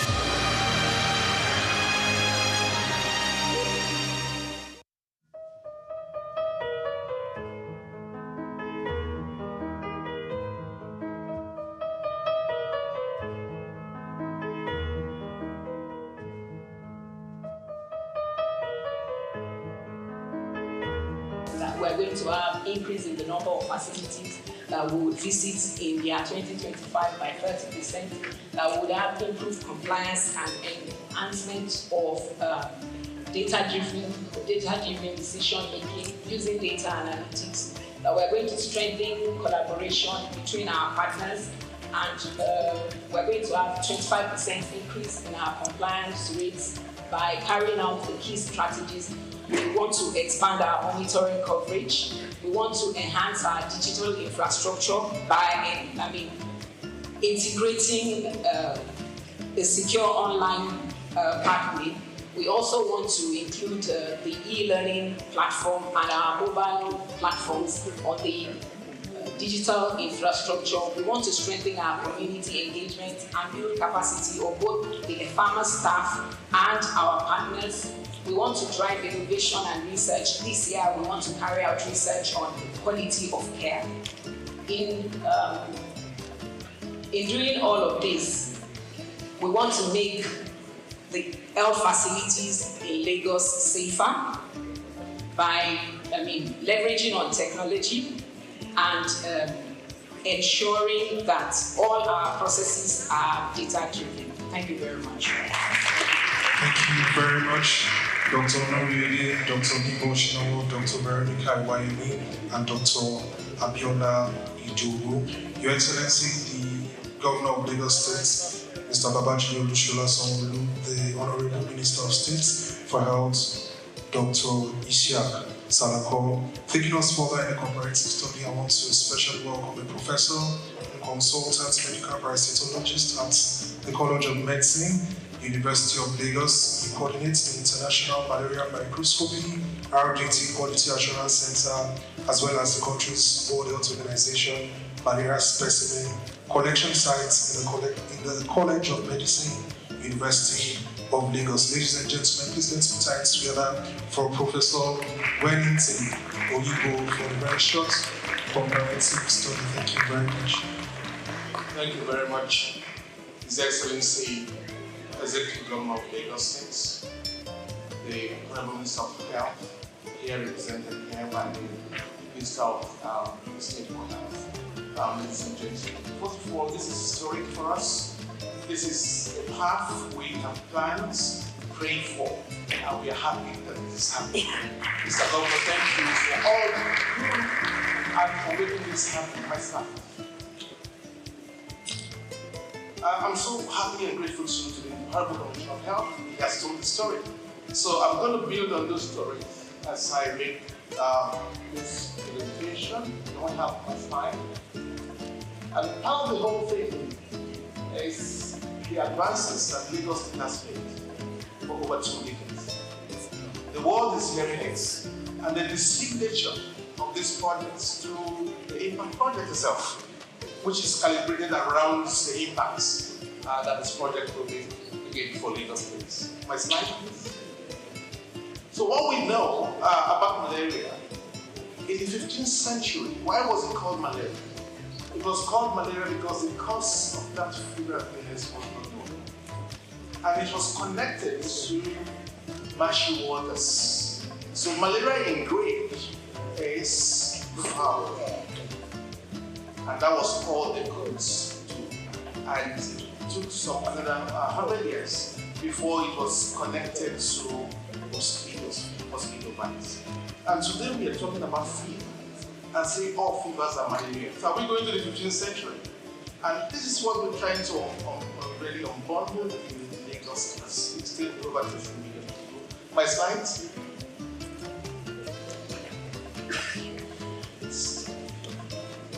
So if fever is still malaria, we go back to the 15th century. And then, of course, for evidence base, meant that we will have to quickly provide the evidence. Can I have the slide up? Yes. So the horrible let me just pull it out from here.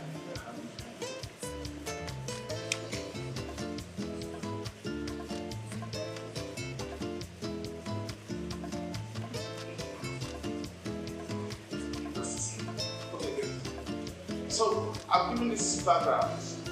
Most health workers will not accept the test results when it's negative. And that's the challenge. Next slide, please. Okay, and if you don't have data, which we are talking about digitization, you cannot calibrate where you are. And so if we look at the entire program and the plan of the projects, is to see that real-time data is available and that tests are done.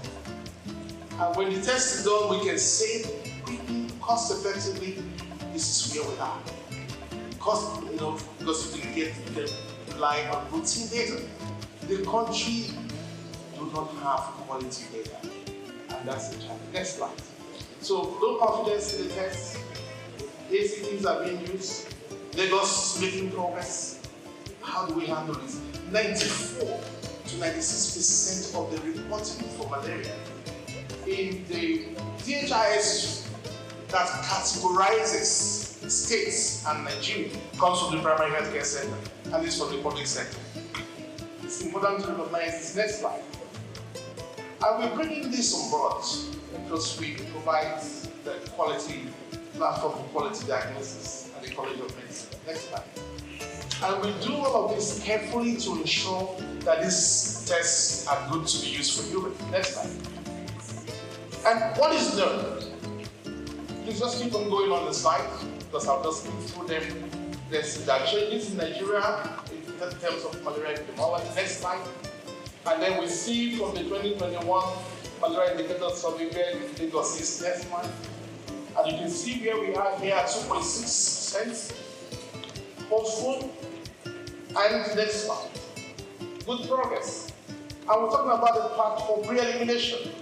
We are on that path, and we are happy that this is being mentioned here today, and like I said, this signature, and in line with the stratification strategy and subnational tailoring by WHO. So we are quite on course on this. Next slide.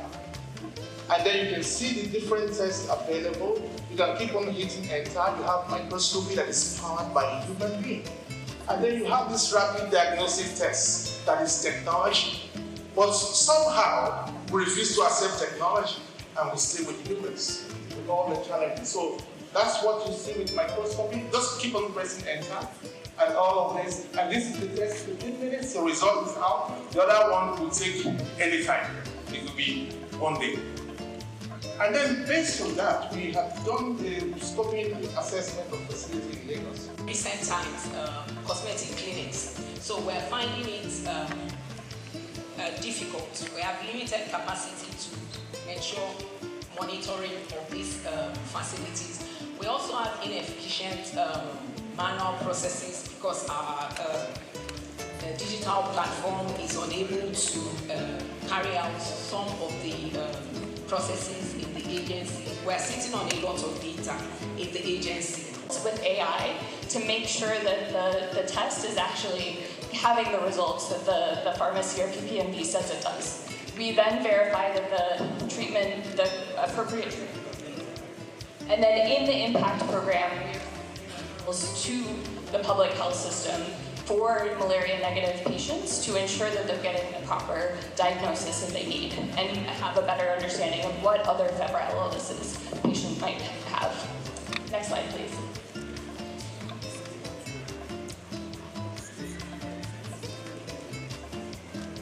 Next slide. Okay, so I'll just talk briefly about all of the other partners that are working on this as well.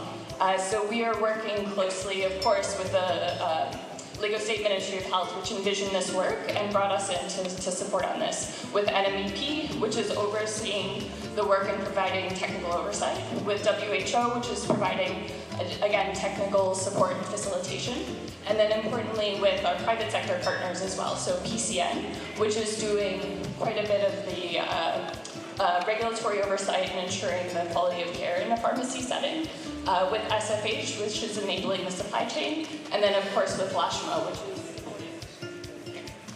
is to go quickly into the final results on why this is improved quality of care. Oh, okay. Sorry about that. So the work is providing network expansion, innovative financing, integrated health systems, supply chain resilience, comparative research, and regulatory reform, leveraging all of these different partners that we've mentioned to ensure that patients are able to access quality care and that the data is being provided back to Lagos State to help improve regulatory support, policy, and other things. I mentioned the partners that we have here already, but we're very grateful for all of the work that they are providing to ensure that there's quality of care in the private sector. And then finally, one final slide. To reinforce what Dr. Wellington said earlier, the work that is being done is also to be supporting with testing, understanding the difference between rapid tests and microscopy, to support on policy reform to ensure that rapid tests are always done before treatment for malaria in Lagos State. Thank you all so much, and we're very excited to be a part of this. Thank you very much, Dr. Jessica Venon, the CEO, Meds. Ladies and gentlemen, taking us further, Nina Obulafo. Thank you very much. Thank you very much, sir. Your Excellency, sir. We're very happy that this is happening today. So just permit me to do something unique in terms of our focus for malaria control in Nigeria. To do this, I will call on Dr. Dao, Country Director for Souq.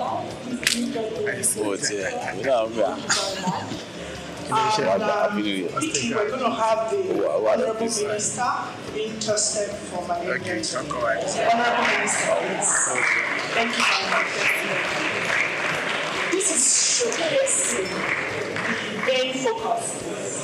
the main focus for malaria control in Nigeria, which we refer to as the 3 T's. Your Excellency, the first T stands for tests. We cannot overemphasize or we cannot underscore the importance of that. The second T, sir, is for treatment.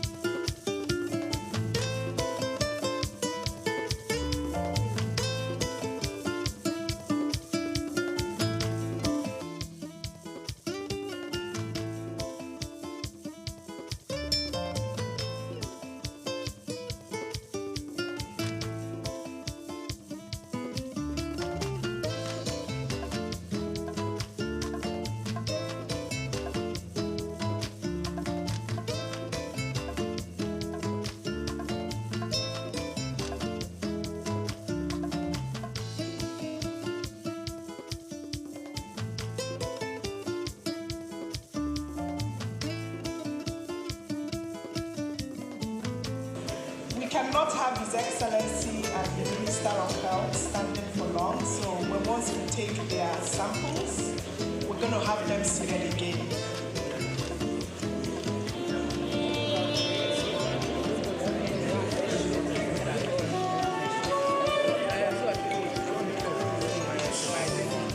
So can I have Dr. Walter on stage to come and quality check what is happening, sir, please? Thank you very much.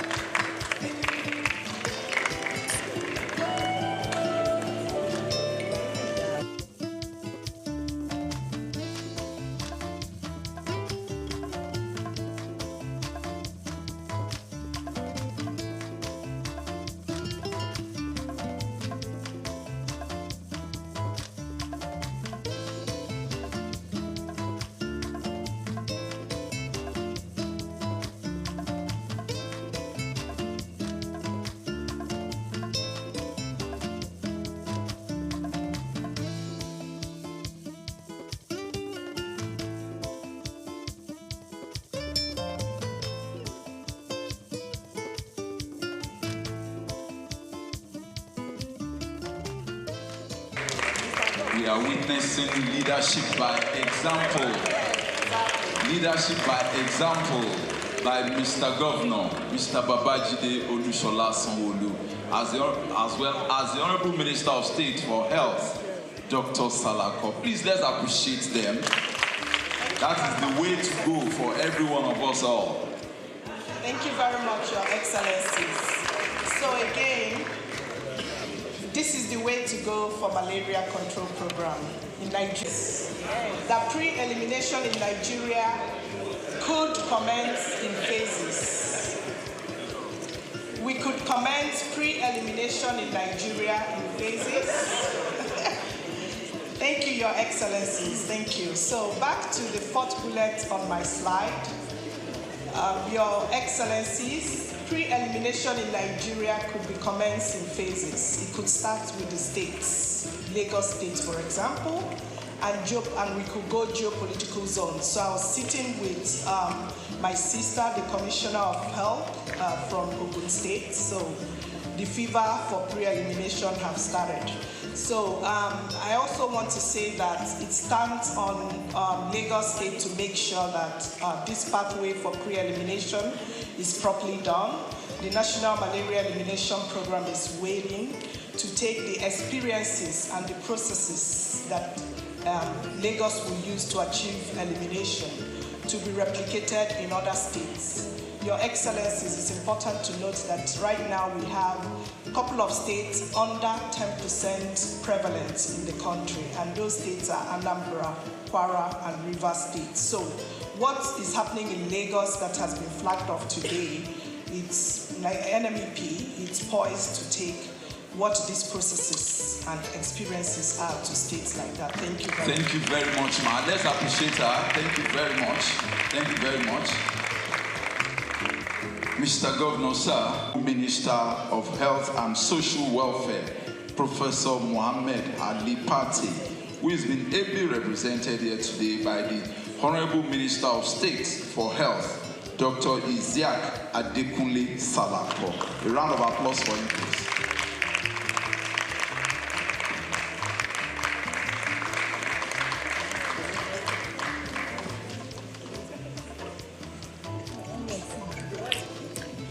Your Excellency,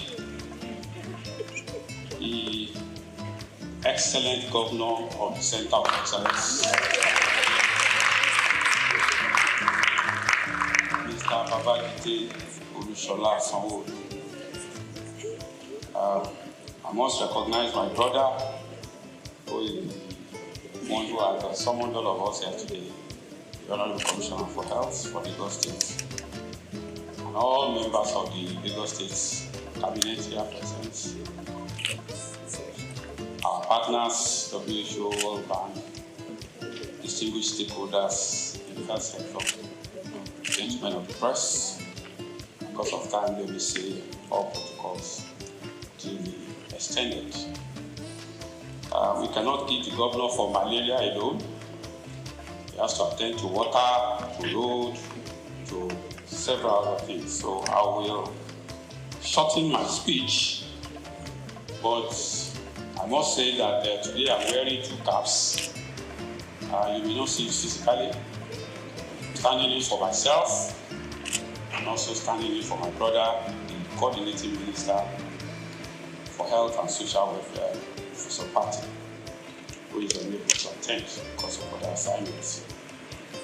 I am most delighted to be at this auspicious occasion of the launch of the Pathway to Malaria Pre-Elimination and Digitization Program in the Center of Excellence, Lagos State, led by His Excellency the Governor, Mr. Babajide Sanwo-Olu. I recall that Lagos State pioneered intensive malaria case management in the early 2000s through the Eco-Free Malaria Initiative under the leadership of now our President, President Bola Ahmed Tinubu, the then Governor. I am most delighted to be here today to be part of another pioneering initiative now under Governor Babatunde Sanwo-Olu as Lagos State takes the lead in the agenda to end malaria by 2030. Your Excellency, the Federal Ministry of Health and Social Welfare is elated with this giant stride, which aims to improve malaria diagnosis, case management, and accurate tracking of cases through the integration of digital health solutions in the form of real-time electronic reporting systems, all targeted at further reduction in the burden of malaria and its eventual elimination from our land. This momentous project will not only set the track for malaria pre-elimination in Lagos State, but in Nigeria at large, thereby once again making Lagos State a trailblazer. I want to emphasize that this project is in line with the Renewed Hope agenda of President Bola Ahmed Tinubu and the renewed vigor for the Federal Ministry of Health and Social Welfare on the Rethinking Malaria concept that was launched in April 2024 and is aimed at fast-tracking the malaria elimination goal through strategic shifts. We have continued to make progress in this regard, and the inauguration of the advisory on malaria elimination in Nigeria, AMEN, the development of pragmatic, costed plan of action, the expansion of primary healthcare facilities, training of frontline health workers, and the initiation of domestication of affordable medicine facilities for malaria to make malaria treatment more affordable are all testament to the progress we are making.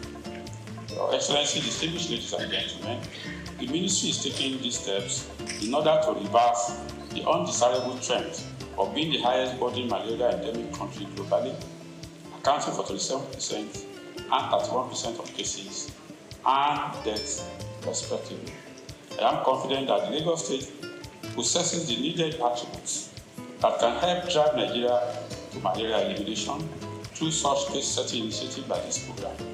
Furthermore, Lagos has been consistently the lowest malaria prevalence state in Nigeria, as evidenced from all the malaria indicator survey conducted in the country, with the most recent result in 2021 showing 2% prevalence, hence indicating a tendency of attaining pre-elimination when concerted and consolidated efforts are put in place. I wish to report that the challenge of let me use this opportunity to call on all stakeholders not to relent on their support towards this impactful intervention, which will contribute significantly to the drive at eliminating malaria from the world. Nigeria is ever committed to this drive and we will continue to toe the path of global best practices. I wish to assure all Nigerians and our partners that the change in the policy of the United States government with respect to global health funding will not adversely affect our malaria elimination programs and other public health initiatives, as President Bola Ahmed Tinubu GCFR has approved a robust mechanism to ensure adequate and cost-effective funding for our public health programs. I call on all state governments to join hands with the federal government to ensure that our country becomes self-sustaining in the funding of our public health programs. Before I end this address, let me commend once again and appreciate His Excellency, the Governor of Lagos State, Mr. Babajide Sanwo-Olu, and his health team, led by Professor Akin Abayomi, for initiating and executing this laudable innovative project. I wish to also sincerely appreciate all the partners, World Bank, WHO, all the implementers, especially for providing the needed human resources, technical support, and the funding for the implementation of this initiative. I wish all of us a successful launch of this impactful project as a springboard for the elimination of malaria from our country.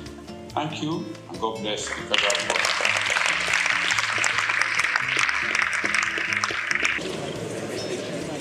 Distinguished invited guests, Your Excellencies, Honorable Minister of State, have your results.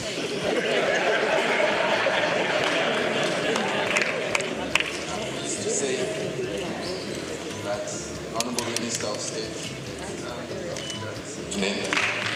we will not be confining you in a bed in Lagos. Your result is negative.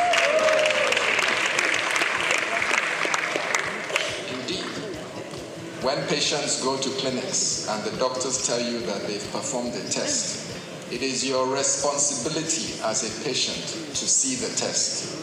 Please ask for the test and take a picture of it and have a record on your phone. My governor, the Excellency of Lagos State, I'm pleased to tell you that you may continue with your duties. Congratulations, sir.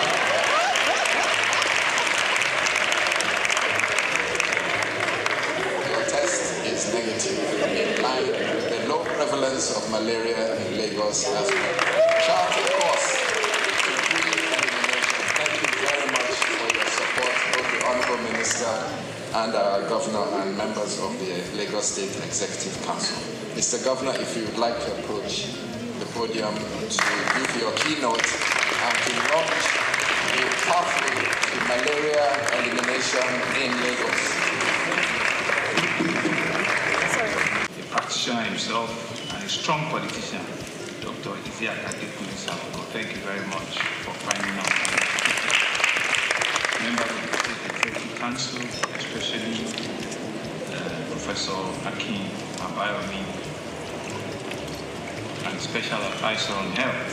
Thank you very much. Other cabinet members, all the permanent secretaries in the health ministry, there are several of you that are here. Thank you very much for taking our time. The country director for the World Bank, Dr. Diop, the country representative for the WHO, Dr. Walter, all of our partners that are here, MyShamed, Impact, SFH, the National Malaria Organization, our friends from our neighboring state, the Honorable Commissioner for Health in Ogun State, thank you. All of our health practitioners, stakeholders that are here, gentlemen of the press, ladies and gentlemen. When you are asked to come forward and conduct a test that you did not psych yourself for, what will happen is you quickly your brain will raise back and say, have I been feeling unwell? What is going to happen? It just brought us back 5 years during COVID, and they said that they're going to do a COVID test. It was like, the heart was going to open and you don't know what will be the outcome. But you see, it's an important activity that we need to continue to subject ourselves to. You might think it's a simple thing, but it's so important. And that ability for you to come forward, if it has turned positive, what it will have just meant is that we need to make a treatment. It's not a death penalty, but it's really just for all of us to know that we need to do this thing and we need to be able to come forward transparently at all times and let us end all of these things that we don't want again in our sight. Thank you very much. And so it's an honor that I stand before all of you in this room are very strategic to launch the first in the country, another Lagos first, the pathway to malaria pre-elimination and digitalization program. We're here to affirm our commitment to safeguarding lives and the livelihood of every Lagosian. Malaria is more than a disease. It's a social-economic burden that has held back individuals, it has held back families and communities for such a long time. It robs us of our productivity, it drains us of our household incomes. And for many households in Lagos, especially those modest earners, malaria, the name alone brings shivers. It reduces their earning and reduces their ability to continue to earn more for their family. And so this financial strain often affects families and a lot of times causes heartbreaks and the rest of it. But we're here to put a stop or to even bring a voice to the step at which we want to eliminate that completely. It has affected school children from going to school. It has affected businesses. It has seen a whole lot of absenteeism and a lot of challenges in our society for several decades. But today, we have to change all of that narrative.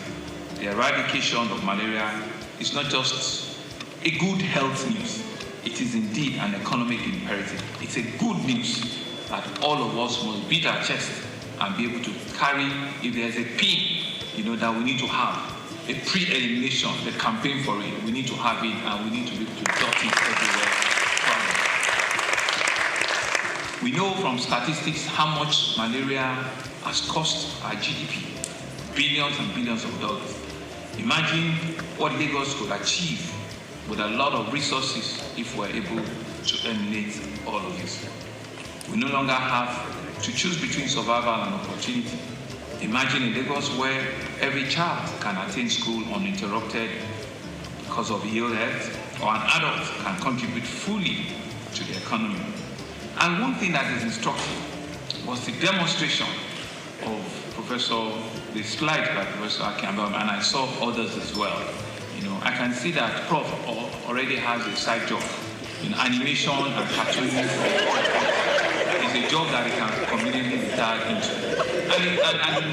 And the narratives were very clear.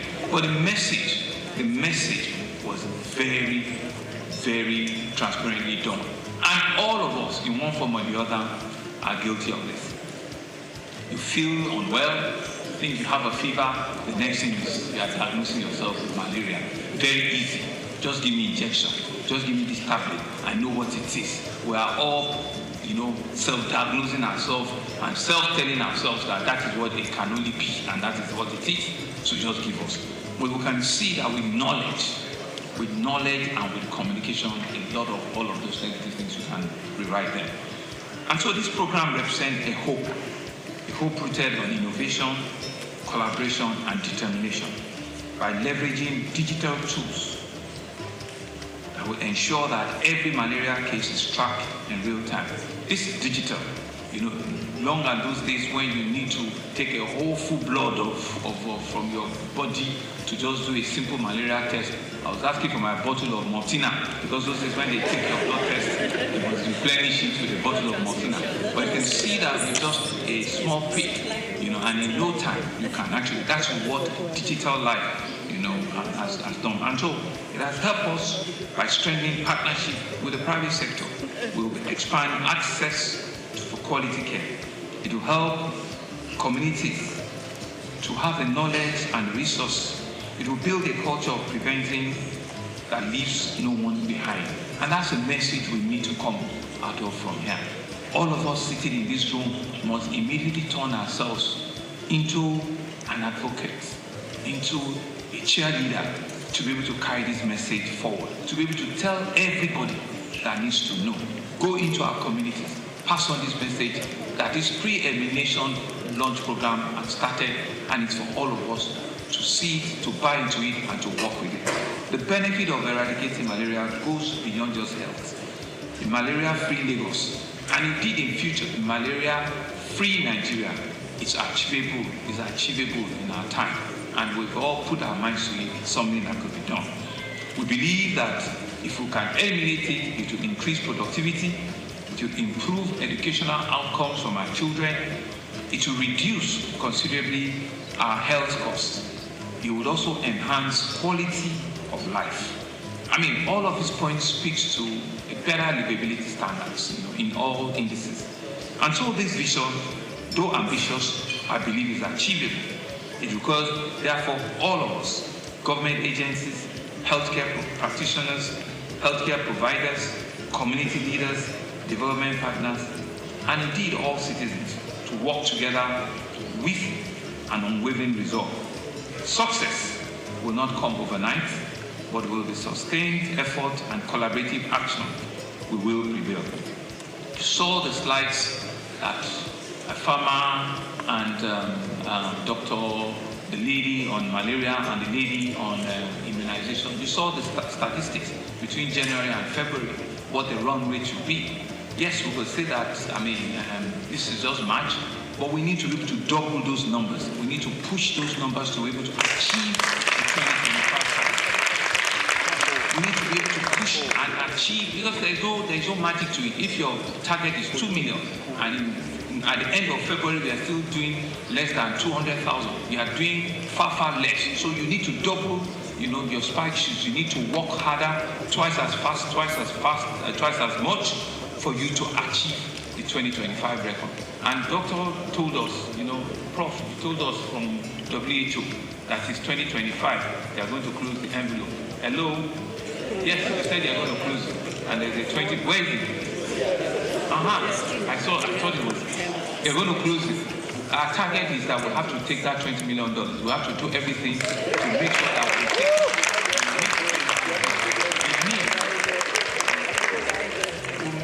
we'll meet the criteria very, very quickly. Because if it's something that we all say we want to do, then everybody must be on the same page. And I want to commend the farmer and all the ladies that came forward transparently to show us those data.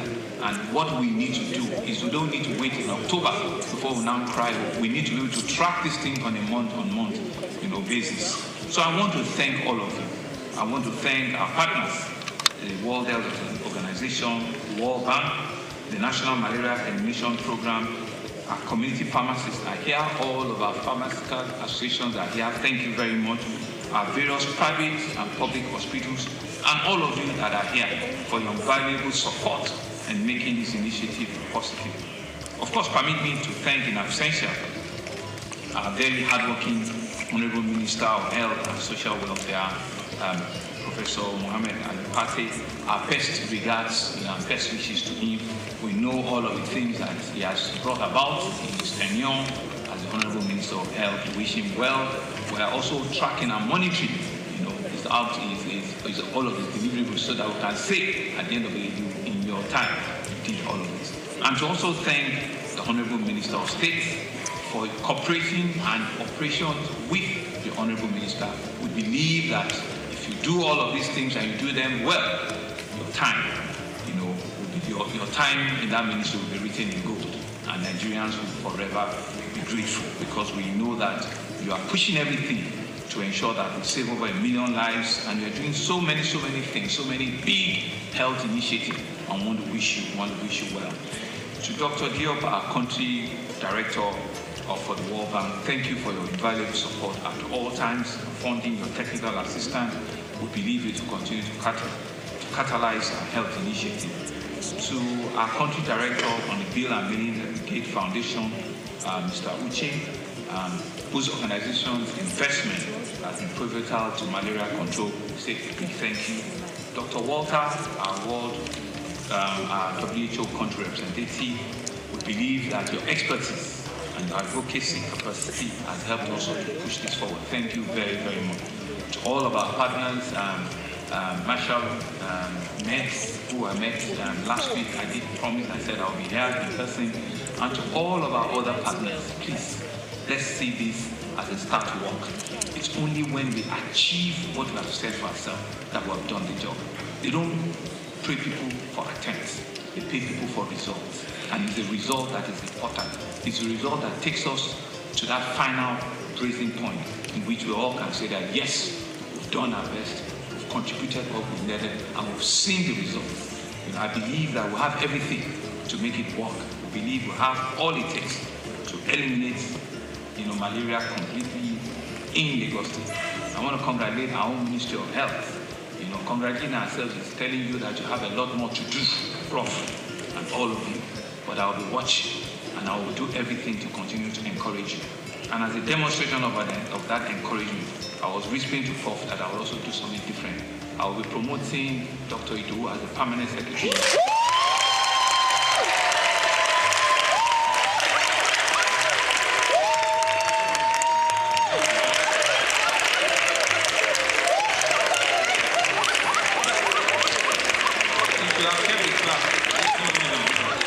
You don't know what you've done. By clapping means that she's going to work twice as much.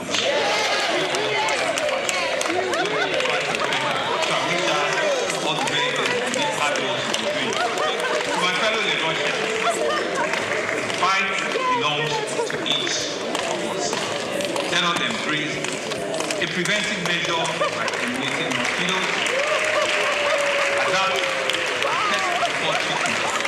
And I think that is the message we need to take away. All of our pharmaceutical establishments ensure that we can pass this message. Test before treatment. It is so important that we do not just take this for granted. Let us ensure that we can take this advocacy into our communities, into our nooks and crannies, and show truly really that once we have started this campaign in Lagos, we will go around every part of the city. We can rewrite the history of malaria in Lagos, and it is in our hand. It's all of us in this room that can help. I want to wish you all the very best, and I believe that when we work together, there's nothing There's absolutely nothing that we cannot achieve together. Thank you very much. Mr. Governor, sir, may I take your indulgence, Councillor President? When we were doing interview, she thought I really didn't like her. She was frowning her face one day. She was doing her eye and her eye.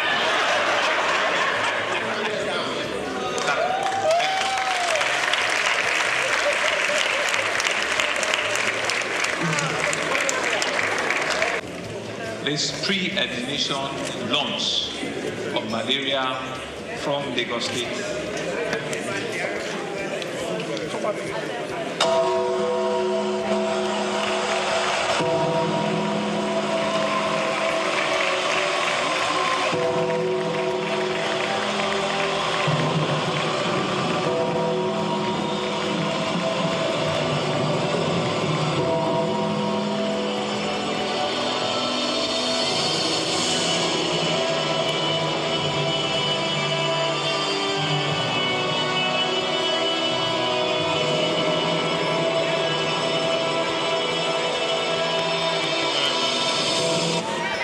Pathway to malaria pre-admission and sterilization program in Lagos.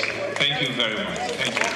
Mr. Governor, sir, may I crave your indulgence to quickly invite this Honorable Commissioner for Health, Special Advisor on Health and Permanent Secretary, Ministry of Health, to join you for the first photo hub.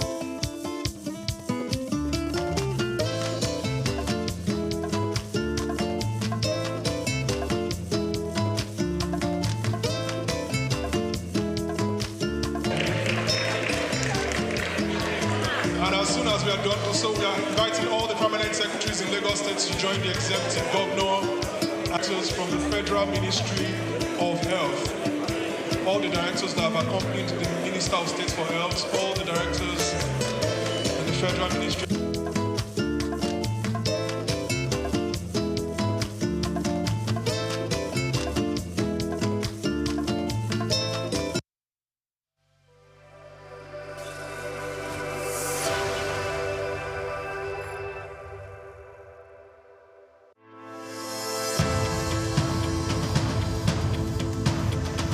Nigeria leather industry has a storied history, particularly in the northern parts of the country where the art of leather farming and crafting has been perfected over centuries. Traditionally, leather was used primarily for functional items like sandals, bags, and saddles, with little emphasis on fashion.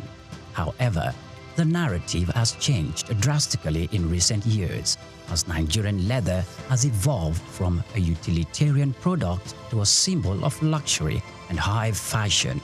Here, is a special report by Bayo Olaoye. The turning point for Nigerian leather came as local designers began to recognize its potential beyond traditional uses. They started to experiment with new designs, creating products that appeal to the modern consumer while maintaining the heritage of craftsmanship. The result has been a wave of leather products that are not only functional, but also stylish and desirable on the global stage. One of the key factors driving the revolution is the exceptional quality of Nigerian leather. Known for its durability and unique texture, Nigerian leather, particularly from goats and cattle, has become highly sought after by fashion houses both within and outside Africa. This demand has encouraged local artisans to up their game, focusing on quality control and finishing techniques to meet international standards. Moreover, Nigerian leather products have benefited from the global trend towards sustainable and ethically produced goods.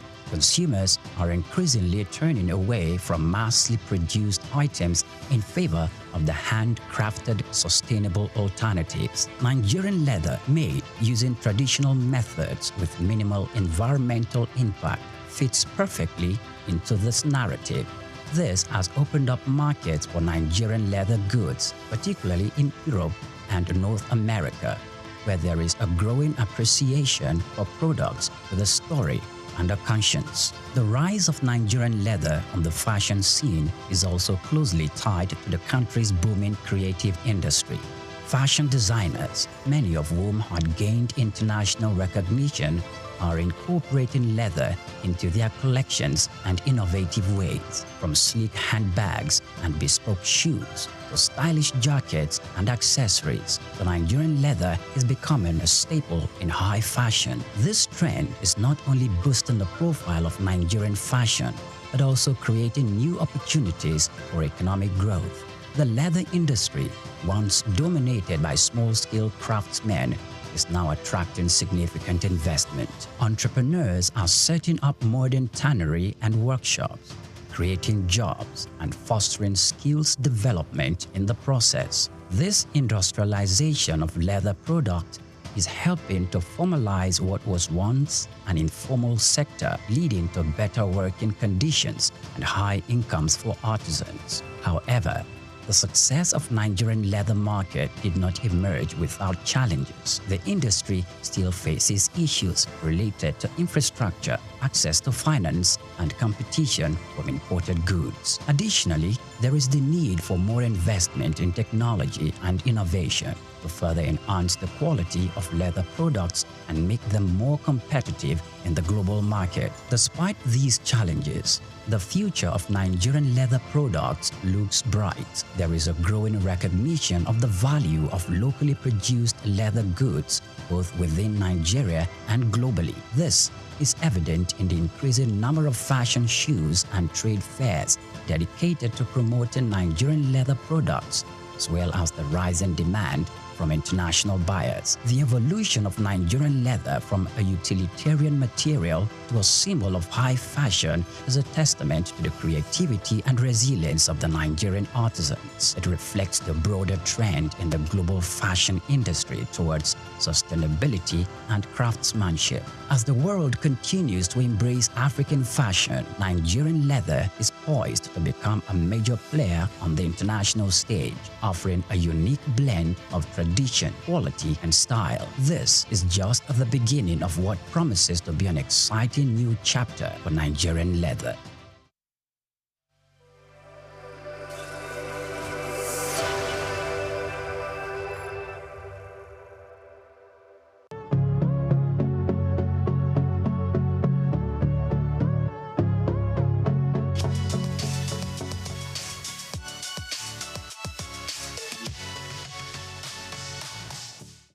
Okay, as you know, my name is Babatunde Jala Ipega. I shortened it. That was part of my journey to Baba Jala Ipega. I was born here in Lagos, just a stone's throw away from here, in actually Lagos Hospital here. And I was expelled from school. I went to Corona Ikoyi at the age of 6.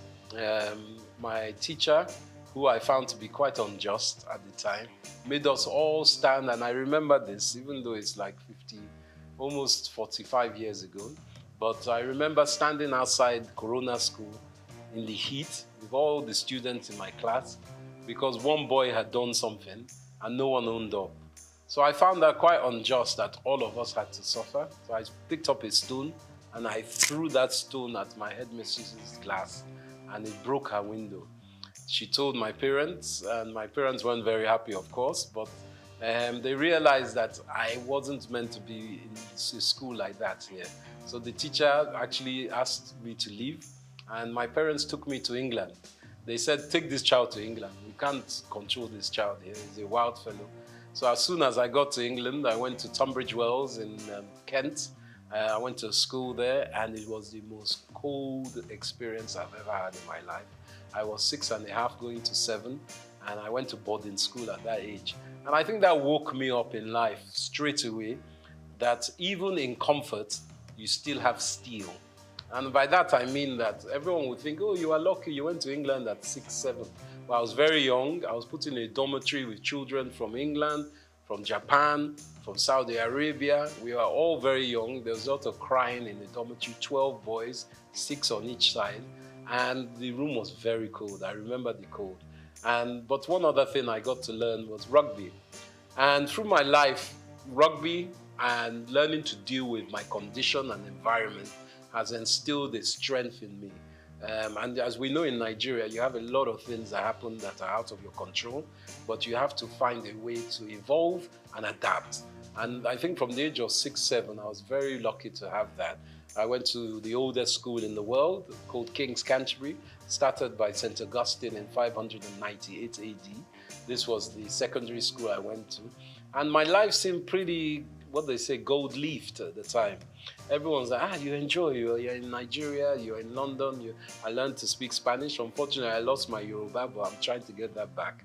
I learned to speak Spanish and French. But at the age of 17, my father had a stroke. And he was working too hard, obviously. And sadly, my mom and dad had split up by that time. So my whole life that seemed so rosy stopped because my father's business partners, all of them somehow took the business and it went away. And from that going away, we were left destitute. My dad was in a coma for 3 months, and my mother, who wasn't working, because my sisters and I have 2 lovely older sisters, Yewande and Gigi, we were still in school. So much so that my last year's school fees were not paid. But one of my uncles kindly paid for my school fees, and my mother had to go to work. She started her own business. She too was a journalist, Mrs. Ibiene Epega, but she started a chauffeur driving company and started using cars to drive people with her staff. So from that age where I thought a university was going to be given, I was left floating in the abyss because we didn't have financials. So for 1 year, I had to work in a post office in London. And it was quite an eye-opener for me, but it didn't stop me from adapting. And again, adaptation helped me grow. So from being in a very wealthy family as a young man, coming to the age of 17 to become an adolescent, a grown-up, I realized that nothing is given. My father sadly was in a stroke, and when he had that stroke, he became semi-paralyzed. For another 30 years, he was semi-paralyzed. But my mother died quite soon after that time in a car crash on the road to Warri, because my Okrika side and Warri side is where my mom was from, even though my father was Ijebu. So my mother died at the age of when I was 21, which was 20 actually, when I was starting university. And my father was semi-paralyzed. So I became the father of the family, even though my sisters were older and far more intelligent than me. But being the man, I had to take control of a lot of things. And I think that's what really gave me the tenacity to understand that I really need to be someone who doesn't just walk in one field. I need to spread my risk. From my university, I did mathematical economics and Spanish. I was able to go to University, Queen Mary College, London University. And from there I finished, as I said, I worked again. So I worked before I went to uni, and then I worked afterwards. And for me, Life is about collaboration, communication, and tenacity. And I think that those were my first 21 years.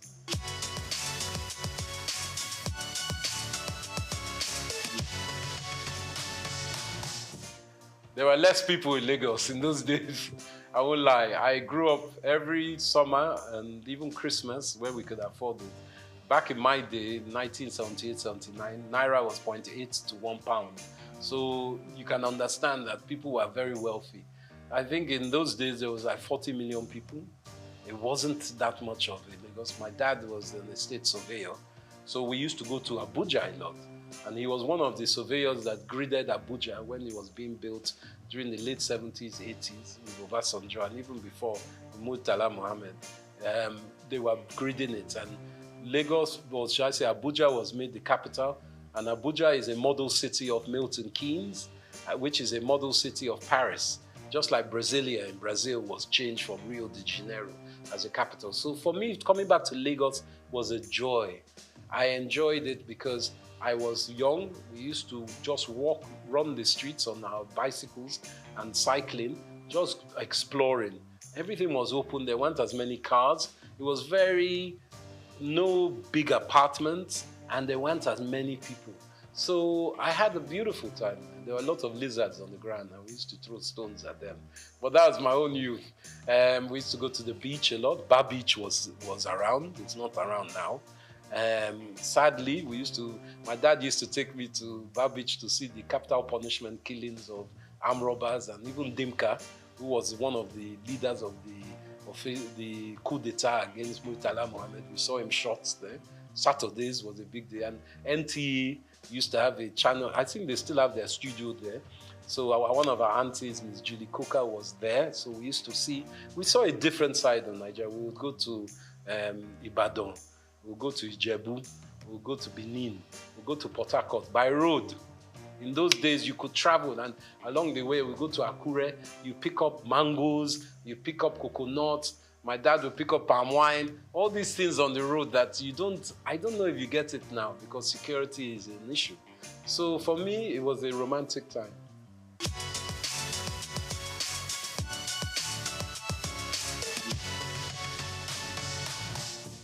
I think fashion, evolving through Nigeria, has started as a siloed industry. By that I mean every individual was doing their own thing, whether they were a seamstress, a tailor, a designer, a stitcher, they were doing their own thing. But we are realizing that with the 200+ million people we have in Nigeria, you can't be an individual alone doing your own thing. So the evolution of fashion that I've seen in my own small way, as someone who's worked in the industry, is that there's more collaboration. The designers are looking for hire specialist artisans to help with their stitching, the styling, and the putting together of clothes and accessories. So I'm also seeing small grassroots shoots, very small at the moment, of the government playing a part in bringing together some kind of foundation so people can articulate their fashion designs to the world, because we have seen it in a lot of music. Obviously, Afrobeat is one of our biggest exports in this country. Obviously, there's oil and all the others, but I'm talking about within this entertainment, luxury, lifestyle industries.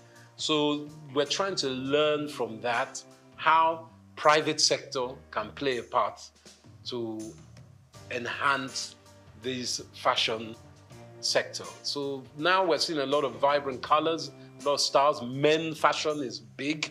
It's not just women's fashion. Men's grooming is massive. Hair and beauty as well. So men are taking care of ourselves more and more. Imagine a world without the roar of a lion, the flight of an eagle, or the rhythmic dance of ocean waves teeming with life. Wildlife is more than just the animals, their natural habitat. It is the lifeblood of our ecosystems, shaping the environment and maintaining nature's delicate balance. Yet, with each passing year, human activities threaten this balance. Deforestation, habitat destruction, pollution, and climate change are pushing many species to the brink of extinction. That is why World Wildlife Day is marked on every March 3rd, a global call to action to protect and preserve the rich biodiversity that sustains life on Earth. It is a reminder that wildlife is not just about the animals, it is about us, our survival, our food, our medicine, our future. Wildlife Conservation Finance, investing in people and planet, shines on a spotlight the urgent need for sustainable funding to protect ecosystems.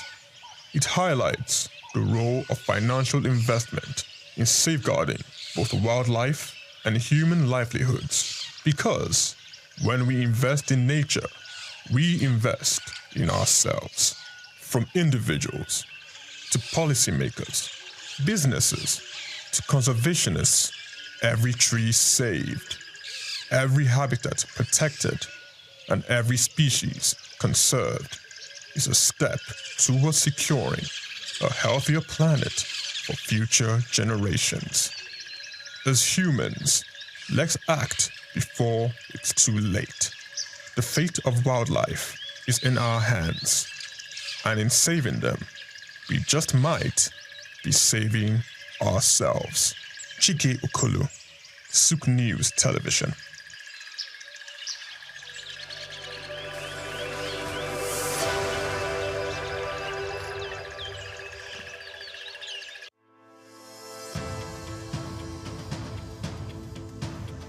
At the heart of a strong currency lies a simple principle. The demand for local goods drives production, creates jobs, reduces reliance on imports, and ultimately stabilizes the exchange rate. Countries like Rwanda, South Africa, and Egypt have achieved remarkable success by investing in their own industries. Rwanda has built a textile industry that competes with foreign imports. South Africa has developed a powerful automobile sector, and Egypt has excelled in agribusiness exports. These nations have strengthened their currencies by prioritizing local production, consumption, and exports. Nigeria, with its vast resources, stands at the threshold of a similar transformation. When Nigerians buy locally made products, fewer dollars flow out of the country for imports, preserving foreign exchange reserves. As local industries become more competitive, they can also expand exports,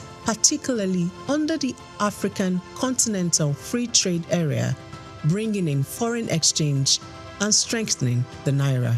In 2022, Nigeria spent over $9 billion on food imports. If just half of that had been directed towards locally made goods, it could have significantly reduced pressure on the naira.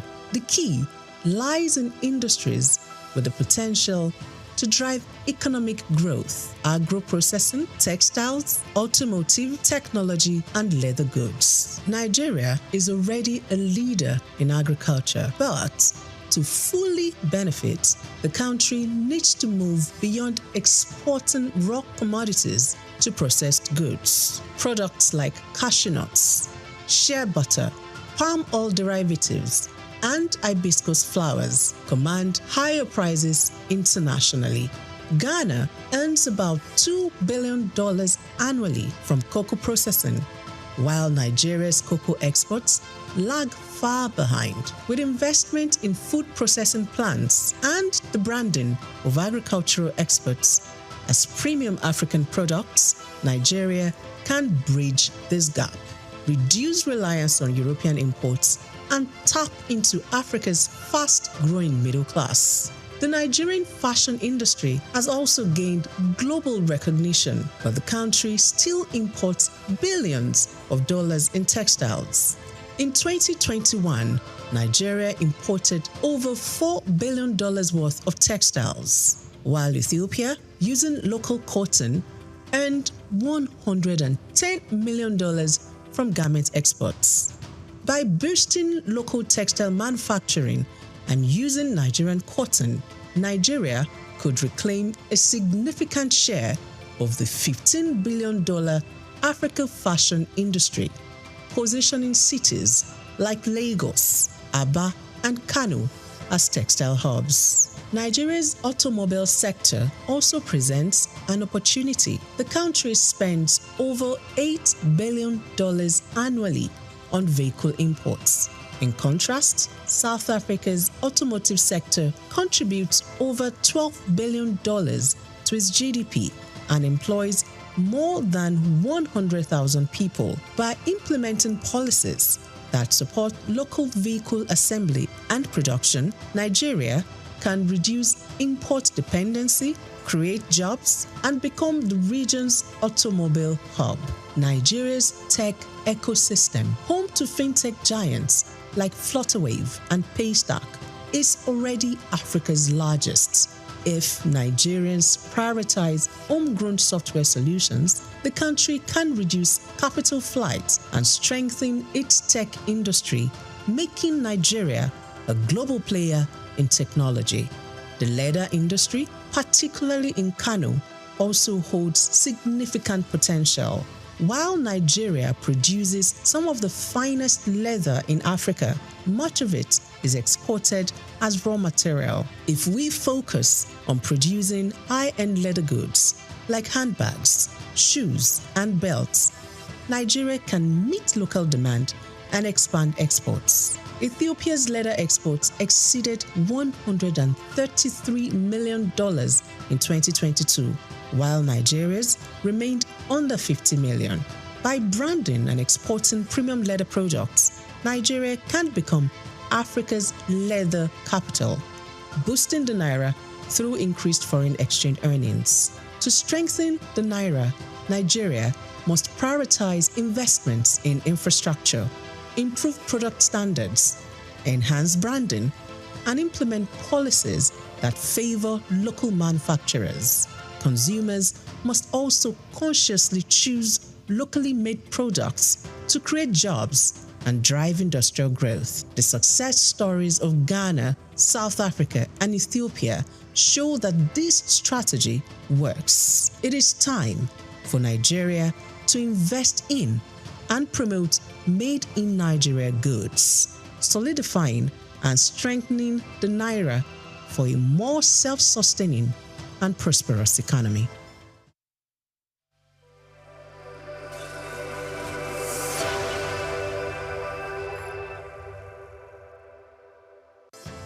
Nigeria, rich in traditional and cultural heritage, is intentional about promoting history and retaining cultural values.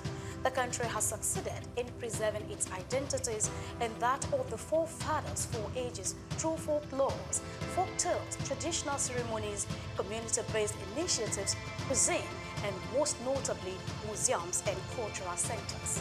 These institutions serve as invaluable repositories of history, ensuring that future generations remain connected to their roots and appreciate the diverse cultural tapestry of the nation.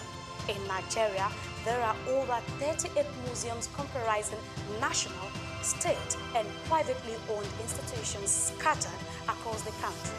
Each of these museums plays a crucial role in safeguarding Nigeria's vast historical wealth, with collections that reflect the uniqueness of different ethnic groups, traditional practices, and historical transitions over time. In Lagos, the National Museum, located at the center of the city in Onikon, claims a notable collection of Nigerian art, including pieces of statuary, carvings, archaeological and ethnographical exhibits, among others. Of particular significance is the terracotta human head, known as Jema head, dated between 900 and 200 BC, which is part of the renowned Nok culture. The piece is named after Jema, the village where it was discovered. The museum is administered by the National Commission for Museums and Monuments and remain a key educational and historical attractions for visitors. Another prominent artifact housed within the museum is the famous Benin bronze head, an evidence to the artistic excellence of the Benin Kingdom. The museum has a lot of functions, some of which are to educate, to entertain, research, interpretation, conservation and preservation of our cultural heritage. And then the museum was established, Lagos Museum particularly, was established in 1957. It was formerly referred to as Department of Antiquities. So, well, the journey so far has been interesting because, we are here, to showcase our cultural heritage, not just to the country, but to the world. And we've had, we have series of, events that we do, that involve the community. And because of that, we create that awareness that this is where you can come and, see and feel your cultural heritage, your traditions, your history. Because it is said that a people without a history is a people without identity. So the museum portrays this to the people. And over the years, that is what we've been doing. Through education, community participation, we have galleries, that we display some of our objects, our antiquities, that showcase our patrimony and all there is to know about our cultural inheritance. And so the museum, has been doing that over the years, and we still keep doing more.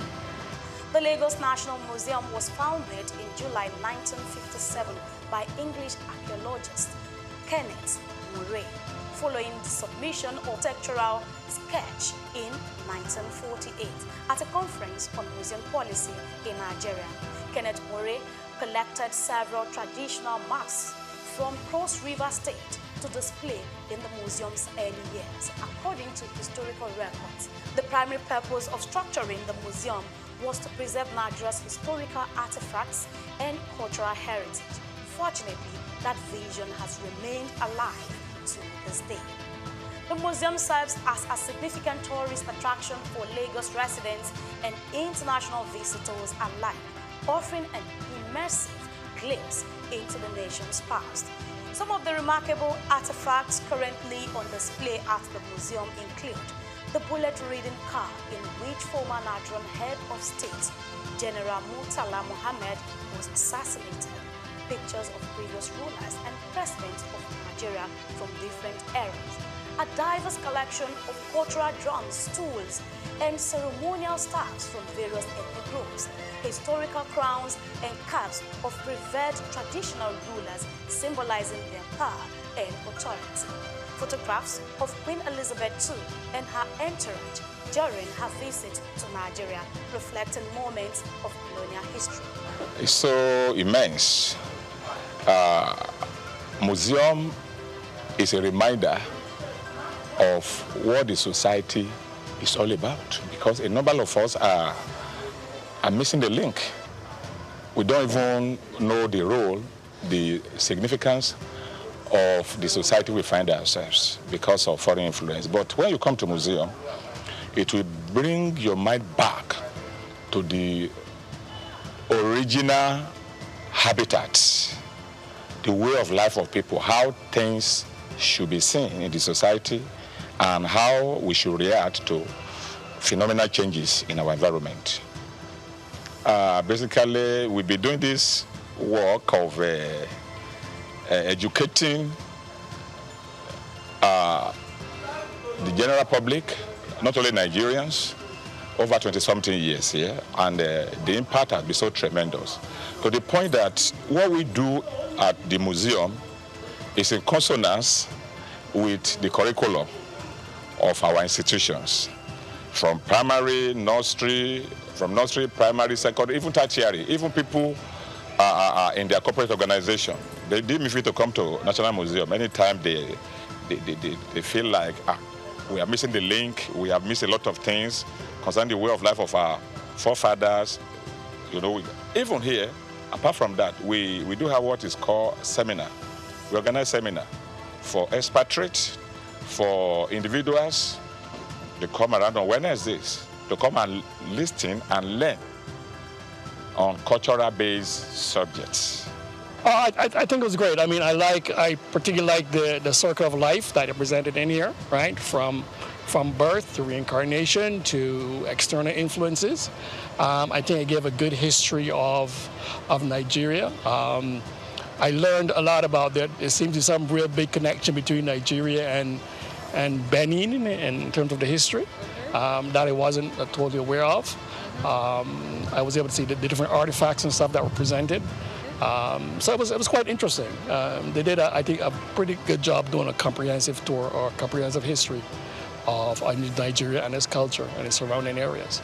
A visit to the Lagos National Museum offers an enriching experience, transporting visitors back in time and allowing them to connect with Nigeria's rich and diverse history. The museum provides an opportunity to explore stories of resilience, artistry, and governance that have shaped the nation. Whether you are a history enthusiast, a student, or simply a curious traveler, stepping into this museum promises a nostalgic journey through Nigeria's past, fostering a deeper appreciation for its cultural legacy. Nigeria continues to reflect the stories that shapes its people, steadfast in its commitment to promoting history and preserving its cultural values for generations to come. Grace Komolafe, Souq Perspective.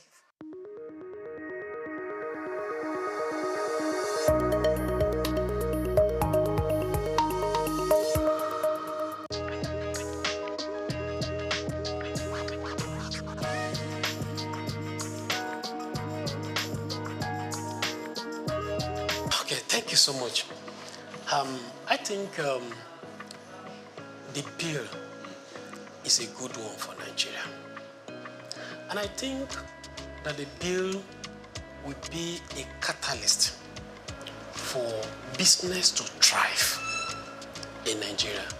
So my position and my perspective to the bill would be that it will be a very positive one for Nigeria going forward. If eventually the bill gets through the legislative processes and it have actually eventually become a law. So that would be my position.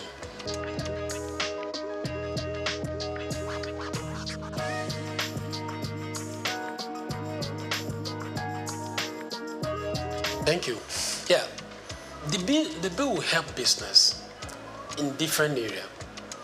Let me mention, for instance, the payee is part of cost for a business. It's part of staff cost.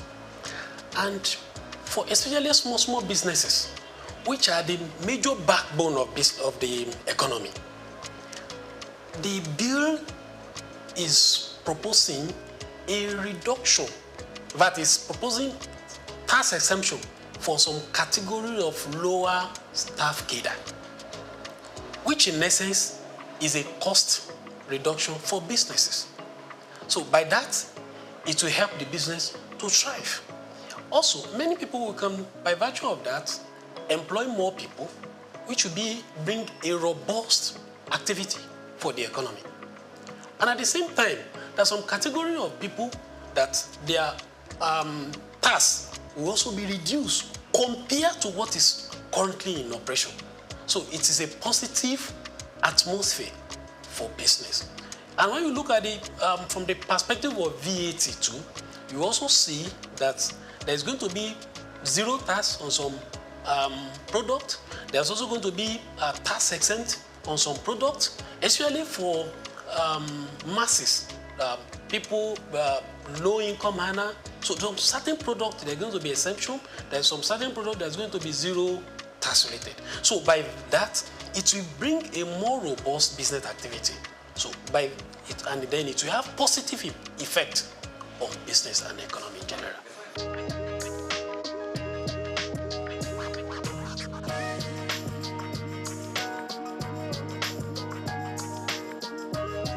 Yeah, the argument is important. It's very, very important. But when you look at it, fix and fix, the small business, it will encourage more small business. And also, even the 50 million turnover is not a small thing for business, though it is still small relatively to the economic activity. Then, but it is a plus, right?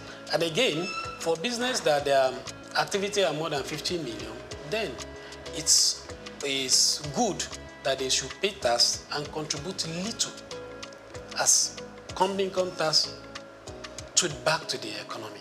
Now, if their taxes are used judiciously, then it will bring more infrastructure to the economy. Then there will be development in the country. Then we'll also be able to look at the advanced country. We envy them, we look at them that they are infrastructurals in places, then these things are not cheap.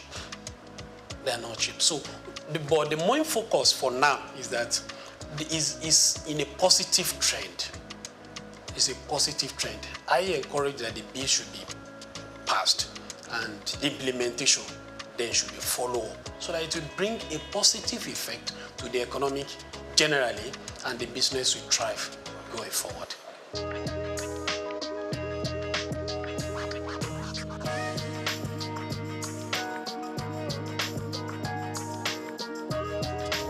Well, I don't see disadvantage, but I see challenge.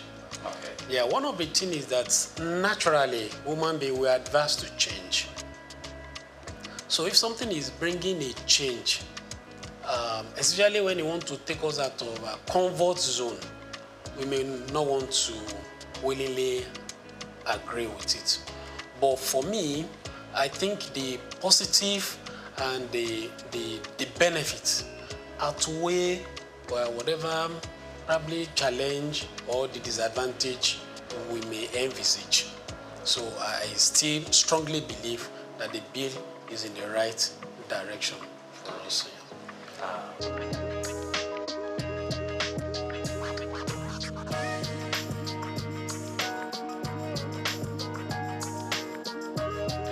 Oh, okay. I think from the angle of the value-added tax, what I would like to say in that area is that it will help the lower income earners because, like I mentioned earlier, that there's some products that's going to be zero rated, which means that there is not going to be tax VAT on them.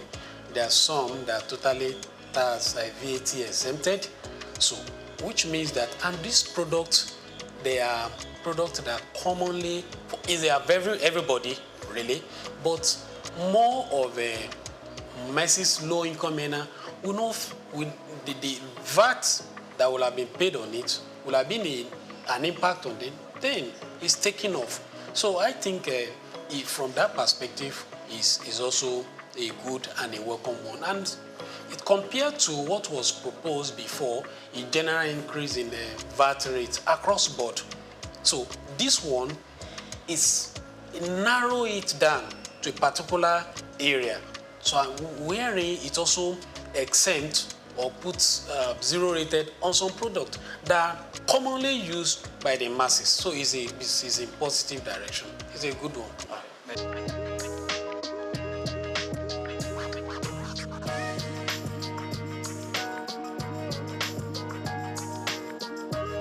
Yeah, okay. One, from the tax perspective, one of the very good things about this bill is that it allows that you claim input fats. VAT is what you sell, what you buy. So the net effect of it is what you remit. Then this bill also helps to claim some expenses which currently is not in operation. So it's a positive one.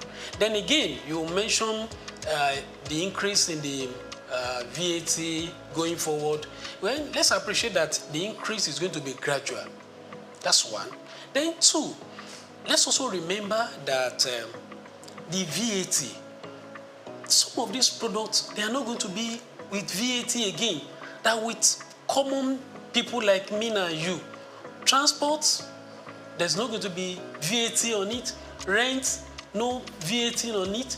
Food item, no VAT on it any longer. And many more. Health, no VAT on it any longer. So you can see that the VAT is going to be increased gradually, but it's not across board.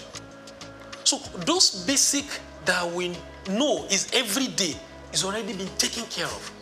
So I think it should give it to the people that work on this bill.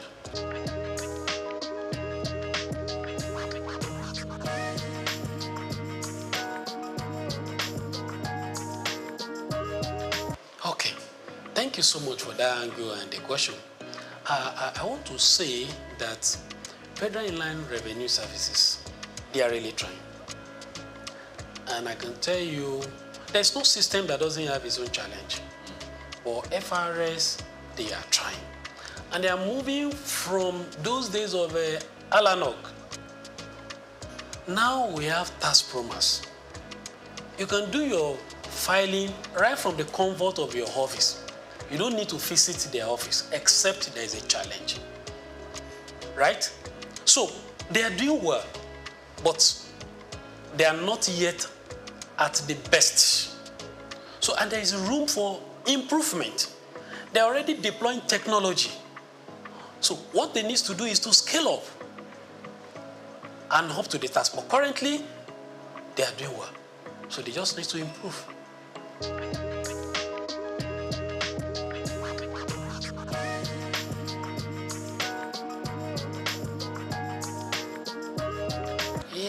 Well, it depends on the perspective you look at it. Is it shrinking? Yes, we have some companies that are no more within the soul of the Nigerian. So in that case, their taxes is no more coming to us. But again, look at other businesses that are springing forth.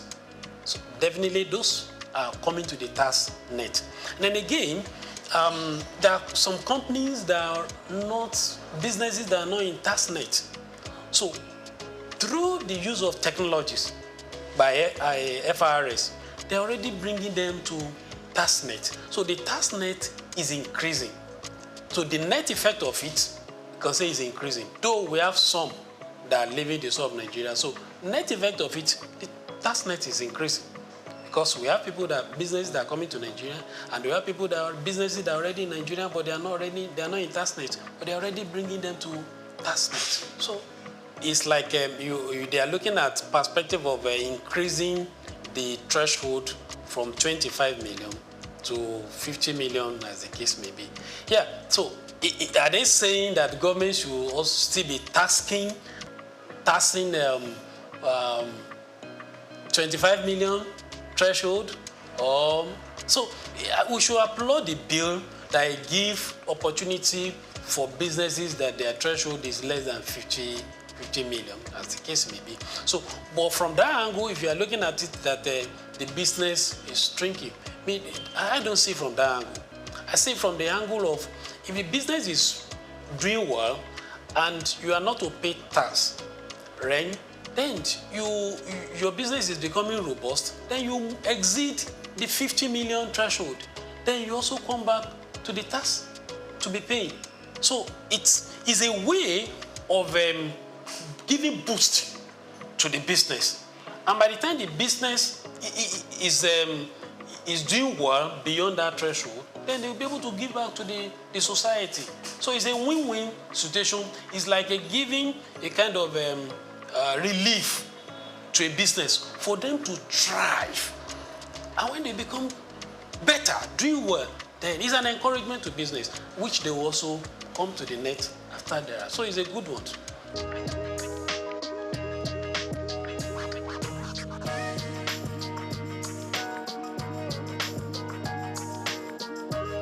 The chairman of the Souq.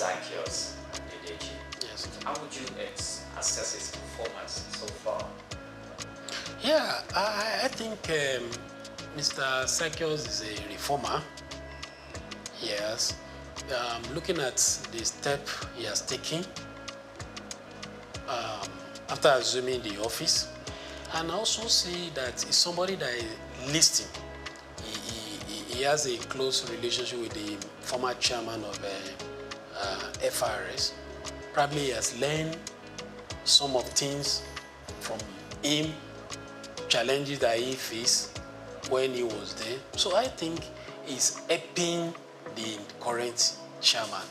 And if you look at the revenue they are getting, they are meeting up with the target. And at the same time, if you look at the staff, I don't see much of issues, challenges within them. So those are the indices that you can look at from the performance of a leader. Look at the staff that is leading, look at the target, the businesses also, are they fairly? So I think he's doing well, but he can do better.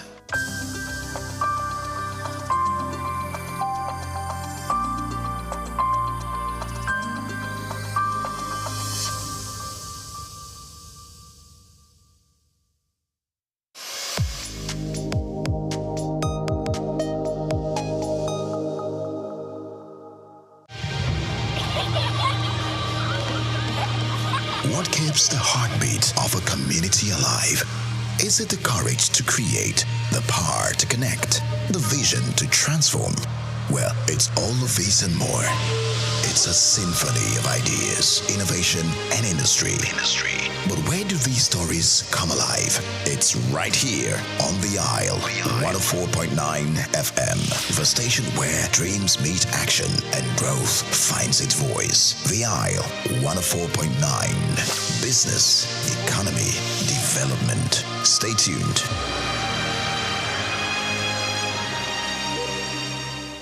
We've got just what you need right here at Femi Wash Media. Call it the Midas Touch, and you wouldn't be wrong. Let us record, produce, mix, and master your audio like nobody does. Reach us on our contact today for the best quality job.